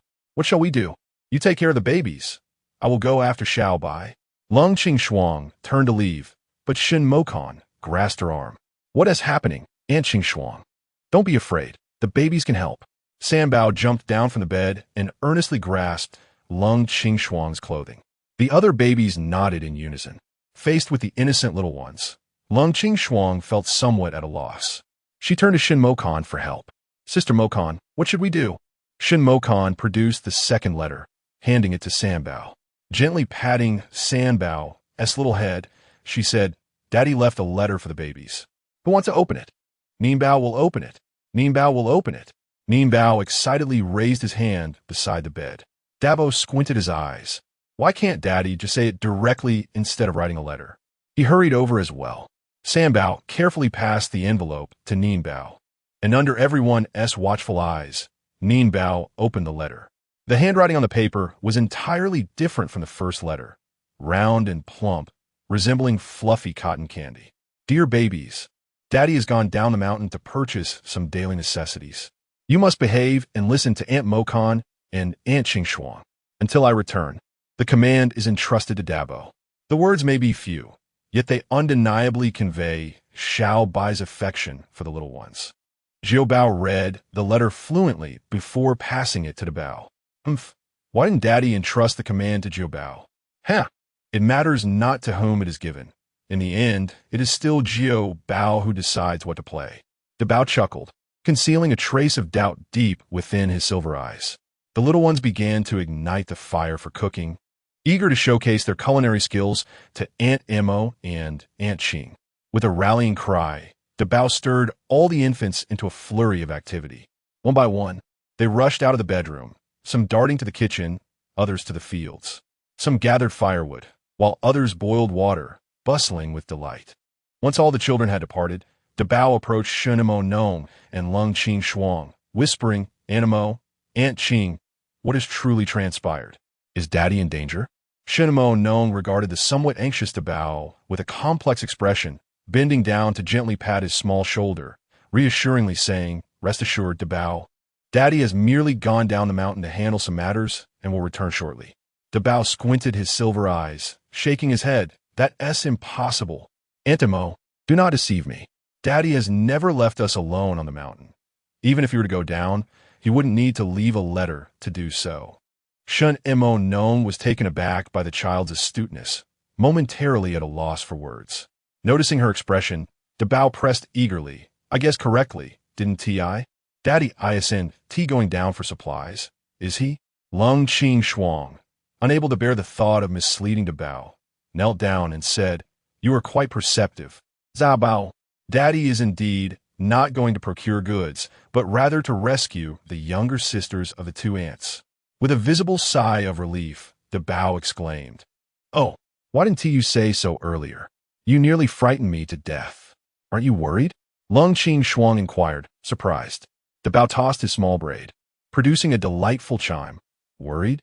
Daddy is the strongest. Who could possibly be his match? He then patted the shoulders of Lung Qing Shuang and Shun Mo Nong, offering comfort. Rest easy, aunts. Daddy will certainly rescue your sister. The author has a message. Good night, dear ones. Chapter 64. The cold radiance of a 3-foot blade, gazing at Dabao, who brimmed with confidence. Shun Mo Nong and Lung Qing Shuang exchanged a glance, both feeling an inexplicable pang in their hearts. Pinching Dabao's chubby cheeks, Shun Mo Nong smiled gently.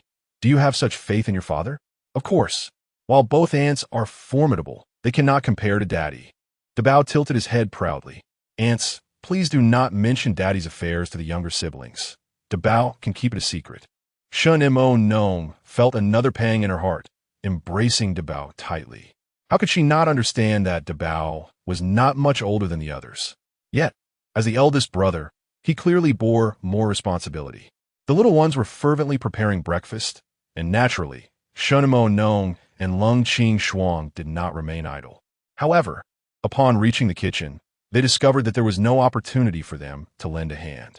Ultimately, they were relegated to the roles of serving bowls and plates. Surrounded by happiness, they remained blissfully unaware of the impending danger that quietly loomed. Within the woods of Shinong Mountain, 4 figures traversed the terrain, 3 men and 1 woman. Leading the group was an imposing man, towering at 2 meters, his muscular physique reminiscent of a coiled dragon. His prominent nose seemed sculpted upon a square-jawed visage, and deep-set eyes concealed a pair of amber orbs. Sporting an aggressively cropped hairstyle, he emanated an overwhelming presence. Sure who? This vast expanse of Shinong Mountain will exhaust us before we ever locate Blood Eagle and his companions, complained a lean man, no taller than 1.40 meters. Resembling a monkey, his flushed face still tinged with the effects of intoxication. The man named Sure Who ignored him, turning instead to another peculiar individual. This man crouched low to the ground like a hound, his disproportionately large nose twitching incessantly. Below his nose, 2 strands of unkempt stubble adorned his face. Liogo, have you detected anything? Queried the bald man named Liogo, as he straightened up, squinting his hound-like eyes in confusion. I can ascertain that Blood Eagle vanished from this very spot, and thereafter there has been no trace. Oh, come now, stop your wild speculations. I say these fellows have likely found a place to indulge themselves, retorted Ling Yuan, a woman who had remained silent until now, delivering a swift kick to Ling Yuan's rear. Ling Yuan seemed to possess eyes on the back of his head, leaping to the treetops in a flash, flashing a toothy grin at a woman with curly hair. Li Cat, care for a friendly spar up here in the trees? She squinted her eyes into narrow slits, warning, You better not provoke me, monkey brat, little wildcat. Do you think Grandpa Monkey fears you? Enough. Cease this ruckus. Sherhu interjected with a cold snort, delivering a kick to the tree. With a resounding crack, the stout trunk splintered. Ling Yuan tumbled down from the branches, his eyes gleaming mischievously. He dared not utter another word. Let's not forget, the Lord has issued a dire decree. Failure to locate Blood Eagle and his trio will invoke the Lord's wrath. Sherhu's thick lips moved as he strode purposefully forward. Liugo, stroking his beard, flashed a smug smile and hurried ahead of Sherhu, his large nose sniffing the air curiously. Ling Yuan and Li Kat exchanged glances, both reflecting mutual disdain as they leaped to higher ground, surveying their surroundings. Minutes passed, and near the edge of a precipice, Liugo twitched his nose. Boss, something feels amiss. Sherhu's eyes sparkled with intrigue. What have you discovered? The scent of horse manure is quite strong in this area, Liugo revealed with a sycophantic grin. Sherhu clenched his fists. It seems you've grown quite audacious again. Instead of tracking people, you've chosen to sniff horse dung. Do you truly expect to find anyone amidst the filth? Liugo recoiled slightly, recognizing the truth in Sherhu's words. The four men circumvented the cliff and continued onward. Above, the azure sky was dotted with drifting clouds, beneath which horses galloped. A melodious children's voice filled the air, prompting Sherhu and his companions to seek cover. They beheld 9 young children, each adorned with a small flower crown, standing in a circle, holding hands and singing in harmony. In the center of the circle stood a tall woman clad in red. The 4 individuals simultaneously exhaled in relief. Lion and tiger, these must be the little brats the Lord mentioned. The spirit monkey approached, narrowing its round eyes, contemplating whether to make a gesture. Get lost. The Lord said we shouldn't engage with those little imps just yet. Lion and tiger disdainfully swatted away the spirit monkey's bony hand, reprimanding it in a hushed tone. I truly don't understand why the Lord is so enigmatic, issuing commands daily without explanation. The spirit monkey crossed its arms, appearing quite displeased. Boss, I feel that the woman in red looks somewhat familiar. The raccoon squinted, speaking earnestly. Have you seen her before? Lion and tiger shifted their gaze to Shinmaxiang. Her figure is quite appealing. I do enjoy a woman with a hint of voluptuousness. If only I could charm her with a smile. Boss, the Lord said not to touch those children, but never mention this woman. Should I bring her to you? You too, with your lustful thoughts, are mistaken. I've seen this woman before. Before the raccoon could finish, a chill ran down its spine, prompting it to leap back several feet. The snug leather attire tore open at an angle, revealing a gash of approximately 20 centimeters. Crimson blood began to flow slowly, as behind her stood the icy-eyed Lung Qingshuang. A drop of blood slid down the 3-foot-long blade. Having missed her target, Lung Qingshuang retreated 4 or 5 meters, creating distance from the 4. Raccoon, are you all right? Lion and tiger inquired with concern. The raccoon shook its head, its gaze fixated with malice upon Lung Qingshuang's exquisite countenance. It's you. Upon seeing Lung Qingshuang, the raccoon instantly recalled the identity of the woman in red. For years prior, she had received a covert mission from a Skull Lord, instructing her to administer a drug at Villa Number 3 by the Ban Mountain Lake. At that time, there were 9 breathtaking beauties in the villa, including the woman in white and the one in red. That day, she executed her task flawlessly, causing several women to fall victim to the secret concoction of yin-yang harmony powder. After reporting to the Skull Lord, he departed eagerly with a stunning man. However, upon returning, it seemed the Lord had sustained injuries and hastily declared a retreat into seclusion. The beautiful man did not return with him. Later, the raccoon had inquired about this matter with the Skull Lord and had nearly been killed in the process. Yet, the mission left a deep impression on the raccoon, as it had never witnessed the Skull Lord in such a rage. Just then, the hyena sniffed, grinning wickedly. What a fiery woman. Quite intriguing, I like it. Seeking death. Before the words escaped, Lung Qingshuang had already thrust her sword forward. Chapter 65. A stroke of ink silk's cuts through gracefulness. Lung Qingshuang's speed was astonishingly swift, her 3-foot blade arriving in the blink of an eye. The hyena was caught off guard. He had not anticipated that the woman before him would dare to advance alone after her initial failure. Momentarily on the defensive, he executed a roll, followed by a clumsy escape. Ultimately, he evaded Lung Qingxuang's lethal strike. The four then synchronized their movements, encircling Lung Qingxuang, their faces contorted with malice. Cold Qingxuang, undaunted, surveyed the four individuals with her icy gaze, ultimately fixing her attention on the raccoon cat. I remember you. You were the one who presented that exquisite bouquet to Qing Cheng. For years prior, during a gathering of the Nine Sisters at the mountainside villa, she and Yi Qing Cheng had been approached by an ardent female admirer who gifted Yi a remarkably unique bouquet of Tsing Cheng flowers. The bouquet was extraordinarily beautiful, captivating even the indifferent cold Qing Shuang, who couldn't help but glance at it twice. In retrospect, that very bouquet not only brought misfortune upon the Nine Sisters, but also ensnared the part-time delivery boy, Xiao Bai. Now recalling the incident, she realized that the female admirer was none other than the woman standing before her. The raccoon cat grinned mischievously. So, how did that bouquet taste? Cold Qing Shuang's expression turned frosty at the remark, and she lunged forward, sword poised to strike the raccoon cat. The raccoon cat cackled ominously, drawing two amade daggers from her waist. The clash of metal reverberated as sparks flew, and the two women brushed past each other. The raccoon cat's hands trembled slightly, a deep gash appearing on her shoulder, reaching almost to the bone. How swift! Cold Qing Shuang pivoted, her blade aimed directly at the raccoon cat's back.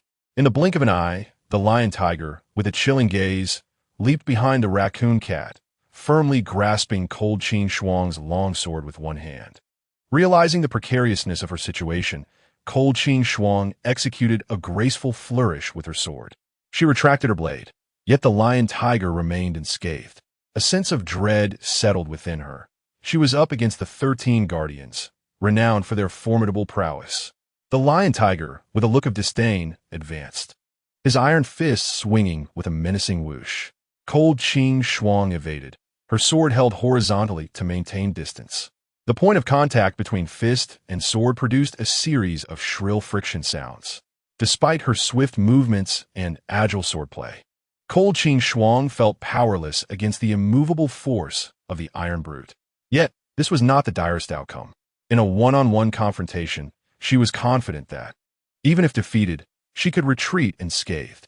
However, with three adversaries lurking, a moment's carelessness could lead to her absolute ruin. Just as Cold Qing Shuang anticipated, before she could disengage, the raccoon cat lunged forward, aiming the amade dagger directly at her throat. With a sharp glint in her eyes, Cold Qing Shuang shifted her weight back just in time to evade the lethal strike. The agile monkey then approached, its hands now adorned with razor-sharp claws. Executing a lewd maneuver aimed at her lower body, Cold Qing Shuang sprang into the air, narrowly escaping the monkey's assault, but was suddenly ensnared by a chain wrapping around her legs. The hyena leered with a wicked grin, yanking the airborne Cold Qing Shuang down with a forceful jerk. Following this, it lunged at her, baring its teeth. Bound by the chains, Cold Qing Shuang summoned her inner strength to sever the links. With a deft maneuver, she sprang to her feet just as the hyena missed its target. The monkey's claws descended swiftly, enlarging in Cold Qing Shuang's vision. There was no time to evade. She grasped her blade, prepared to face the monkey head-on in a desperate bid for survival. Just then, at a crucial moment, a garland whistled through the air, crashing heavily onto the monkey's shoulder. The monkey let out a muffled grunt, tumbling into the nearby underbrush. Seizing the opportunity, Cold Qing Shuang kicked aside the chains and rolled over to Shun Mo Nong's side, her expression tinged with concern. What about the babies? Do not worry. I have sent them home. Shin Monong's gaze was fixed intently on the three individuals before her. In a hushed tone, she spoke to Lung Qingxuang. The hyena, massaging its shoulders, sprang forth from the underbrush, baring its teeth menacingly at Shun Monong. Facing 2 against 4, the odds were nearly insurmountable. Nevertheless, this battle was one they had to fight. Sister Monong, take the children and leave. I will handle this, Lung Qingxuang whispered resolutely, her eyes radiating determination. Shin Monong shook her head, her beautiful eyes filled with unwavering resolve. She could not sacrifice Lung Qingshuang for her own safety and that of the children. Let it go. Such a stunning beauty would only lose her charm if harmed. Lion Tiger remarked, his gaze fervently fixed on Shin Monong, his fists clenched. Dressed in fiery red, her lips were a stunning shade of jade. Shin Monong's lips and Lung Qingshuang's legs stirred a fervor in Lion Tiger and the hyena. Are you part of the organization? Shin Monong inquired, her brows furrowing slightly, her lips parting gracefully. Lion Tiger showed no surprise, responding indifferently. And what of it? Yes, then go to your demise. Before Shin Monong could make a move, Lung Qingshuang had already drawn her sword, advancing towards Lion Tiger. Having engaged in a brief skirmish earlier, she discerned that Lion Tiger was the strongest and most formidable among the four, surpassing her in prowess. As a sister, the strongest must certainly be preserved for oneself. Lion Tiger chuckled coldly, showing no intention of shying away from Lung Qingshuang's sharp blade, meeting her head-on with his powerful fists. Shin Monong, ever astute, understood Lung Qingshuang's intentions. With Lung Qingshuang protecting her, how could she not wish to shield Lung Qingshuang in return? She blocked the advancing hyena, effectively taking on all three opponents. As the combat commenced, Shin Monong felt an immediate sense of foreboding. The three adversaries before her were all at the Earth Realm, albeit in its initial stages. Yet she herself was merely at the mid-level of the Earth Realm. While she might manage to defeat two opponents with her advantage in concealed weaponry, taking on three was a daunting challenge. Furthermore, their teamwork was seamless, their combined strength far exceeding mere arithmetic. Within less than 10 exchanges, Shin Monong found herself caught off guard, struck by the hyena's chain across her jade back. Losing her balance, she fell to the ground. The lynx, seizing the opportunity, leapt into the air, brandishing an piercing dagger aimed directly at Shin Monong's heart. She loathed the way Lion Tiger regarded Shin Monong. It was a treatment she had never experienced. The dagger sliced through the air, poised to pierce Shin Monong. At that moment, a subtle smile graced Shin Monong's lips as she lay on the ground. In a swift motion, she drew her ink-silk soft sword from her waist, executing a horizontal sweep without glancing back. With a powerful arc, the blade sang with a resonant sound, swift as a shadow. Shin Monong's ink-silk soft sword glimmered like a streak of darkness, vibrating audibly as it passed. The longer the blade, the stronger the strike. Moreover, the lynx was utterly unprepared and could only recoil sharply to evade. A chilling scream echoed as the ink-silk soft sword struck true, sending the lynx tumbling backward for over 10 meters. A crimson line slowly fissured across her abdomen, the exposed flesh a gruesome sight, with intestines faintly visible. Even if she survived, she was rendered incapable of continuing the fight. Of course, Shin Monong was not unscathed. The chain's blow had indeed landed solidly on her jade back. A spurt of fresh blood erupted forth, her complexion growing increasingly pale. Slowly rising to her feet, she grasped the soft ink-black sword and directed a steely gaze toward the two hyenas. What a terrifying scheme! The spirit monkey fixated on the sword in Shun Maxiang's hand, still stained with the blood of the raccoon. They had presumed that Shun Maxiang excelled in concealed weaponry, only to discover now that this was but a fade. From the very beginning, the three of them had fallen prey to Shun Maxiang's cunning. Chapter 66. The fierce battle between life and death. Shun Maxiang's expression was grave, the soft ink-black sword quivering slightly. She did not exhibit any joy from the success of her stratagem. The current situation left her and Lung Qingshuang still at a disadvantage. Though Lung Qingshuang was at the late stage of the Earth Realm, she had been relentlessly pressured by the Lion Tiger. Were it not for her formidable agility, she would have likely sustained injuries by now. It appeared that the Lion Tiger was at least a practitioner of the celestial realm. As Lung Qingshuang became drenched in sweat, the Lion Tiger grew more fervent in battle, while Shin Maxiang found it increasingly difficult to assist her, let alone ensure her own safety.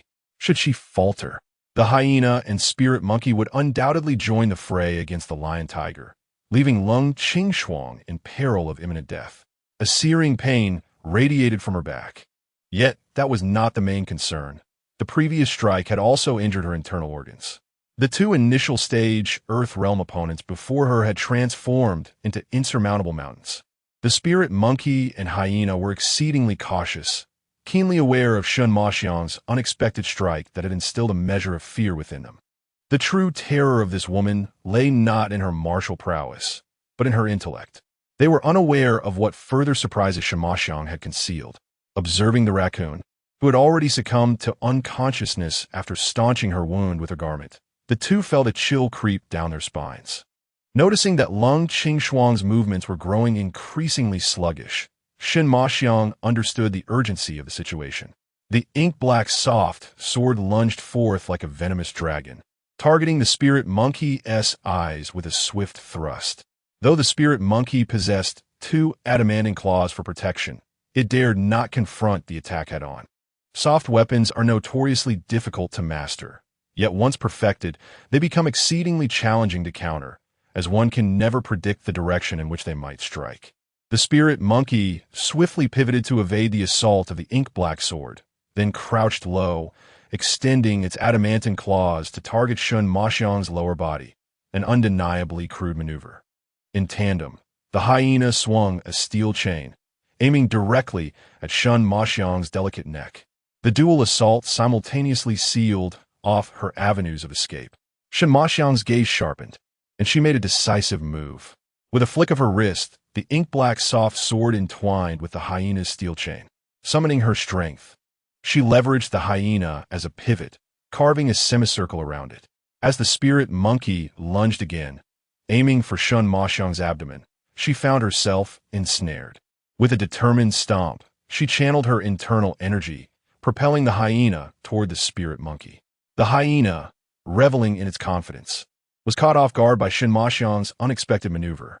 Its diminutive form was suddenly hurled through the air, perilously close to the spirit monkey's adamantine claws. In a moment of desperation, the hyena feared the consequences of the impending strike, realizing it might soon be rendered impotent. At a critical juncture, the spirit monkey demonstrated surprising agility, retracting its claws and executing a powerful flip, rolling to the side. Shun Maxiang, composed and resolute, swiftly adjusted her wrist. The ink-silk soft sword clinked as it freed itself from the chains that bound it. Opportunities are fleeting. Shun Maxiang lunged forward, the ink-silk soft sword transforming into a streak of black lightning aimed at the throat of the spirit ape. Just as the spirit ape landed, it sensed a flash of darkness approaching. Fear surged within, and it raised its pair of steel claws to seize the shadow. The sound of metal clashing echoed. Its powerful claws gripped the sword's body tightly. However, the haste of its actions resulted in a miscalculation, grasping too far back. The ink-silk soft sword writhed like a venomous snake. In a moment of carelessness, it severed the ape's nose. The spirit ape howled in agony, its eyes ablaze with fury. Enduring the excruciating pain, one claw yanked at the ink-silk soft sword, attempting to pull Shun Maxiang closer. The other claw was raised high, poised to crush her skull. Shun Maxiang, possessing both grace and intellect, discerned the spirit ape's intent. Making a decisive choice, she relinquished the ink-silk soft sword and executed a backflip to escape the fray. Blood spurted forth, leaving her complexion even more pallid, her internal injuries exacerbating. The spirit ape, now frenzied, with bloodshot eyes, would not let Shun Maxiang escape easily. Discarding the ink-silk soft sword, it leaped towards her. Its claws aimed directly at her beautiful eyes, teeth grinding in a display of hatred. Without her sword, Shun Maxiang steeled her gaze and firmly grasped the spirit ape's wrists. As she retreated, her eyes remained fixed on the gleaming claws before her. "Hyena, you beast! Are you not going to act?" The spirit ape roared, startling the hyena. Finally roused from its nightmare, the hyena, seeing the spirit ape bloodied, realized that it had sacrificed its nose to save it. With a muffled grunt, the hyena shook its steel chains, reminiscent of a venomous dragon emerging from its lair. The chains, as if endowed with sight, ensnared Shun Maxiang's arms. Pain surged through her, the claws drawing perilously close to her eyes, nearly brushing against her long lashes. Seeing this, Lung Qingxuang was consumed with rage and confusion, desperately attempting to intervene. However, just as she took flight, the lion tiger seized her left ankle. The Qingfeng sword, swung in defense, was caught by the lion tiger. Trapped, both women fell into a dire predicament. Shin Mokan felt her strength waning, the spirit ape's claws ready to blind her in an instant, followed by the fatal blow to her skull. A final farewell to Xiao Bai, a final farewell to the Bao. She slowly closed her eyes, a crystalline tear escaping the corner of her eye, observing Shin Mokan's apparent surrender. The spirit ape's expression darkened further, a twisted smile creeping across its grotesque face. Having severed its nose, the spirit ape would not allow Shin Mokan the mercy of a swift death. It intended to blind her first, and after the lion tiger and their companions grew weary of her, it would ruin her beauty, dismember her, and feed her remains to the wolves in the mountains, assuaging its deep-seated hatred. With this thought, the spirit ape's gaze turned even more sinister, its arms suddenly exerting tremendous force. Just at that critical moment, a sharp crack shattered the tension. The agile monkey felt a piercing pain in its shoulder, causing its body to tilt, and its sharp claws grazed past Shun Mokan's delicate forehead, severing a strand of her hair. With a sharp crack, the hyena's wrist throbbed as the steel chain slipped from its grasp. Confused, Shun Mokan sensed her arms loosen, and the chains clattered to the ground. Upon reopening her beautiful eyes, she beheld the anxious expression of Debeo, accompanied by 8 other little ones. Each donned a fitted martial arts uniform, each emblazoned with a distinct character on their chests. Debeo bore the character for ink. At his waist hung a refined little pouch, brimming with plump spheres. The 9 adorable children appeared as if facing a formidable foe, each wearing a serious demeanor. Fear not, Animo, for Debeo is here. He clutched a glass bead, his eyes gleaming with determination. Barely had he spoken when Sanbao leapt into the air, his tiny fist, imbued with energy, aimed directly at the back of the lion tiger's head. The sudden turn of events left everyone taken aback. Sensing a sinister gust from behind that posed a threat, the lion tiger relinquished his hold on Lung Qingxuang's ankle and threw a punch without looking back. Sanbao, be cautious, Lung Qingxuang shouted anxiously, gripping her 3-foot-long sword and spinning her body. With a resounding thud, their fists collided. The author wishes to express, alas, for one who has not undergone training at Shaolin Temple, this is indeed a challenge. Chapter 67. Sanbao in peril. As their fists met, Sanbao stumbled backward several paces. His fair little fist trembled slightly, and his lively eyes reflected a hint of confusion. This fellow has remarkably tough skin. The lion tiger was equally astonished. Was this truly a mere infant and not a solid iron ball? Even if it were a steel sphere, his earlier punch would have surely left a dent. To his surprise, the little one had only retreated a few steps, while his own wrist now tingled with discomfort. Furthermore, due to Lung Qingxuang's counterattack, the lion tiger was compelled to release the Qingfeng sword, and his other hand began to throb faintly. Out of control, Lung Qingxuang chose not to launch another assault, but instead floated in front of Sanbao, tending to his little arm, utterly devoid of her earlier composure. Murmuring, "Are you all right? Sanbao, did you hurt anywhere?" Sanbao grinned and reassured her, "Aunt Qing, there's no need to worry, I won't be harmed." Seeing Sanbao still smiling, Lung Qingxuang finally breathed a sigh of relief. Upon noticing the character for frost emblazoned on Sanbao's chest, a faint smile graced the face of the ancient ice, revealing that he had always held a place for her in his heart. The arrival of the 9 little ones undoubtedly took everyone by surprise, not only altering the atmosphere of the battlefield, but also reshaping the destinies of all present. Shin Mokan had already reached Debeo's side, and Lung Qingxuang had drawn closer to Sanbao. The lion tiger and his companions dared not strike, merely observing the 2 women and the 9 little bundles with increasingly dark expressions. He couldn't fathom why these small rascals possessed such formidable strength, particularly the child who had just exchanged blows with him, whose prowess was astonishingly comparable to his own, clearly exhibiting some form of hard-earned skill. The individual who had just thrown the glass marbles was evidently no ordinary foe. Upon closer inspection, One could see that the 7 individuals behind him were all clad in martial arts attire, wielding an array of exquisite weapons.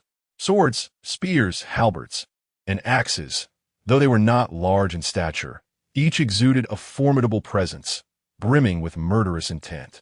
Turning to assess his own side, he noted that the raccoon had succumbed to a deep stupor, while the hyena grimaced in pain, clutching his wrist. The most unfortunate of all was the spirit monkey, whose nose had been severed, and one of its arms hung limply, seemingly dislocated at the shoulder. If the confrontation continued, it was likely they would suffer complete annihilation. These little rascals were truly infuriating. The Lord of the Hall had never mentioned that these 9 youngsters would be so formidable. Contemplation was clearly not the strong suit of the lion and tiger. Merely engaging in thought left him with a throbbing headache. He needed to report to the Lord of the Hall without delay. With this in mind, the lion and tiger exchanged a glance with the hyena, then hoisted the raccoon and prepared to flee. As Shun Mok's gaze turned icy, he readied to pursue, only to spit out a mouthful of blood. His body gradually weakened, and he collapsed onto Dabao. Hearing this, Lung Qingshuang grasped her 3-foot green blade and gave chase, while the younger ones looked anxiously between Shun Mok and Lung Qingshuang, momentarily at a loss. However, San Bao reacted swiftly, propelling himself forward to intercept Lung Qingshuang. He struck the iron ball with a powerful punch. Boom! The iron ball shattered, releasing a cloud of gray smoke. San Bao quickly covered his mouth and nose, but still inhaled a trace of it. Instantly, the world around him spun, and his small face darkened visibly. Lung Qingshuang's heart raced as she quickly cradled San Bao in her arms. Taking advantage of the chaos, the lion and tiger had already vanished into the vast forest. As the remaining children caught up, they found San Bao's eyes tightly shut and his teeth clenched. Panic set in as they realized he had been poisoned. What should they do? Their father was not present. The timid ones began to cry. Hurry and find Qi Bao. Qi Bao is skilled in medicine. At this critical moment, Air Bao exclaimed with a glimmer of hope. Yes, seek Qi Bao. He will surely have a remedy. The others echoed in agreement. With little time to waste, Lung Qingshuang lifted San Bao and accelerated her pace to the utmost, racing towards the Xiao family. Meanwhile, on the Great Kong, Shun Mok had regained consciousness. Qi Bao grasped Shun Mok's hand, reassuring her, Animo, you have only sustained internal injuries. I have a restorative medicine, with a few days of rest. You will be fine. Shun Mok smiled gently. Thank you, little divine Dr. Qi Bao. Dabao, hearing Qi Bao's words, also breathed a sigh of relief.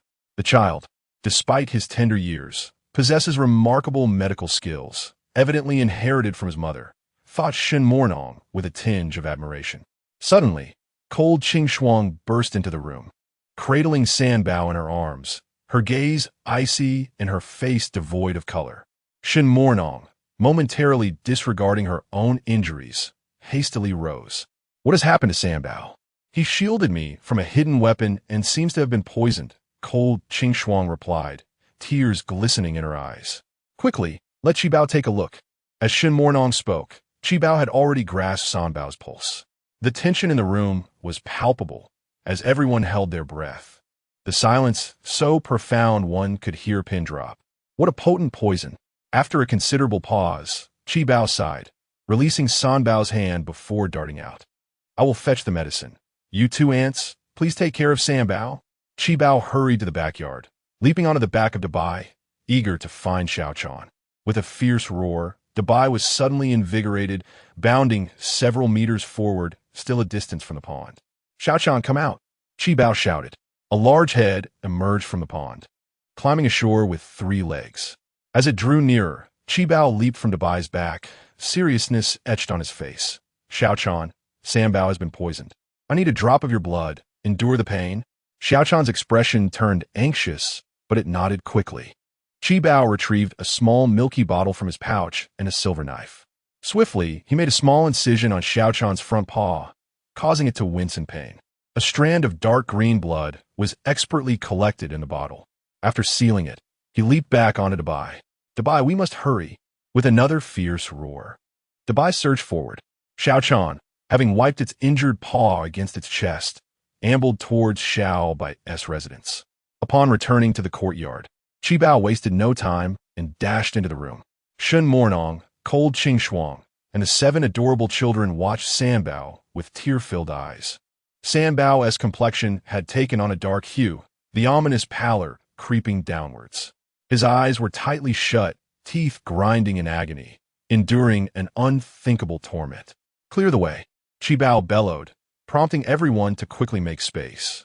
The author mused, "Oh dear, my head aches. If anything were to happen to Bao, I might just receive a flurry of sharp letters." Chapter 68. I desire a reunion between mother and child. Bao's expression was grave as he opened a white porcelain bottle. With his chubby little hands, he gently pried open Bao's mouth, allowing a drop of dark green blood to trickle inside. He quickly recapped the bottle and began to tap several acupoints on Bao's body. Moments later, Bao let out a low moan, his body convulsing as his formerly cherubic face contorted grotesquely. The crowd gasped, restraining Bao's limbs to prevent him from harming himself. With a commanding shout, Bao urged the milk siblings to assist in holding Bao down. Bao fought desperately, his low moans sending chills down their spines, nearly toppling the smallest among them, Bao. The expression on Cold Qing Shuang's face shifted dramatically as tears cascaded down like a broken string, landing upon Bao's countenance. The other young ones had swollen eyes, each biting down on their small steel teeth. Shun Nong gazed solemnly at Bao, who sighed in relief and wiped the sweat from his brow, saying, "Fortunately, we made it in time. If we had been any later, Bao would have been beyond saving." Upon hearing Bao's words, the expressions of everyone around softened slightly. "Hold him down. I will fetch a basin for Bao to use shortly," Bao instructed before swiftly exiting the room. "Bao, hold on. Bao, you can do it. Bao, you're the best. Nothing will happen to you." The young ones encouraged Bao while pressing down on his thrashing form. Cold Qing Shuang appeared petrified, watching Bao, so young, endure inhumane torment. Her heart felt as if it were being shredded. "Bao, you must awaken. You must." Before long, Bao returned, carrying a large wooden basin. Observing that Bao had ceased his struggles and that his small chest was rising and falling, as if something were pushing upwards, he wiped his tears and said, "Let Bao rise and expel into the basin." No sooner had he spoken than Bao suddenly sat upright. Shun Nong, quick-witted, supported Bao's arms, guiding his head towards the basin. Wah! A thick black, viscous substance mixed with strands of green liquid erupted from Bao's mouth. The air became saturated with a foul odor. No one paid heed to this. All held their breath, watching Bao with deep concern. Cold Qing Shuang gently patted Bao's back, her tears flowing uncontrollably. She had never shed tears when abandoned by her parents, nor during the cruel training in her sect, nor when she was gravely injured on a mission. Yet today, witnessing Bao's anguished face, gritting his teeth in resilience, she could no longer contain herself. The dam she had upheld for over 20 years burst, overwhelmed by tears. "Bao, I am so sorry." Her heart cried out incessantly. "You must awaken. I have yet to acknowledge you." After 10 long minutes of retching, Bao finally ceased. Tenderly wiping his mouth, Cold Qing Shuang cradled him in her arms. Bao's breathing grew markedly steadier, and the pallor on his face faded significantly. It seemed he had emerged from a fierce battle, slipping into a deep, exhausted slumber. His fair little hand clutched Cold Qing Shuang's garment tightly, seeking a semblance of security. The Bao wrapped an arm around Bao's shoulders, asking, "How is Bao?" Indeed, employing poison against poison proves effective. Perhaps just 2 more expulsions, and he shall be well, Bao replied, relief washing over his face. The Bao patted his chest, expressing gratitude. "Thank you for your efforts, Bao." Bao waved a hand. "Aunties and little ones, let Bao rest well for a moment." Seeing Cold Qing Shuang tightly embrace Bao in silence, the other children reluctantly exited the room. Shun Nong, despite her injuries, chose to remain with Cold Qing Shuang. "Sister Nong, I wish to acknowledge Bao." Cold Qing Shuang suddenly lifted her head, her gaze resolute as she spoke. Shen Mo Nong's expression was exceedingly complex. The sect would never permit their recognition, for it could lead to the demise of Sanbao. The sect? Lung Qing Shuang scoffed coldly, her voice heavy with disdain. Huh. The sect has already broken its promises and taken action against Xiao Bai. In any case, death is inevitable. Do you think the sect would spare the 9 babies after our demise? Shen Mo Nong shook her head helplessly, given the potential exhibited by the 9 babies. The sect would undoubtedly not let them escape. Very well, I stand with you, Shen Mo Nong declared with unwavering resolve. Thank you. But what about you and Dabao? Do you wish to? Lung Qing Shuang inquired tentatively. Shen Mo Nong fell into silence, and suddenly, her expression changed dramatically. Qing Shuang, we cannot linger here any longer. Lung Qing Shuang's gaze sharpened. She realized that the organization would not rest easily. Presently, Shen Mo Nong was injured, and Sanbao was poisoned. If the organization were to send someone, it would surely be a matter of life and death. Just then, Dabao rushed in exuberantly. Aunties, Nai has arrived. Nai. Shen Mo Nong and Lung Qing Shuang were left bewildered. The short Taoist was in particularly high spirits today, after Xiao Bai's departure yesterday. She had discovered the milky elixir on the cabinet. She mused that Xiao Bai had left her a delightful surprise. Confident that Xiao Bai would not harm her, she followed the instructions on the paper and consumed it. After assessing her meridians, she noticed no significant changes, merely a slight drowsiness. She fell into a particularly sweet slumber, dreaming that she had shed her unattractive exterior and transformed into a fairy-like beauty. The sheer joy of the dream jolted her awake. When she awoke, the sun was already high in the sky. The short Taoist grabbed a bucket and set off to fetch spring water from the mountains, preparing to cook. However, upon glancing at her reflection in the water, she froze in place. Gently caressing her cheeks, she repeatedly confirmed whether the face staring back was truly hers. Although not an unparalleled beauty, she was a world apart from her former self. Given her foundation, even cosmetic surgery in a foreign land could not achieve such a transformation. Her complexion was fair and smooth, her features tidy and refined. Her previously squinty eyes had miraculously transformed into double eyelids. Her nose had become considerably more prominent, and her once upturned nostrils had finally relaxed. Even her large yellowed teeth appeared to have been cleaned and polished. Most astonishingly, the bald patch on her head had sprouted black hair. After confirming that she was indeed not dreaming, the short Taoist could not contain her joy. She abandoned her water-fetching task and hurried home to rummage through all the mirrors she had previously hidden away. She spent the entire day admiring her reflection, contemplating the miraculous effects of Xiao Bai's wondrous elixir. My buyer is truly a dutiful child, so attuned to a mother's heart. Today, after finishing her breakfast, the short Taoist intentionally groomed herself. She unearthed a blue dress from the bottom of her chest, her sole dress, which she had never worn in public.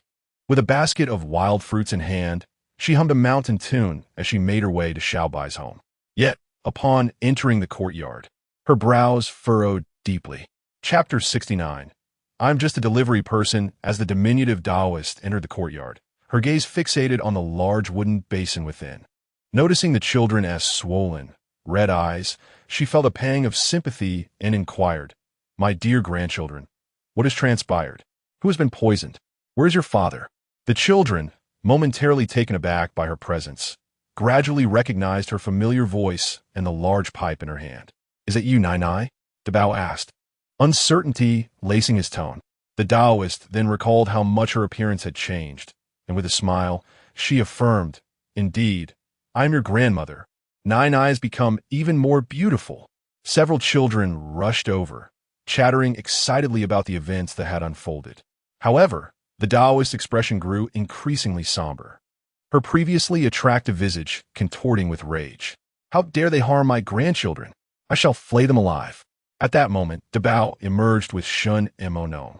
Shen Mo Nong greeted the Taoist with a respectful nod. Greetings, esteemed elder. The Taoist scrutinized Shen Mo Nong before slightly nodding. Allow me to see Sanbao first. Shen Mo Nong and Dabao stepped aside, and the Taoist swiftly entered the room. Inside, Lung Qing Shuang cradled the sleeping San Bao and acknowledged the Taoist with a nod of respect. The Bao had already explained the situation to Shun Mo Nong, so she understood that this was Xiao Bai's adoptive mother, the children's dry grandmother. However, she did not appear as exaggerated as the Bao had described. She was quite pleasant to behold. The Taoist extended her hand over San Bao, performing a diagnostic sweep. Gritting her teeth, she murmured, "What a vile poison! Such a cruel heart! 7 Bao, your method of using poison against poison is remarkable. It must be executed with exactitude. One miscalculation could be fatal." 7 Bao, who had just entered, felt her cheeks flush slightly. According to her approach, there should be no issues. The Taoist plopped down on the floor, glancing at Shun Mo Nong and then at Lung Qing Shuang. A smug smile crept on her lips. "My Bai heir has excellent taste." Under her scrutinizing gaze, both the composed Shun Mo Nong and the perpetually frosty Lung Qing Shuang felt their faces heat up, akin to a young bride meeting her mother-in-law for the first time. The Bao, quick-witted, sensed something amiss. Scratching his head, an idea struck him. It was time to prepare a meal. Raising his small hand, he exclaimed, "Nai Nai is here. Shall we cook a grand feast today?" "Absolutely," came the enthusiastic chorus. The 8 children began to plan their lunch. In the room, the Taoist redirected her attention, saying, "Do not be shy. I am but a wanderer. As long as you young ones are happy, that is enough." The unexpected remark from the elderly woman caused Shun Mo Nong and Lung Qing Shuang's cheeks to redden further. Recalling the wild events at the villa by Half Mountain Lake, their faces burned with embarrassment, and they felt a pang of sympathy for Xiao Bai on that day. "Esteemed elder, will those individuals return? Can we seek refuge with you?" Shun Mo Nong regained her composure, returning to her usual calm demeanor. The Taoist tightened her grip on the large pipe, gritting her teeth as she declared, "You need not worry. I shall await them here. Those who harm my daughter-in-law and poison my grandchildren shall face my wrath." Although aware that the short Taoist nun was a congenital martial artist, Shin Mornong felt a twinge of concern in her heart. After all, that organization was exceedingly powerful to the extent that even her own sect could not eradicate it. Nevertheless, understanding the temperament of this Taoist master, she could only nod gently. "By the way, where's Bayer gone?" The children mentioned he went down the mountain to procure supplies. But that surely cannot be true. The short Taoist nun suddenly interjected. Shun Mornong exchanged a glance with Lung Qing Shuang and ultimately chose to convey the truth. After hearing this, the Taoist nun narrowed her eyes and fell silent for a moment. Alas, since ancient times, men have been driven to fury for the sake of their beloved. Let's hope Bayer returns safely. In the lush, verdant depths of the mountains, a colossal black unicorn python, as thick as a water vat, glided swiftly. Perched atop its head was a silver-haired youth clad in snow-white garments. His elongated silver eyes slightly narrowed, revealing a hint of urgency upon his stern face. "Xiao Hei, can you go any faster?" The python, displaying a resolute glint in its eyes, increased its speed yet again, darting through the forest like a streak of black lightning. After several hours of relentless running, Xiao Hei's gaze dimmed somewhat. Xiao Bai gently caressed its forehead. "Let's take a break. Have a red dragon fruit." Upon hearing the words red dragon fruit, the dullness in Xiao Hei's eyes sparked a flicker of excitement. Xiao Bai tossed a fruit glowing with a crimson hue into Xiao Hei's mouth and glanced at a nearby spring to wash his face. The crystal-clear spring water reflected Xiao Bai's exquisite features and his striking silver hair. As he lightly brushed back his long hair, a ladybug tumbled into the spring, creating ripples in the water. Xiao Bai's thoughts drifted back to 4 years prior, to that unforgettable memory. At that time, the college entrance examination had just concluded, and Xiao Bai had successfully gained admission to Yenjing University. As a rural child, raised in the kindness of many families, he had relied on delivering takeout during the summer to earn his tuition. It was precisely this job that altered the trajectory of his life. Riding his beloved little motorcycle, which was never impeded by traffic, he arrived at the villa at the mountainside, his heart racing with trepidation. He could not fathom why the owner of such an upscale villa would order a bunch of bananas. With a sense of unease, he rang the doorbell. After a long wait, Xiao Bai finally encountered the face that would usher him into a nightmarish journey. Coldly enchanting, devoid of any emotion, she resembled the icy peaks of Tian Shan, yet her cheeks bore an astonishing flush. Before Xiao Bai could comprehend the situation, the woman, as if lifting a chick, hauled him into the villa. Standing at a height of 1.87 meters, although not muscular, her physique was quite robust. However, Xiao Bai only felt a chill sweep past him. Before he had the chance to call out, he was already thrown onto a massive bed. Upon surveying his surroundings, he was left utterly dumbfounded. 9 celestial maidens, each more beautiful than the last, their attire somewhat disheveled. Each possessed their own unique charm, from regal to playful. They were all present. Their covetous gazes upon Xiao Bai, coupled with the sudden flush on their cheeks, hinted at anything but innocence. Struggling to rise, Xiao Bai held a bunch of bananas in his hands and stammered, "Sisters, do you believe me? I truly am here to deliver bananas." "Then hand over the bananas," they commanded. Bananas in hand, Xiao Bai fainted, oblivious to the events of the previous day. When he awoke, it was already noon the following day. Gazing at the diverse expressions of the 9 women surrounding him, 2 streams of tears cascaded down Xiao Bai's cheeks as he lamented, "Sisters, you have misunderstood. I am merely a banana delivery boy, concealing my face in sorrow." Chapter 70. In reality, nothing happened. Xiao Bai could no longer contain his overwhelming emotions, his shoulders trembling uncontrollably. At that moment, a gentle, delicate hand rested upon his shoulder. He lifted his head, and his gaze fell upon an exquisite visage. Her long, ebony hair clung to her face with droplets of water, complemented by slender, golden-rimmed glasses, perfectly merging sensuality with intellect. Xiao Bai could not deny that this woman was the most beautiful he had encountered in his 20 years of life. Her every gesture radiated maturity. Disoriented, he felt a sense of discomfort throughout his body. "What is your name?" inquired the knowledgeable elder sister, her voice soothing and laced with reassurance, her expression complex. "Xiao Bai," he replied, his sobs subsiding involuntarily. "Ah, lovely name. Do you have any requests? We can fulfill them all." Her brief words fell like sunshine and dew, leaving him momentarily bewildered. What could possibly be fulfilled? Noticing Xiao Bai's confusion, the erudite lady turned to the other women. "Sisters, do you have any good suggestions?" The striking beauty spoke first. "My suggestion is to eliminate him." With that, a gleaming sword appeared in her hand. Xiao Bai's eyes widened in shock, momentarily forgetting his grievances. This solution was rather difficult to accept. "Qing Shuang, stop joking. You will frighten Xiao Bai," the knowledgeable lady chided the stunning woman. And then the 9 women continued their discussion about the course of action as if nothing had happened, occasionally glancing at Xiao Bai, causing him both anger and fear. Ultimately, the women reached an agreement. Xiao Bai would reside in the villa at Half Mountain Lake. Each month, one of them would take care of him, and for the remaining 3 months, he could choose between group activities or personal freedom. Furthermore, each woman would provide him with a card, regularly depositing money into it. Xiao Bai initially wanted to protest. After all, he was a respectable young man. What was this? Was he to be a modern-day Wei Xiaobao? He would rather die than comply. Yet, upon hearing the amount on the card, he silently closed his mouth.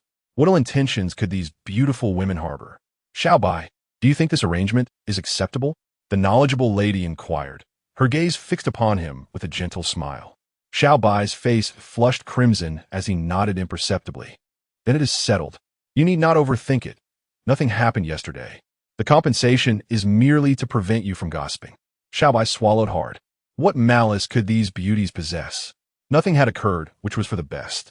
Moreover, with 9 lovely companions on his card, his life had reached its pinnacle. Nothing else mattered. In the days that followed, Xiao Bai finally came to understand the identities of these remarkable women. He longed to exclaim, "All present here are indeed formidable individuals." In contrast to the distinguished women before him, Xiao Bai, a mere prospective university student, felt utterly insignificant.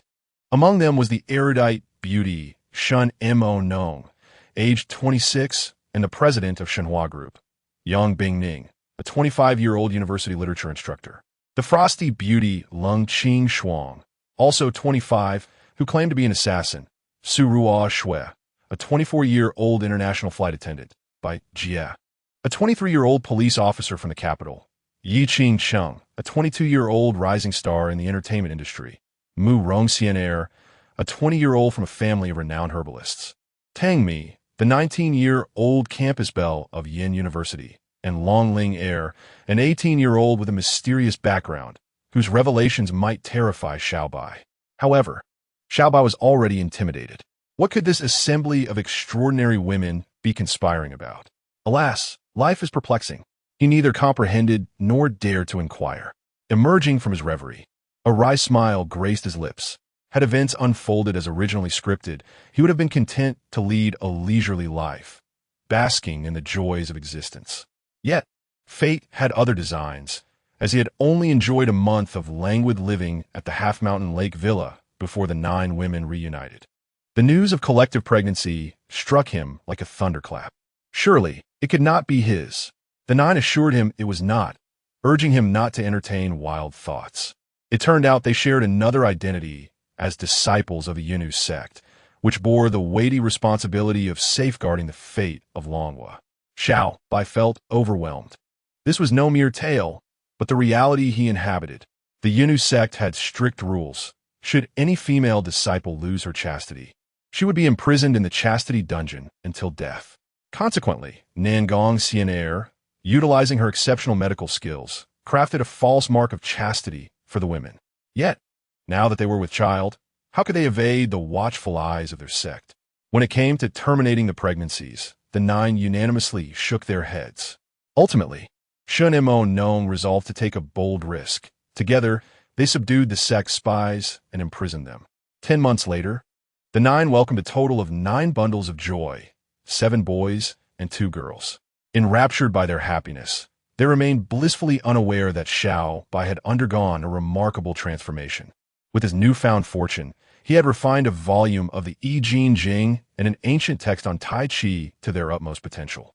Unbeknownst to him, he had achieved the rank of Earth Realm Warrior. Yet he recognized the urgency of his situation.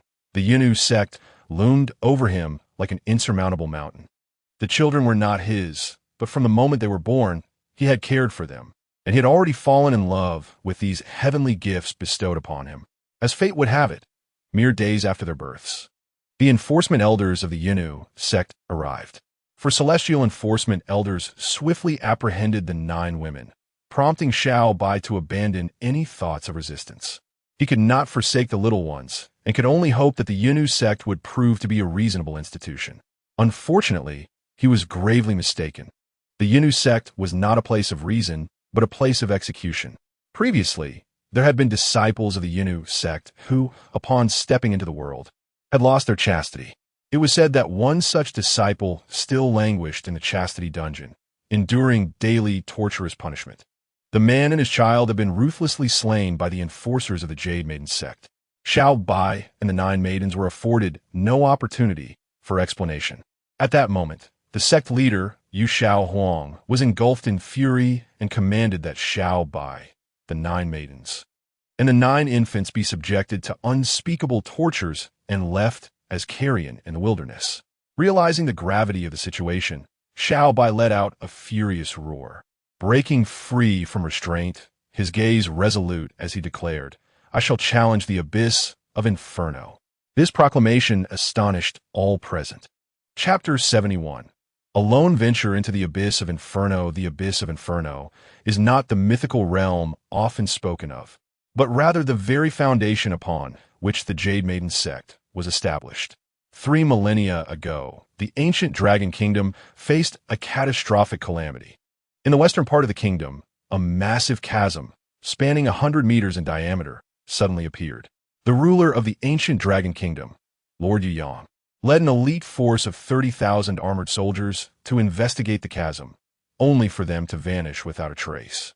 The kingdom was thrown into turmoil surrounding the chasm, yet none dared to venture deeper.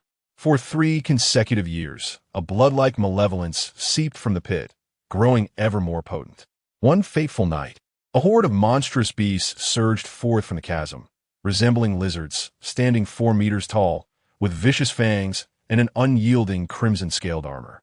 Within the span of an hour, they slaughtered 100,000 soldiers guarding the chasm, leaving a scene of utter carnage.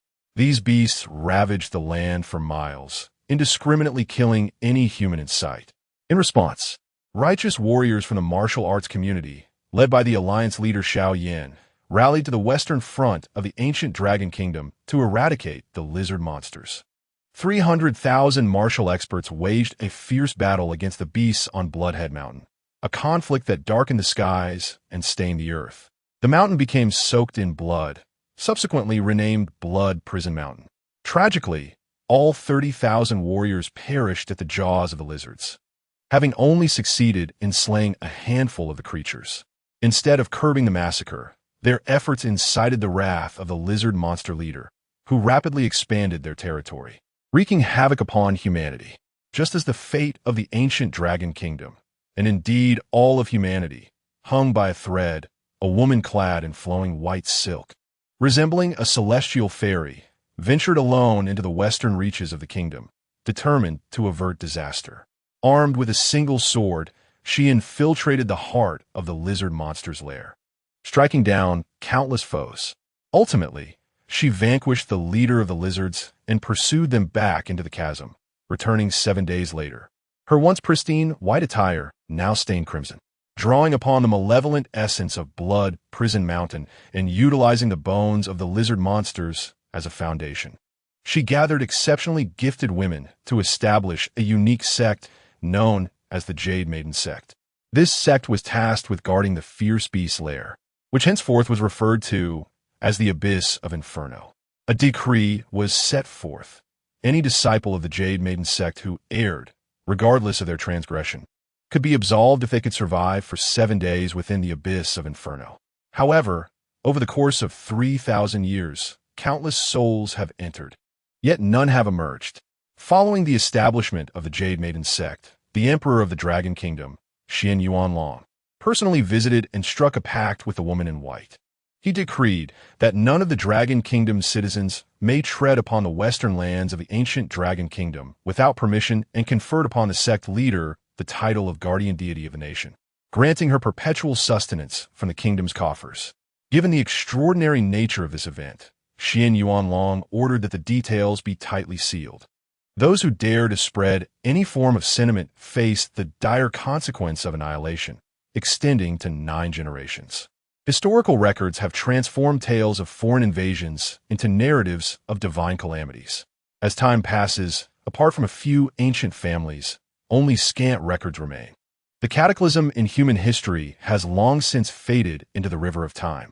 The history of the Yinu sect remains known solely to the successive leaders and the esteemed elders.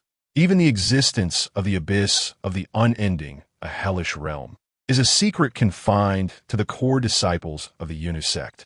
It was only by chance that Xiao Bai overheard a conversation among Shun Emo Nong and others, learning of this place known as the Abyss of the Unending, where one could evade all sins if they survived for 7 days.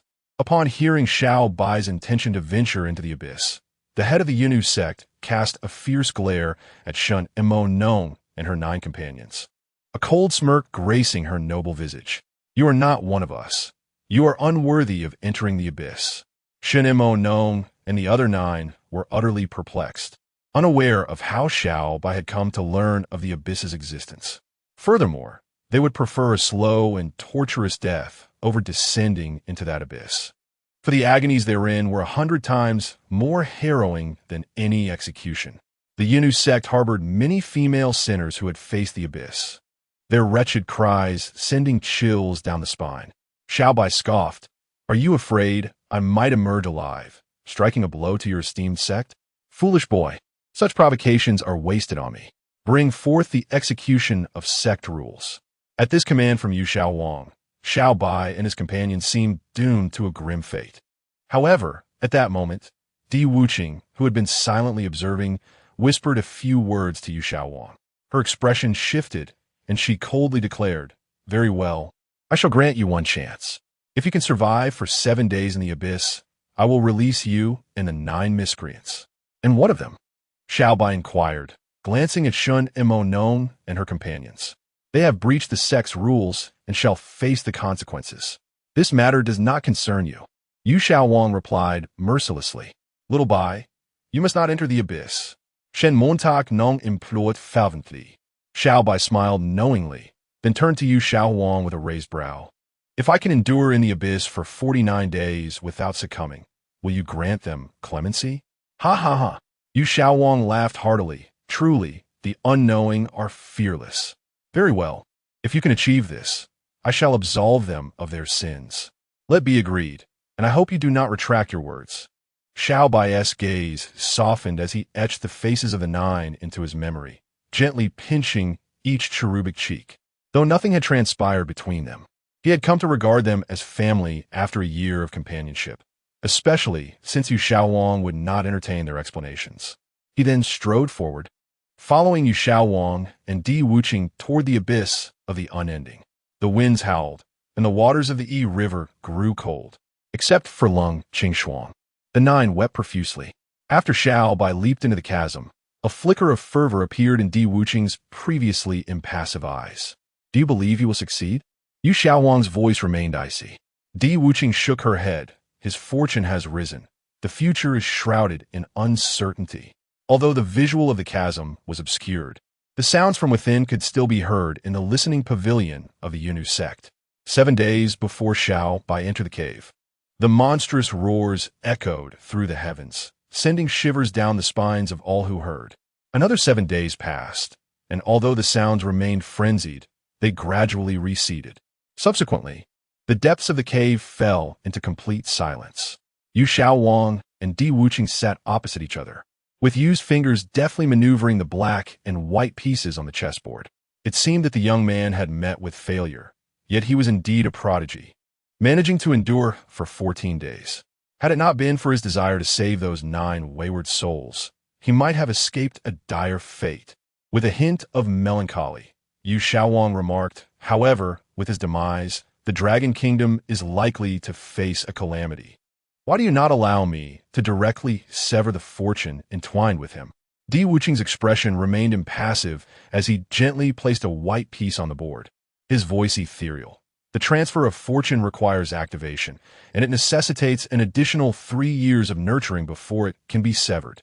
Whether fortune can be activated depends on his own destiny. Do you believe he has a chance of survival? I do not know. Suddenly one day, the cave once again reverberated with the sound of roaring. The malevolent energy, which had been sealed for millennia, began to seep through the cracks of the cave's mechanisms. This continued for over half a month before it gradually ceased, returning to tranquility. On the 49th day, Yu Xiaowang and Di Wuqing arrived at the entrance of the cave. They unlocked the barriers and activated the cave's mechanisms. The massive Bagua stone, heavy as 10,000 June, slowly parted, remaining silent for a long time. A flicker of disappointment crossed Di Wuqing's previously unreadable eyes. Just as they prepared to close the mechanisms and depart, a scratching sound suddenly emerged. A figure with silver hair, drenched in blood, clawed its way out of the cave, its crimson eyes piercing through the darkness. Chapter 72. The white attire pierces the Jade Maiden Pass. Xiao Bai was covered in blood, every inch of his skin grotesquely decayed. His once jet-black hair had transformed into shocking white. No one knew what he had endured during those 49 days. Yu Xiaowang nearly lost composure, staring incredulously at Xiao Bai. I never imagined you truly crawled out of the abyss. Xiao Bai remained silent, struggling to rise. Behind him trailed a long streak of blood. I have done it. I hope you will honor your promise. His voice was exceedingly weak, akin to a ghost from the underworld, devoid of emotion. Take the 9 infants away. Do not allow their mother's information to be exposed, or neither you nor the children will survive. Yu Xiaowang flicked her phoenix-patterned sleeves and turned to leave. Xiao Bai, trembling, obstructed her path. What about them, the 9? The death penalty may be avoided, but the living will not escape unscathed. I shall punish them to reflect in the blood prison mountain for 3 years. Yu Xiaowang coldly snorted, the jade hairpin atop her towering coif glinting with a chilling light. You are untrustworthy. Xiao Bai's gaze turned fierce as he fixed his eyes on Yu Xiaowang. Her expression grew increasingly dark, and her delicate brows furrowed. The two were locked in a stalemate. Seeking death. Just as Yu Xiaowang was about to erupt, Di Wuqing intervened, standing between them. His expression remained inscrutable as he addressed Xiao Bai. "If I were you, I would not tempt fate at this moment." Bloodied and battered, Xiao Bai managed a cold, emotionless smile, recalling the day he had staggered down the mountain, cradling the 9 infants still swaddled in their blankets. Wuqing, his strength has ascended from the earth realm to the heaven realm. After Xiao Bai departed, Yu Xiaohuang narrowed her eyes and spoke. Di Wuqing wiped the jade maiden sword in his hand, a weapon belonging to the founder of the Jade Maiden sect, the legendary Yu Nu. Each generation, the most formidable member of the sect wields it. Once the auspicious energy is activated, I shall extract its fortune in 3 years. Di Wuqing's tone was flat, devoid of any emotional fluctuation.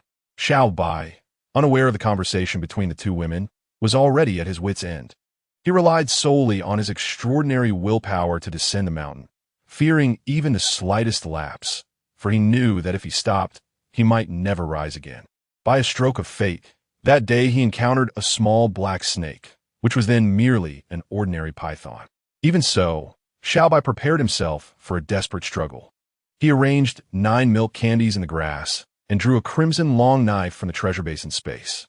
Surprisingly, the small black snake did not attack. Instead, it appeared somewhat fearful of Xiao Bai's blood. Ultimately, it nudged its large head against Xiao Bai's thigh and signaled him to mount its back with its tail, revealing a hint of servility. With the small black snake as his convenient means of transport, Xiao Bai traversed the mountains with the 9 children, foraging for wild fruits to upgrade his treasure basin. After a month's arduous journey, he finally reached the Shinnong mountain. Upon arrival, Xiao Bai had fully regained his peak condition, and his previous ailments had miraculously healed. Observing the abundance of wild fruits and vegetables scattered across Shinnong mountain, he decided to take refuge there. As his thoughts lingered, the small black snake, having consumed a red dragon fruit, emitted a roar reminiscent of a dragon's cry, while a second horn began to emerge on its head. Xiao Bai's face lit up with joy as he leaped onto the snake's head, continuing his exploration. Half a month later, he arrived at a precipice, where 3 large crimson characters were inscribed. Jade Maiden Pass. To enter the Jade Maiden sect, one must first cross the Jade Maiden Pass. The cliff soared 100 feet high, remarkably smooth. Xiao Bai patted the massive head of the small black snake, instructing, "Stay hidden nearby. Wait for my return." The snake glanced at him with concern before obediently nodding and vanishing into the forest. "Qing Chung, wait for me." Xiao Bai soared into the air, his long hair billowing without the need for wind. Upon stepping onto the Jade Maiden Pass, it felt as solid as the ground beneath his feet. Atop the execution platform of the Jade Maiden sect, Yi Qing Chung was bound to a copper pillar with iron chains, her body stained with dried blood. She had endured 3 days and nights of exposure, her face devoid of vitality, her eyes reflecting a resigned spirit. Below, the 4 law elders, pristine and just, stood alongside thousands of disciples of the Jade Maiden sect.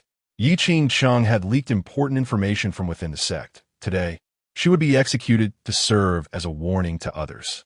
Elder Bing, seated in the position of authority, glanced at the sky, which had been blazing just moments before, and suddenly dark clouds rolled in with ominous thunder. In a chilling voice, he declared, "Commence the execution." No sooner had he spoken than a fierce woman wielding a large cleaver leaped onto the platform. Spitting onto her hands, she rubbed them vigorously before slowly raising the wickedly curved blade. Yi Qing Chung stood unafraid. After enduring inhumane torture, death for her was merely a release. She harbored no regrets regarding her choices, merely a tinge of sorrow for not being able to bid farewell to Xiao Bai and the child. The cold glint of a large blade descended abruptly as the fierce woman's eyes brimmed with murderous intent. Crack! A thunderous roar reverberated across the sky, causing the onlookers' eardrums to tremble. They gazed upwards in astonishment, witnessing a white figure descending from the heavens like a bolt of lightning. With 1 foot planted upon the fierce woman's head, there was a resounding clang. The ghostly blade fell to the ground. The woman, once fierce in demeanor, was now reduced to a lifeless corpse, her head forcibly pressed into the stone surface of the execution platform. Crimson and white splattered onto the platform, drenching many onlookers. Yet, they remained utterly unresponsive, mouths agape in shock, their expressions blank as they gazed at the silver-haired man atop the stage. Was he even human? It appeared he had leapt directly from the opposite side. Clad in white, Xiao Bai resembled an ethereal being descending from the celestial realm. Yet his silver eyes sparkled with a chilling ferocity. Yi Qingchang gradually opened her eyes, beholding the visage she had long yearned for. 2 streams of tears cascaded down her cheeks, and her cracked lips moved, but no sound escaped. Xiao Bai effortlessly snapped the chains binding her, enveloping Yi Qingchang in his embrace, his gaze tender as he whispered, "Qingchang, do not fear, we are going home." Yi Qingchang nodded vigorously, wishing to articulate something, but in a moment of overwhelming emotion, she fainted. Xiao Bai placed a white pill in her mouth, then sprang into the air, stepping onto a copper pillar. With several powerful leaps, he returned to the cliff on the opposite side. All of this transpired in the blink of an eye. It was only then that the 4 esteemed law elders, pure and noble, finally reacted. Who dares to trespass upon the Jade Maiden sect? The 4 elders ascended into the air simultaneously, pursuing Xiao Bai. However, Xiao Bai's speed was astonishing. Despite their utmost efforts, they could scarcely keep up, falling far behind. They could only watch in anger as Xiao Bai vanished from their sight. Elder Jia, return and report to the sect master. The 3 of us shall continue the pursuit. Elder Bing declared as they chased after him. Elder Jia nodded slightly, retracing her steps back to the Jade Maiden sect. After a few miles, Elder Yu wiped the sweat from her brow. Elder Bing, we cannot catch up. We should return and plead for the sect master as forgiveness. Elder Bing shook her head resolutely. No. This individual must be apprehended. Otherwise, we shall face the wrath of the sect master. My wrath, you may find, is also beyond your capacity to bear. Just then, Xiao Bai, donned in a mask, materialized before the 3. The author has spoken. Data has dwindled again. I appreciate everyone's support. Thank you. Chapter 73. A clever scheme, 1 sword. 3 kills. The 3 esteemed elders of the Ice Clean Jade were simultaneously taken aback. Elder Bing's gaze turned icy. Who are you, daring to intrude upon the Jade Maiden sect and abduct a sinner? A hint of cruelty curled upon Xiao Bai's lips beneath the mask as he darted towards Elder Bing like a flash of lightning. He vividly recalled, for years prior, it was this very woman who led the charge into the Half Mountain Lake Villa. Elder Bing's eyes widened in terror, and before she could react, she felt Xiao Bai's long hand strike her chest. A spurt of blood erupted, propelling Elder Bing backward several meters. Xiao Bai's movements were unimpeded as he swiftly executed a sweeping kick. The 2 elders, Qing and Yu, felt a sudden heat across their faces before they were sent flying sideways. Struggling to regain their footing, the 3 were filled with dread. In just a single exchange, they had been overturned to the ground. Who could their adversary possibly be? Exchanging glances, they drew their swords in unison, charging toward Xiao Bai. Xiao Bai moved with an air of tranquility, weaving through the tempest of blades like a drifting leaf. Yet, each strike he delivered was as swift as lightning and imbued with immense force. What appeared to be a light touch transformed into a powerful blow, propelling the 3 women several meters away upon impact. In just a few exchanges, the 3 law-enforcing elders, Ice, Qing, and Yu, had been sent flying multiple times. With resolute gazes, the 3 women were compelled to unleash their combined technique. Elder Qing Yu placed her palm against Elder Ice's back, channeling her internal energy into her. Elder Ice's eyes blazed crimson as she thrust her sword forward. A sinister sword chi erupted from her blade, aimed directly at Xiao Bai's heart. Remaining unfazed, Xiao Bai countered with a palm strike from a distance. A massive golden-hued handprint collided with the sword chi. The air trembled, and the surrounding trees were uprooted. The sound of the sword clattering to the ground followed, as the 3 women were sent tumbling over 20 meters, crashing through several phoenix trees. They lay sprawled on the ground, blood gushing from their mouths like a fountain, accompanied by the remnants of their internal organs. Who are you? What enmity do you hold against the Jade Maiden sect? Elder Ice howled, her beautiful visage contorted in agony. She felt her insides suffer grievous damage, her bones nearly shattered. Even if the man before them chose not to kill them, the Jade Maiden sect would exhaust all efforts to save them. They would still be left powerless, reduced to mere shells of their former selves. This man before them was undeniably ruthless and possessed formidable strength, despite their use of secret techniques to forcibly channel their energy, allowing them to momentarily rival innate martial artists. They were effortlessly vanquished by his casual palm strike. Xiao Bai regarded the trio with an expression devoid of joy or sorrow. Was he being cruel? Had he arrived even a moment later, Yi Qingqing would have already become a headless corpse. With a graceful motion, he grasped the sword lying on the ground, which seemed to have a will of its own, and it flew into his hand with a soft clang. Holding the sword aloft, Xiao Bai slowly approached the three women. In the face of impending death, they fixated on the enigmatic expression on his face, a flicker of fear igniting in their eyes. Xiao Bai's steps were light, yet with each footfall, their hearts trembled in response. 10 meters, 5 meters, 3 meters, the distance between them dwindled, as if he deliberately slowed his pace. In those fleeting seconds, the three women felt as though they were trapped in a time warp, each moment stretching into an eternity. Their hearts brimmed with resentment. After decades of arduous cultivation, they had finally attained the pinnacle of the celestial realm, earning the respect of the Jade Maiden sect as law-enforcing elders. Never could they have imagined that they would meet their demise today, completely unaware of the identity of their foe. Gently closing their eyes, the three law-enforcing elders of ice, Qing and Yu, trembled, awaiting the end of their lives. Xiao Bai stood imperiously before the three women, a chilling smirk gracing his lips. Slowly, he raised the long sword in his hand. "How dare you?" At that moment, a haughty voice rang out, swiftly followed by the sound of something slicing through the air.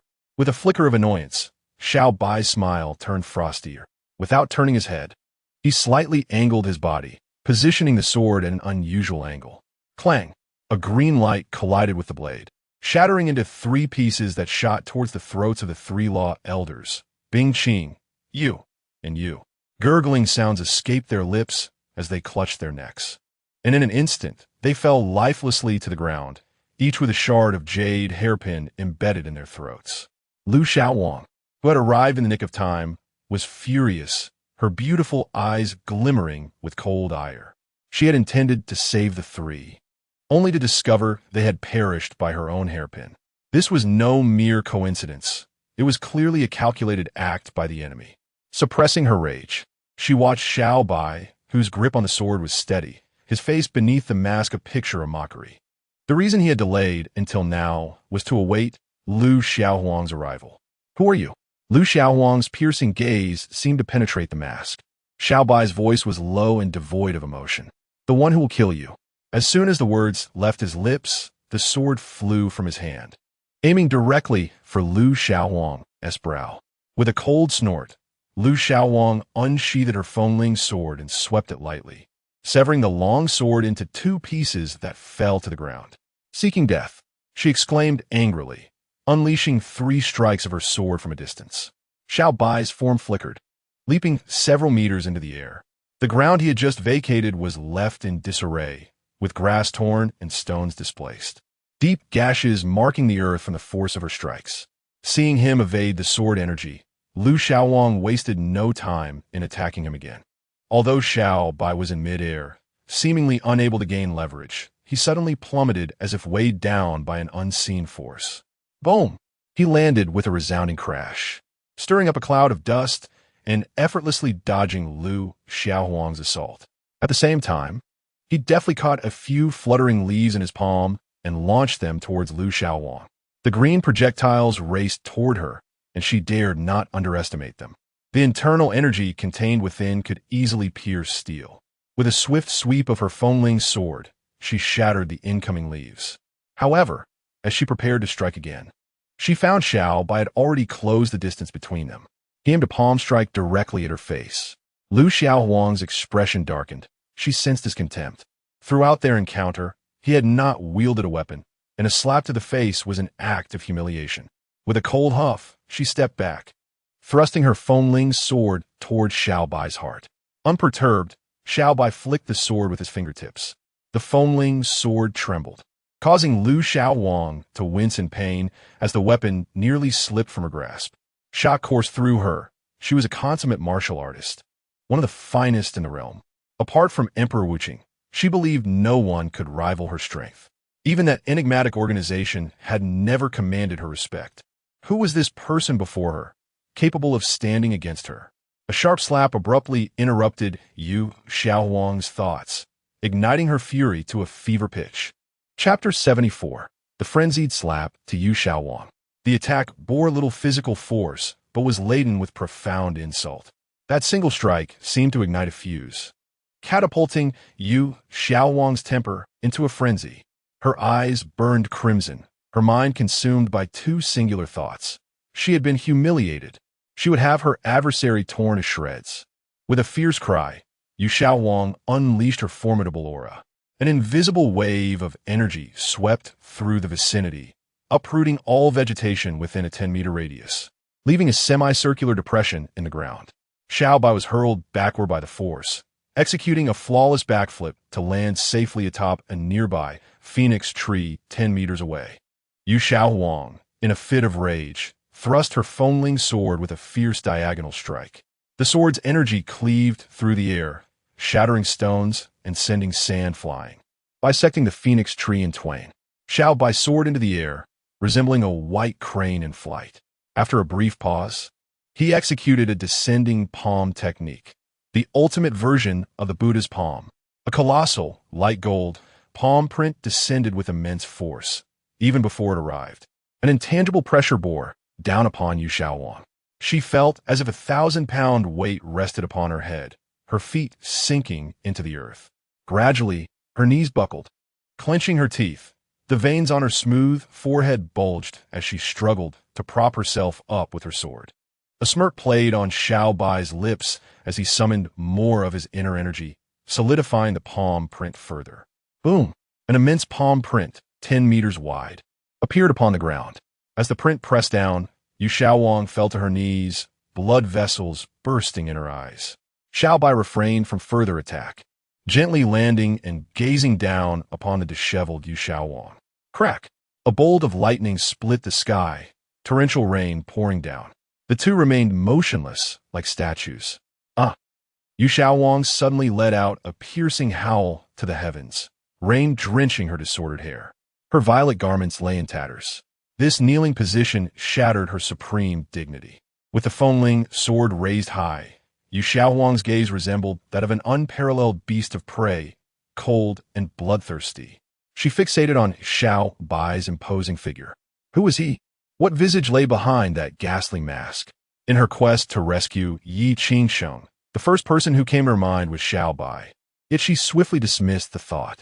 She simply could not fathom that Xiao Bai could surpass her, who had achieved the pinnacle of the wasteland realm in a mere 3 years. Moreover, while Xiao Bai possessed silver eyes, this masked man bore blood-red pupils. Could he be affiliated with that organization? Yu Xiaowang's thoughts faltered, her mind spiraling into a manic laugh as she slowly rose. With a resolute gaze, she extended her left hand, trembling as she struck several key acupuncture points on her body. Instantly, her aura surged, as though she had transformed into a different person. What? So eager to fight to the death? Xiao Bai's deep voice resonated, his expression behind the mask remaining unperturbed. Elevating one's strength through the stimulation of forbidden points was a perilous gamble, and Yu Xiaowang's capabilities left him wanting. No matter who you are, you must die. Yu Xiaowang's voice was devoid of emotion. The entire figure soared into the air, descending with a sword strike from above. So this is the sensation of transcending realms. Unfeeling junior sister. So this is the essence of your world. The long sword cleaved through the air, and even before it reached its target, the sword's energy erupted. A solid beam of sword energy, imbued with the might to obliterate the heavens and the earth, slashed directly toward Xiao Bai. With a thunderous roar, dust billowed forth, and a chasm stretching dozens of meters appeared on the ground.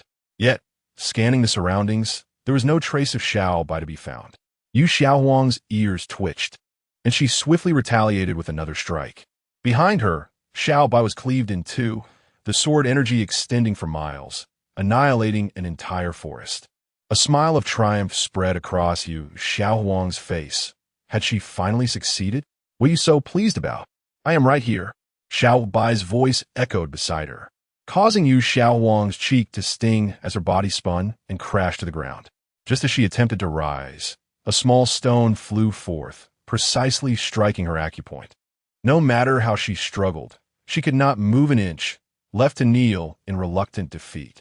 Xiao Bai flicked his white robe and instantaneously appeared before Xiao Huang. Slap, slap, slap. Beneath the mask of wisdom, Xiao Bai's face remained impassive as he delivered 18 resounding slaps.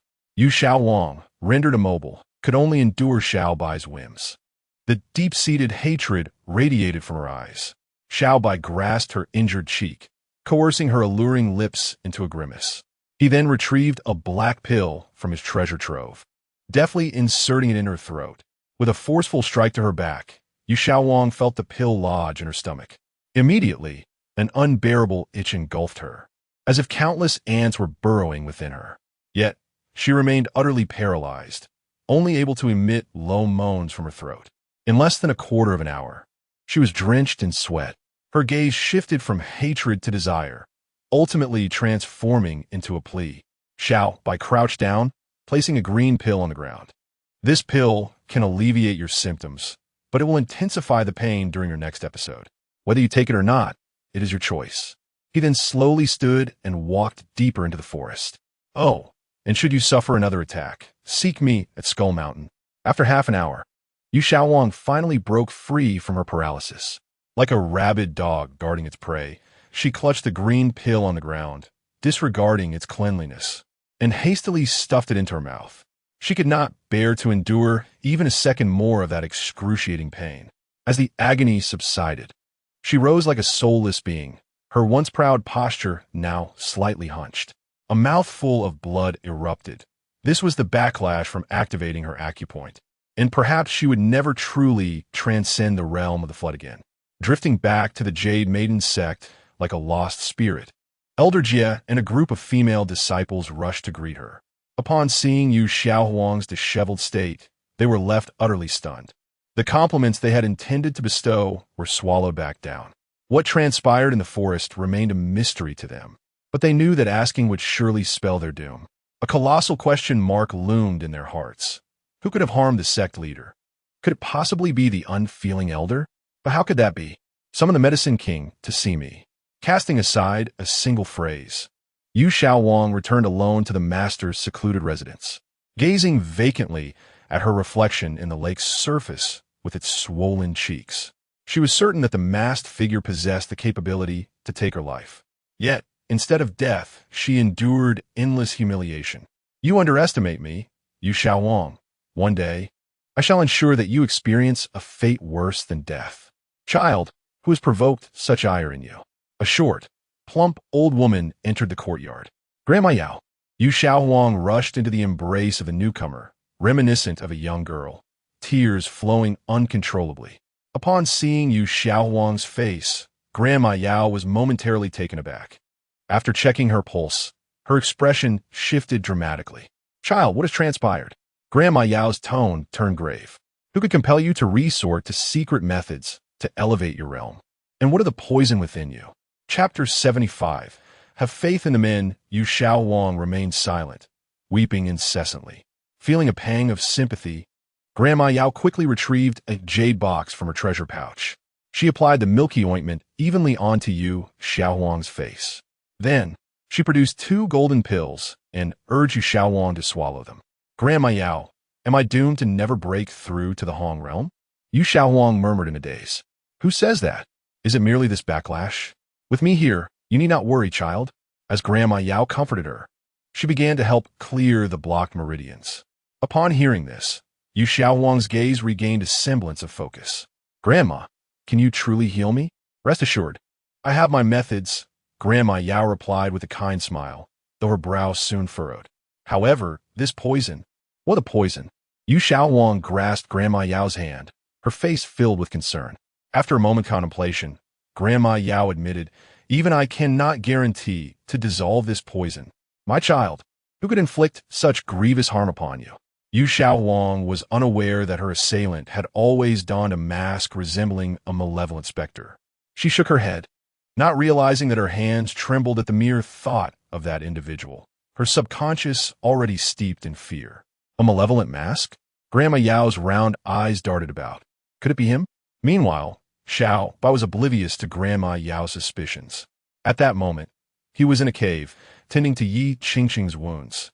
Observing the whip marks that marred her body, he felt that Yu Xiaowang's punishment had been too lenient. Yet, he knew full well that he could not eliminate Yu Xiaowang just yet, at least not until he was certain he could defeat Di Wuqing. Furthermore, many enigmas from their previous foray into the underworld still required Yu Xiaowang's cooperation to unravel. Qingcheng, if it hurts, please tell me. I can be gentler, Xiao Bai said, pulling his chaotic thoughts back to the task at hand as he carefully applied ointment to Yi Qingcheng. She gazed at him with tender eyes and replied, "It doesn't hurt. It feels cool and very soothing. I'm sorry for being late." Xiao Bai felt a pang in his heart, his face betraying his shame. Yi Qingcheng shook her head and smiled softly. "Xiao Bai, do you know? I envisioned you soaring on a rainbow cloud to rescue me, only to be met by a looming dark cloud instead. You still find the humor in it. If I were to perish, wouldn't your dilemma become a tad simpler?" Yi Qingcheng blinked, her voice tinged with melancholy. Xiao Bai adopted a serious demeanor, declaring, "As long as you all live well, I can choose no one." Leaning closer to Xiao Bai, Yi Qingcheng whispered, "Why choose no one? With your current prowess, have you not considered claiming them all? Quickly consume some wild fruits to regain your energy. I shall take you back to see the baby," Xiao Bai said, somewhat flustered. At the mention of the baby, Yi Qingqing's beautiful eyes softened, and she ceased her teasing of Xiao Bai. After a hearty meal, they exited the cave. Xiao Bai wrapped his arms around Yi Qingqing's slender waist and leaped onto the back of Xiao He. With a low hum, Xiao He galloped away at great speed. Half a month passed in the blink of an eye. In Shinnong Mountain, Shun Mokan and Lung Qingshuang endured a month of anxiety. Yet no members of the organization came seeking revenge, allowing them a moment of relief. In contrast, the short Taoist nun remained in a perpetual foul mood, sulking on a rooftop while smoking. Had she known the whereabouts of the organization S-Layer, she would have surely marched over with her pipe in hand. Her tempestuous temperament made her yearn for the arrival of their adversaries at every moment. The 9 little ones, however, frolicked and laughed daily. Having long forgotten the events of the past, Sanbao had returned to normal, having been nurtured by Qibao for several days, now brimming with vitality, better than ever before. According to Qibao, Sanbao had developed an immunity to 80% of potent toxins, which brought him immense joy, truly a case of forgetting past pains after healing. Yet, whenever the little ones inquired about when their father would return, Shun Mokan and Lung Qingshuang felt an unsettling knot-form in their hearts. Did they not worry for Xiao Bai? Yet, in front of the little ones, they could not allow themselves to show it. "Senior, Xiao Bai will be all right. One teehee?" Shun Mokan asked respectfully as she leapt onto the roof. The short Taoist nun took a puff from her large pipe and cast a glance at Shun Mokan. "Do you lack faith in your man?" Shun Mokan shook her head. Undecided, she sensed Xiao Bai's strength, yet she was all too aware of the terrifying nature of their sect. Xiao Bai's journey could very well lead to misfortune. The short Taoist nun seemed to perceive Shun Mokan's thoughts and smiled faintly, saying, "Do not worry. Unless he wishes for his own demise, no one can kill him." Even someone as composed as Shun Mokan felt her cheeks flush at the nun's words. If only those wretched, short-lived fools would arrive sooner to meet their end. The short Taoist nun gritted her teeth, expressing her displeasure. Shun Mokan smiled lightly. "Perhaps they are too frightened to come knowing you are here." No sooner had she spoken than 4 figures appeared on the distant mountain path, stealthily approaching. "Are these the 4 short-lived fools?" The short Taoist nun sneered at the sight of them. Shun Mokan nodded gravely. The newcomers were indeed the 4 from the lion and tiger. "Senior, exercise caution. Something may be amiss."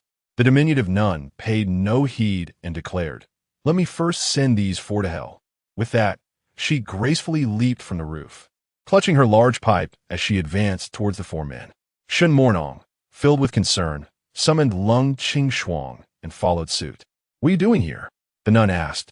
Slightly irked, Shen Mornong replied with a calm smile. "Senior, your magnificent display merits a witness, does it not?"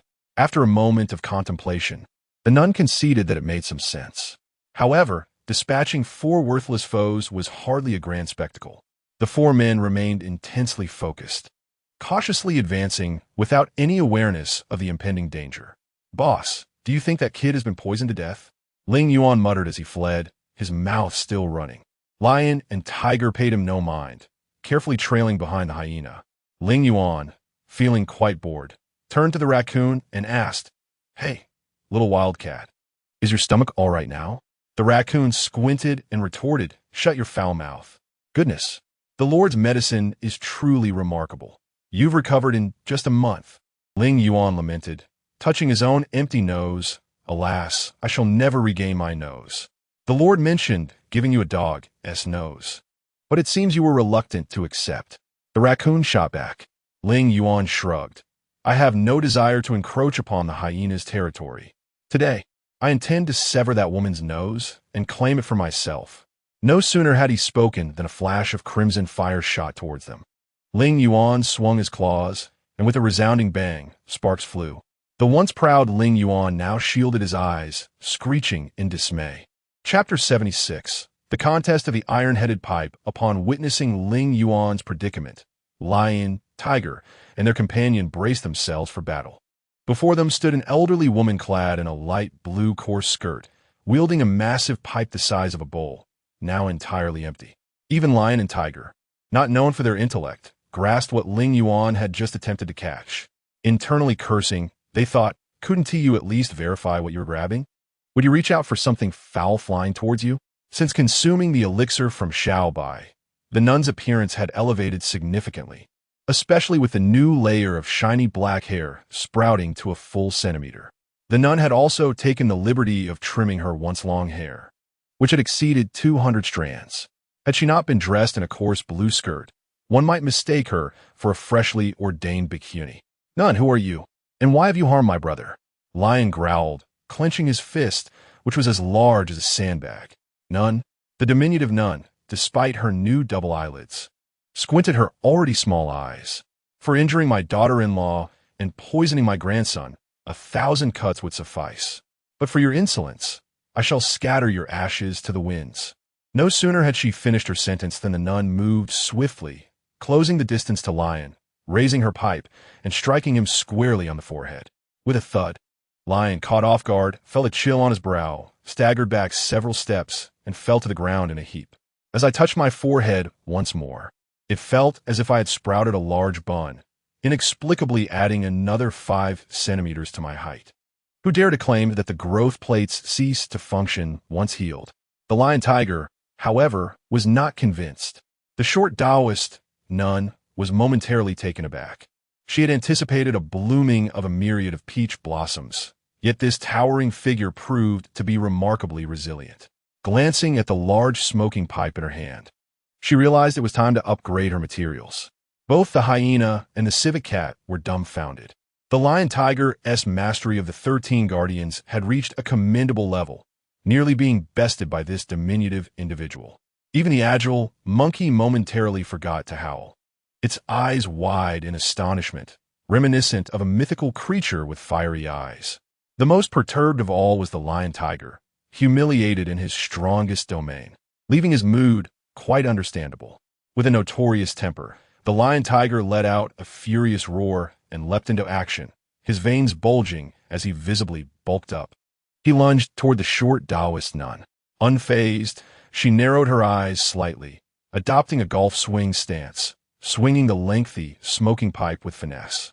The Lion Tiger, quite straightforward, engaged in a head-on clash with the iron smoking pot. Crack! A howl escaped the Lion Tiger's lips, his massive form rolling backward. Clutching his head, he tumbled in circles for several rotations. Upon a final touch, he realized, good heavens, a chicken egg had been embedded in the bun atop his head. If he had previously resembled an elderly deity, he now resembled a unicorn. This old woman was truly ruthless and remarkably precise. The blow struck directly at the center. The short Taoist nun did not relent. With a graceful leap, she again confronted the lion-tiger. Crack! A howl! Another quail egg was now embedded atop the chicken egg. Crack! Howl! A glass bead was then affixed above the quail egg. Crack! Howl! The glass bead was sent flying, a trickle of blood erupting forth, leaving the lion-tiger in a state of despair. His years of rigorous training in the 13 Guardians had been rendered futile. Yet, the turmoil was far from over. The astonished hyena, with its mouth agape, suddenly found itself under attack by a meaty projectile. It hastily closed its jaws, only to hear a thud as the lifeless body collapsed to the ground, the meatball having penetrated through its skull. The hyena's last thought was a caution against being overly astonished while observing the spectacle, especially with its mouth wide open. In a flash of brilliance, the lion-tiger was incapacitated, and the hyena lay dead. The civet cat's expression turned cold as it released a walnut-sized iron ball aimed directly at the Taoist nun's forehead. A sinister smile graced her lips as she slowly raised her copper pipe. The civet cat felt a surge of pleasure within its icy demeanor, thinking, strike it down, and you shall discover the potency of my poisonous smoke. Don't, Senior. Shin Mok had just caught up, horrified at the sight of the Taoist nun preparing to strike the iron ball. Did she not realize the toxicity contained within? Yet it was too late. The large smoking pot had already struck the copper ball. The civet cat, the agile monkey, and the lion-tiger all wore chilling smiles, but soon their expressions froze in place. The iron ball did not explode. Instead, it was ensnared by the diminutive Taoist nun using her smoking pipe. Upon closer inspection, it was seen spinning rapidly within the pipe. You vile girls must be the ones who poisoned my grandson. Very well. Try experiencing this sensation. The nun's voice was frigid as she pivoted her body and swung the large pipe in 3 circles. Then, with a sudden flick of her wrist, she flung the iron ball outward. The raccoon, wide-eyed with horror, attempted to evade by propelling itself off the ground. However, as it exerted its legs, a piercing pain shot through its knee. When it raised its gaze, it beheld Shinmolu, who had raised a hand. Concurrently with the nun's attack, Shinmolu had snapped a branch, which had struck the raccoon's knee beforehand. Bang! The iron ball, swift as a bullet, shattered the raccoon's shoulder blade in an instant. A cloud of gray smoke erupted. Just as the raccoon intended to cover its mouth and nose, it felt a surge of energy pinning its acupoints, rendering it utterly devoid of control over its body. Almost immediately, its face darkened at a visible pace, and with a thud, it collapsed to the ground, its expression morphing from disbelief to a menacing grimace. It turned out that this poison was exceedingly domineering. The antidote resided within its grasp, yet felt an eternity away. The agile monkey, witnessing this, was taken aback. Good heavens! Aerial acupoint strikes, a congenital martial artist. What was there to do? Although it had come with a mission today, if it did not flee now, when would it? A dead friend is better than a dead monk. It darted up a tree, covering 20 meters in just a few leaps. Turning back, it noticed the absence of the Taoist nun's figure and breathed a slight sigh of relief. Just as it was about to leap to another tree, an enormous smoking pipe loomed before its eyes, infinitely magnifying. This is it. The agile monkey had aspired to exhibit the same audacity as a lion or tiger, but a lump formed on its head instead. Yet, contrary to its desires, it had never trained for such a confrontation. Crack! The crimson and white matter erupted, and the agile monkey's head was instantly transformed into a sanguine rain. Its emaciated body clung desperately to a tree branch. The Taoist nun brushed her smoking pipe against the monkey's figure and coldly remarked, "You little rascal thought you could escape? Go back." With that, she delivered a kick to the monkey's chest. Its lifeless body was forcefully sent back, still clutching a branch in its hand. Damn my grandmother! Upon witnessing this, the lion and tiger altered their usual straightforward demeanor, scrambling and rolling toward Xiao Bai's home. The not-so-bright mind suddenly became enlightened. As long as it reached that place, its life would be secured. The author has something to say. Today is the birthday of a cute little one. I'll post one chapter in the morning and another in the afternoon. Good morning, dear readers. Chapter 77, An unexpected turn of events, Shen Molu's countenance paled as she observed the direction in which the lion and tiger were fleeing. Senior, this is not good. The children are in danger. Do not worry. That rascal cannot escape. The Taoist nun remained unconcerned, sweeping the large pipe through the air twice. The lion and tiger stumbled and fell to the ground, rendered as immobile as wood. I was not referring to him. Shenmolu had no time to clarify and hurriedly raced home.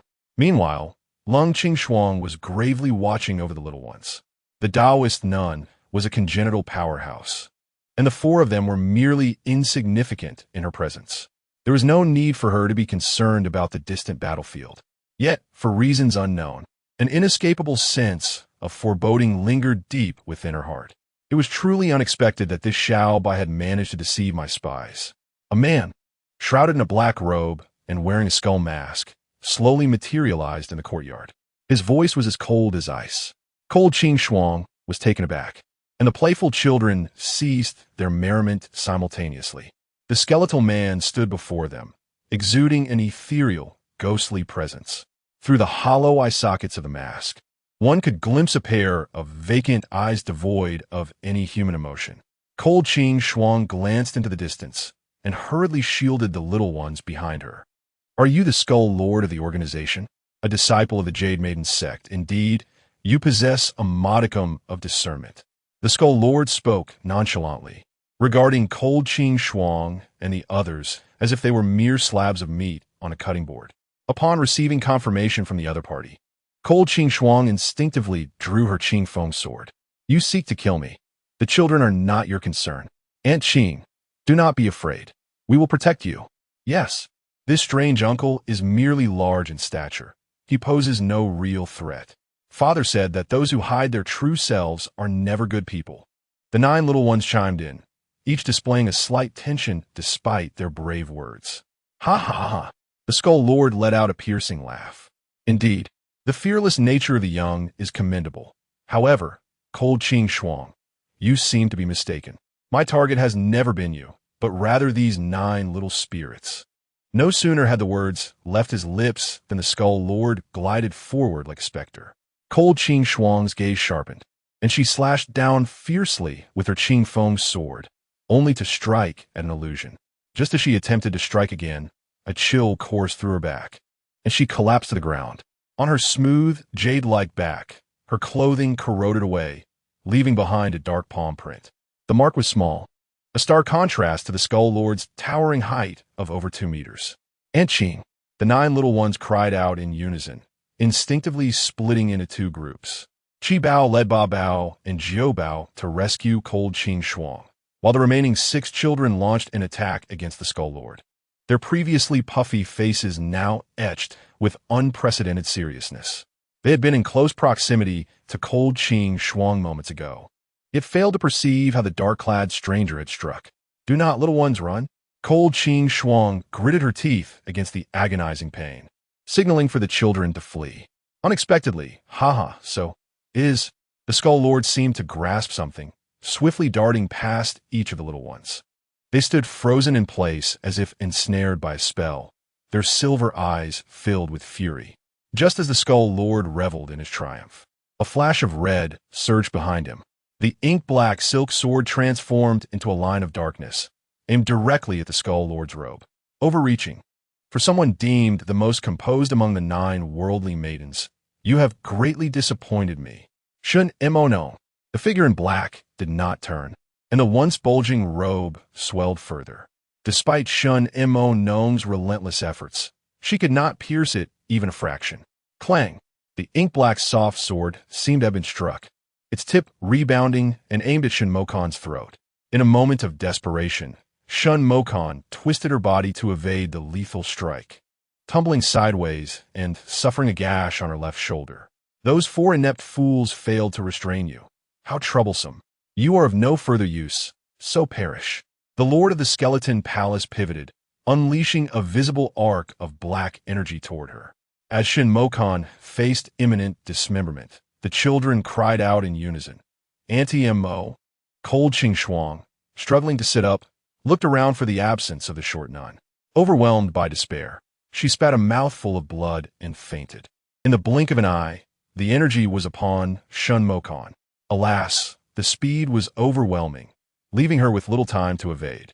A sharp pain sliced through her delicate neck as she cast a fleeting glance toward Daba, a smile gracing her lips.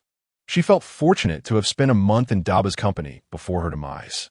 With a swift slice, the black energy cleaved through, shattering the wall of the Xiao Bai residence. Shin Mokon coughed out blood, cradling her fractured arm, her gaze burning with intensity as it met the icy stare of the short nun. In that critical moment, the short nun arrived just in time, using her large smoking pipe to pull Shun Mokon away. Though she had sacrificed an arm, it was far better than being severed in two. Now, all she could do was hope that the short nun could vanquish the lord of the skeleton palace. Otherwise, she, along with Cold Ching Shuang and the 9 children, would face certain death. The sudden turn of events left the lord of the skeleton palace momentarily stunned. His black robe trembled as his cold gaze fell upon the copper smoking pipe in the short nun's hands. His voice dripped with iciness. "I remember you. We have fought before. Spare me the pleasantries. Prepare to die." The short nun bared her teeth, eager to slay the lord of the skeleton palace without further ado. With a swift motion, she approached him, her smoking pipe aimed directly at his forehead. Cackling ominously, the lord of the skeleton palace's black robe swelled as it collided with the bowl of the smoking pipe. A dull thud resonated, causing the short nun to stagger back 2 steps, while the black-robed figure retreated 3. The once white skull mask had morphed into a deep black hue. The short nun, fueled by rage, was determined to eliminate him regardless of the consequences, fearing to inadvertently harm the 9 children and the 2 women. The short nun refrained from unleashing her full power. Infusing her energy into the smoking pipe, it transformed from a rounded shape into a blade-like instrument of precision. Curiously, the lord of the skeleton palace did not retaliate with his own energy, but continued to swell his robe to withstand her assault. Beneath the mask, eerie cackles echoed, riling the nerves of those who heard.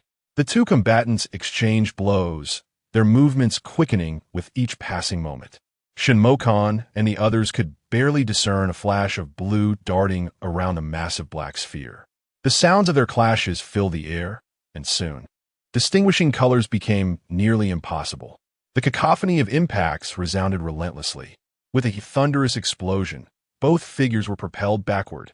The short nun crashed against the surrounding wall, barely managing to steady herself, a trickle of blood seeping from the corner of her mouth. The author has something to say.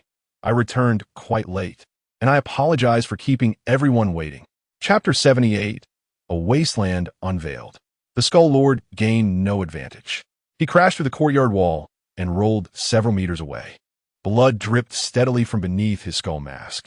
Cackling, he relished the challenge of facing such a formidable opponent after a long while. The Skull Lord's laughter sent shivers down his spine as he soared several meters into the air. His cloak swelled into a spherical form, descending upon the short nun. With a gaze as cold as ice, the short nun let out a long howl to the heavens, channeling her entire essence into the large smoking pot, aiming it at the Skull Lord. With a thunderous crash, the short nun's feet sank 3 feet into the ground.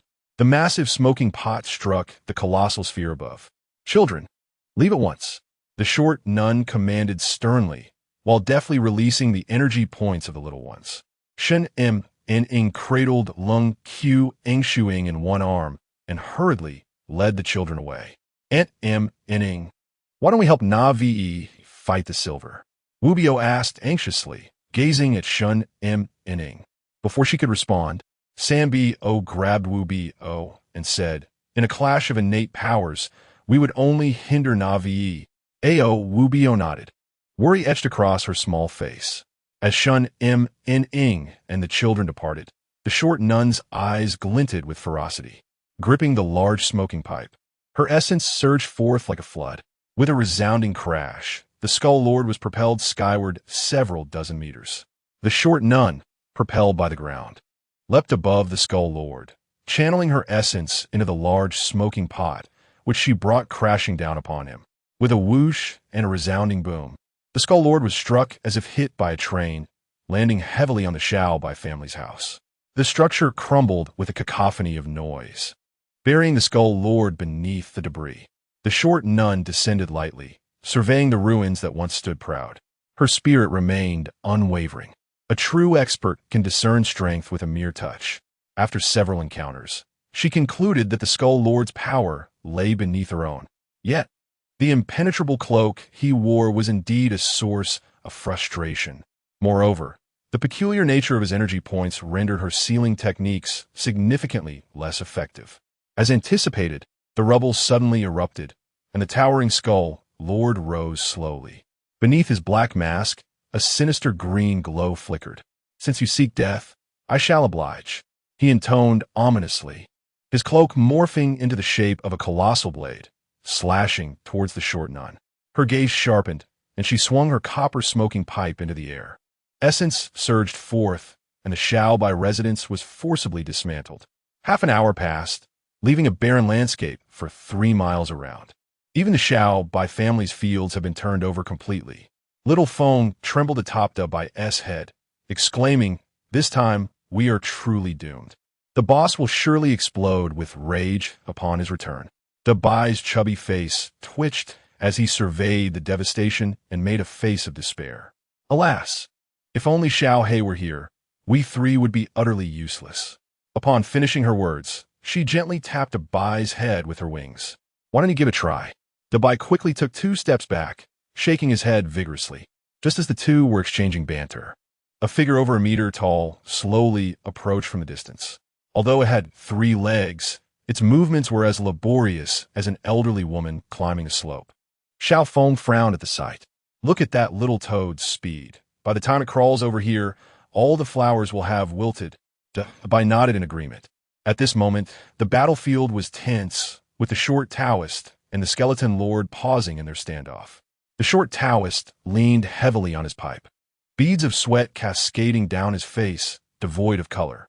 The skeleton lord's black robe had ceased to bulge, and now appeared to be merely draping over a skeletal frame. Propped against a mound of earth, both remained vigilant, keenly observing one another. This battle seemed evenly matched. Was it truly worth risking everything for these little rascals? The allure dripped from the skeleton lord's voice. "Enough of your nonsense. I do not require your guidance." The short Taoist furiously traced an arc in the dirt with the bowl of his pipe. Sparks flew as the cast-iron bowl turned a fiery red.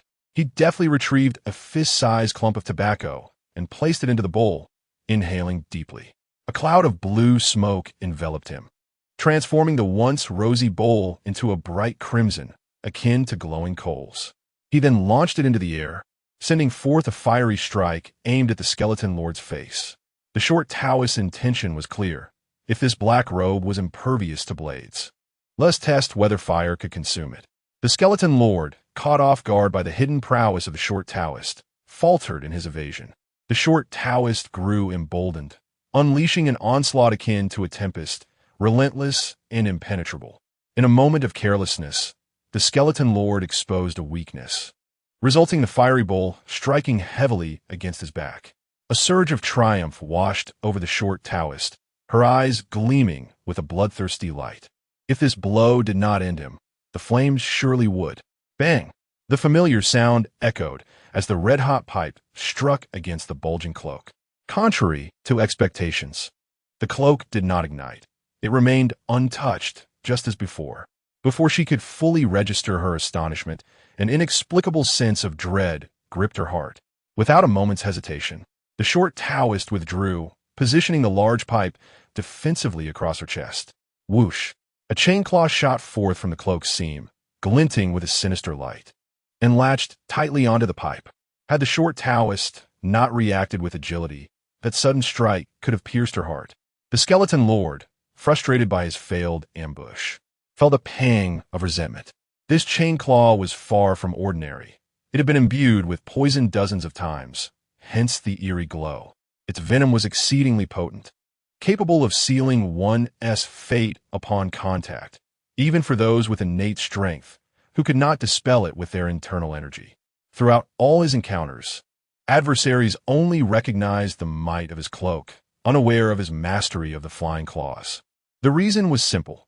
Those who had witnessed the claws had all perished at his hands. The short Taoist, drenched in cold sweat, was left trembling with fear. Had the evasion been executed a fraction slower, or if the large pipe had not been positioned across the chest, one could have easily fallen prey to the schemes of the Skeleton Lord. The ambush thwarted, the Skeleton Lord erupted with fury. He seized the flying claw chains. While his cloak whirled at great speed, its hem sharp as a serrated blade, imbued with gusts of formidable energy. Should the diminutive Taoist maiden fail to relinquish the pipe, she risked being cleaved in two by the swiftly spinning cloak. Yet, should she release her weapon, her prowess would be significantly diminished. After all, her acupoint sealing technique required the assistance of a large pipe to unleash its true potency. At the moment of her utmost dilemma, a massive golden coin suddenly soared through the air, the size of a platter and 5 centimeters thick, glistening with a viscous drool. With a resounding smack, it struck the Skeleton Lord squarely on the head. The author wishes to convey, today, time eludes me to compose, thus I have managed to pen a chapter. Wishing you a good night and sweet dreams. Chapter 79. The Toad That Spits Gold, the Skeleton Lord. Believing victory was within reach and oblivious to the presence of hidden adversaries nearby, was unfortunate enough to be struck by the golden coin due to a moment of carelessness. To refer to it as merely a coin would be an understatement. This object was pure gold, weighing no less than 30 to 40 pounds. The most crucial detail was its velocity. Under such rapid motion, it was as if one tail equated to 1 pound. The Skeleton Lord, who had been inching closer to the Taoist maiden, inexplicably spun in the opposite direction. The chains and claws slipped from his grasp, and even his mask was shattered into fragments. The Taoist maiden nodded towards the small toad that had just come to her aid. She had heard from the children about their 3-legged toad companion. It seemed undoubtedly to be the one before her. The small toad blinked its large eyes, revealing a trace of shyness, too timid to meet her gaze. The Taoist maiden wasted no time. She cast aside the chains and claws, fixing her steely gaze upon the Skeleton Lord. That last blow had been substantial. She was confident that had it been her head would have surely been lost. The situation of the Skeleton Lord appeared peculiar. His skull mask had been knocked away, and his cloak had been flattened. He lay motionless upon the ground. Yet, the anticipated scene of brain matter splattered in crimson and ivory remnants was conspicuously absent. The Taoist maiden dared not be complacent, for the Skeleton Lord was known for his cunning. Who could say if he had some trick up his sleeve this time? From a distance, the Taoist maiden scanned for more pipes and discerned that there was still no reaction from a cloak.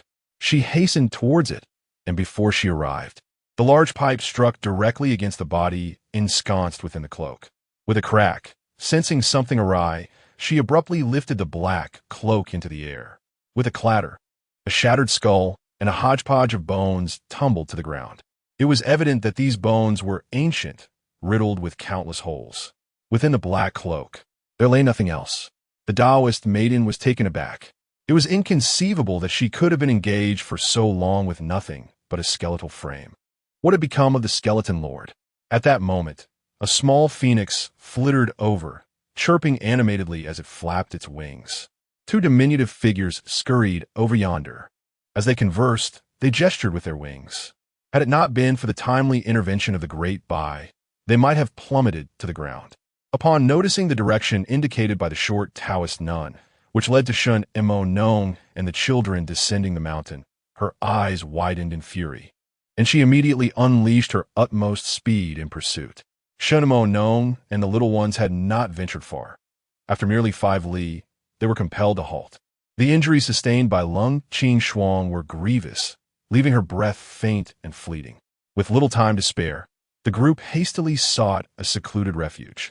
Qi Bao, with a grave expression, examined Lung Qing Shuang's wounds. At that moment, she had succumbed to unconsciousness, her vitality swiftly waning. On her fair, jade-like back, a handprint the size of a child's, dark with a hint of purple, was visible. Qi Bao, quickly save Aunt Qing, urged San Bao, bouncing anxiously. Qi Bao sighed, retrieving 3 medicinal pills from his treasure pouch to administer to Lung Qing Shuang. How is it, Qi Bao? Is Aunt Qing going to be all right? San Bao inquired. feeling an inexplicable closeness to her. Qi Bao's countenance turned somber as he replied, "Her internal organs are severely damaged, and the poison has penetrated her marrow.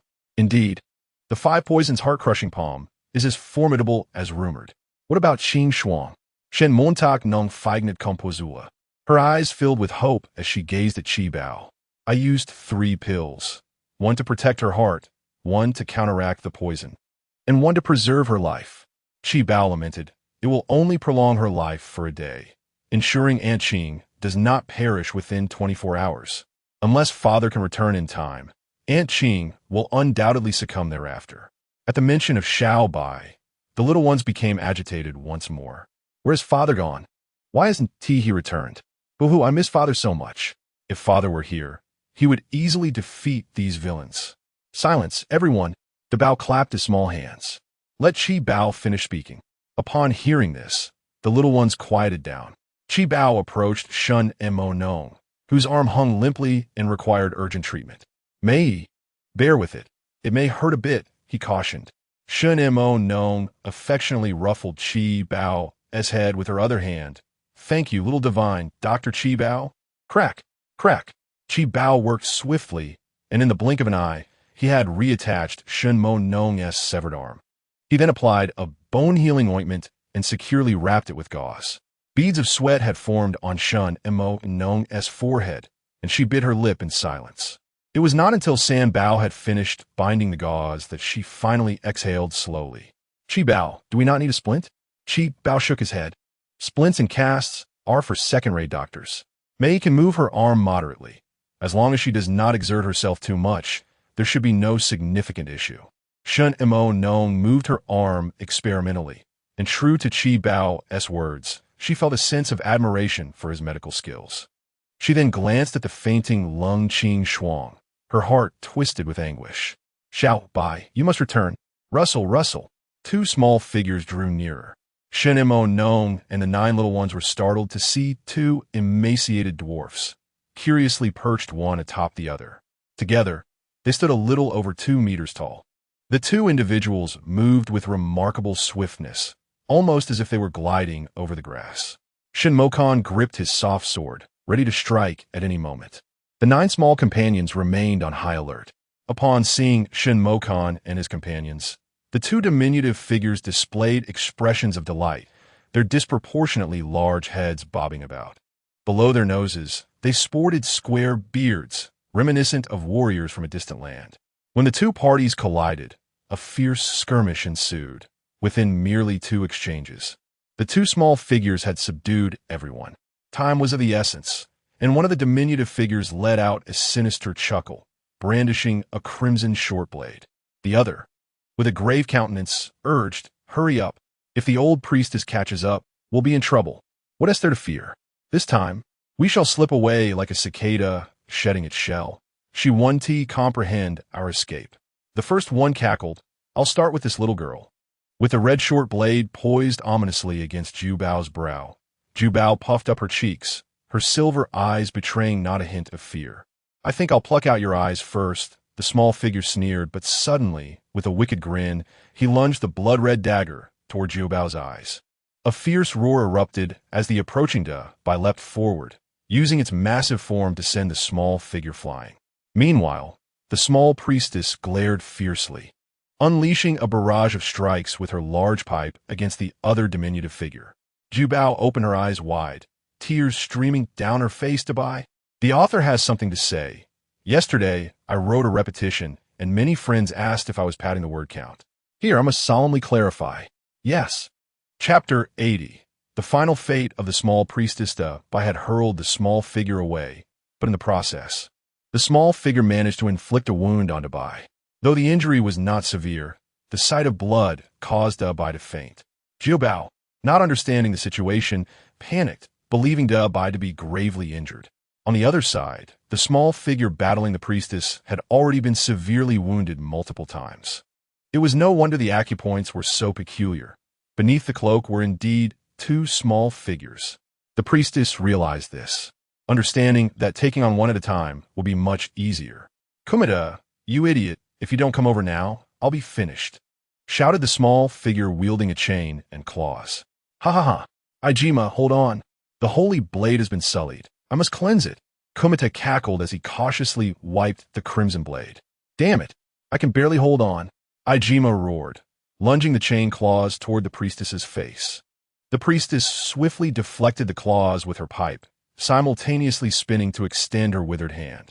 With a resounding clap, she struck Ijima squarely in the chest. Wow! Ijima gasped, blood spilling from his mouth, regretting his agreement to Kumite's diversionary tactic. With the black cloak, their combined strength could have matched the priestess, but now they found themselves at her mercy. Their predicament was awkward. Their training revolved around combined techniques, and separated, they were nearly powerless. Only upon merging can one be equivalent to an innate powerhouse. For many years, they have concealed themselves beneath cloaks, daring not to reveal their true identities. Their mentor had warned them that separation could spell peril for their lives. This time, the Skull Lord, or rather Kuaitian, along with Jingtian, regarded Shin Moinong and the 9 little ones with disdain. The primary reason for their delayed arrival of a month was the crimson katana in their possession. Without this blade, renowned as a demonic sword, even slaying the 9 children would not yield the desired outcome for their organization. Having faced failure 4 years prior, they were determined to succeed this time. However, they never anticipated the presence of the dwarf Taoist, an innate powerhouse, lurking here. Upon witnessing Jing Tian's injury, Kuwait Tian's eyes instantly reddened. He positioned the katana above his head, spinning it rapidly as he lunged towards the dwarf Taoist. The dwarf had intended to capitalize on her advantage and eliminate Jing Tian.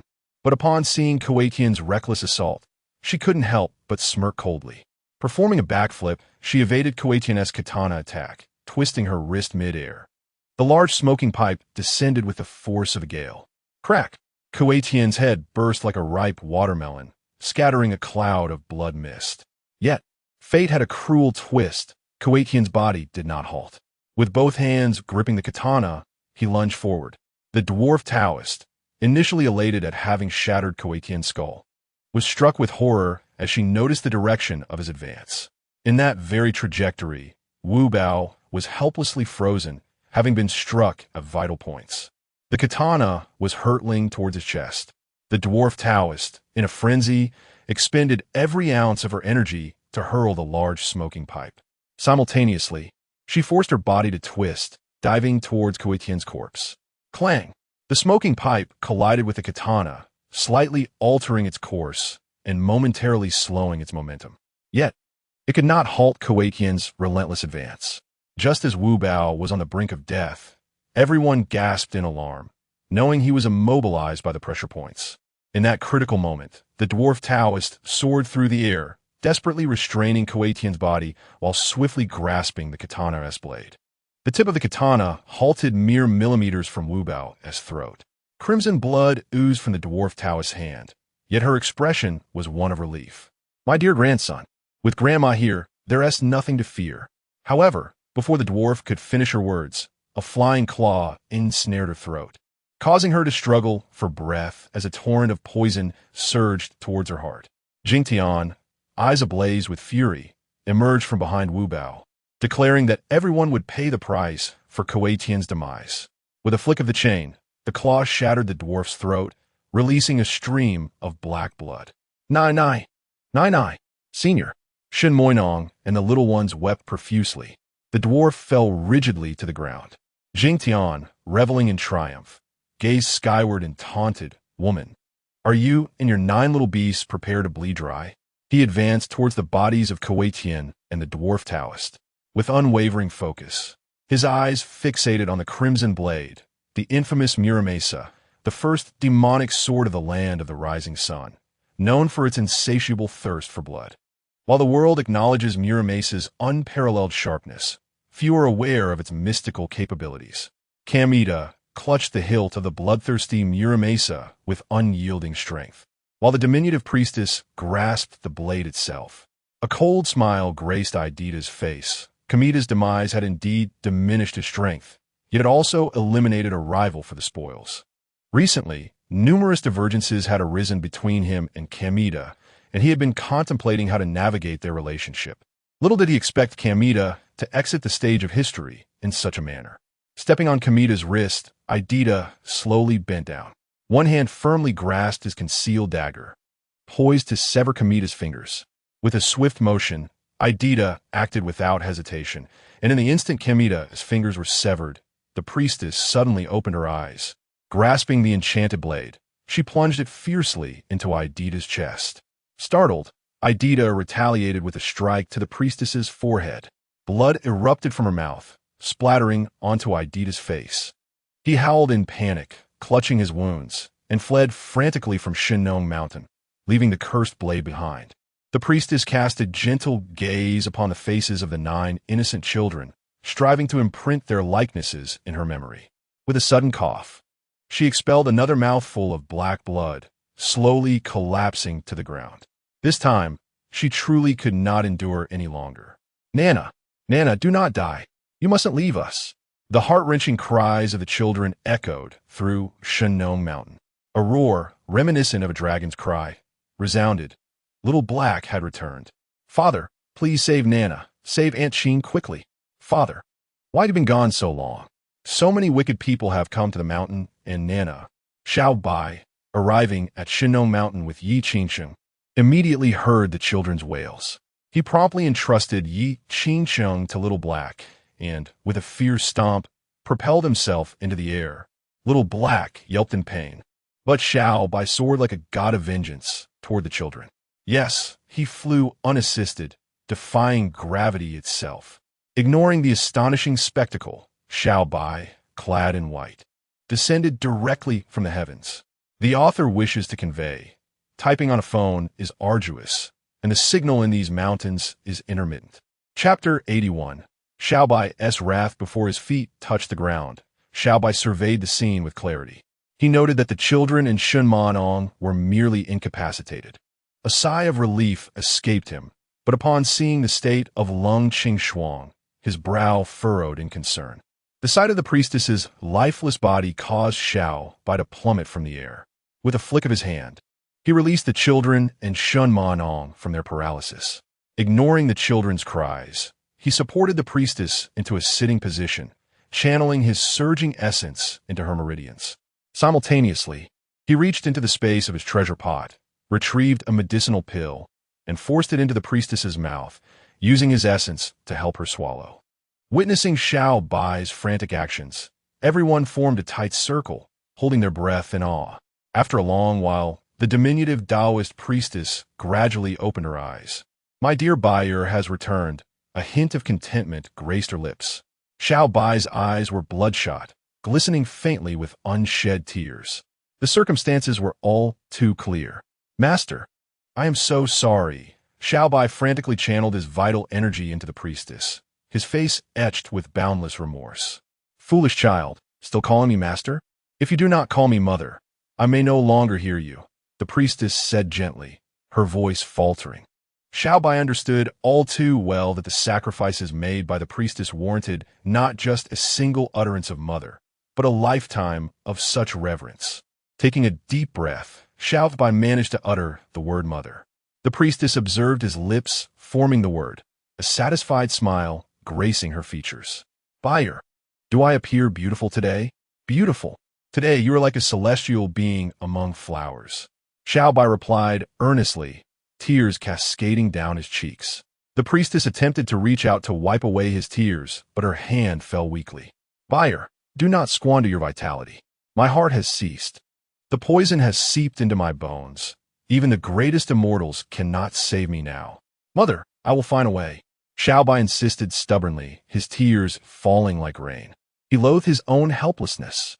In that moment, he had given everything he had, yet he could not save the priestess. "Listen to me.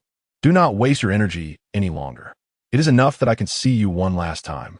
Suddenly, the priestess's complexion brightened, and her spirit seemed to lift considerably.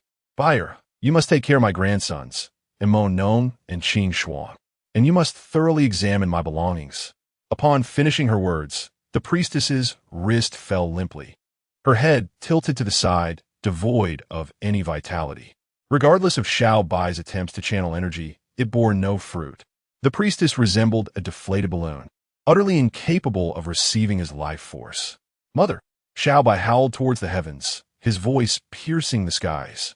The entire Shinong mountain trembled slightly. Whoa, Nai. Daddy, Nai has not died. Nai, will you speak to the baby? Xiao Bai halted his tears. Babies, kneel and bow to your grandmother. Xiao Bai and Shinamo Nong led the way, with 9 little ones forming a semicircle, kneeling on the ground. Everyone was in tears, including Shun Mo Nong. Despite having known the priestess for merely a month, she felt both awe and shyness towards her. However, witnessing the priestess's willingness to sacrifice herself for her and the children, Shin Mo Nong silently called out mother in her heart. Regardless of how things would unfold between her and Xiao Bai, she had to honor the grandmother of her children. No matter how painful it was, the priestess had ultimately passed away. Shin Mo Nong tenderly arranged the priestess's appearance, a woman who had longed for beauty throughout her life. Shin Mo Nong aimed to paint her in a breathtaking manner.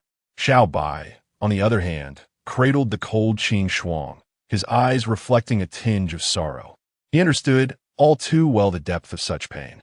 Had he returned even a day later, this woman, now so cold, would have perished. Yet even so, it would be challenging to witness her softer side. Xiao Bai administered an antidote to Lung Qing, subsequently channeling his internal energy to mend her injured organs. Before long, Lung Qing slowly opened her eyes, pondering, am I still alive? Her gaze remained as frigid as ever.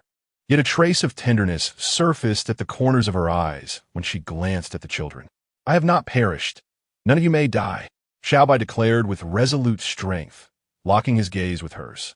Lung Qing fell silent, beginning to sit up and cultivate her healing. Yi Qingchang leapt down from Xiao Hei's back, and the 3 women exchanged pleasantries. Cradling the diminutive Taoist, they returned to the old site of Xiao Bai's home, where his expression darkened further. He had gleaned the general course of events from the animated recounting of the children. How could the diminutive Taoist, with the heavens as her witness, allow the treacherous Jing Tian to escape unscathed? Xiao Hei, lead everyone to the paradise. Xiao Bai affectionately patted Xiao Hei's forehead, entrusting the Taoist to Shun Manong. I shall return with the head of that Jing Tian to pay homage to my mother. Shun Manong nodded gently, cradling the Taoist close. She did not inquire how Xiao Bai had rescued Yi Qingcheng, nor how he had located the skeleton sovereign, Jing Tian. She simply stated calmly, returned swiftly. Xiao Bai nodded and proceeded towards the cave filled with horse dung. With each step, he seemed to teleport 10 meters ahead, swiftly disappearing from the sight of the others. The oppressive aura surrounding him intensified, his presence shifting dramatically. Just as he neared the dung-filled cave, a captivating figure obstructed his path. Beneath the white veil lay undeniable grace. Di Wuqing, wielding the jade maiden sword, regarded Xiao Bai with a serene gaze. Step aside, woman. Xiao Bai dismissed her presence. Regardless of her being the strongest of the Jade Maiden sect, and potentially the mightiest warrior in the realm. Duels.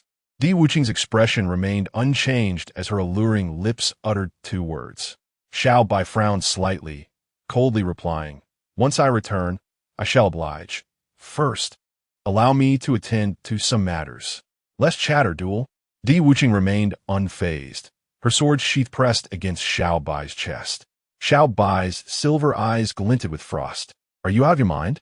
Di Wuqing's demeanor remained unwavering. Duel. This is the final time. To hell with your duel.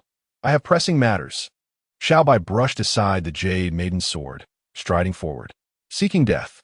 Di Wuqing scoffed, casually unleashing a sword strike. A sharp blade of energy sliced towards Xiao Bai's back. Unperturbed, Xiao Bai continued his leisurely pace. Just as the strike was about to connect, he suddenly crouched down, shaking out the sand from his shoes, narrowly evading the lethal blow. He then dusted off his hands, nonchalantly resuming his advance. Within Di Wuqing's otherwise calm eyes, a barely perceptible glimmer of murderous intent flickered.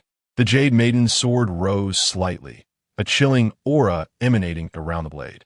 A gentle breeze swept through, and as it passed Di Wuqing, all leaves were reduced to ashes. Author's note. Fortunately, I managed to catch a swim. Good night, everyone. Chapter 82. The unyielding imperial maiden faces Xiao Bai behind her. Di Wuqing's murderous intent swelled ever stronger. Xiao Bai gradually came to a halt, his silver hair cascading chaotically. Sensing the murderous intent behind him, his gaze grew increasingly frigid. With a sharp clang, the Jade Maiden's sword was unsheathed. Though it remained in its scabbard, the fierce sword aura shot directly toward Xiao Bai. He stood with his hands clasped behind his back, taking measured steps forward. As the sword aura approached, Xiao Bai casually formed a sword gesture with one hand, making a couple of nonchalant motions. With a resounding bang, the air between the two trembled, and the surrounding flora was shredded by the sword energy. You have indeed stepped into the realm of the innate. Well done. Di Wuqing's eyes betrayed no emotion, showing no astonishment at Xiao Bai's prowess. Woman, I have pressing matters to attend to. Grant me a day's time, and I shall return to spar with you. How does that sound? Xiao Bai spoke coldly without turning around. Are you going to kill that little dwarf? Di Wuqing replied indifferently. You know? Xiao Bai narrowed his eyes, unleashing a piercing glare. I merely caught a glimpse of the tail end of the matter. But if I intervene, that old woman shall not perish. Di Wuqing maintained her composure. Xiao Bai abruptly pivoted, his silver eyes fixed on Di Wuqing. Why do you not take action? Is not your Jade Maiden sect at odds with the organization? Are not Mo Nong and the others disciples of the Jade Maiden sect? That is not my purpose for emerging, and as for them, they are mere traitors of the Jade Maiden sect. After your demise, they will be dealt with according to the sect's regulations. Di Wuqing stated nonchalantly, as if discussing trivial matters. Good. Very good. Extremely good. Xiao Bai's gaze turned even colder. Mo Nong and the others call you little Shirshu. Ha! Even if they breach the sect's rules, they are still of our own kin. They are being bullied by enemies, and you remain indifferent, watching them head towards their doom. Xiao Bai floated to Di Wuqing's front. Yet you, who seek vengeance, obstruct me at every turn. Die, you cold-blooded woman. With his right hand forming a sword gesture, Xiao Bai shouted coldly, aiming at Di Wuqing's brow. Di Wuqing's lips curled into a smirk as she effortlessly deflected the Jade Maiden's sword. Clang! The clash of their weapons sent a shock wave through the air, flattening everything within a 10-meter radius. Xiao Bai's eyes were icy, while Di Wuqing remained unfazed. The two maintained their stances, continuously circulating their energy. Go!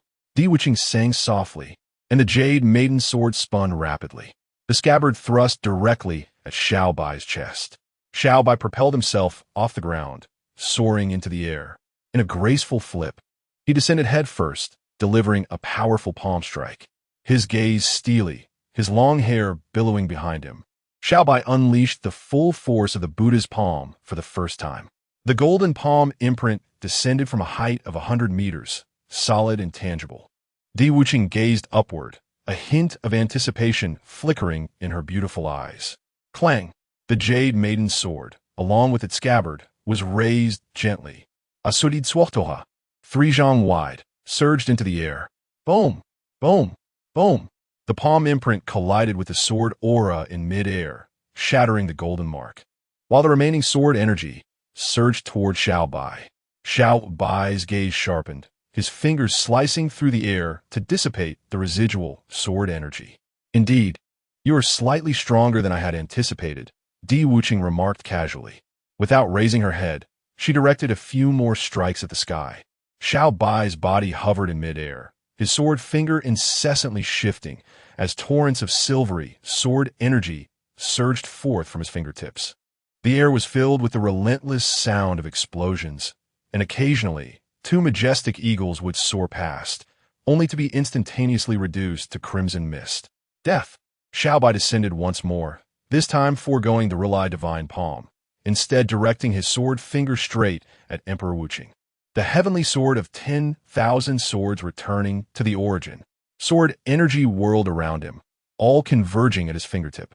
Xiao Bai spun like a top at an astonishing speed, the friction between his garments and the air igniting them into flames. He descended like a rocket, exuding a terrifying aura. Emperor Wuqing narrowed her beautiful eyes. Xiao Bai's move stirred within her a subtle thrill. A devotee of martial arts, her heart harbored nothing but the sword devoid of any human emotions or desires, including the 7 emotions and 6 desires of mankind. Enemies? Friends? They were non-existent. A single sword could annihilate everything. It seems rescuing you back then was indeed the right choice. Emperor Wuqing murmured to herself just as Xiao Bai completed his charge. A mere meter from her brow, she abruptly raised the Jade Maiden Sword. Boom! A thunderous blast echoed through Shenong Mountain. A wave of sword energy rippled outward, transforming the surrounding 10 miles into barren hills. Within a cave, the blood eagles were feasting on sheep droppings, occasionally bumping into each other to inject some amusement into their monotonous lives. Suddenly, the cave trembled, dust cascading down. Good heavens! Could it be an earthquake? Bai Feng exclaimed anxiously while picking up the droppings that had fallen to the ground. The blood eagle squinted, pondering whether someone was mining nearby. The sounds resembled explosives. Emoya shrugged, feeling remarkably calm. Previously, he had doubted the medicinal properties of sheep and horse dung, but now he had no reservations. This stuff could indeed bring tranquility. Even more composed was the cobra, exuding an air of detachment from the material world. Reflecting on earlier days of violence, he realized how dull that life had been. How beautiful life truly was. Maintaining a positive outlook, the cobra remarked somewhat nonchalantly, "When will the great benefactor Xiao offer a change of flavor? I believe I could live for several more months." Gradually, the cave returned to tranquility. At the cave's apex, the phrase "who knows where the food on the plate comes from, every grain is hard-earned" stood out glaringly, seemingly brimming with wisdom. Outside, the battle raged on. Both Xiao Bai and Emperor Wuqing appeared to possess an inexhaustible reservoir of vitality. Clang! With a vigorous thrust, Xiao Bai split the sheath of the Jade Maiden Sword apart. Emperor Wuqing narrowed her stunning eyes again, channeling her energy once more. The sword body of a Jade Maiden Sword radiated brilliant light. Xiao Bai's slender fingers pressed upon the sword tip, the pads of his fingers turning pale, with strands of golden light swirling around. Golden Bell Shield? Emperor Wuqing was momentarily taken aback, but only slightly. With a flick of her wrist, a beam of sword energy shot forth from the sword tip, sharp and domineering. Xiao Bai snorted coldly, his sword finger transforming into gold, gradually forcing the sword energy back. The two engaged in a fierce exchange, with the Jade Maiden Sword as their battlefield, continuing to clash their internal energies. 10 minutes later, a flicker of astonishment crossed Emperor Wuqing's eyes. She had greatly underestimated Xiao Bai, but upon engaging in combat, she discovered the depths of Xiao Bai's hidden prowess. The reservoir of vital energy within Xiao Bai's dantian was sufficient to rival that of a martial artist at the initial stage of the Flood Realm. Could it be that Xiao Bai had already entered the Flood Realm? However, this thought was fleeting, dispelled almost immediately. After all, Di Wuqing was renowned as the most gifted individual in the Jade Maiden sect, second only to the founder. It took her 30 years of arduous training with the supreme, forgetting emotion sword technique to reach the pinnacle of the Flood Realm. 3 years prior, Xiao Bai was merely a martial artist at the initial stage of the Earth Realm. Even with fortunate circumstances, achieving entry into the Wilderness Realm was already a remarkable feat. With a snort, Di Wuqing unleashed her sword energy, which spiraled upwards like a coiling dragon. The author has a message. I just returned from a trip and can finally sit at my computer to write. Alas, I want to say more. There will be another chapter tonight. Chapter 83.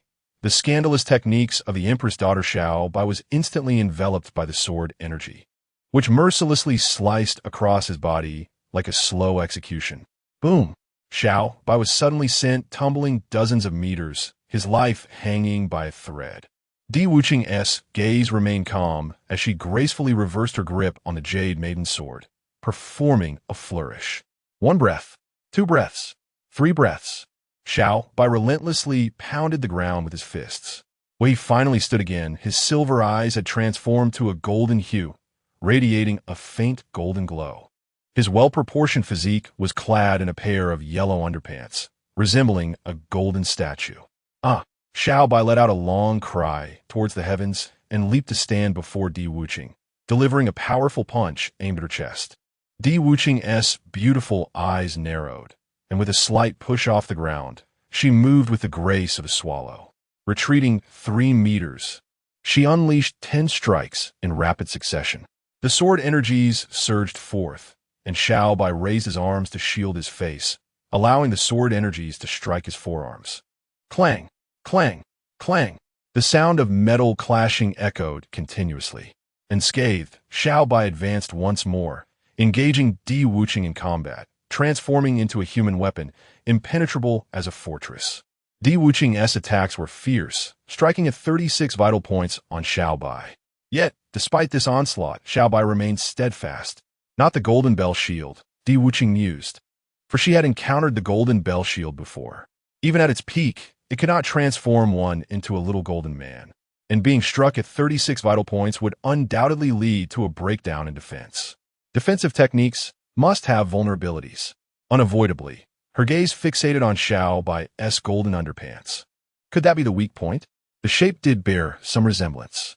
If Xiao Bai were aware of Di Wuqing's thoughts at that moment, he would likely be infuriated enough to lose his composure. Damn that weak point. My indestructible body has no such flaw. This woman's imagination is truly vivid. What Xiao Bai could not anticipate was Di Wuqing's swift change of tactics. Each strike aimed at severing the dragon's head. Clang, clang, clang. The golden threads of Xiao Bai's underpants burst into flames. After several strikes, his fury was ignited.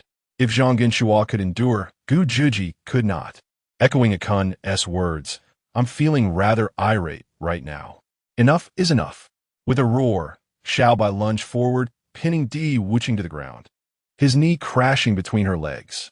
Emperor Wuqing's frigid gaze harbored a tempest of fury, as the once detached cultivator of the supreme path found herself incensed. This man's tactics were insidiously vile. With her jade legs entwined around Xiao Bai's knee, the jade maiden's sword slipped from her grasp, sweeping perilously close to his eyes. Xiao Bai's body recoiled sharply, narrowly evading the flying blade's assault. Yet in a swift counter, the jade maiden's sword pressed against his throat. Emperor Wuqing's eyes blazed with wrath, her aura surging violently. With a thunderous crash, Xiao Bai was propelled away like a kite severed from its string.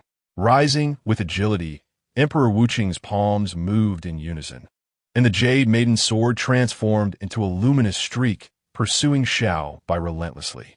The impact of Xiao Bai against the precipice was catastrophic, embedding him deeply into the cliffside.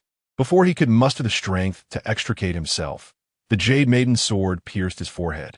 Time seemed to freeze at that moment, as Emperor Wuqing narrowed her eyes, observing the immobile Xiao Bai. After a breath, a golden radiance enveloped Xiao Bai's form. His limbs extended violently, and with a resounding crash, the cliff crumbled, propelling the jade maiden's sword away, while Xiao Bai stood suspended, unperturbed by the boulders crashing around him. His silver hair shimmered, transforming into a golden hue. You have transcended into the realm of Hong. Emperor Wuqing felt a stir within her heart, beckoning the jade maiden sword back to her. Gradually, she lifted off the ground, facing Xiao Bai directly. His gaze was icy, marked by a crimson vertical line on his brow, reminiscent of a third eye, an imprint left by the jade maiden's sword. Though it had not breached his skin, it was the sole trace of color upon his otherwise pallid countenance. The two locked eyes, each remaining utterly still, as if in a dance of fate. It appears you have encountered an extraordinary fate. What did you truly gain in the depths of the abyss? Emperor Wuqing regarded Xiao Bai anew, her initial indifference dissipating. He had now earned the right to stand as a rival. What did I gain? Xiao Bai's voice was devoid of emotion. You wouldn't wish to know. Speak, and I may spare your life. Emperor Wuqing gradually raised the jade maiden sword, its tip aimed at the heavens. Xiao Bai, with his left hand morphing into a palm and his right hand forming a sword-like finger, offered a faint smile. If I were to perish, many would mourn my loss, but your death would merely remove a splinter from this world. Seeking your own demise. Anger ignited within Emperor Wuqing, provoked by Xiao Bai's words. Until now, she believed herself beyond the reach of emotional upheaval, for such sentiments belonged solely to the weak. The 7 emotions and 6 desires were mere veils of shame draped over the feeble. Yet, in their confrontation, Xiao Bai's revelations continually astonished her. Emperor Wuqing suddenly felt as though she had tumbled from her pedestal. She was not as invincible as she had imagined. In that fleeting instant, the barrier of the cosmic realm, which she had long sought to breach, seemed to waver. Retreating felt akin to advancing. She murmured to herself, her demeanor shifting unconsciously. It was as though she grasped at something elusive, a fleeting essence that, if contemplated further, might grant her the confidence to transcend into the legendary cosmic realm. However, Xiao Bai would not afford her such an opportunity. He focused his right hand, condensing a golden sword aura aimed directly at her brow, swiftly following with a colossal golden palm strike. Emperor Wuqing, filled with indignation, realized the fleeting chance for breakthrough was slipping away. Missing this opportunity may mean losing it for a lifetime. The Jade Maiden sword descended with a swift strike, its tip crackling with latent, thunderous energy. The golden sword aura shattered, and Xiao Bai's palm imprint was instantly cleaved in two. Di Wuqing withdrew the Jade Maiden sword, declaring, "Xiao Bai, I will not fight any longer." With that, she turned it apart. A resounding dragon's roar echoed, and Di Wuqing's body, suspended in the air, suddenly tensed. She arced through the sky and fell heavily upon the precipice. Xiao Bai transformed his hand into a claw, his eyes gleaming with cold intensity. The dragon capture technique. He had once employed this technique to neutralize the life-or-death strike from the short Taoist nun. Xiao Bai had discerned that reconciliation between him and Di Wuqing was utterly unattainable. Since it must culminate in life and death, how could he allow her the chance to break through? Dear lady, did you truly believe you could simply cease fighting? Di Wuqing had never anticipated that Xiao Bai possessed such a hidden skill. Though her physique was formidable, it paled in comparison to Xiao Bai's monstrous prowess. This strike, while not fatal, disrupted her breath. It seemed that our conflict was destined to be one of endless strife. Di Wuqing's sword aura erupted, freeing herself from Xiao Bai's dragon capture claw. With her right hand, she held the sword across her chest, while her left hand traced the blade. Clang! The sword resonated with a haunting hum, as if infused with renewed vigor. The first move of the Jade Maiden sword, assaulting the person, Di Wuqing murmured, her gaze as ethereal as a celestial being surveying mere ants.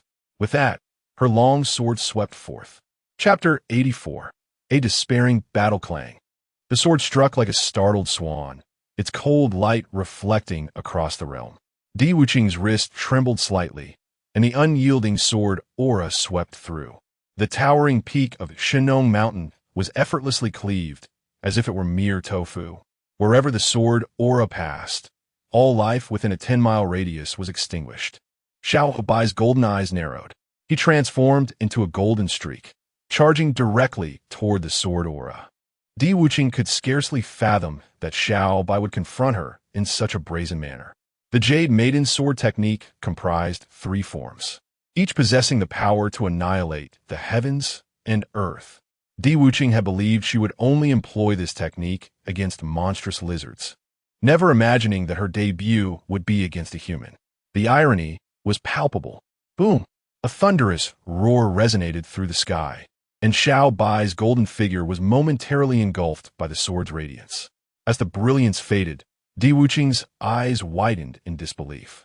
The man clad in golden shorts stood defiantly in the void, his golden eyes shimmering. A deep sword wound stretched from his shoulder to his abdomen, the flesh grotesquely torn. Vivid crimson blood congealed at the wound, yet showed no sign of flowing. Instead, it appeared as though a red cloud enveloped Xiao Bai's form. How can this be? Di Wuqing gazed at Xiao Bai, her mouth agape in astonishment. Dear lady, I have shed my garments, and this is what you show me? Xiao Bai's voice was devoid of emotion, akin to a malevolent spirit emerging from the depths of hell. In the blink of an eye, he appeared before Di Wuqing, seizing her long hair with a single hand before she could react. Like a cannonball descending from the heavens, it crashed down with a thunderous roar. Dust billowed into the air as 2 figures emerged from a colossal pit, 3 meters deep and 5 meters in diameter. Di Wuqing lay sprawled within the depths of this chasm, while Xiao Bai knelt on one knee, a long sword mark etched upon his golden palm. The fierce wind swept through, tousling their long hair. Without a hint of chivalry, Xiao Bai lunged forward, his body surging towards Di Wuqing. With his left hand, he ensnared Di Wuqing with the dragon claw, while his right hand formed a sword-like finger, aiming directly for Di Wuqing's Bai Wei acupoint. Di Wuqing's gaze was frigid. "Release!" she cried, and with a powerful burst, the bonds that held her were shattered. The Jade Maiden's sword lightly tapped the ground, propelling her into the air. The second stance of the Jade Maiden's sword, Earth Shatter, suspended in midair, Di Wuqing's sword finger sliced through the air. A surge of sword energy, 100 meters long, cleaved downward. Boom! A 10-meter deep fissure tore through the ground below, extending for 10 miles. Within the depths of the crack lay a crimson silhouette, shrouded in a mist of blood, utterly motionless. With a mighty roar, a black serpent, akin to a spring, lunged at Di Wuqing, gradually opening its gaping maw. Xiao Bai, deep within the pit, had eyes ablaze with crimson fury, and he howled towards the sky. Alas, it was too late. The creature sought its demise. Di Wuqing swung her sword once more, and the soaring serpent's scales shattered, blood and flesh scattering as it crashed to the ground, uttering a mournful groan. Its large, lantern-like eyes slowly lost their luster. Xiao Bai's eyes transformed into a deep red as he gradually rose to his feet. No trace of human emotion remained in his gaze, only an insatiable thirst for blood and unbridled rage. The dragon's roar resounded again, and Xiao Bai's aura surged to unimaginable heights, the air around him erupting in a cacophony of explosions. With a thunderous crack, Xiao Bai propelled himself off the ground. Soaring several hundred meters into the sky, he thrust his arms downward, solidified crimson claws grasping Di Wuqing's feet. With a ferocious roar, Xiao Bai exerted his strength from afar. Intenton tiring Di Wuqing zunder. A sense of dread gripped Di Wuqing's heart. It was the first time fear had taken hold of her. The Jade Maiden's sword slipped from her grasp as she formed the Taishang Wangqing Jade Maiden seal with her hands. The sword's brilliance intensified, striking with all her might towards the colossal claws. Boom! The crimson claws shattered, and Di Wuqing plummeted like a kite with its string severed from a height of 100 meters. She barely regained her footing, her gaze ablaze with intensity, a trickle of blood escaping her lips. The first stance of the Jade Maiden's sword, Heaven Shatter. No sooner had she spoken than her entire being radiated with newfound power. The Jade Maiden's sword transformed into a streak of light, returning to her hand. With a long sword embedded in the earth, golden energy converged around it. Shatter! Di Wuqing roared in a frenzy, withdrawing the sword from the ground and launching it skyward towards the suspended Xiao Bai. Simultaneously, her body shot upward like an arrow released from its bow. Xiao Bai's eyes glowed with a more intense crimson, a bloodthirsty expression gracing his lips. He did not flinch or evade, unleashing a barrage of 81 blood palm strikes. Boom! Boom! Boom! Clouds of blood mist erupted, and the Jade Maiden's sword began to show signs of cracking, until the final palm strike detonated. The Jade Maiden's sword shattered into countless fragments. A vibrant orange longsword plunged into Xiao Bai's chest, as Di Wuqing's crimson eyes appeared before him. This was her true, lethal strike. The Jade Maiden Phoenix Essence sword was indeed Di Wuqing's weapon of choice, the surface merely a sheath for the blade. Everything had come to an end. After 3 years of nurturing, the destiny of the Dragon Kingdom was due for restitution. Di Wuqing's beautiful eyes flared with madness. Extraction. The Phoenix Essence sword radiated a brilliant orange light before swiftly dimming. How could this be? The destiny of the Dragon Kingdom was not within your grasp. Di Wuqing's expression turned to one of disbelief. Xiao Bai's lips curled into a slight smile. What is this? Surprise? Astonishment? Impossible. How could the destiny of the Dragon Kingdom not be yours? Di Wuqing urged the Phoenix Essence sword once more, yet still found nothing. At that moment, Xiao Bai tilted his head back and let out a long howl. A colossal dragon-shaped blade suddenly materialized in his hands. It was entirely crimson, shimmering with a blood-like glow. 3 meters long and 1 meter wide. The hilt and blade were one, as Xiao Bai's blood flowed slowly into the giant sword. With a single swing, a torrent of blood light erupted, faintly echoing the sound of a dragon's roar. The blood dragon's soul blade, in the depths of the abyss. It had slain over 1,000,000 lizard beasts, only to be sealed away by Xiao Bai within the treasure basin. Upon its release, Xiao Bai would transform into a being driven solely by the instinct to kill. Before the blade's radiance could reach her, Di Wuqing felt every hair on her body stand on end as beads of sweat cascaded down her face. This was the sensation of death, the true essence of mortality. She was unaware of where Xiao Bai had summoned this blade from, but it was undoubtedly a weapon of unparalleled ferocity. Pale and shaken, Di Wuqing drew the phoenix essence sword to meet the blood dragon soul blade. Two rippling waves, one red and one yellow, spread across the air, shaking the very fabric of space. Ultimately, the two figures plummeted from the sky. 10 minutes later, Di Wuqing slowly rose to her feet. Her garments lay in tatters, her flawless body marred by numerous wounds. Xiao Bai lay motionless on the ground, the crimson hue of his blood having faded. His body bore an array of wounds, though the sole difference from Di Wuqing was that he still wore a pair of golden undergarments. With a darkened gaze fixed upon the unconscious Xiao Bai, Di Wuqing leaned on her longsword, stepping forward, one deliberate stride after another. 10 meters, 5 meters, 3 meters, 1 meter. Di Wuqing reached Xiao Bai's side, the fissures upon her body expanding relentlessly, blood oozing forth. Clenching her teeth, Di Wuqing's expression grew ever more complex as she lifted the Phoenix Essence Sword. Clang! The Phoenix Essence Sword slipped from her grasp, aligning tightly against the blood dragon soul blade. In that instant, sword and blade harmonized, their brilliance surging. After a prolonged silence, a tear rolled down Di Wuqing's cheek. Feeling the vitality within her ebb away, she steeled her resolve, allowing her body to gradually lower. Time slipped away, and Xiao Bai sensed he had entered a dream, a profoundly deep dream. Within it lay a world bathed in blood. Xiao Bai wandered through this sanguine realm, where a blood moon hung in the sky, casting its eerie light upon the desolate landscape. Countless grotesque monsters devoured one another, among them the lizard beasts. He resembled the butcher of this world, relentlessly raising the crimson dragon soul blade in his grasp. The overwhelming aura of his blade cleaved monstrous giants in twain. When hunger struck, he feasted upon the foul, decaying flesh of these beasts, and when thirst beckoned, he drank deeply of their bitter blood. Neither the ancients nor the future held any presence before him. Alone, wielding his blade, Xiao Bai became the singular anomaly in this realm. An endless cycle of slaughter ensued, one that could never reach its conclusion. His eyes transformed into boundless seas of crimson, and his long red hair swayed without wind. His skin resembled molten lava, threatening to consume him whole. The blood coursing through his veins boiled incessantly. Thus, Xiao Bai continued to swing his formidable blade, instinctively slaying until every creature in his vicinity lay vanquished.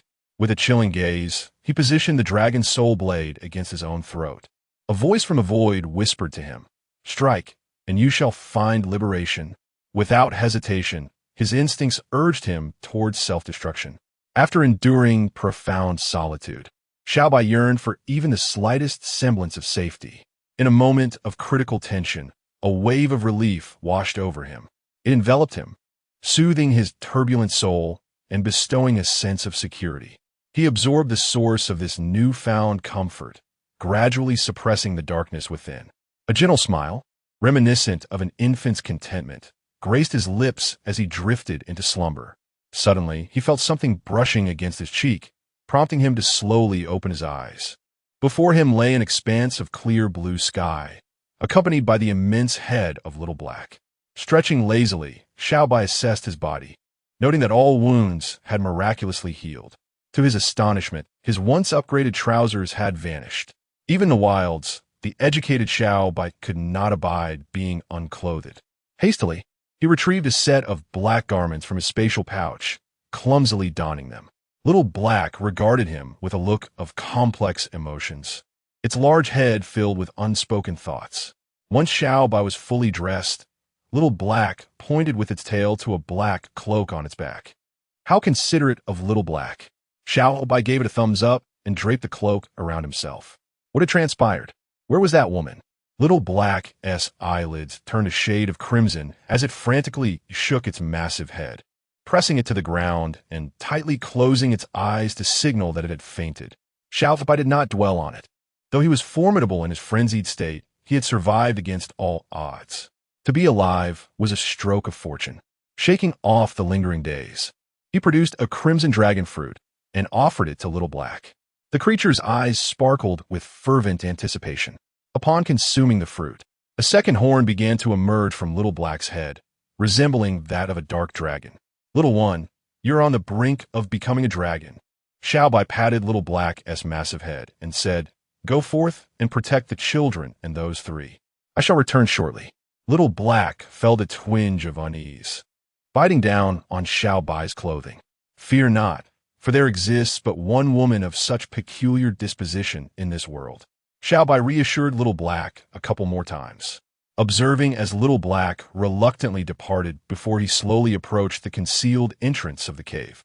The quartet within the cave, on a self-imposed diet, were unusually animated today, their chatter surpassing the sum of a month's discourse.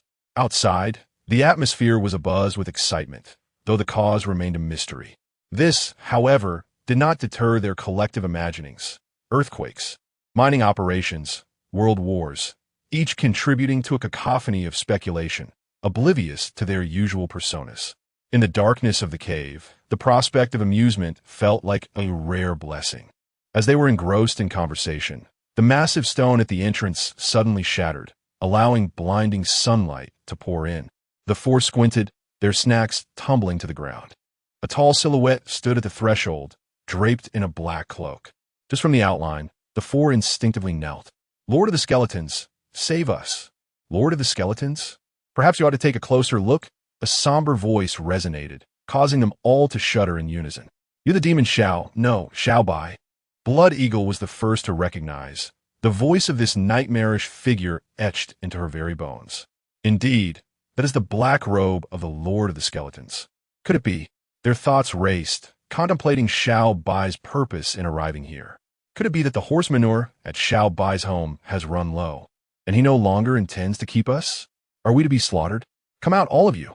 Xiao Bai scoffed, prompting the four to scramble towards the entrance. Just as they exchanged glances, ready to act, a warning echoed. Fleeing equals death. Their legs turned to jelly, perhaps a consequence of too much horse manure, their minds deprived of oxygen. To attempt escape beneath the gaze of this demon was akin to inviting disaster. How could we dare? We are merely stretching our legs. The cobra jested. Xiao Bai smiled nonchalantly, flicking his hand and sending the cobra tumbling 10 meters away. Surprised, he glanced at his own hand, his mind slightly perplexed. Had he broken through? He could not fathom how. During his confrontation with the merciless emperor, he had only been at the initial stage of the Flood Realm. Yet now, his strength had reached the pinnacle of the Flood Realm. What had transpired? Had the battle for life and death prompted such a breakthrough? The cobra, baring his teeth, climbed back up, not daring to linger, and hurried back. Boss, I shall not dare again, I swear. With that, he knelt, his face a mask of supplication. Xiao Bai nodded, shifting his gaze to the other three. Blood Eagle and White Phoenix each shivered, promptly kneeling as well. Xiao Bai's lips curled into a smirk. Well, have you come to understand? Indeed, we are ready to defect from the organization and follow you, boss. White Phoenix declared eagerly, with the others nodding in agreement. Xiao Bai slowly shook his head. What I meant was, have you comprehended the words inscribed on the cave ceiling? Blood Eagle, White Phoenix, Mo, Crow, Cobra. The author has something to convey. It is somewhat early today, and while I strive to provide 2 updates daily, one in the morning and another in the afternoon, I must admit that I feel a tinge of embarrassment. I apologize to everyone. Nonetheless, I merely wish to express my thoughts. Chapter 86. The organization is named the Heaven Thieving Palace. Unbeknownst to us, every grain of rice on our plates is the result of hard labor. Blood Eagle pondered these 2 lines of poetry momentarily. After swallowing hard, he said, If you release us, I shall carry away the manure within. Xiao Bai shook his head, remarking that such things are devoid of nutritional value. 2 paths lay before them, submission or death. As soon as the words left his mouth, The four men knelt and proclaimed their unwavering loyalty to their leader. "Let us go meet the lord of the skeleton palace." Xiao Bai rose, brushing off his clothes, while the four promptly led the way. Within the skeleton palace, Jing Tian was preparing to depart, having packed away years of savings. His slight frame bore a large bundle as he attempted to leave. Upon the door's opening, he was met with the sight of Blood Eagle and his companions. "You wretched fools, how dare you return?" he bellowed, forgetting his own disheveled appearance. The four men of Blood Eagle stood dumbfounded. Had the skeleton palace been robbed? Upon closer inspection of the voice, their mouths fell agape. The usually imposing lord of the skeleton palace was none other than this diminutive figure before them. How pitiful! Just over a meter tall, his head was wrapped in bandages, revealing only two chilling eyes. "You are the lord?" The cobra squinted, incredulous. Jing Tian, furious, dropped his small bundle and delivered a kick toward the cobra. Bang! A faint golden palm imprint struck through the air, hitting Jing Tian squarely in the chest, embedding him tightly against the palace door. With a somber expression, Xiao Bai emerged from behind the four. "It is you who caused my mother's demise." His voice echoed like that of a malevolent spirit from the depths of hell, his teeth grinding audibly. Jing Tian spat blood, gazing at the familiar cloak and the face he knew all too well. Due to a miscalculation from the intelligence palace, he was unaware of Xiao Bai's true strength. Yet, he knew that the fortunes of Long Country had once been transferred to this man.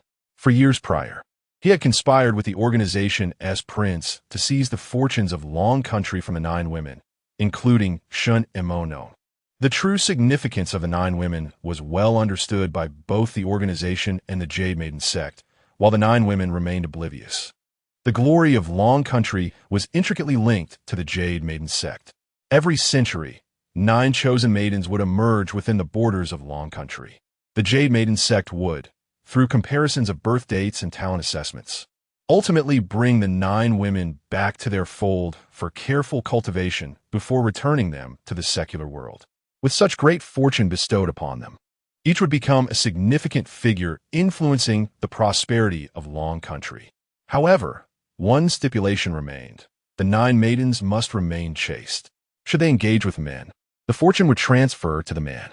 In those days, the organization's most talented young man, Prince Qin Xiao, had conspired to seize the fortunes of the 9 maidens. The plan was initially flawless. The 9 maidens had fallen prey to the yin-yang harmony powder, just as the lord of the skeleton palace and the prince eagerly made their way to the Half-Mountain Lake villa. They could never have anticipated that they would be confronted by a ragged old man. In a fierce struggle for survival, Prince Qin Xiao was injured and fled back to the organization. The Lord of the Skeleton returned to recuperate for a month. After his recovery, he visited the Half-Mountain Lake villa, where, wielding the enchanted sword Muramesa, he discerned that fate had been grafted on his Xiao Bai. For reasons unknown, he was haunted by the illusion that the man had cast a distant glance in his direction. Subsequently, Xiao Bai retreated to the Shinnong Mountain, and the Lord of the Skeleton understood that this fortune required 3 years of nurturing. Thus, he discreetly dispatched individuals to surveil Xiao Bai. It was only after the injuries to Shihu and others that he became aware of another issue. The destiny of Longhua had been inexplicably divided into 9 parts and infused into 9 young beings. Though he remained oblivious to how Xiao Bai accomplished this feat, the Lord of the Skeleton resolved to take action. He planned to utilize the sword Muramesa to extract the Dragon Nation's fortune from the 9 children, then return to the organization to receive accolades and hasten his departure from the desolate Skeleton Mountain. The plan seemed flawless, yet the unexpected variable of the short Taoist nun emerged. To his astonishment, he realized that she had achieved the innate level right under his nose. Jing Tian coughed up blood, disbelief etched across his face. With a single, powerful strike, Xiao Bai sealed all his meridians and shattered his dantian, breaking countless bones in the process. The only reason Jing Tian remained alive was that the man before him chose to spare him. Suddenly, Xiao Bai pointed, and Jing Tian's right arm exploded. With a frigid gaze, he inquired, "Was it you who caused my mother's death?" "Baka, what of it? That old hag thwarted my grand design." Boom! Jing Tian's right arm was obliterated. Jing Tian screamed in agony as blood gushed from the severed limb.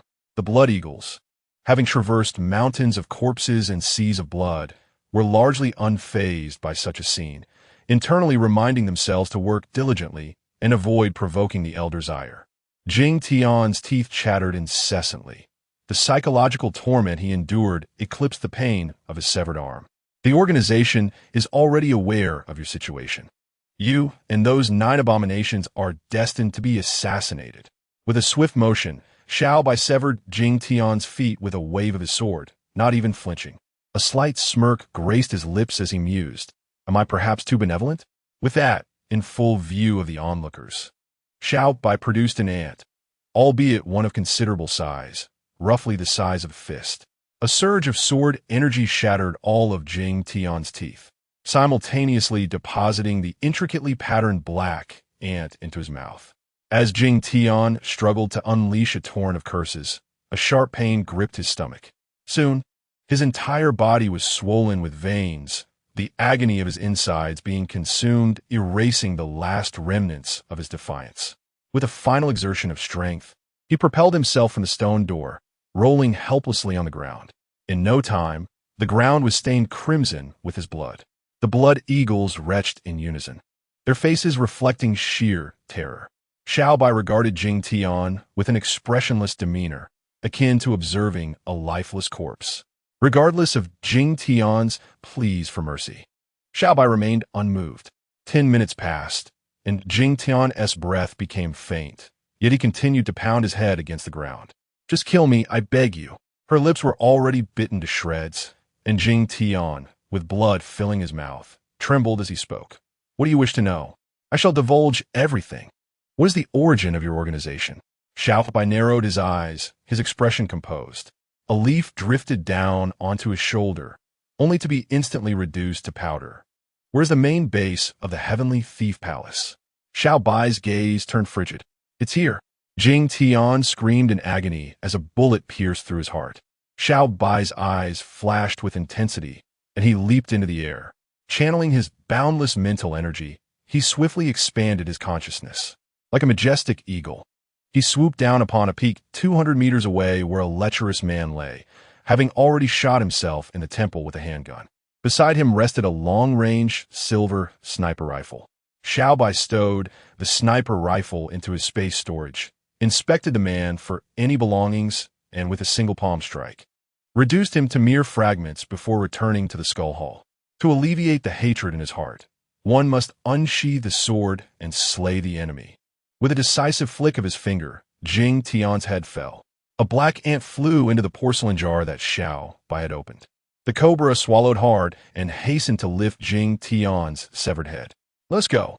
Xiao Bai snorted coldly, leaping down from Skull Mountain. Chapter 87. Xiao Bai trends again as leaves fall and return to their roots. Xiao Bai pondered the origins of the short Taoist priestess. He believed that her parents, who had abandoned her, had long since turned to dust. Now, her roots lay in Shinon Mountain. The descendants of the short Taoist priestess were Xiao Bai and the 9 little ones. The memorial hall was established within her temple. Without photographs, Bao took out a brush and deftly painted a portrait. The kind visage of the short Taoist priestess came to life, reflecting her true appearance through the innocent eyes of the children. Xiao Bai refrained from placing Jing Tian's head upon the altar, wishing not to cast shadows upon the little ones, and deemed Jing Tian unworthy of such honor. The cobra personally cast Jing Tian's head into the deep mountains, indifferent to which wolf might suffer from an ill stomach thereafter. Meanwhile, the bodies of the lion tiger and the raccoon, among others, were incinerated by Bai Feng and Moya, leaving no trace behind. Gazing at the portrait of the short Taoist priestess upon the altar, Xiao Bai knelt in silence for a prolonged moment. They had met by chance, yet she willingly sacrificed herself for her children. Unbeknownst to him, tears welled in his silver eyes. Shen Mo Nong and Lung Qing Shuang knelt beside him, their eyes similarly reddened. They felt not only reverence for the short Taoist priestess, but also deep gratitude. Yet how could one repay a life-saving grace? All they could offer was the most sincere prayers, wishing for her to attain immortality and become the most beautiful celestial being. The 9 little ones knelt in a row, taking turns to offer incense to their grandmother, their small faces streaked with tears, each one weeping uncontrollably. The night deepened, and no one returned to sleep. The following morning, Xiao Bai and the little ones acted in unison, digging a deep pit in the backyard. Simultaneously, Xiao Bai retrieved a top-quality golden silk Nama coffin from the Shinong space. This coffin was intended for himself. Initially, there was a fear that one day he might lose control over the demonic essence within him and resort to severing the thread of life with the Crimson Blood Dragon Soul Blade. However, now it has proven to be of great utility. Shen Manong and Lung Qingshuang exchanged glances as they beheld Xiao Bai carrying back such a splendid coffin. Yet, without uttering a word, they kept their inquiries to themselves. There were countless questions concerning Xiao Bai, but they would not broach the subject unless he chose to speak. At the same time, Xiao Bai produced a piece of exquisite Hetian jade, one that had undergone 8 upgrades through the treasure-gathering pot. With only 4 upgrade opportunities available each day, Xiao Bai felt no remorse in utilizing them. If possible, he would have continued upgrading for several more days. This entire piece of jade stood a meter tall and measured 40 centimeters in width, adorned with a vividly lifelike depiction of a celestial maiden in flight. With a focused gesture, Xiao Bai carved with a single hand, inscribing, Dao Tomb, the grave of the flower fairy. In the middle, he wrote, Transcended to immortality, the most beautiful person in the world. He signed it, Unfilial Son Xiao Bai. Beneath his name were the names of 9 little ones, Xiao Imo, Xiao Bing, Xiao Shuang, Xiao Lu, Xiao Jia, Xiao Cheng, Xiao Mu, Xiao Mi, and Xiao Ling Shenmanon and Lung Qingshuang led the little ones as they dashed for miles, gathering countless beautiful wildflowers. After paying their respects to the short Taoist priestess, they promptly set about restoring her temple. Xiao Bai and the little one's home had become uninhabitable. The children were more than willing to relocate to this new abode, ensuring that their grandmother would not feel lonely. Xiao Bai nodded in satisfaction and commenced construction, expanding the original courtyard of the short priestess by several hundred square meters. With Xiao Bai's extraordinary labor, within a mere 10 days, a pastoral villa complete with a swimming pool was fully realized. Shen Manong and Lung Qingshuang gazed in astonishment. The perfectly squared bluestone bricks were meticulously carved with sword energy. Such a remarkable feat could likely only be accomplished by the heartless little master uncle. Unbeknownst to them, Di Wuqing had already engaged in a grand endeavor with Xiao Bai. Even more surprising was that their aloof little master uncle had stealthily taken Xiao Bai's 4-corner pants. The villa was completed, featuring a garden, a rockery, and a swimming pool, with 3 distinct levels containing a total of 20 rooms.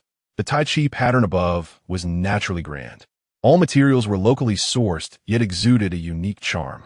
Finally, Xiao Bai ventured alone to the site of his former home and collected all the soil from the backyard into the treasure-gathering pot. As a seasoned farmer, he understood that land remains the primary means of production. Not long after Xiao Bai and the others moved, the ruins of his former home ascended to trending status. The reason was that a group of audacious internet celebrities had formed an alliance to interview the father of the 9 children in Shinong Mountain. However, upon entering the mountain, they were utterly bewildered.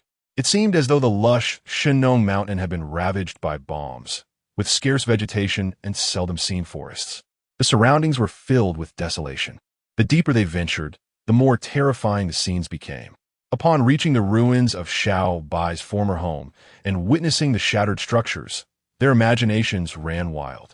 The father of the 9 children had already moved. The demise of Sister Shuang had likely vanished without a trace. What on earth had happened to Shinong Mountain? Why had it turned so desolate? The miraculous vegetables and rice had disappeared, and old master Zhong must be weeping. Upon seeing the report, Zhong Qianxiu was moved to tears. Accompanied by his assistant Xiao Li, he hurriedly made his way to Shinong Mountain. News had reached Longhan that the sisters Long Bing and Long Yin had received a critical mission directive. They must ensure the safety of the esteemed Zhong Lao. As Zhong Lao gazed upon the desolate ruins of the Xiao Bai estate, his body trembled uncontrollably. What had transpired? Where was Xiao Bai? The internet influencers had certainly indulged themselves. but a figure like Zhong Qinxiu was not someone they encountered on a daily basis. In no time, news about the 9 baby dads being a rural expert resurfaced. Over the past month, Jianghua had lost over 10 pounds, weighed down by the unsolved murder case of Sister Shuangzi, which left him utterly breathless, yet he felt powerless to change his circumstances. Despite visiting the crime scene dozens of times, he had uncovered not a single clue. However, should they conclude that Sister Shuangzi had taken her own life, the Yangqing criminal police would surely become the laughingstock of Longhua.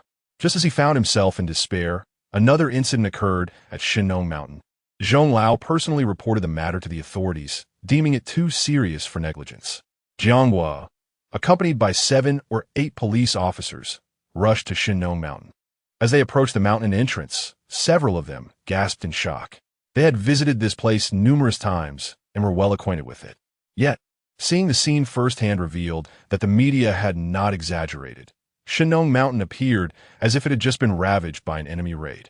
Upon closer investigation, the officers were even more astonished. The destruction of the trees and rocks could not have been caused by conventional firearms. Rather, it had been inflicted by some peculiar sharp weapon.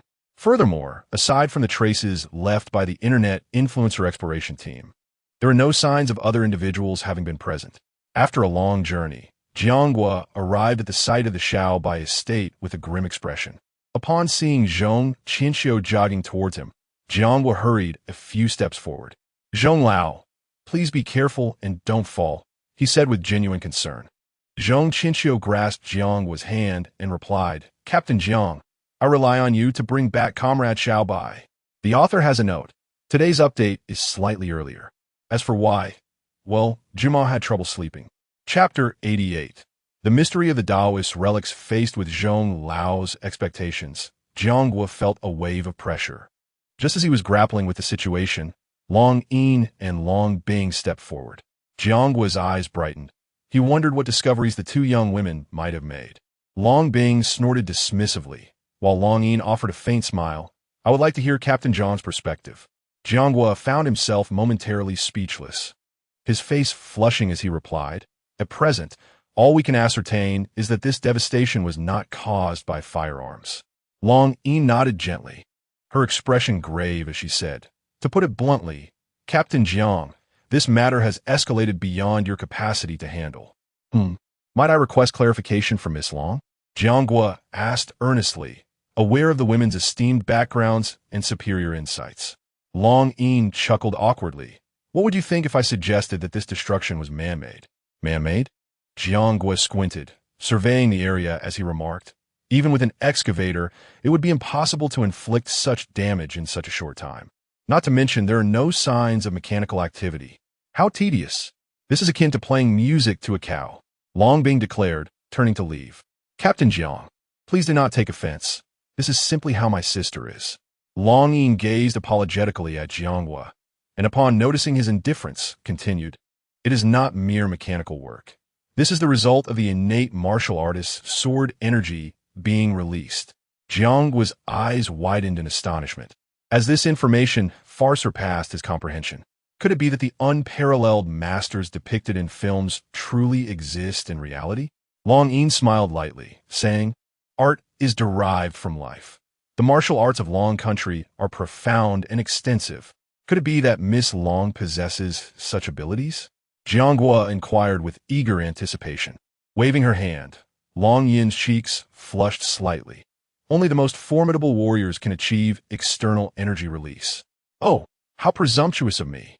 Jianghua nodded in agreement, akin to a chick pecking a grain. "Miss Long, according to your assertion, have warriors battled here?" Zhong Qinxiu's expression turned grave. It was not an ordinary conflict, but rather a clash of top-tier warriors. Long Yin attempted to elaborate further when Long Bing approached with steady strides. "I have reported the matter to the coach, who is en route." Jianghua felt a surge of joy, with the dragon soul personally intervening.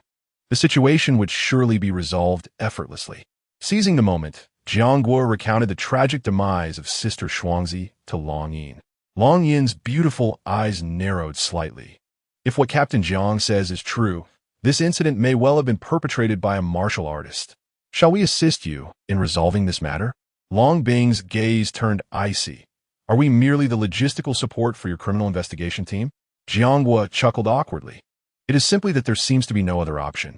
If the death of an inconsequential internet celebrity warrants our involvement, perhaps you should reconsider your current attire.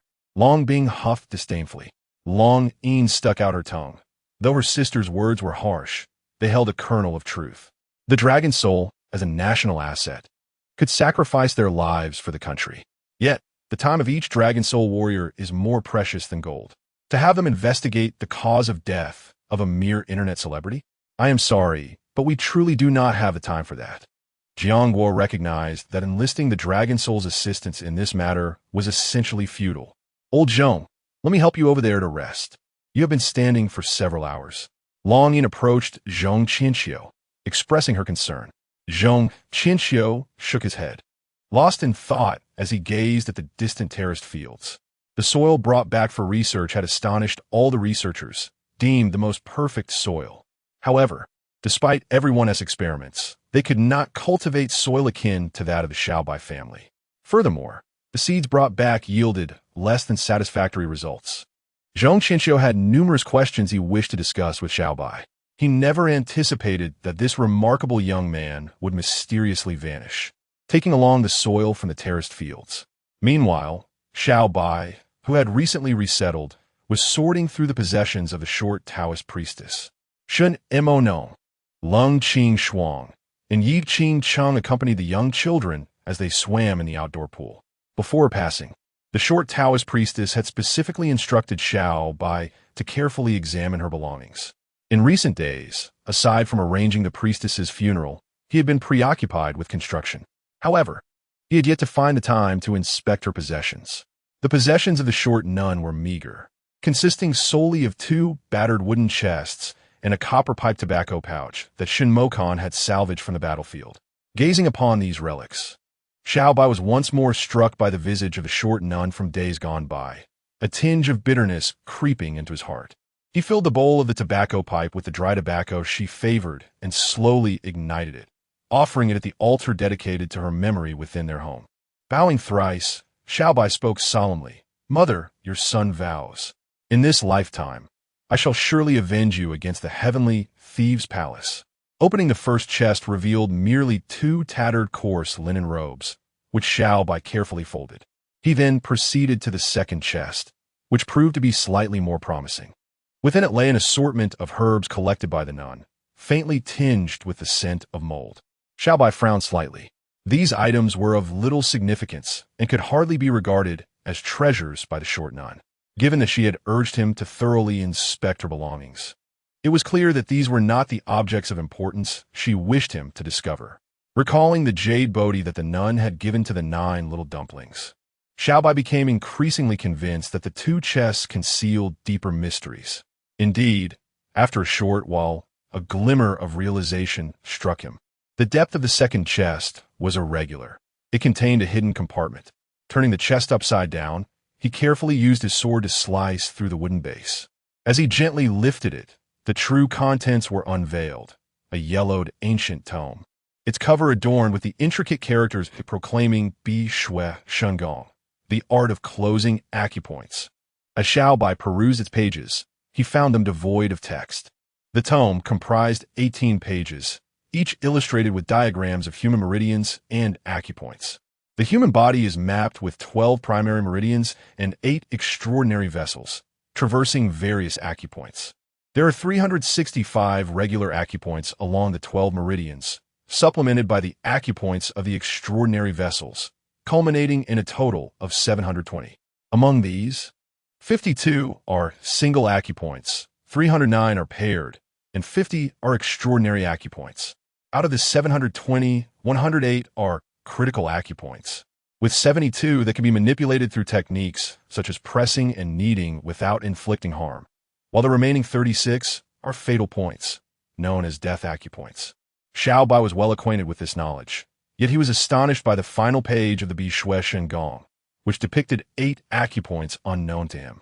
Even more astonishing was that these 8 acupoints were situated outside the body, arranged in the form of the Big Dipper, with the 8th acupoint prominently located at the position of the North Star. 728 acupoints in total? Chapter 89. The Unfathomable Tomb, Xiao Bai pondered for a moment, channeling his internal energy to search for the 8 acupoints illustrated in the diagram. Half an hour later, he slowly opened his eyes, shaking his head in resignation. Beside the Bi Shui Shangong lay 2 notebooks. The first chronicled the life of the short nun, detailing the location of the Bi Shui Shangong, as well as the mysterious tomb that had yet to be fully explored. The second notebook documented the process of cultivating the Bi Shui Shangong. The closed acupoint technique is divided into 3 tiers. However, until the demise of the short Taoist, she had only mastered the first 2 throughout her lifetime. As for the third tier, like the short Taoist, Xiao Bai was utterly incapable of locating the final 8 acupoints. In contrast to the short Taoist, Xiao Bai possessed a wondrous treasure known as the gathering pot. Without further hesitation, he ventured into the gathering pot with the closed acupoint technique in hand. The young lad in yellow, upon seeing Xiao Bai, respectfully bowed. "Master, today you have 4 opportunities to utilize the gathering pot. May I inquire what you wish to upgrade?" Xiao Bai handed the closed acupoint technique to the young lad, declaring, "This technique must be enhanced to its utmost potential." The lad nodded and gently placed the technique into the gathering pot. A brilliant golden light erupted from the pot, and the 5-clawed golden dragon on its surface seemed to come alive, spiraling around it. The closed acupoint technique first became ethereal and then gradually solidified. When it reappeared in the young lad's hands, it had transformed into an enhanced version of the technique. He then placed this upgraded technique back into the gathering pot. This process continued until the book in Xiao Bai's hand had shrunk to the size of a palm, resembling a jade-like booklet, boldly inscribed with master-level closed acupoint technique. "Master, your 4 upgrade opportunities for today have been exhausted," the young lad stated respectfully. Xiao Bai nodded. The fact that the technique had not transformed into a luminous orb indicated a high upper limit for this manual. However, he was not in a hurry. Tomorrow would suffice. It had been 4 years. When would the others awaken? Xiao Bai glanced at the bottom of the gathering pot, where 4 vibrant childlike figures were depicted. The young lad smiled broadly, assuring, "Do not worry, master. As the gathering pot is used continuously, they will gradually awaken." Xiao Bai nodded, noting that the current daily upgrade opportunities were still insufficient. If another gathering child could awaken, the upgrade opportunities for the pot would increase as well. Furthermore, as the young lad mentioned, if all 5 of them awakened, the gathering pot would undergo a tremendous transformation. Yet, the young lad's memory had not fully returned. He only knew that the key to awakening the other gathering children lay in the pot's continuous use. Upon exiting the space of the gathering pot, Xiao Bai arrived at the edge of the swimming pool. Without a swimsuit, Shen Mo Nong and the other 2 girls had already jumped into the water, playing joyfully with the children. Upon noticing Xiao Bai's arrival, their faces flushed slightly. Clearing his throat, Xiao Bai said, "You all continue to play. I shall take a stroll." "Where is Daddy going?" De Bao asked, wiping his face with a small apron, a hint of worry crossing his innocent features. Xiao Bai felt a pang in his heart. It seemed this incident had left some shadows in the children's minds. Yang Guang smiled, reassuring, "Don't worry. Daddy won't be far away, and besides, Xiao He will protect you." "Come back soon," Daddy Jiwa added. "All right," Xiao Bai replied with a serene smile before soaring into the sky. His strength was already evident, and there was no need to conceal it any longer. "Daddy is so cool. When can I soar through the air like that?"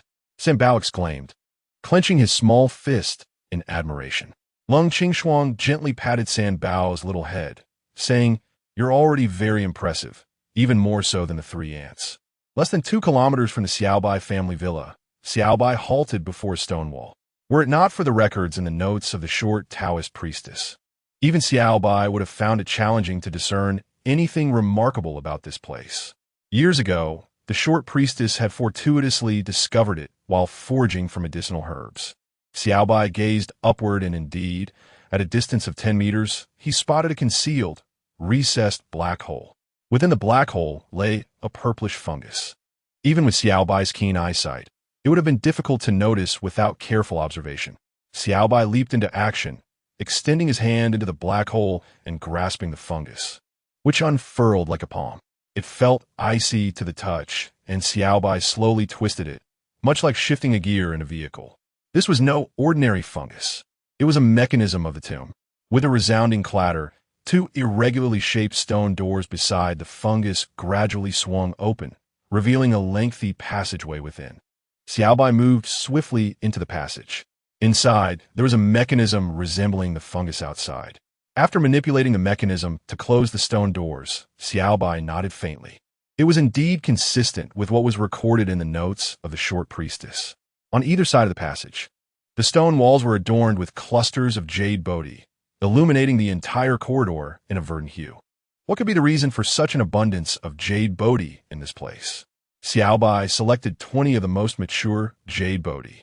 While this divine object offered little benefit to martial artists above the earth realm, it held a different significance in Xiao Bai's hands. He was eager to discover the extraordinary effects that would manifest if the treasure basin were upgraded to its utmost limit. Continuing forward along the passage, Xiao Bai's expression grew increasingly grave. According to the notes of the short priestess, this was indeed a burial site, and the passage ascended, albeit at a gentle incline.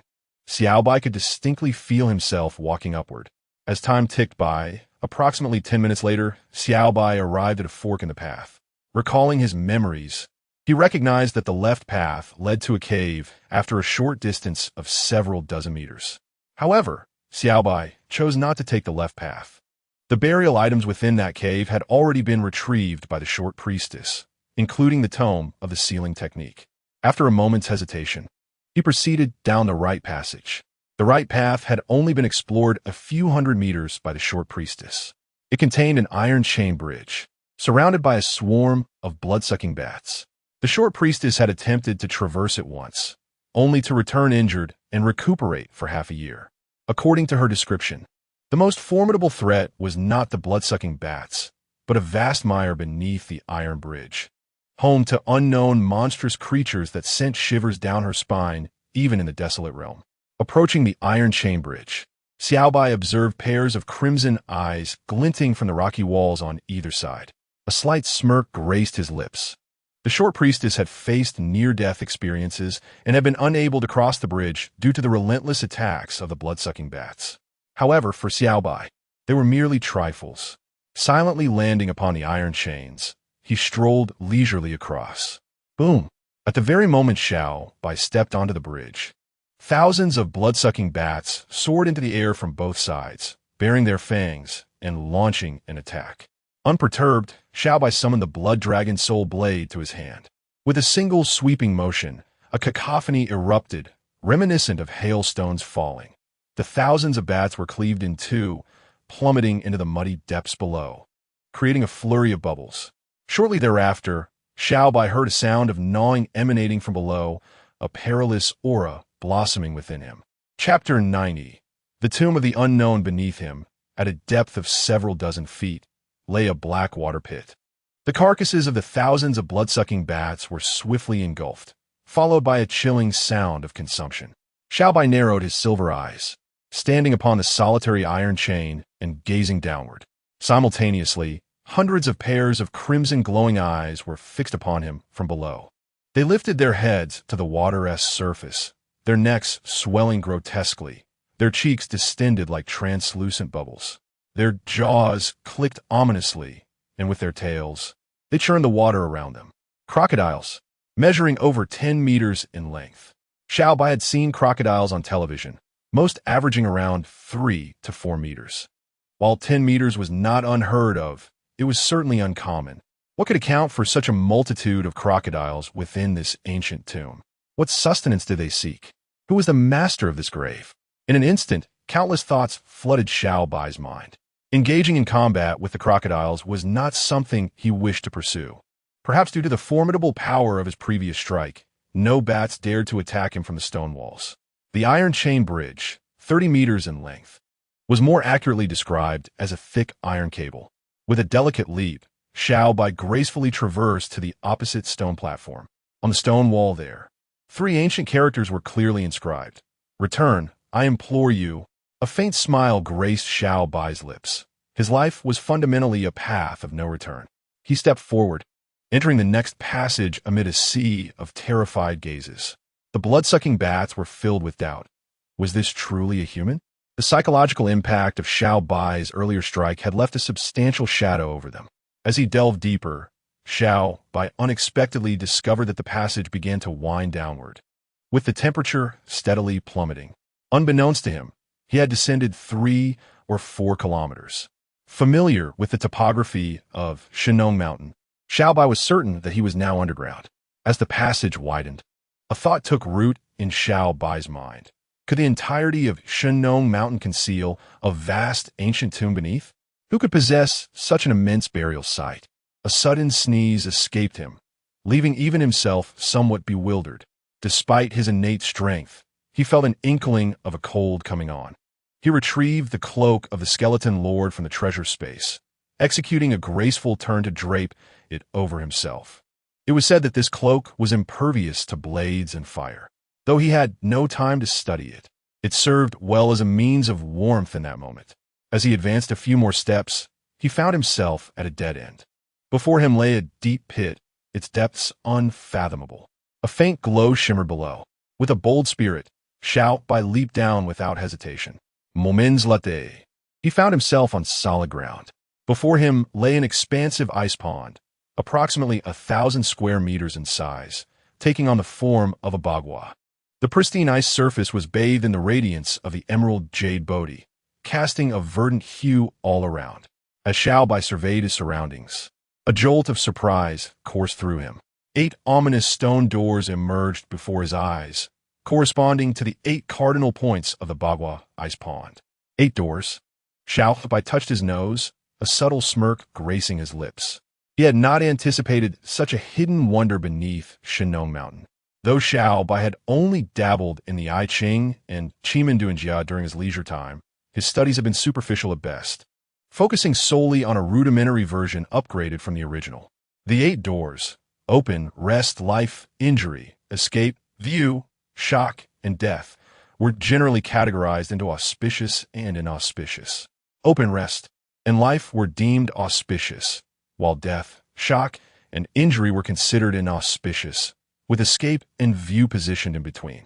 However, the practical application of these principles required an understanding of various celestial influences and their auspicious or inauspicious nature. Ancient wisdom spoke of auspicious doors being thwarted, leading to misfortune, while inauspicious doors stifled calamities when obstructed. Yet, to Xiao Bai, such notions seemed nonsensical. Fortune and misfortune were intertwined, and life was a ceaseless flux. What true auspiciousness or inauspiciousness existed? Despite his skepticism, he discerned the directions and chose to approach the life door. Humanity's instinct to cling to life resonated within him as well. He was but a step away from the life door when a sharp crack echoed beneath him. The once solid ice shattered. Startled, Xiao Bai soared into the air. A thunderous roar filled the chamber, resonating with an air of authority. A colossal creature burst through the ice. Xiao Bai hovered in midair, his demeanor calm yet serious, his elongated silver eyes reflecting gravity. The earth-shattering roar and the jade Bodhi surrounding him conjured a legendary creature in his mind, the Ice Qilin. In the past, Xiao Bai would have dismissed such tales, but now, with the treasure of the bagua in his possession, he found himself open to the madness of this world. As he focused, the immense beast came into view, towering over 5 zhang, with the head of a dragon and the body of a lion, its scaled skin glimmering, massive eyes glaring, and sharp fangs protruding menacingly. It was a fearsome sight. The thought of retreat surged within him. Though his curiosity about what lay beyond the 8 doors lingered, survival was paramount. Executing a swift leap, Xiao Bai ascended rapidly. He moved with remarkable speed, but the Ice Qilin was even faster, appearing before him in an instant. Its massive hooves grew larger before his eyes. Xiao Bai deftly sidestepped midair, drawing his blade to strike at the beast's formidable head. A crimson arc of blade light surged forth. Clang! A series of sparks erupted from the face of the Ice Qilin, leaving several scratches on its hardened scales. The Ice Qilin was filled with rage. Its enormous maw agape as it lunged once more at Xiao Bai. As a majestic Qilin, How could it endure such humiliation? Although Xiao Bai's strike had not inflicted substantial harm, it had nonetheless provoked the creature's dignity. In that moment, Xiao Bai had no time for contemplation. Witnessing the ineffectiveness of his blade's aura, a singular thought consumed him: to flee. Yet, the ice Qilin was exceptionally swift, thwarting Xiao Bai's attempts to soar into the sky with relentless interruptions. Unable to overpower it or escape, Xiao Bai found himself in a dire predicament.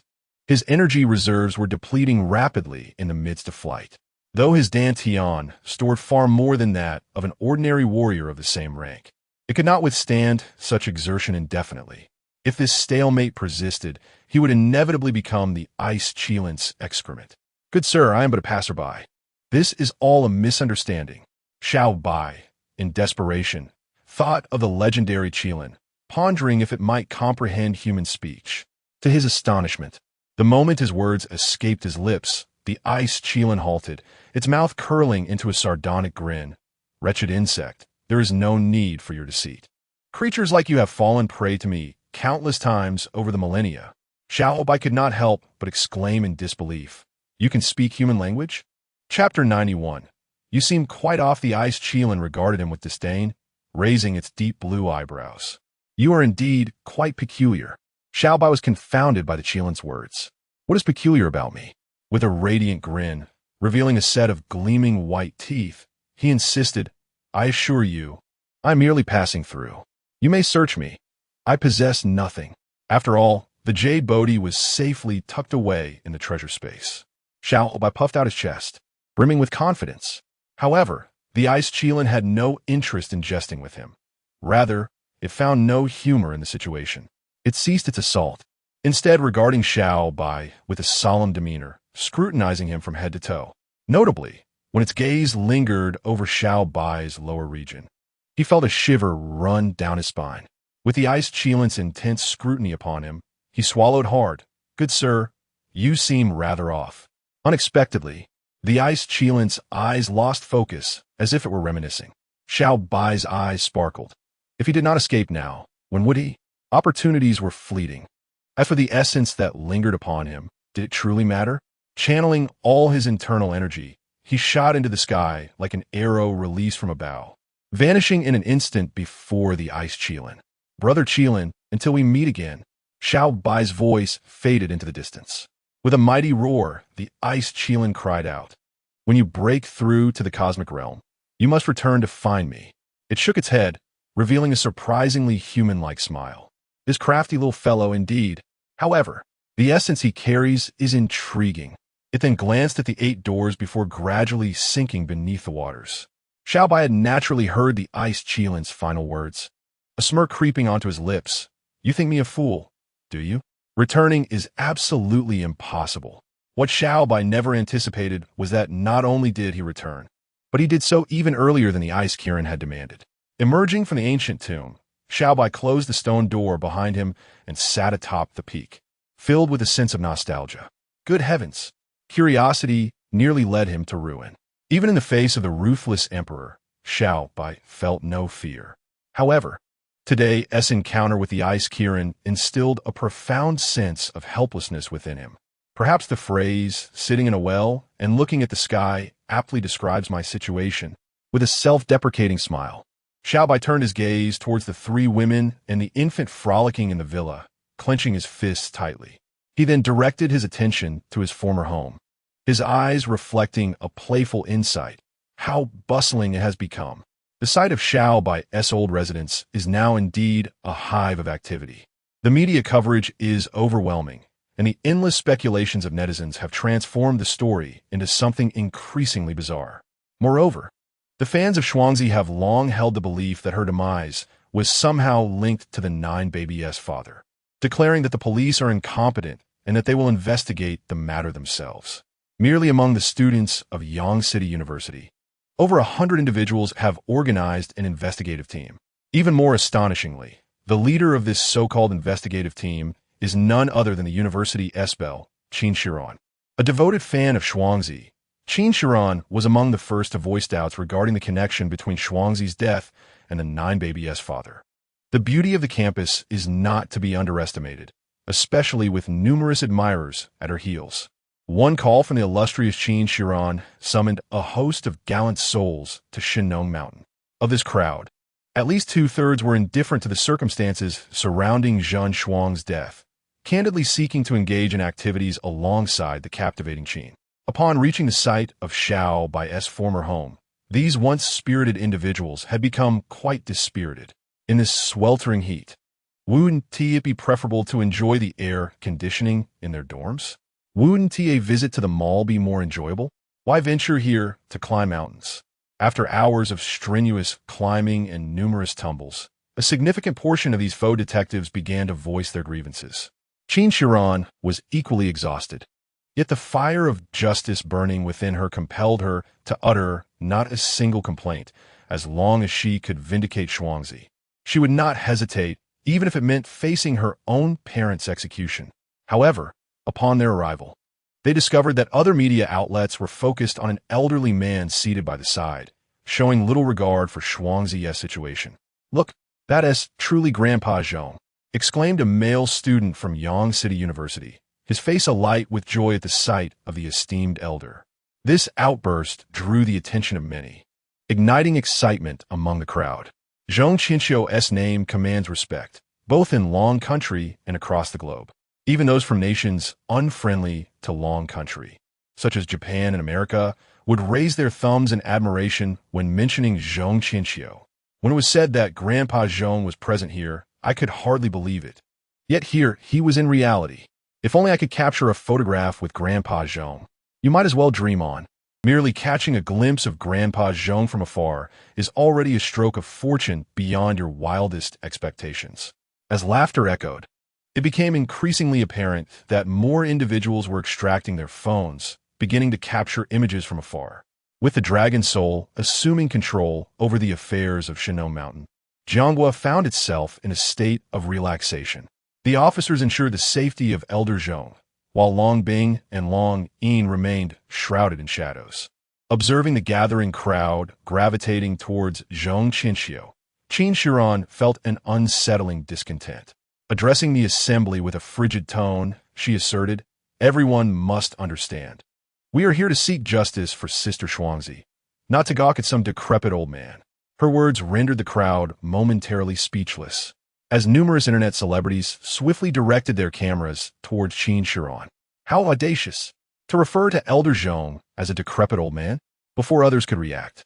Several male students from Yangqing University sprang forth, rebuking her. "Qin Shiran, have you grown so full of yourself after a hearty meal that you believe yourself superior? How dare you critique Elder Zhong?" Irritated, Qin Shiran had never been subjected to such indignity. With disdain, she retorted, "He is merely a farmer. Look at how each of you present yourselves. Are you truly fans of Shuangzi?" One lanky, bespectacled man stepped forward, declaring, "Qin Shiran, I have admired you throughout these 2 years in university. Though you remain oblivious, there's another who silently cherishes you. Yet, merely catching a glimpse of you from afar each day constitutes my greatest joy." He then shifted his tone to one of icy resolve. "However, from this moment forth, you are no longer the goddess of my heart. I was mistaken. A beautiful exterior cannot conceal foolishness and ignorance." In an instant, the assembly divided into 2 factions, one fervently supporting Qin Shiran, while the other, aligned with the bespectacled gentleman, opted to distance themselves from her. Initially, their exchange consisted solely of cold mockery, but it unexpectedly escalated into physical confrontation. Jianghua furrowed his brow, swiftly leading the officers to intervene, which inadvertently provided an opportunity for other internet personalities. Armed with cameras, they rushed towards Elder Zhong, bombarding him with inquiries. "Elder Zhong, are you here for Jiahua's father? What is your perspective on Sister Shuangzi's demise?" Elder Zhong's thoughts were entirely consumed by the vanishing soil. Regarding Sister Shuangzi, he truly possessed no knowledge, nor the leisure to inquire. As he disregarded the crowd, a commotion erupted anew. Out of nowhere, a long camera lens jutted towards Elder Zhong's face. In that fleeting moment, Long Bing, concealed in the shadows, materialized before him. With a swift kick, she shattered the camera and sent the bearded man wielding it sprawling. "Hey, who are you? How dare you assault someone?" A female internet celebrity accompanying the bearded man exclaimed, her face flushed with anger. "You must compensate for my camera, valued at 200,000. And do not forget my assistant's medical expenses." Long Bing offered her not a single glance, her icy gaze exuding a palpable threat. "Take one more step, and you shall meet your end." Her voice was low, yet it sent chills down the spines of those present, causing them to involuntarily retreat. Elder Zhong made no attempt to impede Long Bing's actions. Previously, Long Hun had communicated with Elder Zhong over the phone, informing him that the Long Bing sisters were members of Long Hun tasked with ensuring his safety. Although Elder Zhong remained unimpressed, he understood all too well that even if he declined their assistance, they would covertly dispatch individuals to watch over him. After all these years, he had grown accustomed to such occurrences. Upon witnessing Long Bing's formidable demeanor, the female internet celebrity was indeed taken aback. However, a moment's reflection led her to think, with so many media personalities present, what could this bodyguard possibly do to her? Pushing out her silicone-enhanced chest and lifting her chin defiantly, she retrieved her phone and began to live stream, exclaiming, "Family, come gather around. The bodyguard of Academician Zhong is assaulting an ordinary citizen. Haha, this android darling is truly fierce. No wonder she boasts millions of fans." The other media figures nearby instantly perked up. The spectacle of Academician Zhong's female bodyguard engaging in violence was far more captivating than any gossip about the 9-baby dad. In an instant, all cameras and phones were directed at the darling. With a proud expression, she thought, "Isn't there a lack of trending topics? Then I shall create one myself." Understanding the intricacies of her industry, she recognized that even negative attention could be beneficial. True to her expectations, Long Bing did not disappoint. Before the eyes of the crowd, she effortlessly crushed the darling's phone with one hand and executed a beautiful spinning kick. The darling's chin struck the ground, and she was sent sprawling. Alas, the contents within her enhancements were now irretrievably displaced. Realizing how unflattering the situation had become, the darling thought, "This is simply too embarrassing." With a tilt of her head, she succumbed to unconsciousness. An uproar erupted in the crowd, only to settle back into silence under Long Bing's icy gaze. Throughout this spectacle, Zhong Qinxiu had not once turned to glance back. Long Han had its own methods of resolving issues, and he was utterly unconcerned about how the media would report on the events, for he had no intention of watching.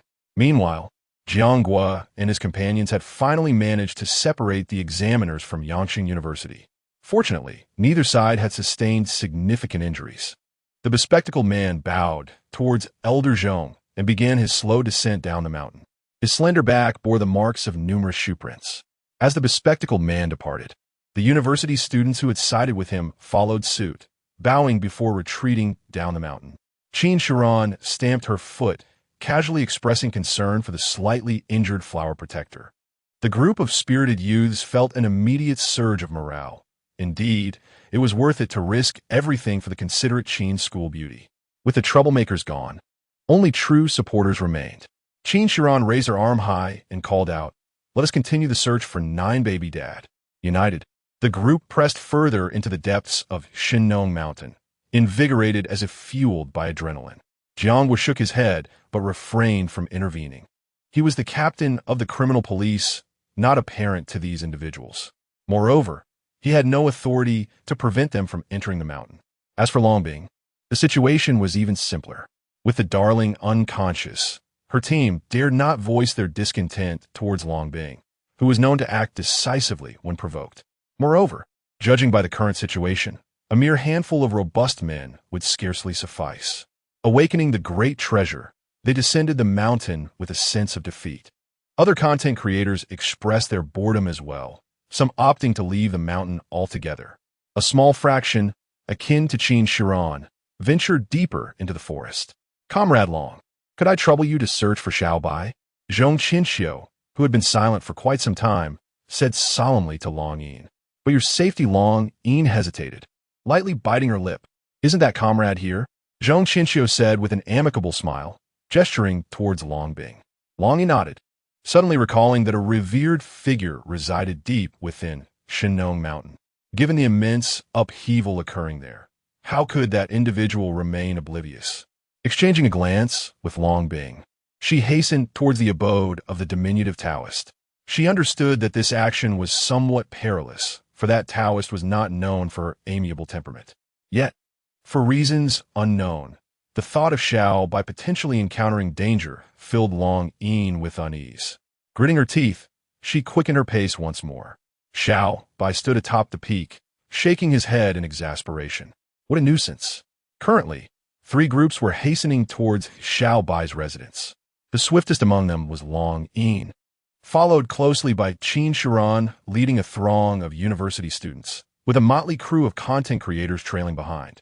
In an instant, a multitude of thoughts flooded Xiao Bai's mind. Should I release Little Black? Or perhaps Big White? What about Little Toad?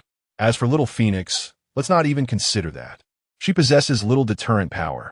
If she were to end up as a barbecue, Xiao Bai would surely be heartbroken.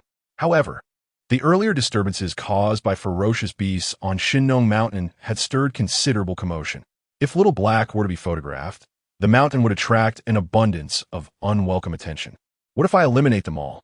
This notion flickered briefly in Xiao Bai's mind before he swiftly suppressed it, for his blood was already beginning to boil. No one knew the trial Xiao Bai had endured in the depths of the abyss, nor did anyone comprehend the tumultuous heart concealed beneath his genteel facade. Ultimately, Xiao Bai let out a resigned smile, thinking, since you wish to see, I shall grant you a spectacle. He then leaped down towards the dwelling of the Blood Eagle Quartet. The Blood Eagles had since relocated to a new cave, no longer forced to subsist on the unpalatable fare of horse dung. Through that experience, rather than harboring resentment toward Xiao Bai, they felt overwhelming gratitude towards him, as he had instilled in them a commendable habit. In Buddhism, a single grain of rice is as vast as Mount Sumeru, who knows the toil behind every morsel on the plate. Even now, the 4 would consume a wild fruit whole, including the pit. Of course, had they been capable of besting Xiao Bai, they might have sought to exact vengeance. Upon seeing Xiao Bai approach, the quartet, who were barbecuing nearby, wiped their greasy hands and collectively knelt on one knee. Boss, would you care for taste? Chapter 93, Xiao Bai. You hide quite deeply. Xiao Bai glanced at the dripping goat being roasted and smirked. I am a vegetarian.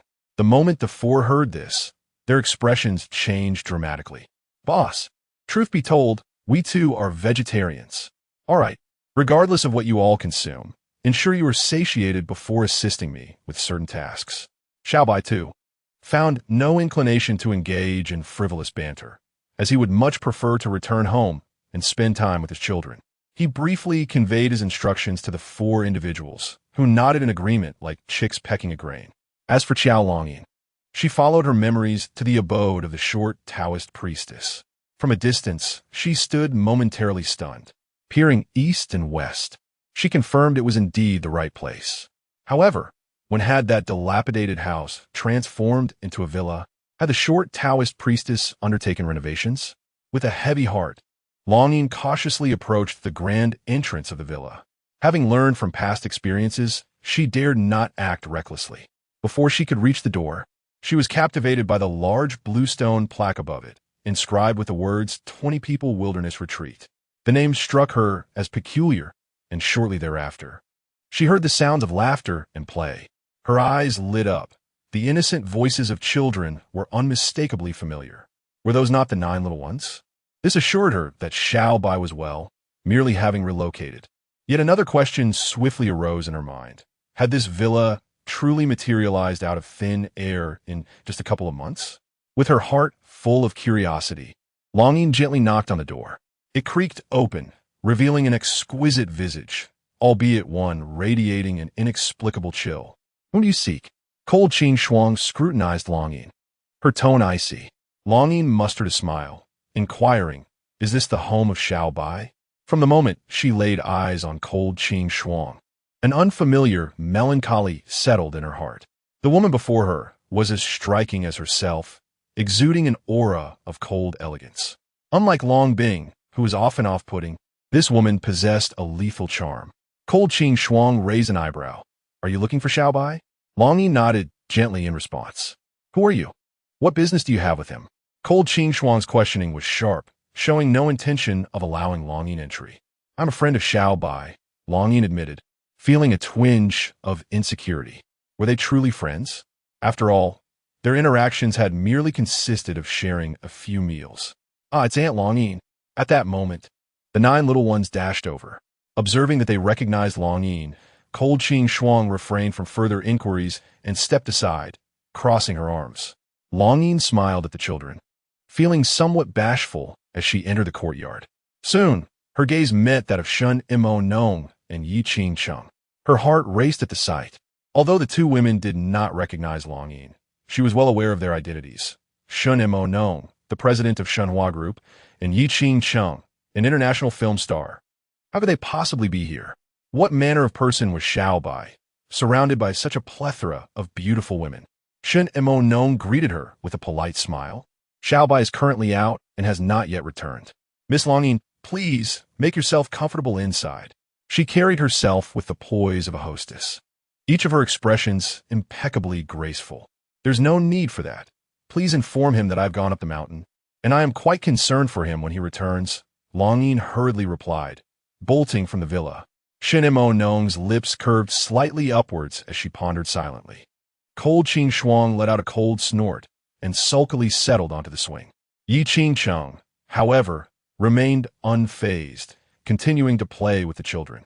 At that moment, Xiao Bai leaped over the tall wall with a graceful bound, almost akin to a thief sneaking home. Couldn't you just enter through the front door? Cold Qing Shuang shot a glance at Xiao Bai, causing the swing to creak under her movements. Xiao Bai chuckled awkwardly, not at all surprised by her demeanor. It was evident that Long had certainly paid a visit. Yet, Xiao Bai felt no inclination to elaborate on the matter, fearing it might only worsen the situation. Besides, there is truly nothing between her and Long. At most, they had merely glimpsed a patch of white snow that night, which had been nothing but an accident. Xiao Bai, come here for a moment. Shun Imo Nong beckoned Xiao Bai over with a glint in her eye and whispered, Old Master Zhong has gone up the mountain again. You're aware of this, right? Xiao Bai nodded reluctantly, surmising that it would not be long before he made his presence felt here. What do you plan to do? Shun Imo Nong inquired, her gaze piercing as it scrutinized Xiao Bai. He shrugged, admitting, to be honest, I hold great respect for Old Master Zhong and the mission he bears. Unfortunately, I find myself unable to assist him in any meaningful way. Shun Imo Nong nodded in understanding. Old Master Zhong was a pillar of the nation, yet his arrival here would undoubtedly pose numerous risks for both her and the children. Rest assured, Xiao Bai assured her, gently patting her shoulder. There is something I feel you ought to know. I had a confrontation with Yu Xiao Wang, and he is likely still recuperating from his injuries. At Shun Imo Nong's incredulous gaze, Xiao Bai continued softly, as for Di Wuqing. For a moment, Xiao Bai found himself at a loss for words. Had he truly emerged victorious or faced defeat in that encounter? He presumed that Di Wuqing would refrain from causing trouble on the mountain for the foreseeable future. Shun Imo Nong could hardly believe her eyes. Xiao Bai had rescued Yi Qingsheng from the Jade Maiden sect, but had not elaborated on the ordeal. Shun Imo Nong had only gleaned fragments of the tale from Yi Qingsheng. Yet she could never have imagined that Xiao Bai had engaged in combat with several masters and, according to his implication, had emerged triumphant. What manner of being was Yu Xiao Wang? He was the foremost expert in the Jade Maiden sect, second only to Di Wuqing. In the entirety of the Dragon Kingdom, one could scarcely count on one hand the individuals capable of contending with Yu Xiao Wang, a consummate warrior at the pinnacle of the wild realm. Xiao Bai, you certainly keep your cards close to your chest, Shun Imo Nong remarked with a radiant smile, causing Xiao Bai's cheeks to flush slightly. By the way, I have something else I wish to give you. Following Shun Imo Nong into the backyard, Xiao Bai observed as she stomped her foot against the northern wall's base. With a tremor, a canvas-wrapped package emerged from the ground. Upon unwrapping it, a striking red blade revealed itself. This is the knife wielded by the Skull Lord. I have verified it. This blade is known as the bloodthirsty Muramesa, the most notorious demon blade of the land of the rising sun, Shun Imo Nong stated gravely. Bloodthirsty? Xiao Bai scrutinized the short blade before him, an unsettling sensation stirring within him. Even under the blazing sun, the blade emanated an eerie glow. Subtly, Xiao Bai began to compare this knife with his own Crimson Dragon Soul Blade. The malevolent aura of the Crimson Blood Dragon Soul Blade surpasses all. Sister Mo Nong, do any of you wield a blade? Xiao Bai remarked with a gentle smile. Shun Mo Nong slightly shook her head. The disciples of the Jade Maiden sect practice swordsmanship. Then it seems it falls to me, Xiao Bai said as he took the bloodthirsty Muramesa, vanishing from sight like a magician. Shun Mo Nong was once again taken aback. Mo Nong, do you not have any questions? Chapter 94. 3 women, 1 man, and 9 infants. Shun Mo Nong's lips curved into a subtle smile. Gently caressing Xiao Bai's handsome face, she gazed into his elongated silver eyes and said, You do not speak, nor do I inquire. Xiao Bai's gaze grew ever clearer. I shall protect you all. Shun Mo Nong's lips formed an alluring arc. What? Do you wish to have it all? Xiao Bai shook his head in confusion. He harbored no answers within his heart regarding this matter. The encounter with the 9 women altered their lives irrevocably, yet it was merely a chance occurrence. This was inherently a muddled affair. Who should be responsible to whom among him and the 9 women? He was not a man prone to infatuation. To enjoy the company of beautiful women may be a fantasy for every single man, yet upon becoming a father, he realized that the one most deserving of love was the mother of his children. Xiao Bai aspired for each of his offspring to thrive in a wholesome family. If that were unattainable, they could simply follow him. With a serene smile, Xiao Bai revealed his bright white teeth. I should never have sent bananas back then. His jest, an old chestnut, caused the poised and graceful Shun Mo Nong to chuckle softly while covering her lips. For the 9 of them, Xiao Bai's banana gift was akin to a timely downpour. Just as the 2 were lost in reminiscence, Xiao Bai suddenly broke into a smile. They have arrived. Let us proceed to perform. Perform? Shun Mo Nong felt a twinge of confusion in her heart. Without further inquiry, she followed Xiao Bai to the front courtyard. Lung Qing Shuang and Yi Qing Cheng were engaged in a sparring match with the 9 chubby children. San Bao, with a serious expression, acted as the judge. Being a celestial realm martial artist, he found it impossible to engage in combat with those of the earthly realm without being accused of bullying. Xiao Bai clapped his hands, stating that guests would soon arrive and proposed they partake in a game together. Qin Xia, accompanied by over 50 individuals, wandered through the overgrown depths of the forest. This small group had long since lost the bravado they possessed upon their arrival. Each seemed like a lost dog. These pampered university students were indeed struggling. However, upon catching sight of the perspiring beauty, Chinda, they straightened their spines, invigorated. Look, there's a villa over there. An observant crew-cut man exclaimed in astonishment. Qin Xia wiped the sweat from her forehead, her eyes sparkling with delight. It was evident they would be spending the night in the mountains. Although they had prepared camping tents, nothing could compare to the comfort of a soft bed. The group surged forward towards Xiao Bai's home, filled with enthusiasm. The villa's front door stood ajar, and upon reaching the entrance, they were utterly astonished by the scene within. They had encountered villas before, even ones larger than this belonging to Qin Xia's family. Yet, when it came to design, their own modern materials paled in comparison to the luxurious elegance of this abode.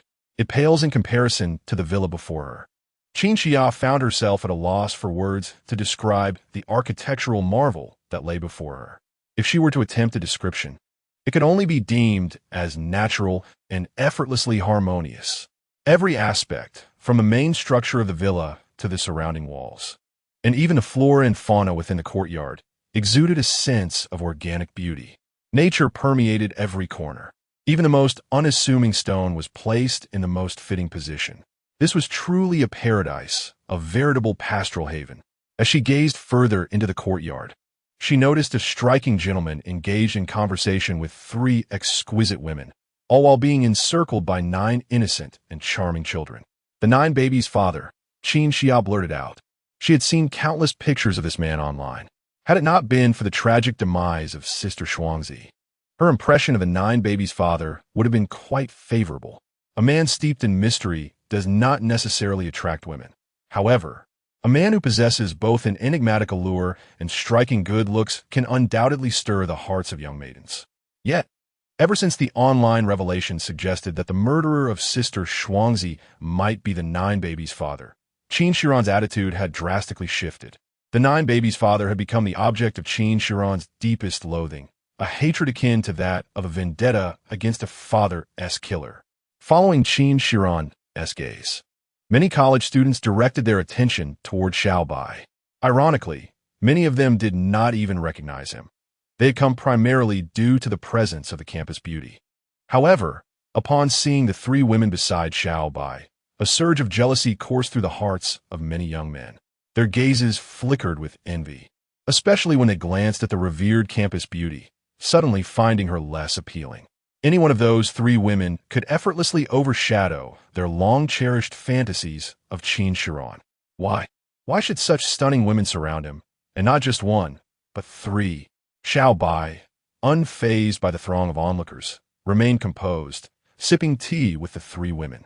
He had no interest in the flock of immature youths before him. He was certain that if they were to meet their demise in the mountains, the ones who would mourn would not be the campus beauty or the internet sensation, but rather their own parents. Thinking of the tragic death of her idol, Sister Shuangzi, Qin Xia clenched her fists and resolutely approached Xiao Bai. "We are students of Yangqing University. You're the nine babies' father, are you not?" Qin Shiran stated bluntly, her tone lacking any semblance of friendliness. Xiao Bai set down his teacup and cast a glance at Qin Shiran. "Indeed, I have 9 children, but my surname is not Jiao. It is Xiao. You may call me Mr. Xiao." "Very well. Sister Shuangzi is dead, yet you remain detached. I am quite curious how you manage that, Mr. Xiao." Qin Xia's voice was frigid, particularly emphasizing the last 3 words. A slight smirk played on Xiao Bai's lips. "People die every day in Longhua. Are you suggesting I should mourn for them? You are twisting my words. What I mean is, you are the murderer of Sister Shuangzi." Qin Shiran roared in a fit of rage. Bang! The teacup in Lung Qingxuang's hand shattered, and 2 piercing gazes, sharp as blades, swept across Qin Shiran's face. A sense of suffocation enveloped Qin Shiran, as she felt an ominous premonition that this woman could take her life at any moment. In this clear and tranquil world, under the watchful eyes of numerous onlookers and many classmates recording the scene on their phones, she should have felt fearless. Yet inexplicably, her heart skipped a beat. Xiao Bai shook his head slightly, recognizing that Qing Shuang was still as hot-tempered as ever. Hadn't they agreed beforehand? Why was she still radiating such murderous intent?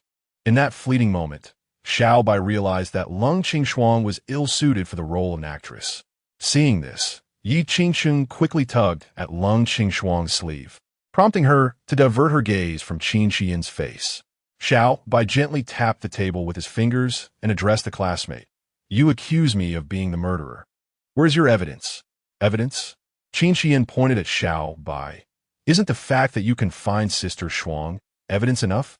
"I can find her." Xiao Bai smiled nonchalantly. "Who said that?" Qin Shiran's eyes widened in disbelief. "Sister Shuang said it herself. Could she possibly be lying?" Chapter 95. I hope you cease your violence upon hearing Qin Shiran's words. Xiao Bai shook his head helplessly and replaced Lung Qingxuang's teacup with a new one, pouring a steady cup of tea. He also filled Shun Monong and Yi Qingqing's cups to the brim and topped off the juice for the 9 little ones. Just as Qin Shiran was about to explode, he calmly remarked, "Then why hasn't she reported me to the authorities? Does she have time to go live but not to call the police?" Qin Shiran felt a surge of frustration. This man was far too composed. She desired to provoke him, hoping that only then would he reveal a flaw. That's because Sister Shuang is kind-hearted, wishing to give you a chance to redeem yourself. Yet who would have thought you would kill her? "This lady," a child interjected, "you're accusing someone of murder in front of 9 kids. Is that really appropriate?" Before Xiao Bai could respond, Dabao had already spoken up, his silver eyes shining with a wisdom that many adults lacked. Meanwhile, Sam bowed down his juice in one gulp and stood, glaring at Qin Shiran. "If you dare to slander Daddy again, watch out. I'll hit you." Qin Shiran felt a chill run down her spine. If being stared at by Lung Qingxuang felt like being hunted by a lion, then this little child before her was akin to a small leopard. "Annie, you should leave," Wu Bao said shyly, Daddy could never have killed that lady you mentioned.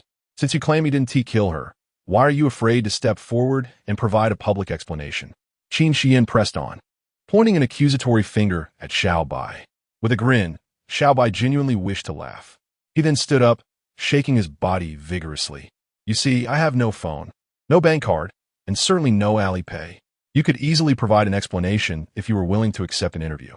Not having a phone is no excuse. Qin Xian argued passionately. I believe you may have misunderstood my intentions. Xiao Bai extended his slender index finger, gently swaying it as he remarked, since the moment certain individuals began to hype the nine-baby dad phenomenon, I have not profited a single penny from the public. Thus I owe no explanations to anyone. You, Qin Xia, was on the verge of madness. The man before her was as unyielding as granite. Students ought to focus on their studies and not be entranced by some internet celebrity. Xiao Bai's voice grew increasingly grave. As for solving the case, that is the police's responsibility. Now, please leave my home, if you would be so kind. You are not particularly welcome here. Upon receiving Xiao Bai's eviction order, Qin Xia felt an overwhelming sense of injustice. Tears streamed down her face uncontrollably. Hey, how can you speak like that? It must be said. The tears of the campus beauty, Qin, were quite effective. Instantly, several muscular men sprang into action. If not now, then when? Just moments prior. They had been silent observers during Qin Xia's discussion with Xiao Bai. However, with negotiations having collapsed, the heroes found their moment to shine. They puffed out their chests and encircled Xiao Bai, ready for confrontation. Xiao Bai nearly found it amusing. Not only he, but even the 9 little ones showed no interest in their presence. You mute. Apologize to the campus beauty now, shouted a dark-skinned man with a buzz cut, his finger nearly touching Xiao Bai's forehead. What followed was a scream akin to that of a slaughtered pig. Xiao Bai twisted the buzz-cut man's finger and delivered a gentle kick to his knee. Thud! The burly man, weighing an estimated 200 pounds, knelt before Xiao Bai. His narrow eyes glinted with icy fury. This is my home. I shall speak as I please without your instruction. The buzz-cut man grimaced in pain, large beads of sweat dropping to the ground. You bastard! Let go! Xiao Bai applied a bit more pressure, causing the man to cry out in agony, unable to articulate a response, only howling in distress. Witnessing the buzz-cut man being bullied, the remaining boys charged forward, each one resembling a ravenous wolf. As they neared Xiao Bai, they were suddenly met with a blinding flash of white. One by one, they were sent sprawling backward, rolling twice on the ground, their heads buzzing in confusion. Throughout the commotion, they remained entirely unaware of what had transpired. They did not comprehend that everyone on Xiao Bai's side was fully aware. Lung Qingshuang had intervened, delivering a kick to each of their faces. Shen Mo nodded slightly. It seemed that Lung Qingshuang had shown restraint. Evidently, Xiao Bai held significant weight in her esteem. Qin Shiyuan was bewildered. The buzz-cut man was named Zhang Hu, renowned for his fighting prowess at the Physical Education Institute, with a nickname Tiger. Little did he expect to be brought to his knees by the 9-baby dad in an instant. Moreover, the individuals who had rushed to his aid were all his comrades from the Physical Education Institute, known for their dominance at school. How could they have been sent reeling before even closing the distance? It was utterly bizarre. Let him go. This is a society governed by law. Qin Shiyuan exclaimed urgently. Xiao Bai tightened his grip, causing the man known as Tiger to emit a howl reminiscent of a wild boar. Very well. You are aware that this is a society governed by law. Are you cognizant of the consequences that ensue from forcibly intruding into a private residence? The tone remained calm. Yet Xiao Bai's words struck at the hearts of everyone present. Although not a student of law, as a contemporary university student, one possesses a fundamental understanding of the law. Breaking into a home is indeed a crime. A timid girl with a bob haircut gently tugged at Qin Xia, signaling her to leave promptly. Qin Shiyuan felt a twinge of anxiety, for she was the organizer of this event. If anything were to go awry, her stern father would undoubtedly reprimand her. She contemplated urging everyone to retreat. However, at that moment, another group appeared at the entrance. They were the internet celebrities. Intimidated by Long Bing, they had set out late, and with their cumbersome equipment, they could not compete with the nimble approach of Qin Xia and her companions. Upon their arrival, they quickly became intrigued. 9-baby dad brutally assaults a top student from Yangqing University. What a captivating headline. The sound of camera shutters echoed incessantly. Some with advanced equipment and strong signals even commenced live streaming. Just as Qin Xia had intended to withdraw, she found herself hesitating again. Would this not be an opportune moment for the vast online community to witness the brutal side of 9-baby dad? She could leverage public opinion to exert pressure on the Yangqing police, ensuring that Xiao Bai faced justice and avenging Sister Shuangzi. With that thought, she tearfully proclaimed, "As you can all see, this 9-baby dad is just as Sister Shuangzi described, a savage from the mountains. He is capable of inflicting harm on defenseless students." Her words instantly garnered unanimous support. "Cease the violence. I am live streaming. Every moment of your criminal act will be recorded." A bearded man shouted with righteous indignation. He then patted his empty shoulder and exclaimed, "Where's my camera?" Chapter 96. An Apology from Longbing. The bearded man's furious roar drew the attention of everyone present, prompting a wave of laughter. This man was utterly hilarious, with not a single hair on his shoulder. Yet he insisted on striking a pose as though he were wielding a camera. It was both absurd and comical. However, as laughter subsided, everyone froze in place. Their cameras, smartphones, and all recording devices had mysteriously vanished. "What the hell?" someone with a piercing voice shouted. Under the bright sun, a chill ran down the spine of everyone present. They began to flee the villa in a panic. Once one person bolted, others followed suit. In no time, the once bustling courtyard was left desolate, save for the composed Xiao Bai and his companions. Of course, there was also Zhang Hu knelt on the ground, wailing. His face was contorted, drenched in sweat. "Do you realize your mistake?" Xiao Bai inquired calmly. Zhang Hu muttered incoherently in his throat and, summoning all his strength, nodded. "Then be gone." Xiao Bai wasted no words. Delivering a swift kick, Zhang Hu felt a sudden lightness, and his entire body was propelled through the door, rolling out several meters. With a resounding clang, the villa's door closed behind them. First, Ju Bao pursed her lips, followed closely by Shin Mokan, whose mouth curved into a smile. Xiao Bai simply held his stomach, laughter nearly bringing him to tears. Even Lung Qingxuang's frigid countenance twitched slightly. In an instant, the villa resonated with laughter. Bullying? Indeed, it was rather amusing. Outside the villa, a throng of media remained nearby, discussing the earlier incident in clusters. They were utterly perplexed. A mere gust of wind had swept through. Yet how did all their equipment vanish? This Chihuahua nanny truly possesses an air of mystery. I must expose him, a social media influencer declared through gritted teeth. "Don't be ridiculous. Brother, what do you intend to use for exposure? The very tools of our trade have disappeared." A nearby beauty rolled her eyes in response. The man pondered briefly before sinking back into deep contemplation. Qin Shiran expressed concern toward Zhang Hu, observing that he was relatively unharmed. She then slowly rose, gazing at the villa, a masterpiece of craftsmanship, uncertain of her next steps. In the distance, Zhang Qianxiu approached swiftly, accompanied by Long Bing and Long Yin. Hearing from Long Yin that Xiao Bai had merely moved without any mishaps, old Zhong burst into hearty laughter, appearing a decade younger. He urged Long Yin to lead him forth. Long Yin hesitated momentarily, but ultimately had no choice but to guide the way. Upon Zhong Qianxiu's arrival, the media merely cast him a cursory glance before resuming their own conversations. Even Long Bing, who had been prepared to erupt in anger, was taken aback. A closer inspection revealed the truth. It wasn't that the swarm of reporters had grown wise, but rather they were devoid of their instruments of mischief. Under the scrutiny of the crowd, Long Yin knocked on Xiao Bai's door. Creak! The stone doors slowly swung open, revealing none other than Xiao Bai himself. The arrival of Zhong Qianxiu had been anticipated by Xiao Bai. Seeing Xiao Bai unharmed, Zhong Qianxiu excitedly grasped his hand. "Mr. Xiao, it is truly wonderful that you are safe."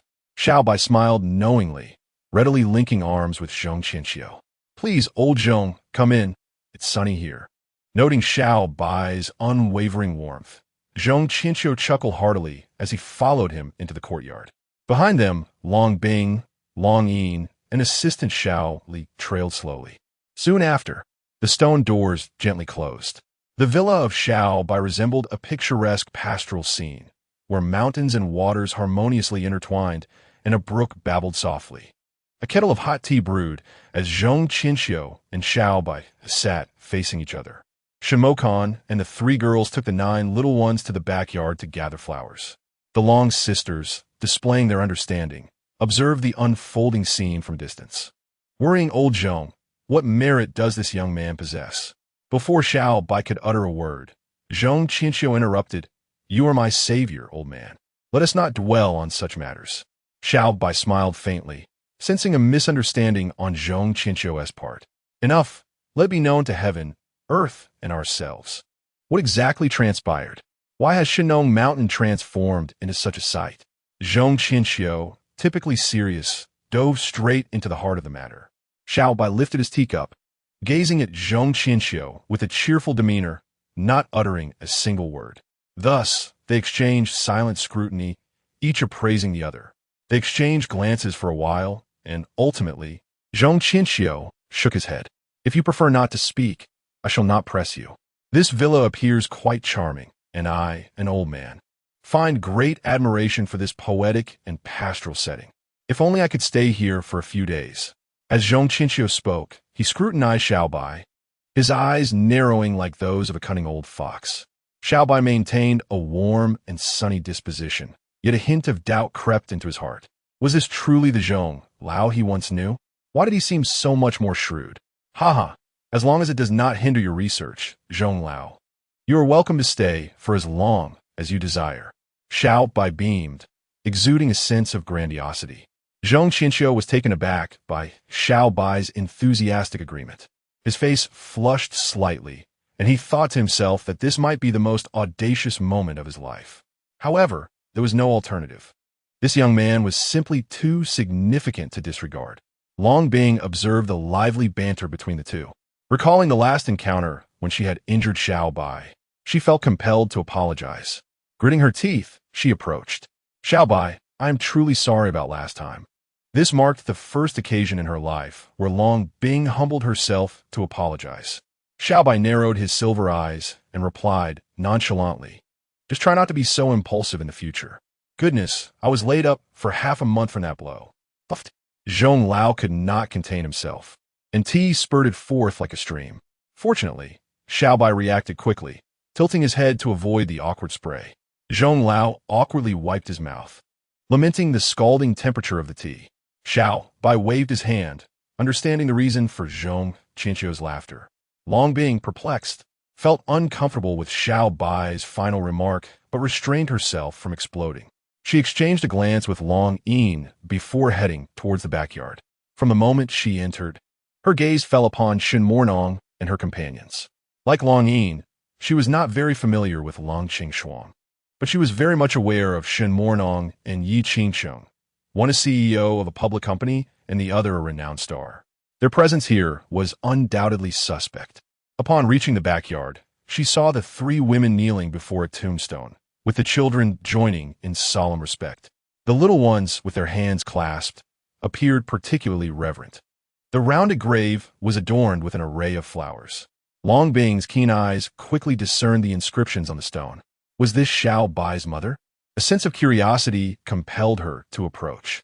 Noticing Long Bing's arrival, Shen Mornong frowned slightly, and Lung Qingshuang's expression darkened as they rose with the 9 little ones.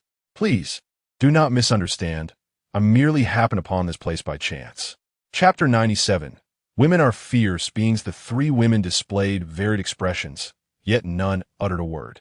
It was Dabao, sweetly smiling, who broke the silence. Inside rests Nai Nai. "Auntie, would you like to pay your respects?" Long Bing thought. This little rascal truly presented a dilemma. Kneeling to heaven, earth, and parents, how could she? Long Bing bow to a stranger, with all eyes upon her. She managed a somewhat awkward smile and approached the tombstone, gently nodding.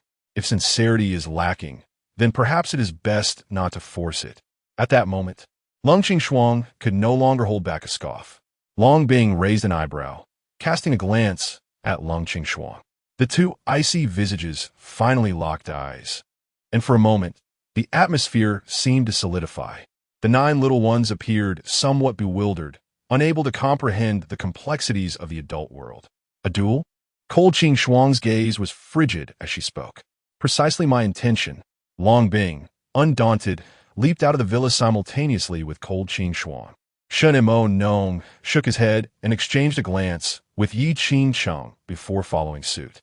The toddlers exchanged glances, with San Bao expressing concern for Cold Qing Shuang's safety. With a determined push of their tiny feet, they too vaulted over the wall.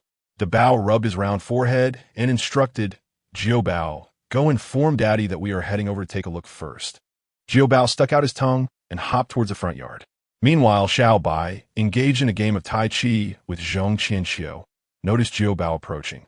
He opened his arms and embraced Jiao Bao, asking, "Why aren't you playing with the Andes?" Jiao Bao blinked his large eyes and leaned closer to Xiao Bai's ear, whispering a few words. Upon hearing this, Xiao Bai maintained a calm demeanor, though a glint of coldness flickered in the depths of his heterochromatic eyes. "My apologies, old Zhong. I must excuse myself for a moment." With Jiao Bao in his arms, Xiao Bai strode purposefully towards the exit. The gate creaked open, and a throng of journalists eyed Xiao Bai with keen interest, yet none dared to impede his passage. In the depths of the forest, Cold Qing Shuang and Long Bing had already engaged in combat. The clash of the 3-foot azure blade against the 13-segment chain whip was a testament to the principle that an inch of length can mean an inch of strength, but only when both combatants are of comparable might. However, the current scenario revealed Long Bing being thoroughly suppressed by Cold Qing Shuang. Were this a battle to the death, Long Bing would likely have met his demise by now. The chasm between the early stage of Earth Realm and its consummate form was indeed insurmountable. Long Bing, increasingly astonished, pondered the prowess of this enigmatic woman of ice. Her strikes were swift, precise, and merciless, each one aimed directly at vital points. In her mind, only one type of person fought in such a manner: an assassin. This woman was undoubtedly an assassin, and one of a caliber that transcended the Earth Realm.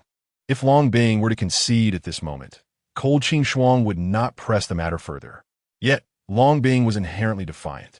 Even knowing he could not match Cold Qing Shuang, he felt compelled to fight to the bitter end. After several exchanges, Cold Qing Shuang evaded the lash of Long Bing's whip, executing a swift maneuver that landed her foot squarely on Long Bing's shoulder. He was sent crashing into a massive tree, spitting out a mouthful of blood, his expression darkening further. "You have lost." Cold Qing Shuang sheathed her azure blade and turned to depart. "Are you ready to leave when life and death hang in the balance?" Long Bing swung his whip, aiming directly for Cold Qing Shuang's delicate neck. With a flurry of movements, Cold Qing Shuang deftly avoided the strike, spinning like a top to position herself before Long Bing. Her blade poised at his throat. "You wish to decide between life and death." Her voice grew increasingly frigid, a fierce glint igniting in her eyes. Long Bing tossed aside his whip, closed his eyes, and declared, "If you intend to kill, then do so." Cold Qing Shuang's gaze sharpened. She had always been one to fulfill such demands. With a flick of her wrist, she prepared to end Long Bing's life. Qing Shuang, Shun Mo, sensing the dire situation, urgently called out. Cold Qing Shuang paused her actions and turned her gaze towards Shun Mo. Shun Mo cast a fleeting glance at the children and then gently shook her head. A tremor coursed through Cold Qing Shuang's heart. She had acted impulsively. How could she contemplate taking a life in front of children? If it were a villain, it might be justifiable, but Long Bing, at worst, was merely an obnoxious individual.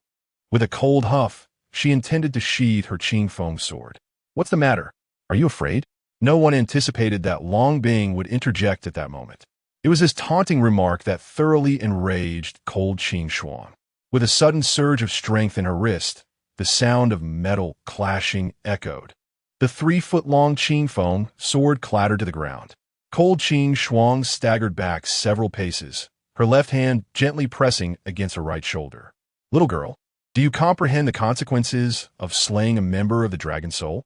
A strikingly handsome man clad in a camouflage security uniform gradually emerged from the woods, his bald head gleaming in the light. Cold Qing Shuang regarded the newcomer with a frigid stare. This man possessed formidable strength. even though she sensed the impending danger. She was unable to evade it. She distinctly felt a stone strike her.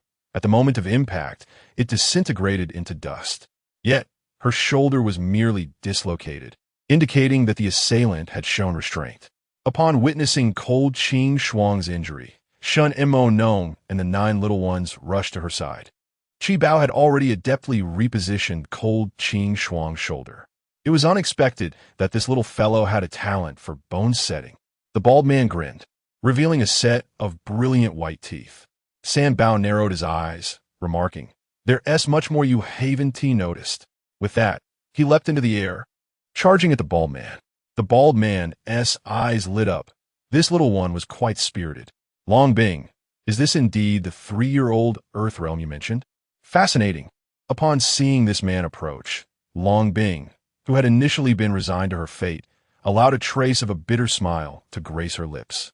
With this narcissistic bald man's arrival, it seemed her demise was averted. However, the Shinong Mountain would undoubtedly become lively. This man was an extraordinarily powerful and eccentric anomaly. San Bao's attacks were sharp and merciless. Among the little ones, he shared the closest bond with Cold Ching Shuang. Upon seeing her injured, San Bao's fury ignited. Yet, after several exchanges, he too recognized the predicament. The bald man's strength was unfathomable. At the very least, he was not a match for him. The others soon perceived the same. Cold Ching Shuang scoffed, picked up her Qing Feng sword, and directly joined the fray. The 2 of them battled the bald man. Yet they were still outmaneuvered. The remaining 7 little ones observed the scene, and with the spirit of brotherhood, they could not bear to watch San Bao being bullied. In a thick swarm, they all charged forward. Yi Qing Chung also prepared to join, but was restrained by Shun Mo Nong. Shun Mo Nong understood well that even if they all rushed in, it would be futile. She knew this man. He was the trainer of the Dragon Soul members, the strongest agent with an undefeated record in the Dragon Soul. In truth, Shun Mo Nong had also perused the files on Long Bing and Long Yin. Clever as Shun Monyong is, she naturally comprehends the reasons for the presence of these 2 Dragon Soul members at Shinong Mountain. However, the arrival of the coach took her by surprise. "All right, I shall no longer indulge you. These little ones belong to me," the coach lazily declared, and in an instant, with a slight tremor, all the individuals were sent flying. In Chapter 98, the bald coach, Jia Qiu, was propelled backward by the internal force of the bald man. Long Qing Shuang and the 8 children gently descended to the ground. After stretching their limbs, they realized they were unscathed. San Bao's gaze turned icy, ready to strike again. Yet, Long Qing Shuang restrained San Bao and addressed the bald man. "Are you and this woman members of Dragon Soul?" The bald man grinned widely. "I am Jia Qiu,